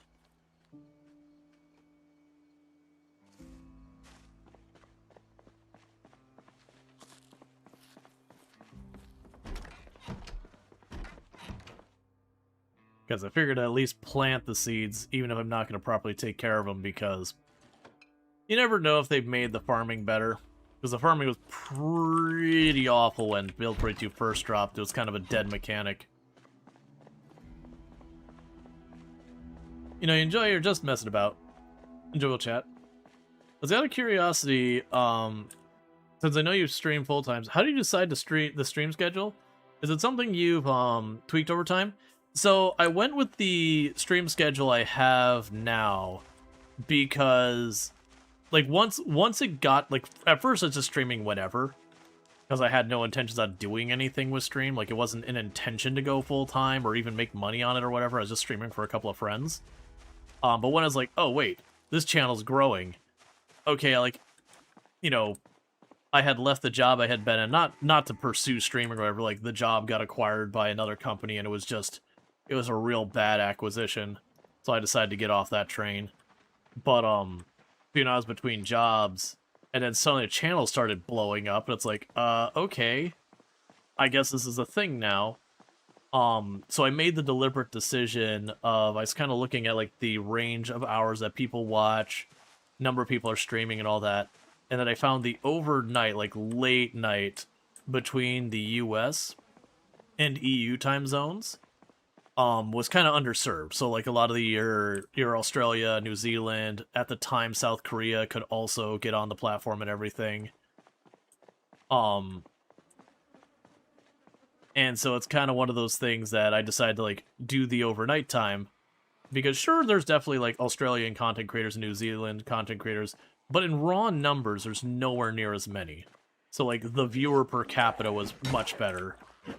So I decided to stream that time. I'm also, like, very much a night owl by nature.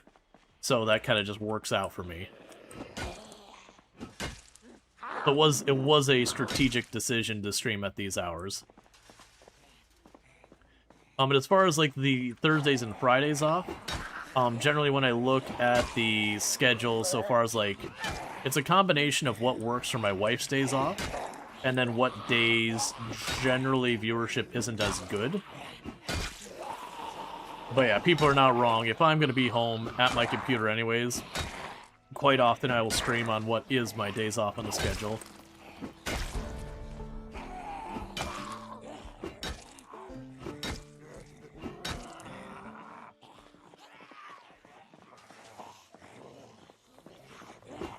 But yeah, now there's a lot of arguments to be going.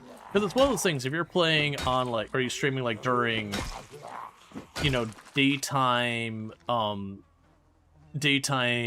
European hours or daytime US hours, there is a lot of people who stream during that time. So it's a lot harder to kind of, you know, get found, grow, that kind of thing. There's just way more people you're, you know, quote-unquote competing with.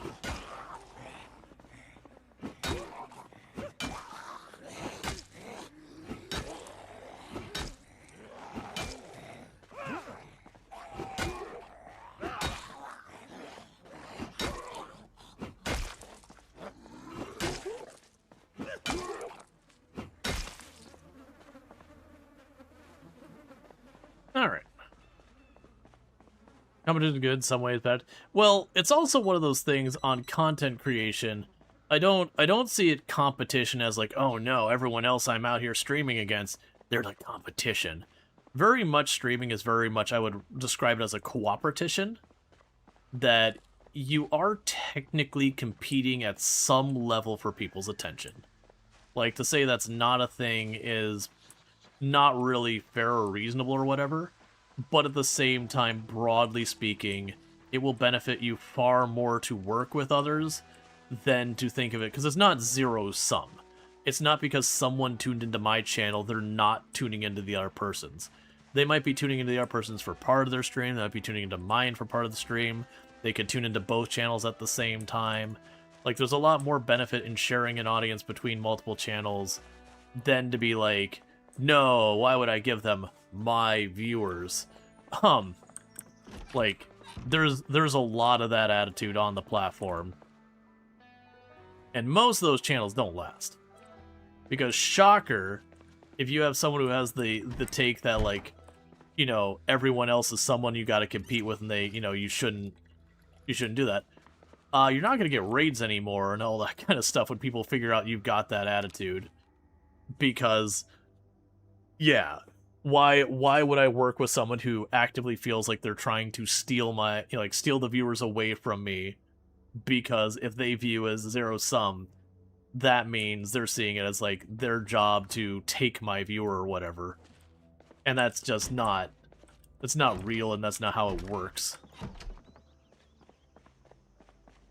Like, genuinely, if people are trying to grow their channels, the one piece of advice I'd give you more... Well, actually, two pieces of advice I'd give you almost always is... One is be consistent. Whatever it is you're doing, be consistent about it. That way people can kind of learn what you represent, what you're about. If they like it, they'll keep coming back. Having a similar schedule means they know when to come back in that. And then two is network. You know, I know people get like this bad taste in their mouth of capital N network and all that stuff. It doesn't have to be this like formal business, like what can I get out of this person? That's the bad kind of networking.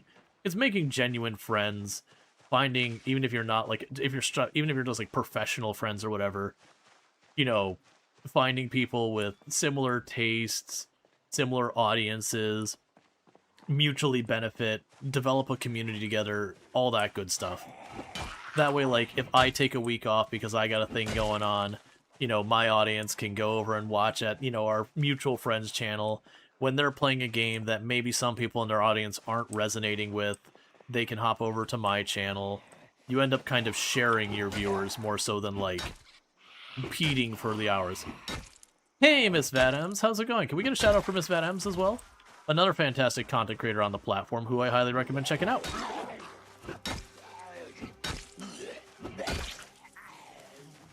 What have you been up to and all that good stuff? Playing some Pal World. Excellent. I hope you've been having a good time in Pal World and all that stuff. All right, let's take this next batch. I'm doing pretty good. Realizing our person Blair here, who we've got in our nice dress and everything, is actually a dude. But you know, he's still killing it. He's still got them legs. It's a zombie apocalypse. No one can tell him he's not a pretty flower.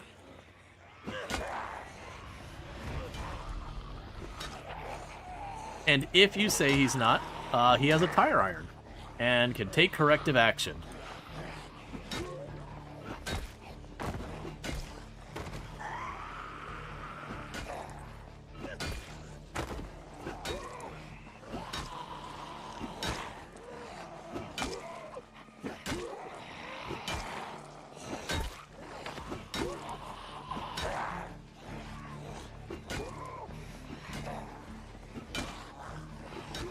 Do you think you'll be checking out some Project Zomboid? I imagine a lot of people will. There's also going to definitely be people who it's like, not my jam, you know, that kind of thing, which is utterly fair.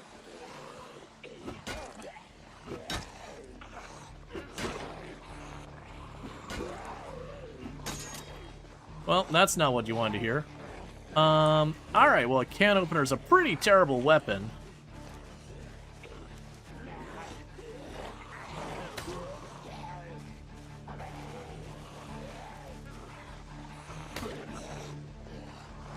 You had a peek yesterday. The glow up looks amazing. Oh yeah, we're by Lake Fallis. We've only gotten a little peek, and what we've seen has been pretty good. I mean, to be fair, we got a whole different roads. We got this railroad track cutting through the middle. That's pretty awesome.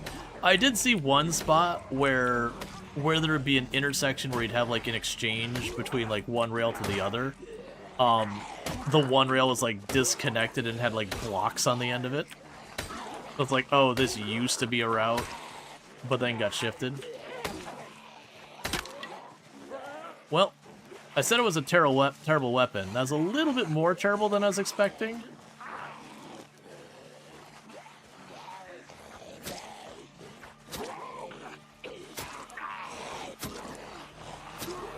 So unfortunately, this does mean it's probably going to be retreat time, because I'm pretty sure I've got a screwdriver after this, and then I think we are spent on weapons.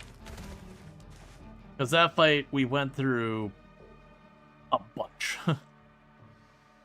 There's our tire iron. There's our can opener. Doesn't taking off your bag help with exhaustion, or is it intentional? It only matters if over here you see where it's got like the weight. If it's got the weight there, it does mean it's going to be exhausting your character faster. But as long as you're under your maximum carry weight, it shouldn't appreciably affect anything.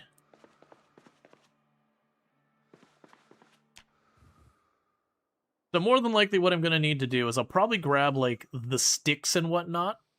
I'll probably also need to grab some rags. And get ourselves to the point where we can start crafting weapons. Which is unfortunate.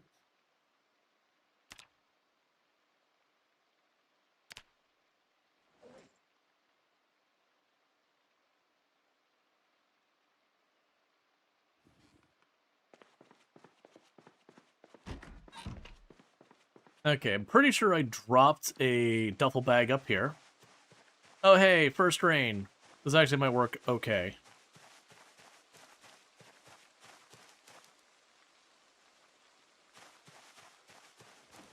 So the plan here is we don't know if we're going to get into a fight or... Oh, I need to double check. Do we have any weapons left in here? Carving fork doesn't count. It breaks in like 2 hits. So mechanical 2, epoxy, nothing like there. Nothing. Well, I mean, I'll grab the chisel. I don't think we'll use it, but I'll grab it. So there's the shotgun. I forgot about that. We'll use that eventually. Oh, I missed that. There's, hand-operated press and everything in here. There is a spare screwdriver, so I can use that as a weapon in a pinch. There's a hacksaw. We can use that for right now. Now, here's, like, the thing about, where I mentioned before, you can get yourself in trouble putting on armor.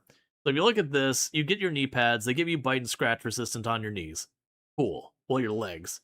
Unfortunately, they add a lot of insulation and all that, which will cause you to overheat a little bit. In addition, it adds discomfort and run speed, and discomfort will gradually make your character depressed, which will make your action speed slower. So it is a thing that will escalate. Oh, I forgot I also have a frying pan as a terrible backup weapon as well.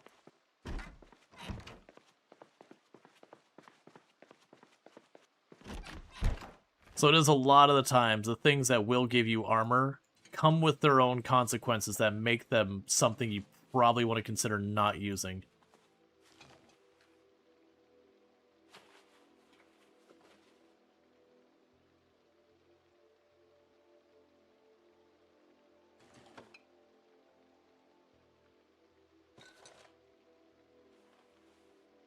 Yeah, it's too heavy.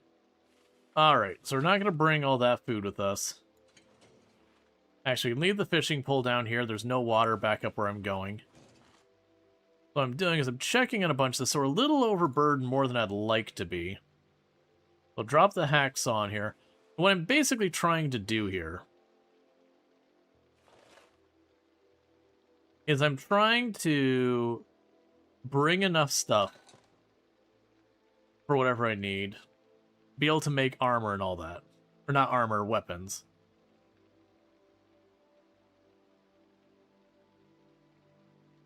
Are you full? No, that's not right. Why can't it put you in there? Never mind, you're good.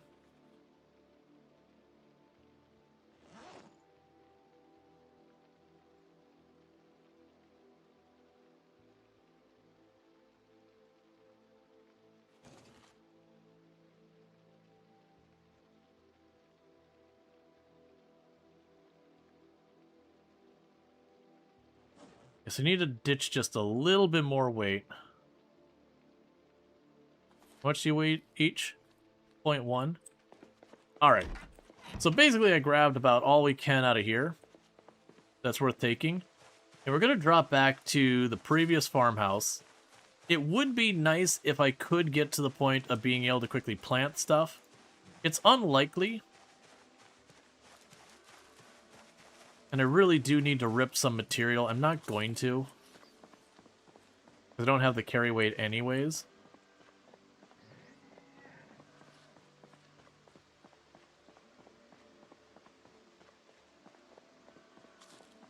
I'm trying to eat stuff till we're no longer overloaded.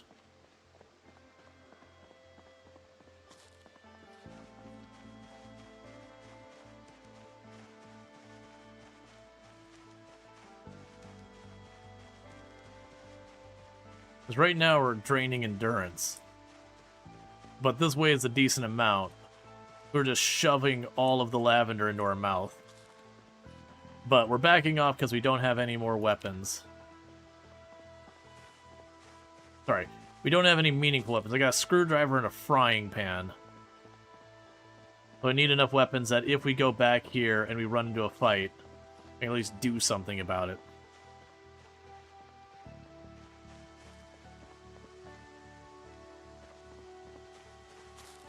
But I got some supplies stashed back here, but we can start napping, start, you know, making some weapons and all that.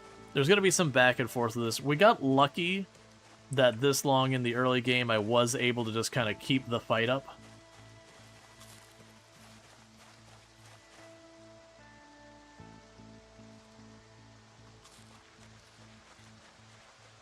But this is an inevitability on these settings, is that I would run out of weapons and need to stop to craft. So there's going to be a little bit of pain around this, because until we start to get a couple of levels in like napping and these kind of things,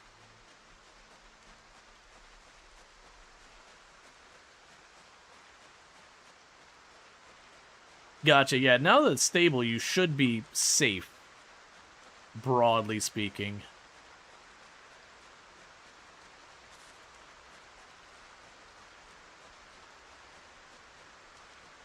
Yeah, you can use the frying pan as a thing. It used to be frying pan was considered a short blunt weapon and would, you know, gain your XP per normal. They did get rid of that, though.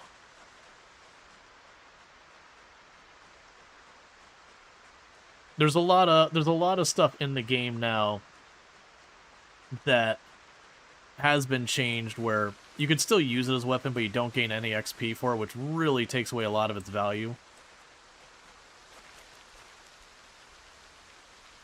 But the reason I'm putting this in 2 separate bags is if I end up walking up to an area and I'm like, oh man, that's a fight I'm not ready for, I can chuck the stuff in the side bag on the ground that's just crafting materials and come back for it.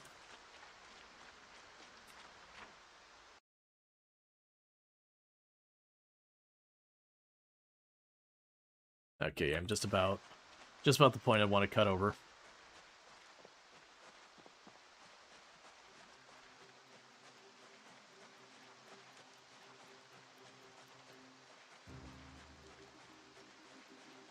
But also, if I can get myself any type of farming instrument, then I can use that to try planting a bunch of stuff. I don't know if they've done any improvements to farming since I last played. They went with making the times to grow it realistic, which basically means farming was a completely dead mechanic. Because just the number of players who live long enough to ever see a crop grow is a very short list.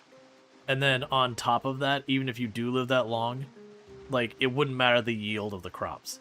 if you had it spit out 10,000 heads of cabbage, it wouldn't matter. You're still only getting a week or two of food because then it rots, even if you put it in the freezer. Like, you'll extend the life, certainly, but it's not long-lived. So it's just kind of one of those things that, you know, it's a lot of work, and it really isn't particularly good. Like, it's different if you're on a server, where you can have dedicated people rotate through it, and you need to feed a lot of people. Sure. But kind of doing your own solo thing, I don't think it makes a whole lot of sense. I was actually, in my mind, is expecting a lot of these bodies to have disappeared by now, and I guess we're only now getting to 9 days. Diminishing turns for the effort? Yep. There are seasons, yes. In Build 41, you only had 2 seasons. You had winter and not winter. But, in Product Zomboid this way, it isn't so, like, binary of just on-off. There's a little bit more wiggle to it and all that. Okay, and I chucked a bunch of this stuff in here.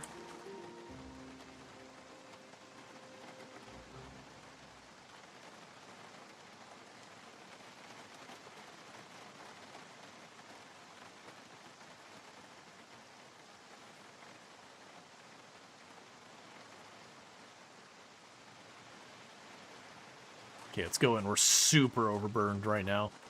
This is not when you want to get into a fight, so, like, really, this is not the approach I should be doing.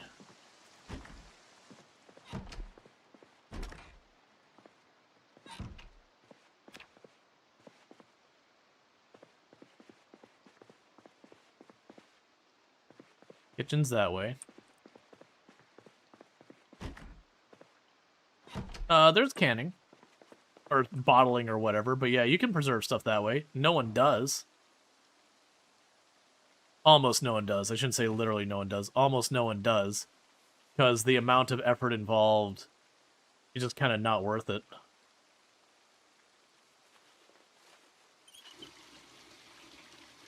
Like, you would need so many bottles to have enough food to make it worth our while. How much water is this bucket gonna carry? That thing only carries, like, this carries less than a water bottle now. Oh yeah, you carry 10 liters. That's what we really want.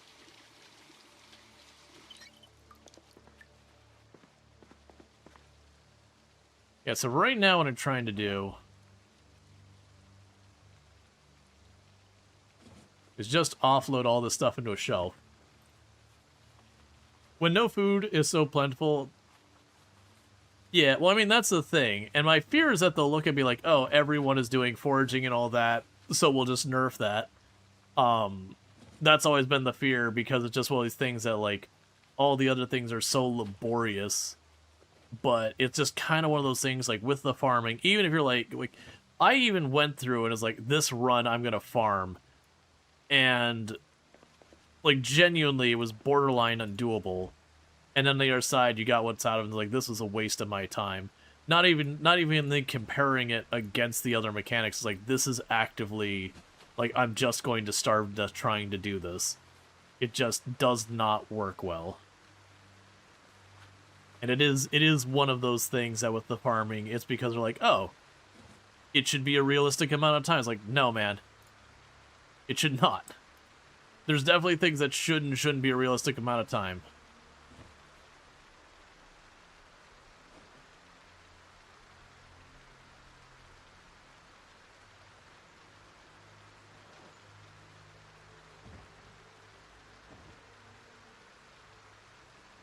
I was gonna grab all the seeds and chuck them in this other bag. Did I have the other seeds in here, I think it was? I have the doors closed and it's throwing me off.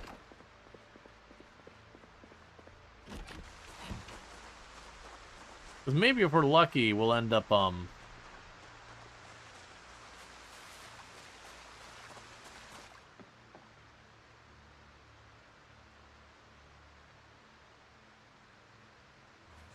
we got seeds there.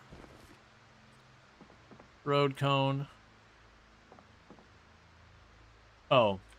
Our hand-operated press. We've already got a saw on us. A bunch more seeds. Cool, gardening trowel. That's what I was hoping to find.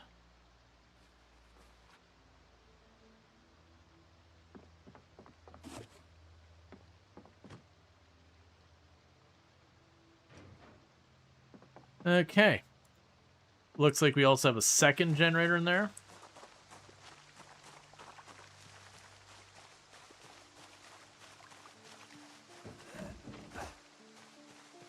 Okay, so let's go through and see what is even in season. Read that. Read this. Read this.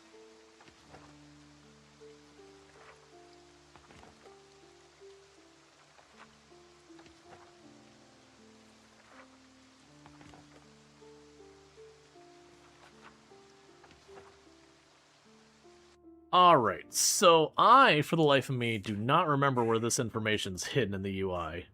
There was somewhere in here that you would find... Okay, so it's not under that anymore. There was somewhere in here where you could, find the growing seasons listed out. Man, I do not remember where that was.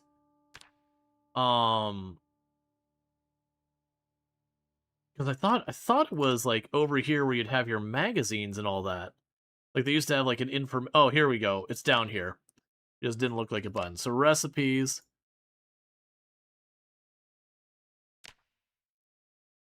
You just list the season? Okay, thank goodness.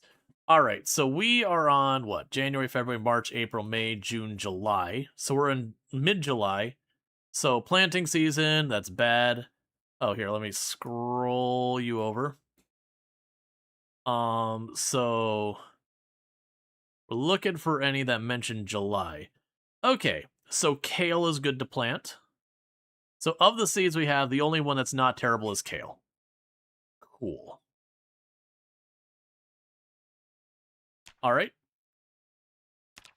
What I'm going to do here is go to you. Pop open this bag. And it gives me 5 seeds. That is not as much. Oh, that's right. They changed it so instead of being like some things take 12 seeds, some things take 8 seeds, and you just kind of have to know.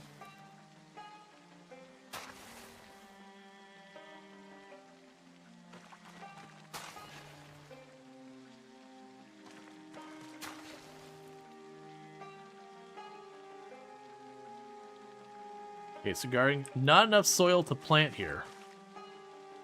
A what? Oh, okay. Kale seeds.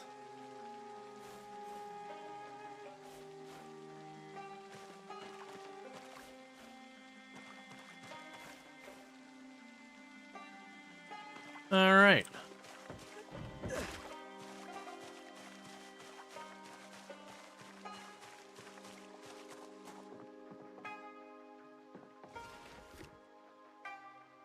So we'll chuck you in here.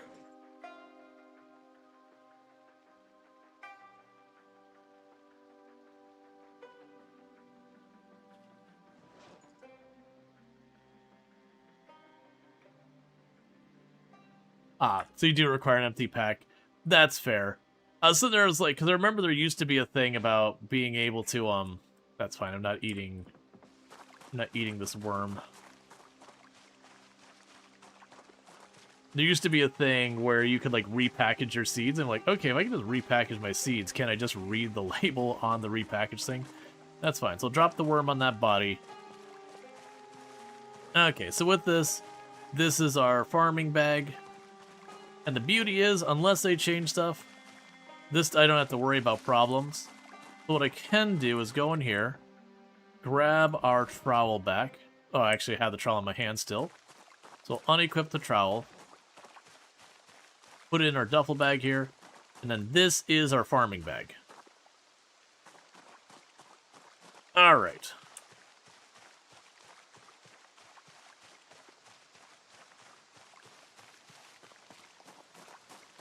So what I'd like to do... Yeah, I still greatly dislike the change here. It used to be I could stand on these corpses and just hit max and choose craft, and it would tear all the clothes in range. Instead, even using their big crafting UI, it's one piece of clothing at a time. Oh, sorry. It's however many how much that specific style of clothing. So if I do find a bunch of people all wearing the same style t-shirt, like you go to the universe, yeah, so we got like 2 of the same sweater. Alright, Treacle. You have a good meeting and all that stuff.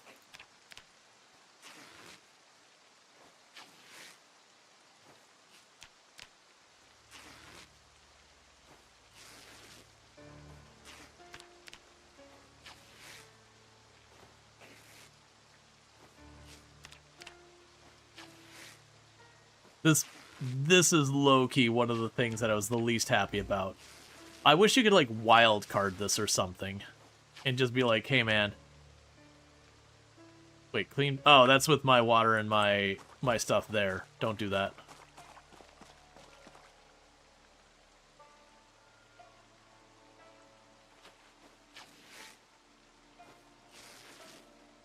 Let's see, it'd be nice to run into a bunch of zombies wearing skirts, because if you have scissors, you can shorten the skirt for some tailoring, and once they're all minis, rip them all at once. Yeah. Like, this is one of those things that the problem here is the friction of just all the extra clicks. You're doing a task, and, like, the load time of doing the task, like the bars filling up, having to pick up the items, move them around, the weight, all that's fine. It's just the, well, I'm going to go around here and I'm going to rip each and every one of these clothes.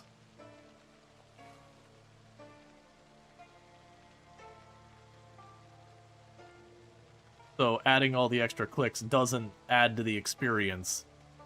It's just now doing the 50 things that's to keep clicking again and again. This is a problem that Path of Exile ran into, is the joking, like, picking up your pocket change kind of thing.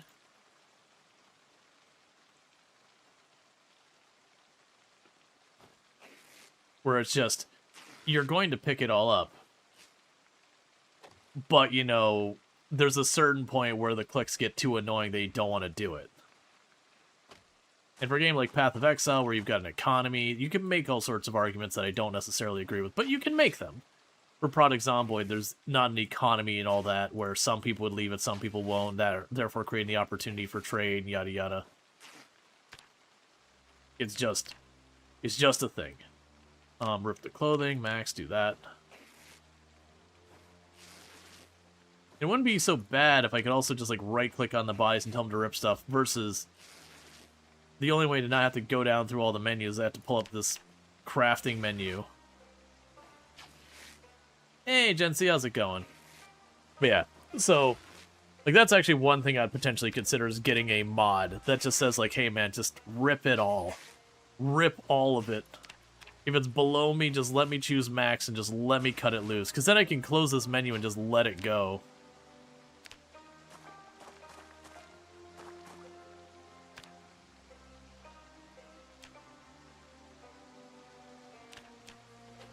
Hey, I get to rip 3 tank tops. And the reason I'm doing this much right now is I do actually have... the water still turned on, so I can take the time to wash all these rags.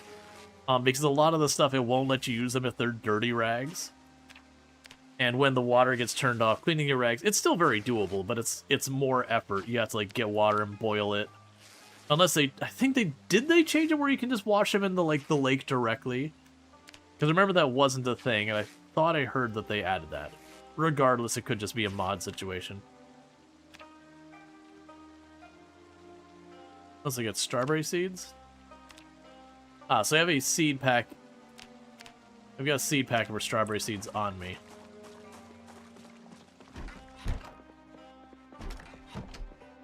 Yep, so I got a ton of these.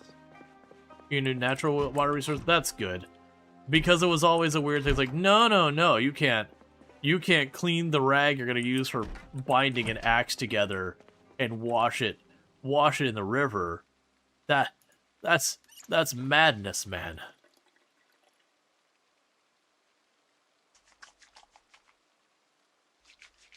All right.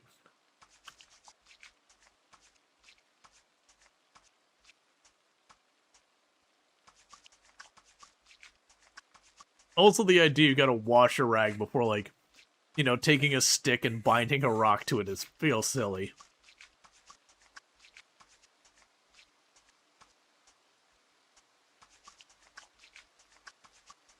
Okay.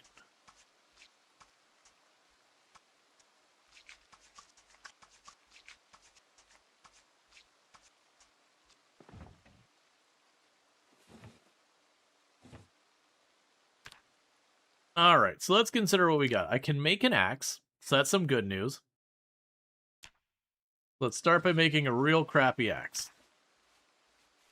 That way, if I gotta chop down a tree, I got the... where did this run start? It started in Lake Fallas. We actually were making really good progress of working our way into Lake Fallas, but unfortunately we kind of run into the weapons. Weapons are getting a little scarce. Alright, so you attach this on our back. You take the frying pan and put that away. Let's go to crafting. So that requires maintenance level 1 for all these stuff there. So let's consider what we have. So, hammer. Crude. Oh, it's still under carpentry. 1 second. Hammer. Alright, so for making the hammer, I need a stone. Stones are generally really easy to make happen.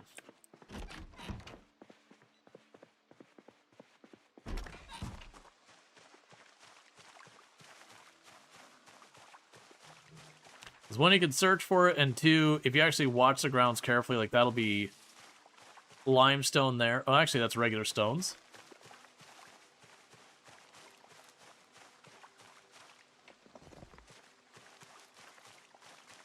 Yeah, and there's a digital watch. That's a large stone.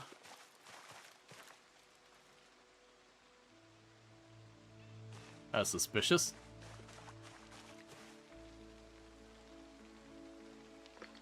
Grab another stone.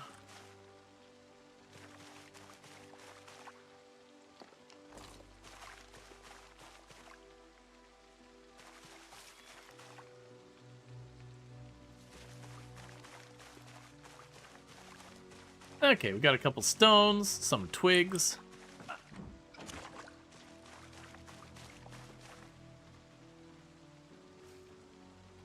A large branch. Because we'll end up getting a lot of this and making into weapons and all that.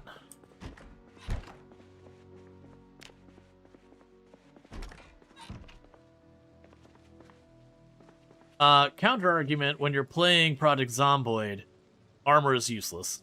Not literally useless, I'm being a little exaggerating a little bit. But if you're worried about your equipment's defense of you, you're already going to be very upset with the results.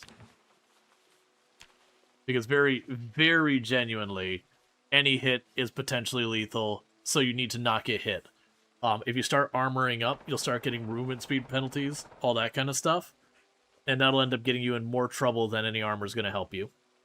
It's kind of a meme in the Project Zomboid community where it's like when you're a brand new player, you put on all the armor, you put on your... Yeah, I heard the meta event. You put on, like, your... You put on your... like fireman's suit and all that kind of stuff, and then you get to like an intermediate player, and then you know, okay, now you got your bulletproof vest and maybe long pants but nothing else, and then you're like an advanced player and you find some nice equilibrium, and then you're like an expert player and you're running around and you're wearing like no pants and a Hawaiian shirt or something.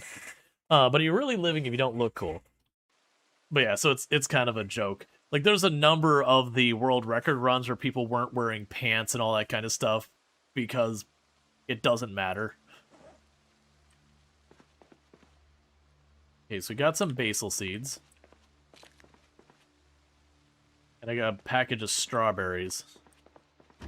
Let's put that in our bag over here.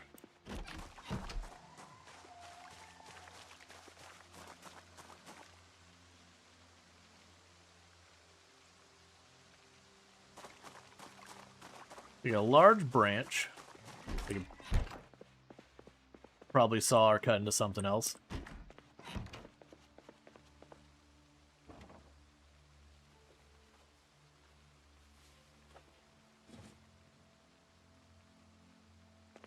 keep finding that I missed recipes.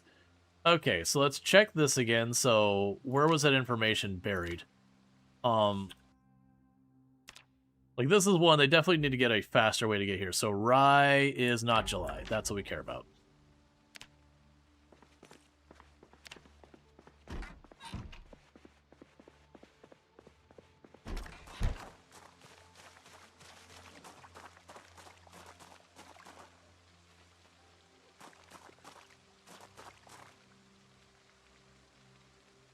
Okay. All right.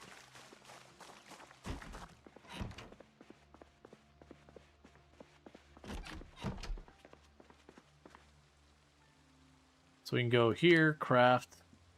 So we can make a trowel, we can make firewood. I'm not dismantling that. So you can do a drill plank for fire. We can also make a bunch of flint.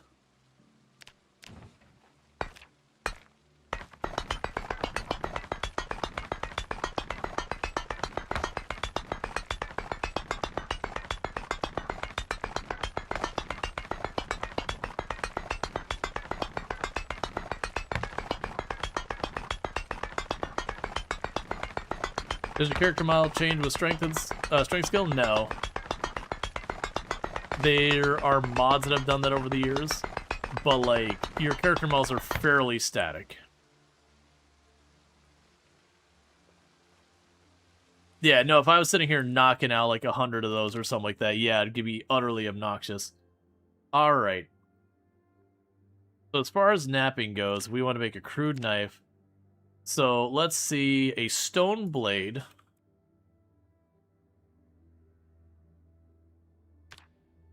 Requires napping level 1. Okay.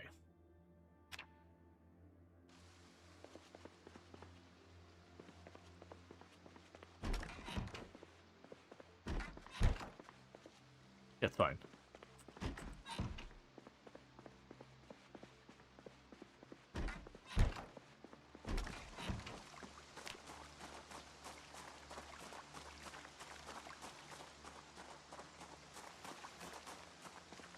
Like, later on, I'll be able to make a pickaxe.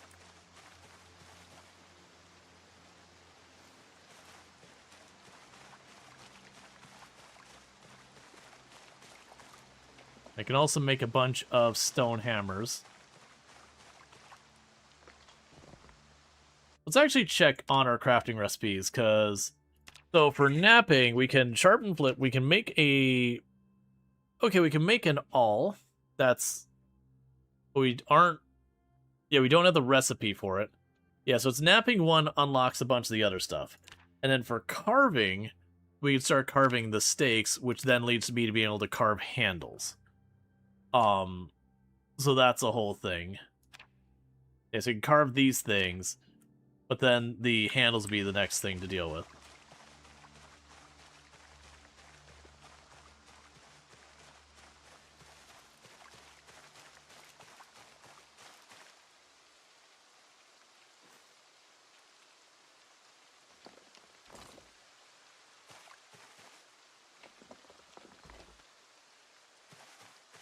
As you can see, we're picking up a bunch of stones and all that. We're going to pick up tree branches. And just do our best to keep things moving. So little by little we can get our stealth stuff going. Because I can make the stone hammers, and it's not the worst. That's a short blunt weapon. Ideally, we'd want to start getting carving and napping up. So we can make somewhat better weapons. Eventually working your way up to like blacksmithing and all that. I don't think I want to focus too much on trying to beeline all the way to blacksmithing. It is a major ordeal that requires recipes and a whole bunch of nonsense. We can go over here, plunk you in there.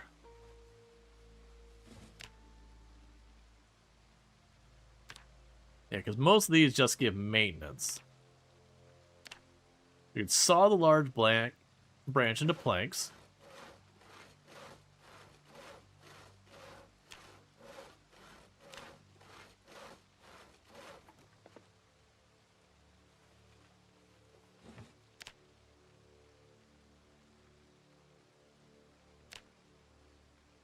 We We can make a drill plank for starting fires. We don't really need that. Yeah, that's sawing the wooden rods. I'm just seeing what my options are. Scrap large copper item. Oh, I can make the copper saucepan into copper scrap. So you can make a bunch of hammers, which is certainly a thing.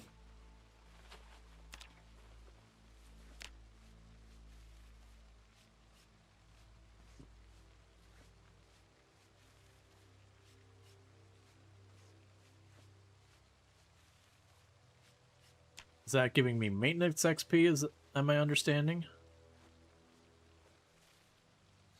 That's fair.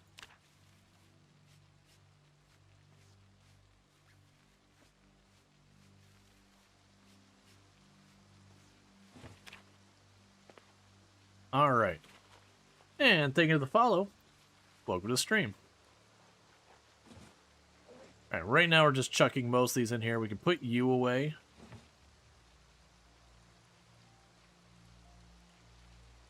And we can have another drink of water. Yep, no, they had the big update, so everyone's checking that out.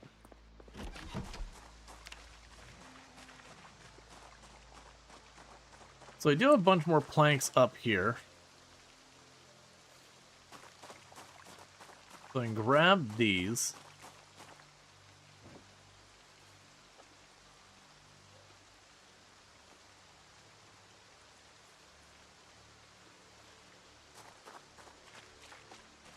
But yeah, so right now we're just working on kind of crafting more and more stuff. Every little bit that we get, like carving skill or napping skill or anything like that, is going to increase my ability to make weapons.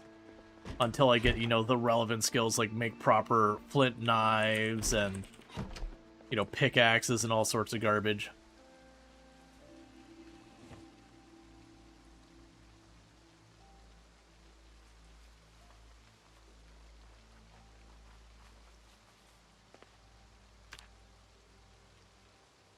Okay. I'd like to avoid, if possible. We can craft one set of tongs.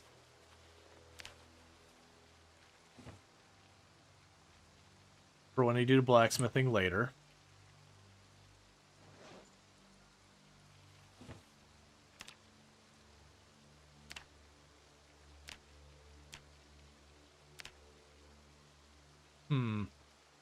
We can carve stakes out of a bunch of these things. We don't want to necessarily do that. I can make a drill plank. I don't need that right now. It's for starting fire. So for right now, those planks don't have much use here. I'm going to chuck them on the ground so they don't fill up the inventory too badly. But it looks like what I'm going to need is to get ourselves some other goodies. Now let's check on this. We can go ahead and chuck these acorns in and warm them up to get rid of the mood penalty. Meanwhile, we're just going to go ahead and drink an entire bottle of honey. Or at least what's left of it. All that kind of good stuff.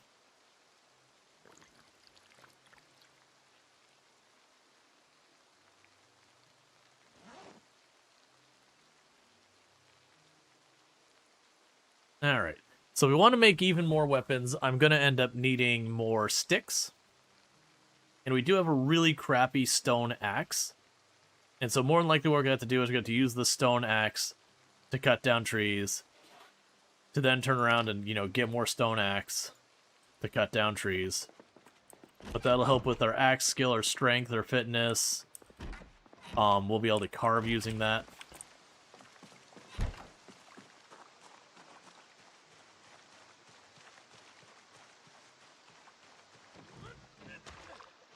So for cutting down the trees, generally the way I like to approach it in an area like this, where I've got all this area, I'm going to want to go around. We're trying to watch to see if there's any zombies in here, so I'm going to cut through the middle. And once I'm satisfied I don't see any zombies, I'm going to put my back down and cut from this side. Basically the way I expect zombies more to come from this side than this side. So I'm putting the way I expect the zombies to come from behind me.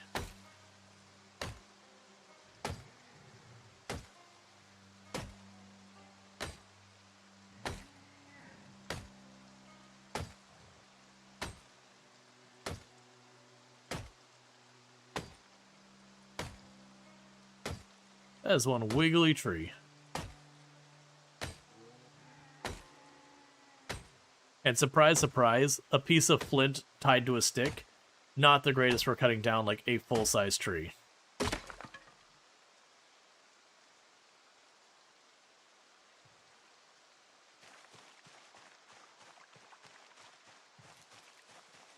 Can I actually carve that by chance? I can make it into charcoal.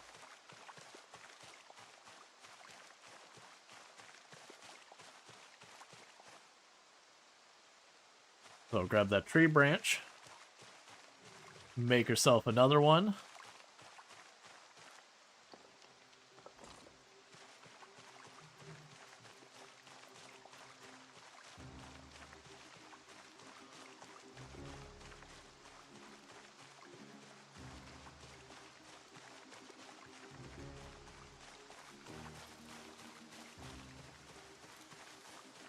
All right.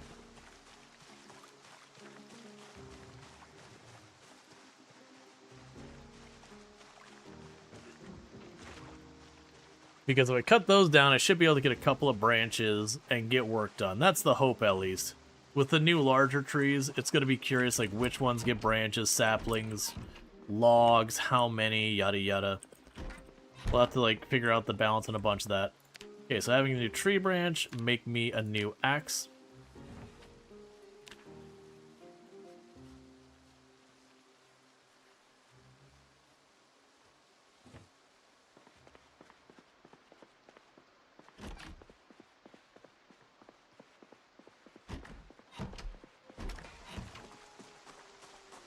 Alright. So my hope is it'll only take like 2 axes to go through one of these big trees. Obviously we're using like really crap tier equipment. And we have like no skill with any of this. We're just making the best we can.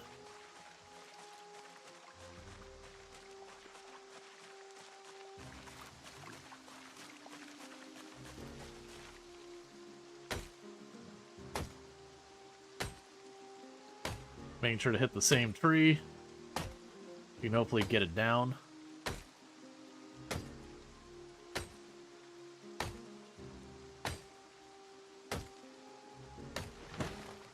Okay.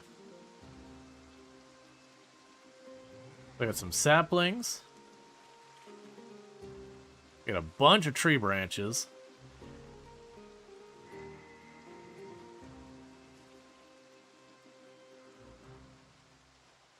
And even though I shouldn't carry them, take a couple of these logs and large branches with us and get an idea what we can do with these.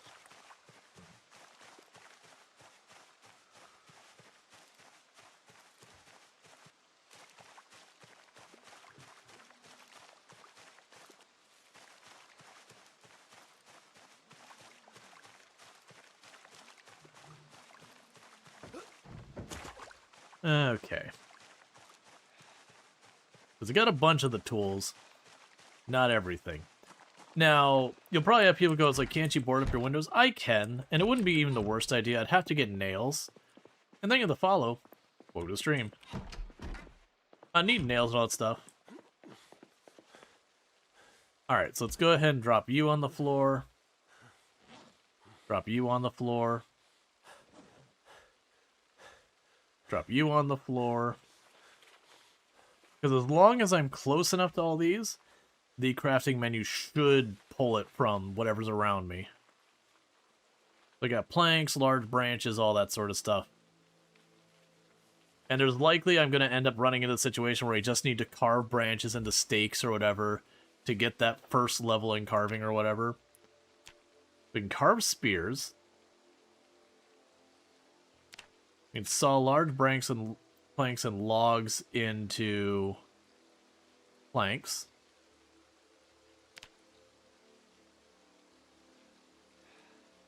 Oh, that's interesting. So I could turn a sapling into more branches.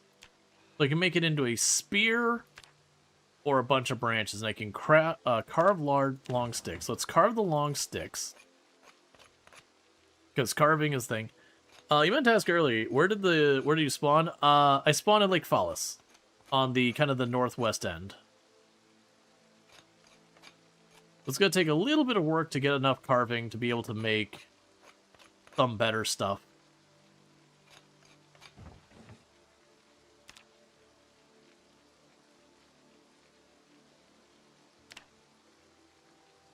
Oh, where's your light switch?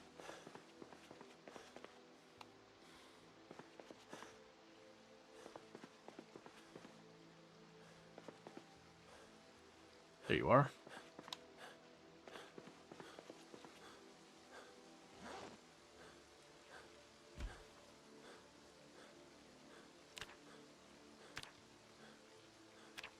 Carve a long stick.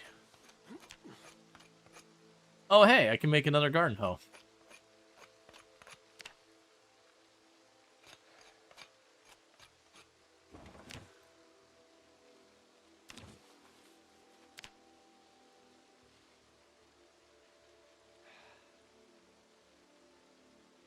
That's good, because the head of the garden hoe was in mostly good shape. Alright. That's good to know.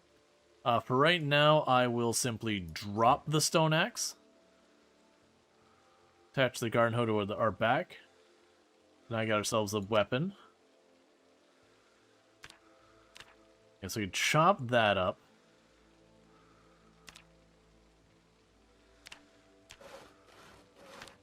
We're gonna make more planks. You guys gonna watch you enjoying you play this game more than me actually playing it. It's a great game. It's just easy to get overwhelmed with playing it. Oh yeah.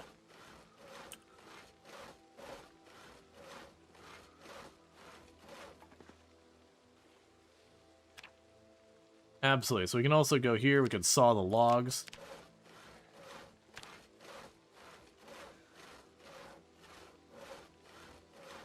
Let's see. You're getting mixed feeling about the big tree. I guess you have less wood cutting once you start needing planks and charcoal. Yeah. The fact that they block you completely is a little bit concerning. So that's a long stick that makes that. We can use the long stick to make those as well.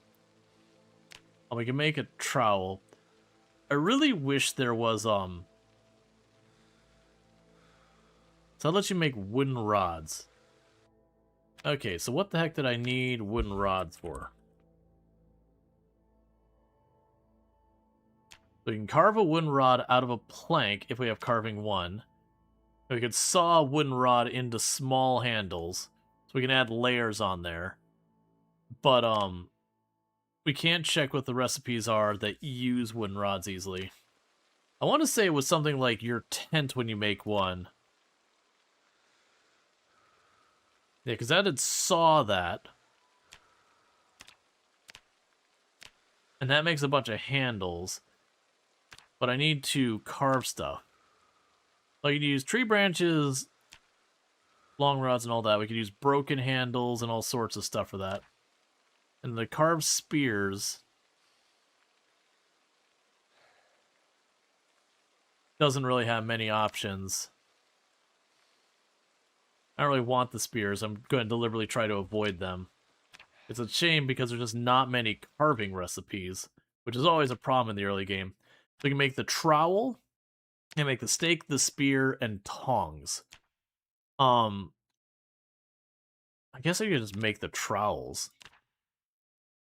It feels like a little bit of a waste, but I do need to get my carving skill up.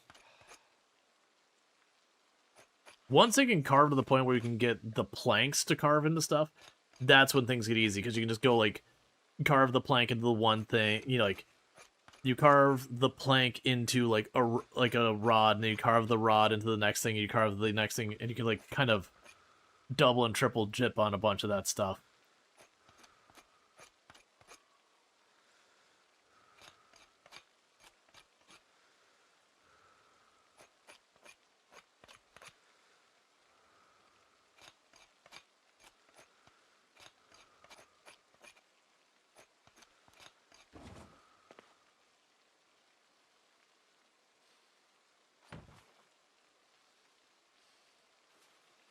I actually wonder if these wear out now. They have a condition, so I wonder if it is a thing that I want to keep these on standby, that the gardening trowel will wear out or not. Either way, We did it just for the XP. And we're now getting to the point of a bit sleepy, thirsty, hungry, all that.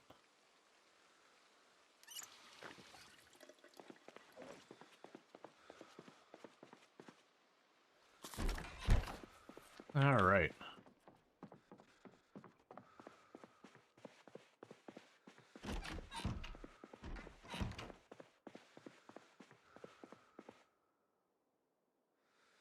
We can eat more acorn.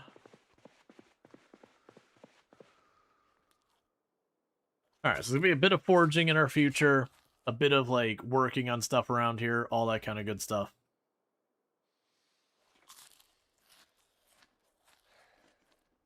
Yeah, that should do.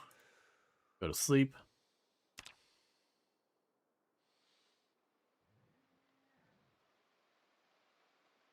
But yeah, there's a lot of stuff you need to do blacksmithing. We're not quite at that point.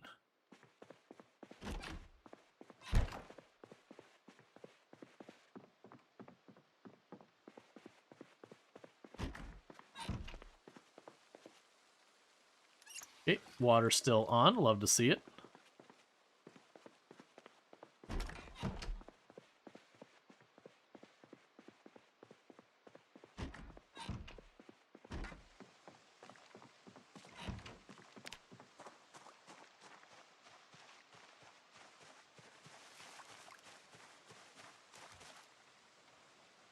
Yeah, so it's dark still, so we're getting a pretty heavy penalty. Probably wait a minute on that. Okay.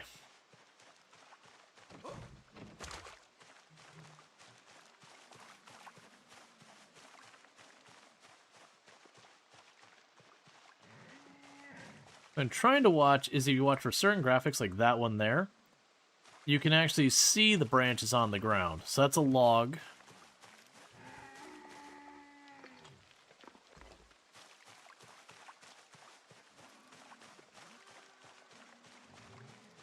And this is where if you're like, what are your first skills usually level up?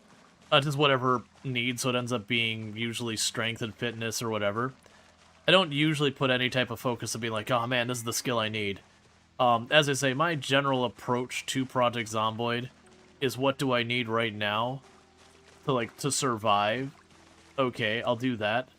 And then, you know, skills happen because of that.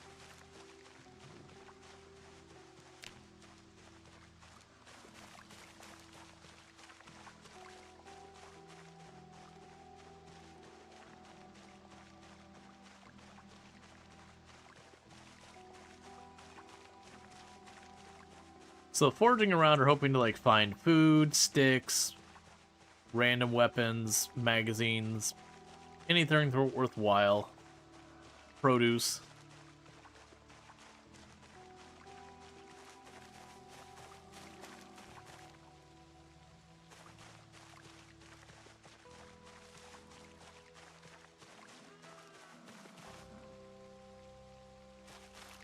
That's fine.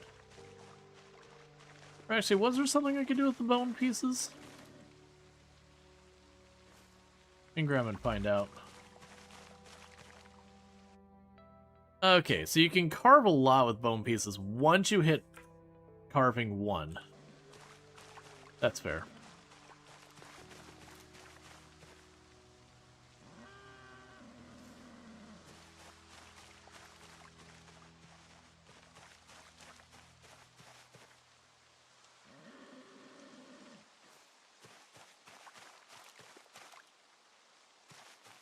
Okay.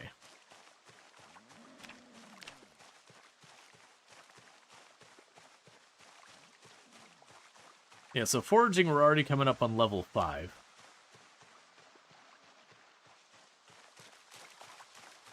How Zero to Hero is, we started with no skills in the game at all whatsoever.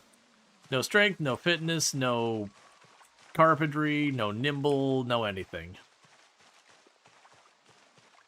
We don't start with all the negative traits or anything like that, because that's not Zero to Hero, that's 0 to 0. Because none of those can ever be fixed.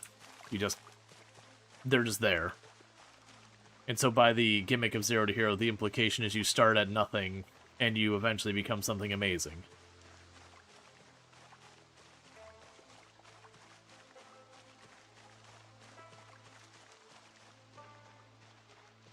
so we did a little cruise around there. Let's start walking back towards the farm, taking a slightly different route. See if we can't snag in our tree branch or whatever.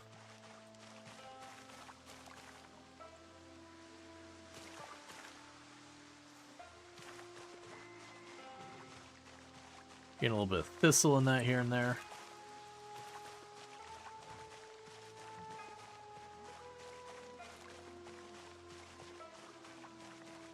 Yeah, so being able to get like 6 tree branches per tree I cut down honestly wouldn't be the, like, isn't the worst.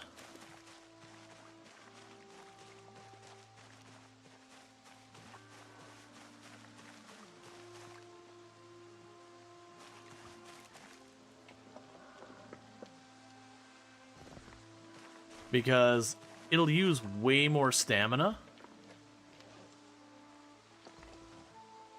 And some flint and some rags that we're not using currently doing this. But at the same time, I guarantee myself a bunch.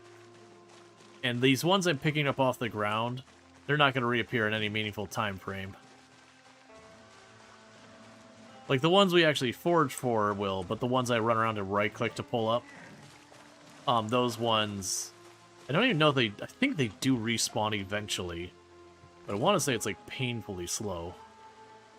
And they're not like the same spots or whatever.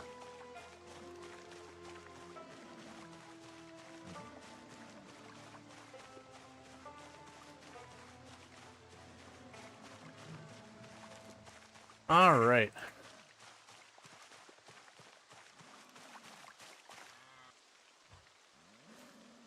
Grab the large branch and all that.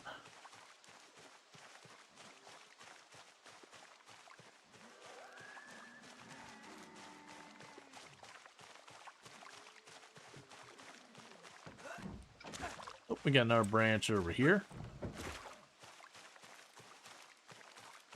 And we'll see what we can do with all this.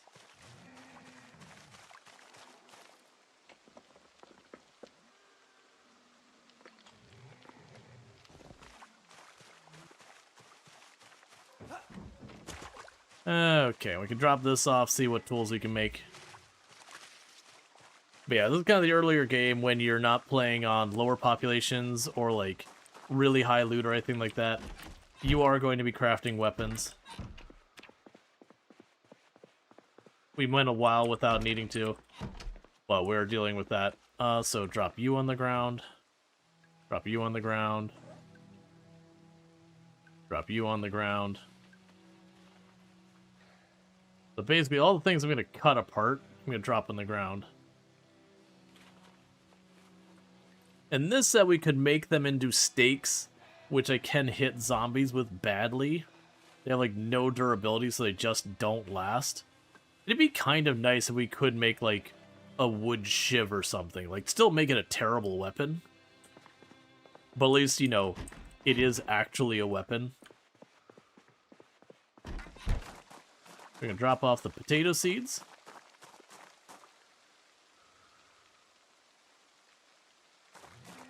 All right.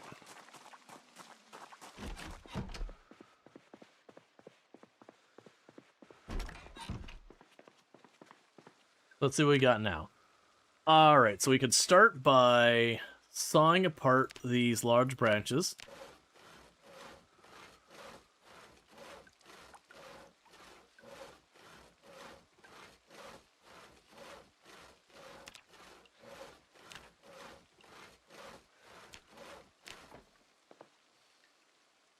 Which is also adding a little bit of carpentry.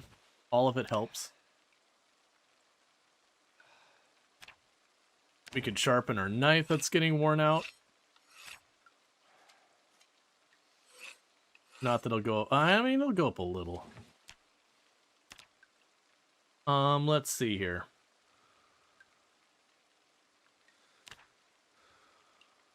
Break down metal. Oh, I'm not gonna bother that. Alright, so carved steaks, we're gonna do 7.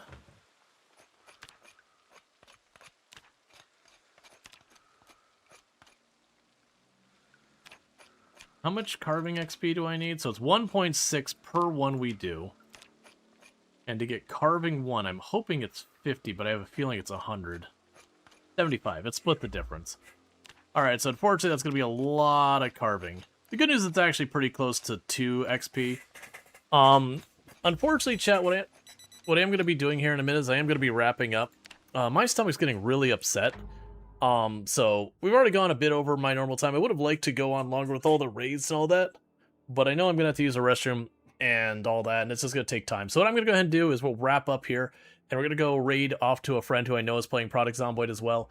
So with that said, if you're watching over on YouTube, don't forget to like and subscribe, but the stream is going to be ending abruptly for you over there because I don't have a host ready, but thank you so much for tuning in. For those over here on Twitch, don't go anywhere, because what I'm going to do is put up my ending stream screen,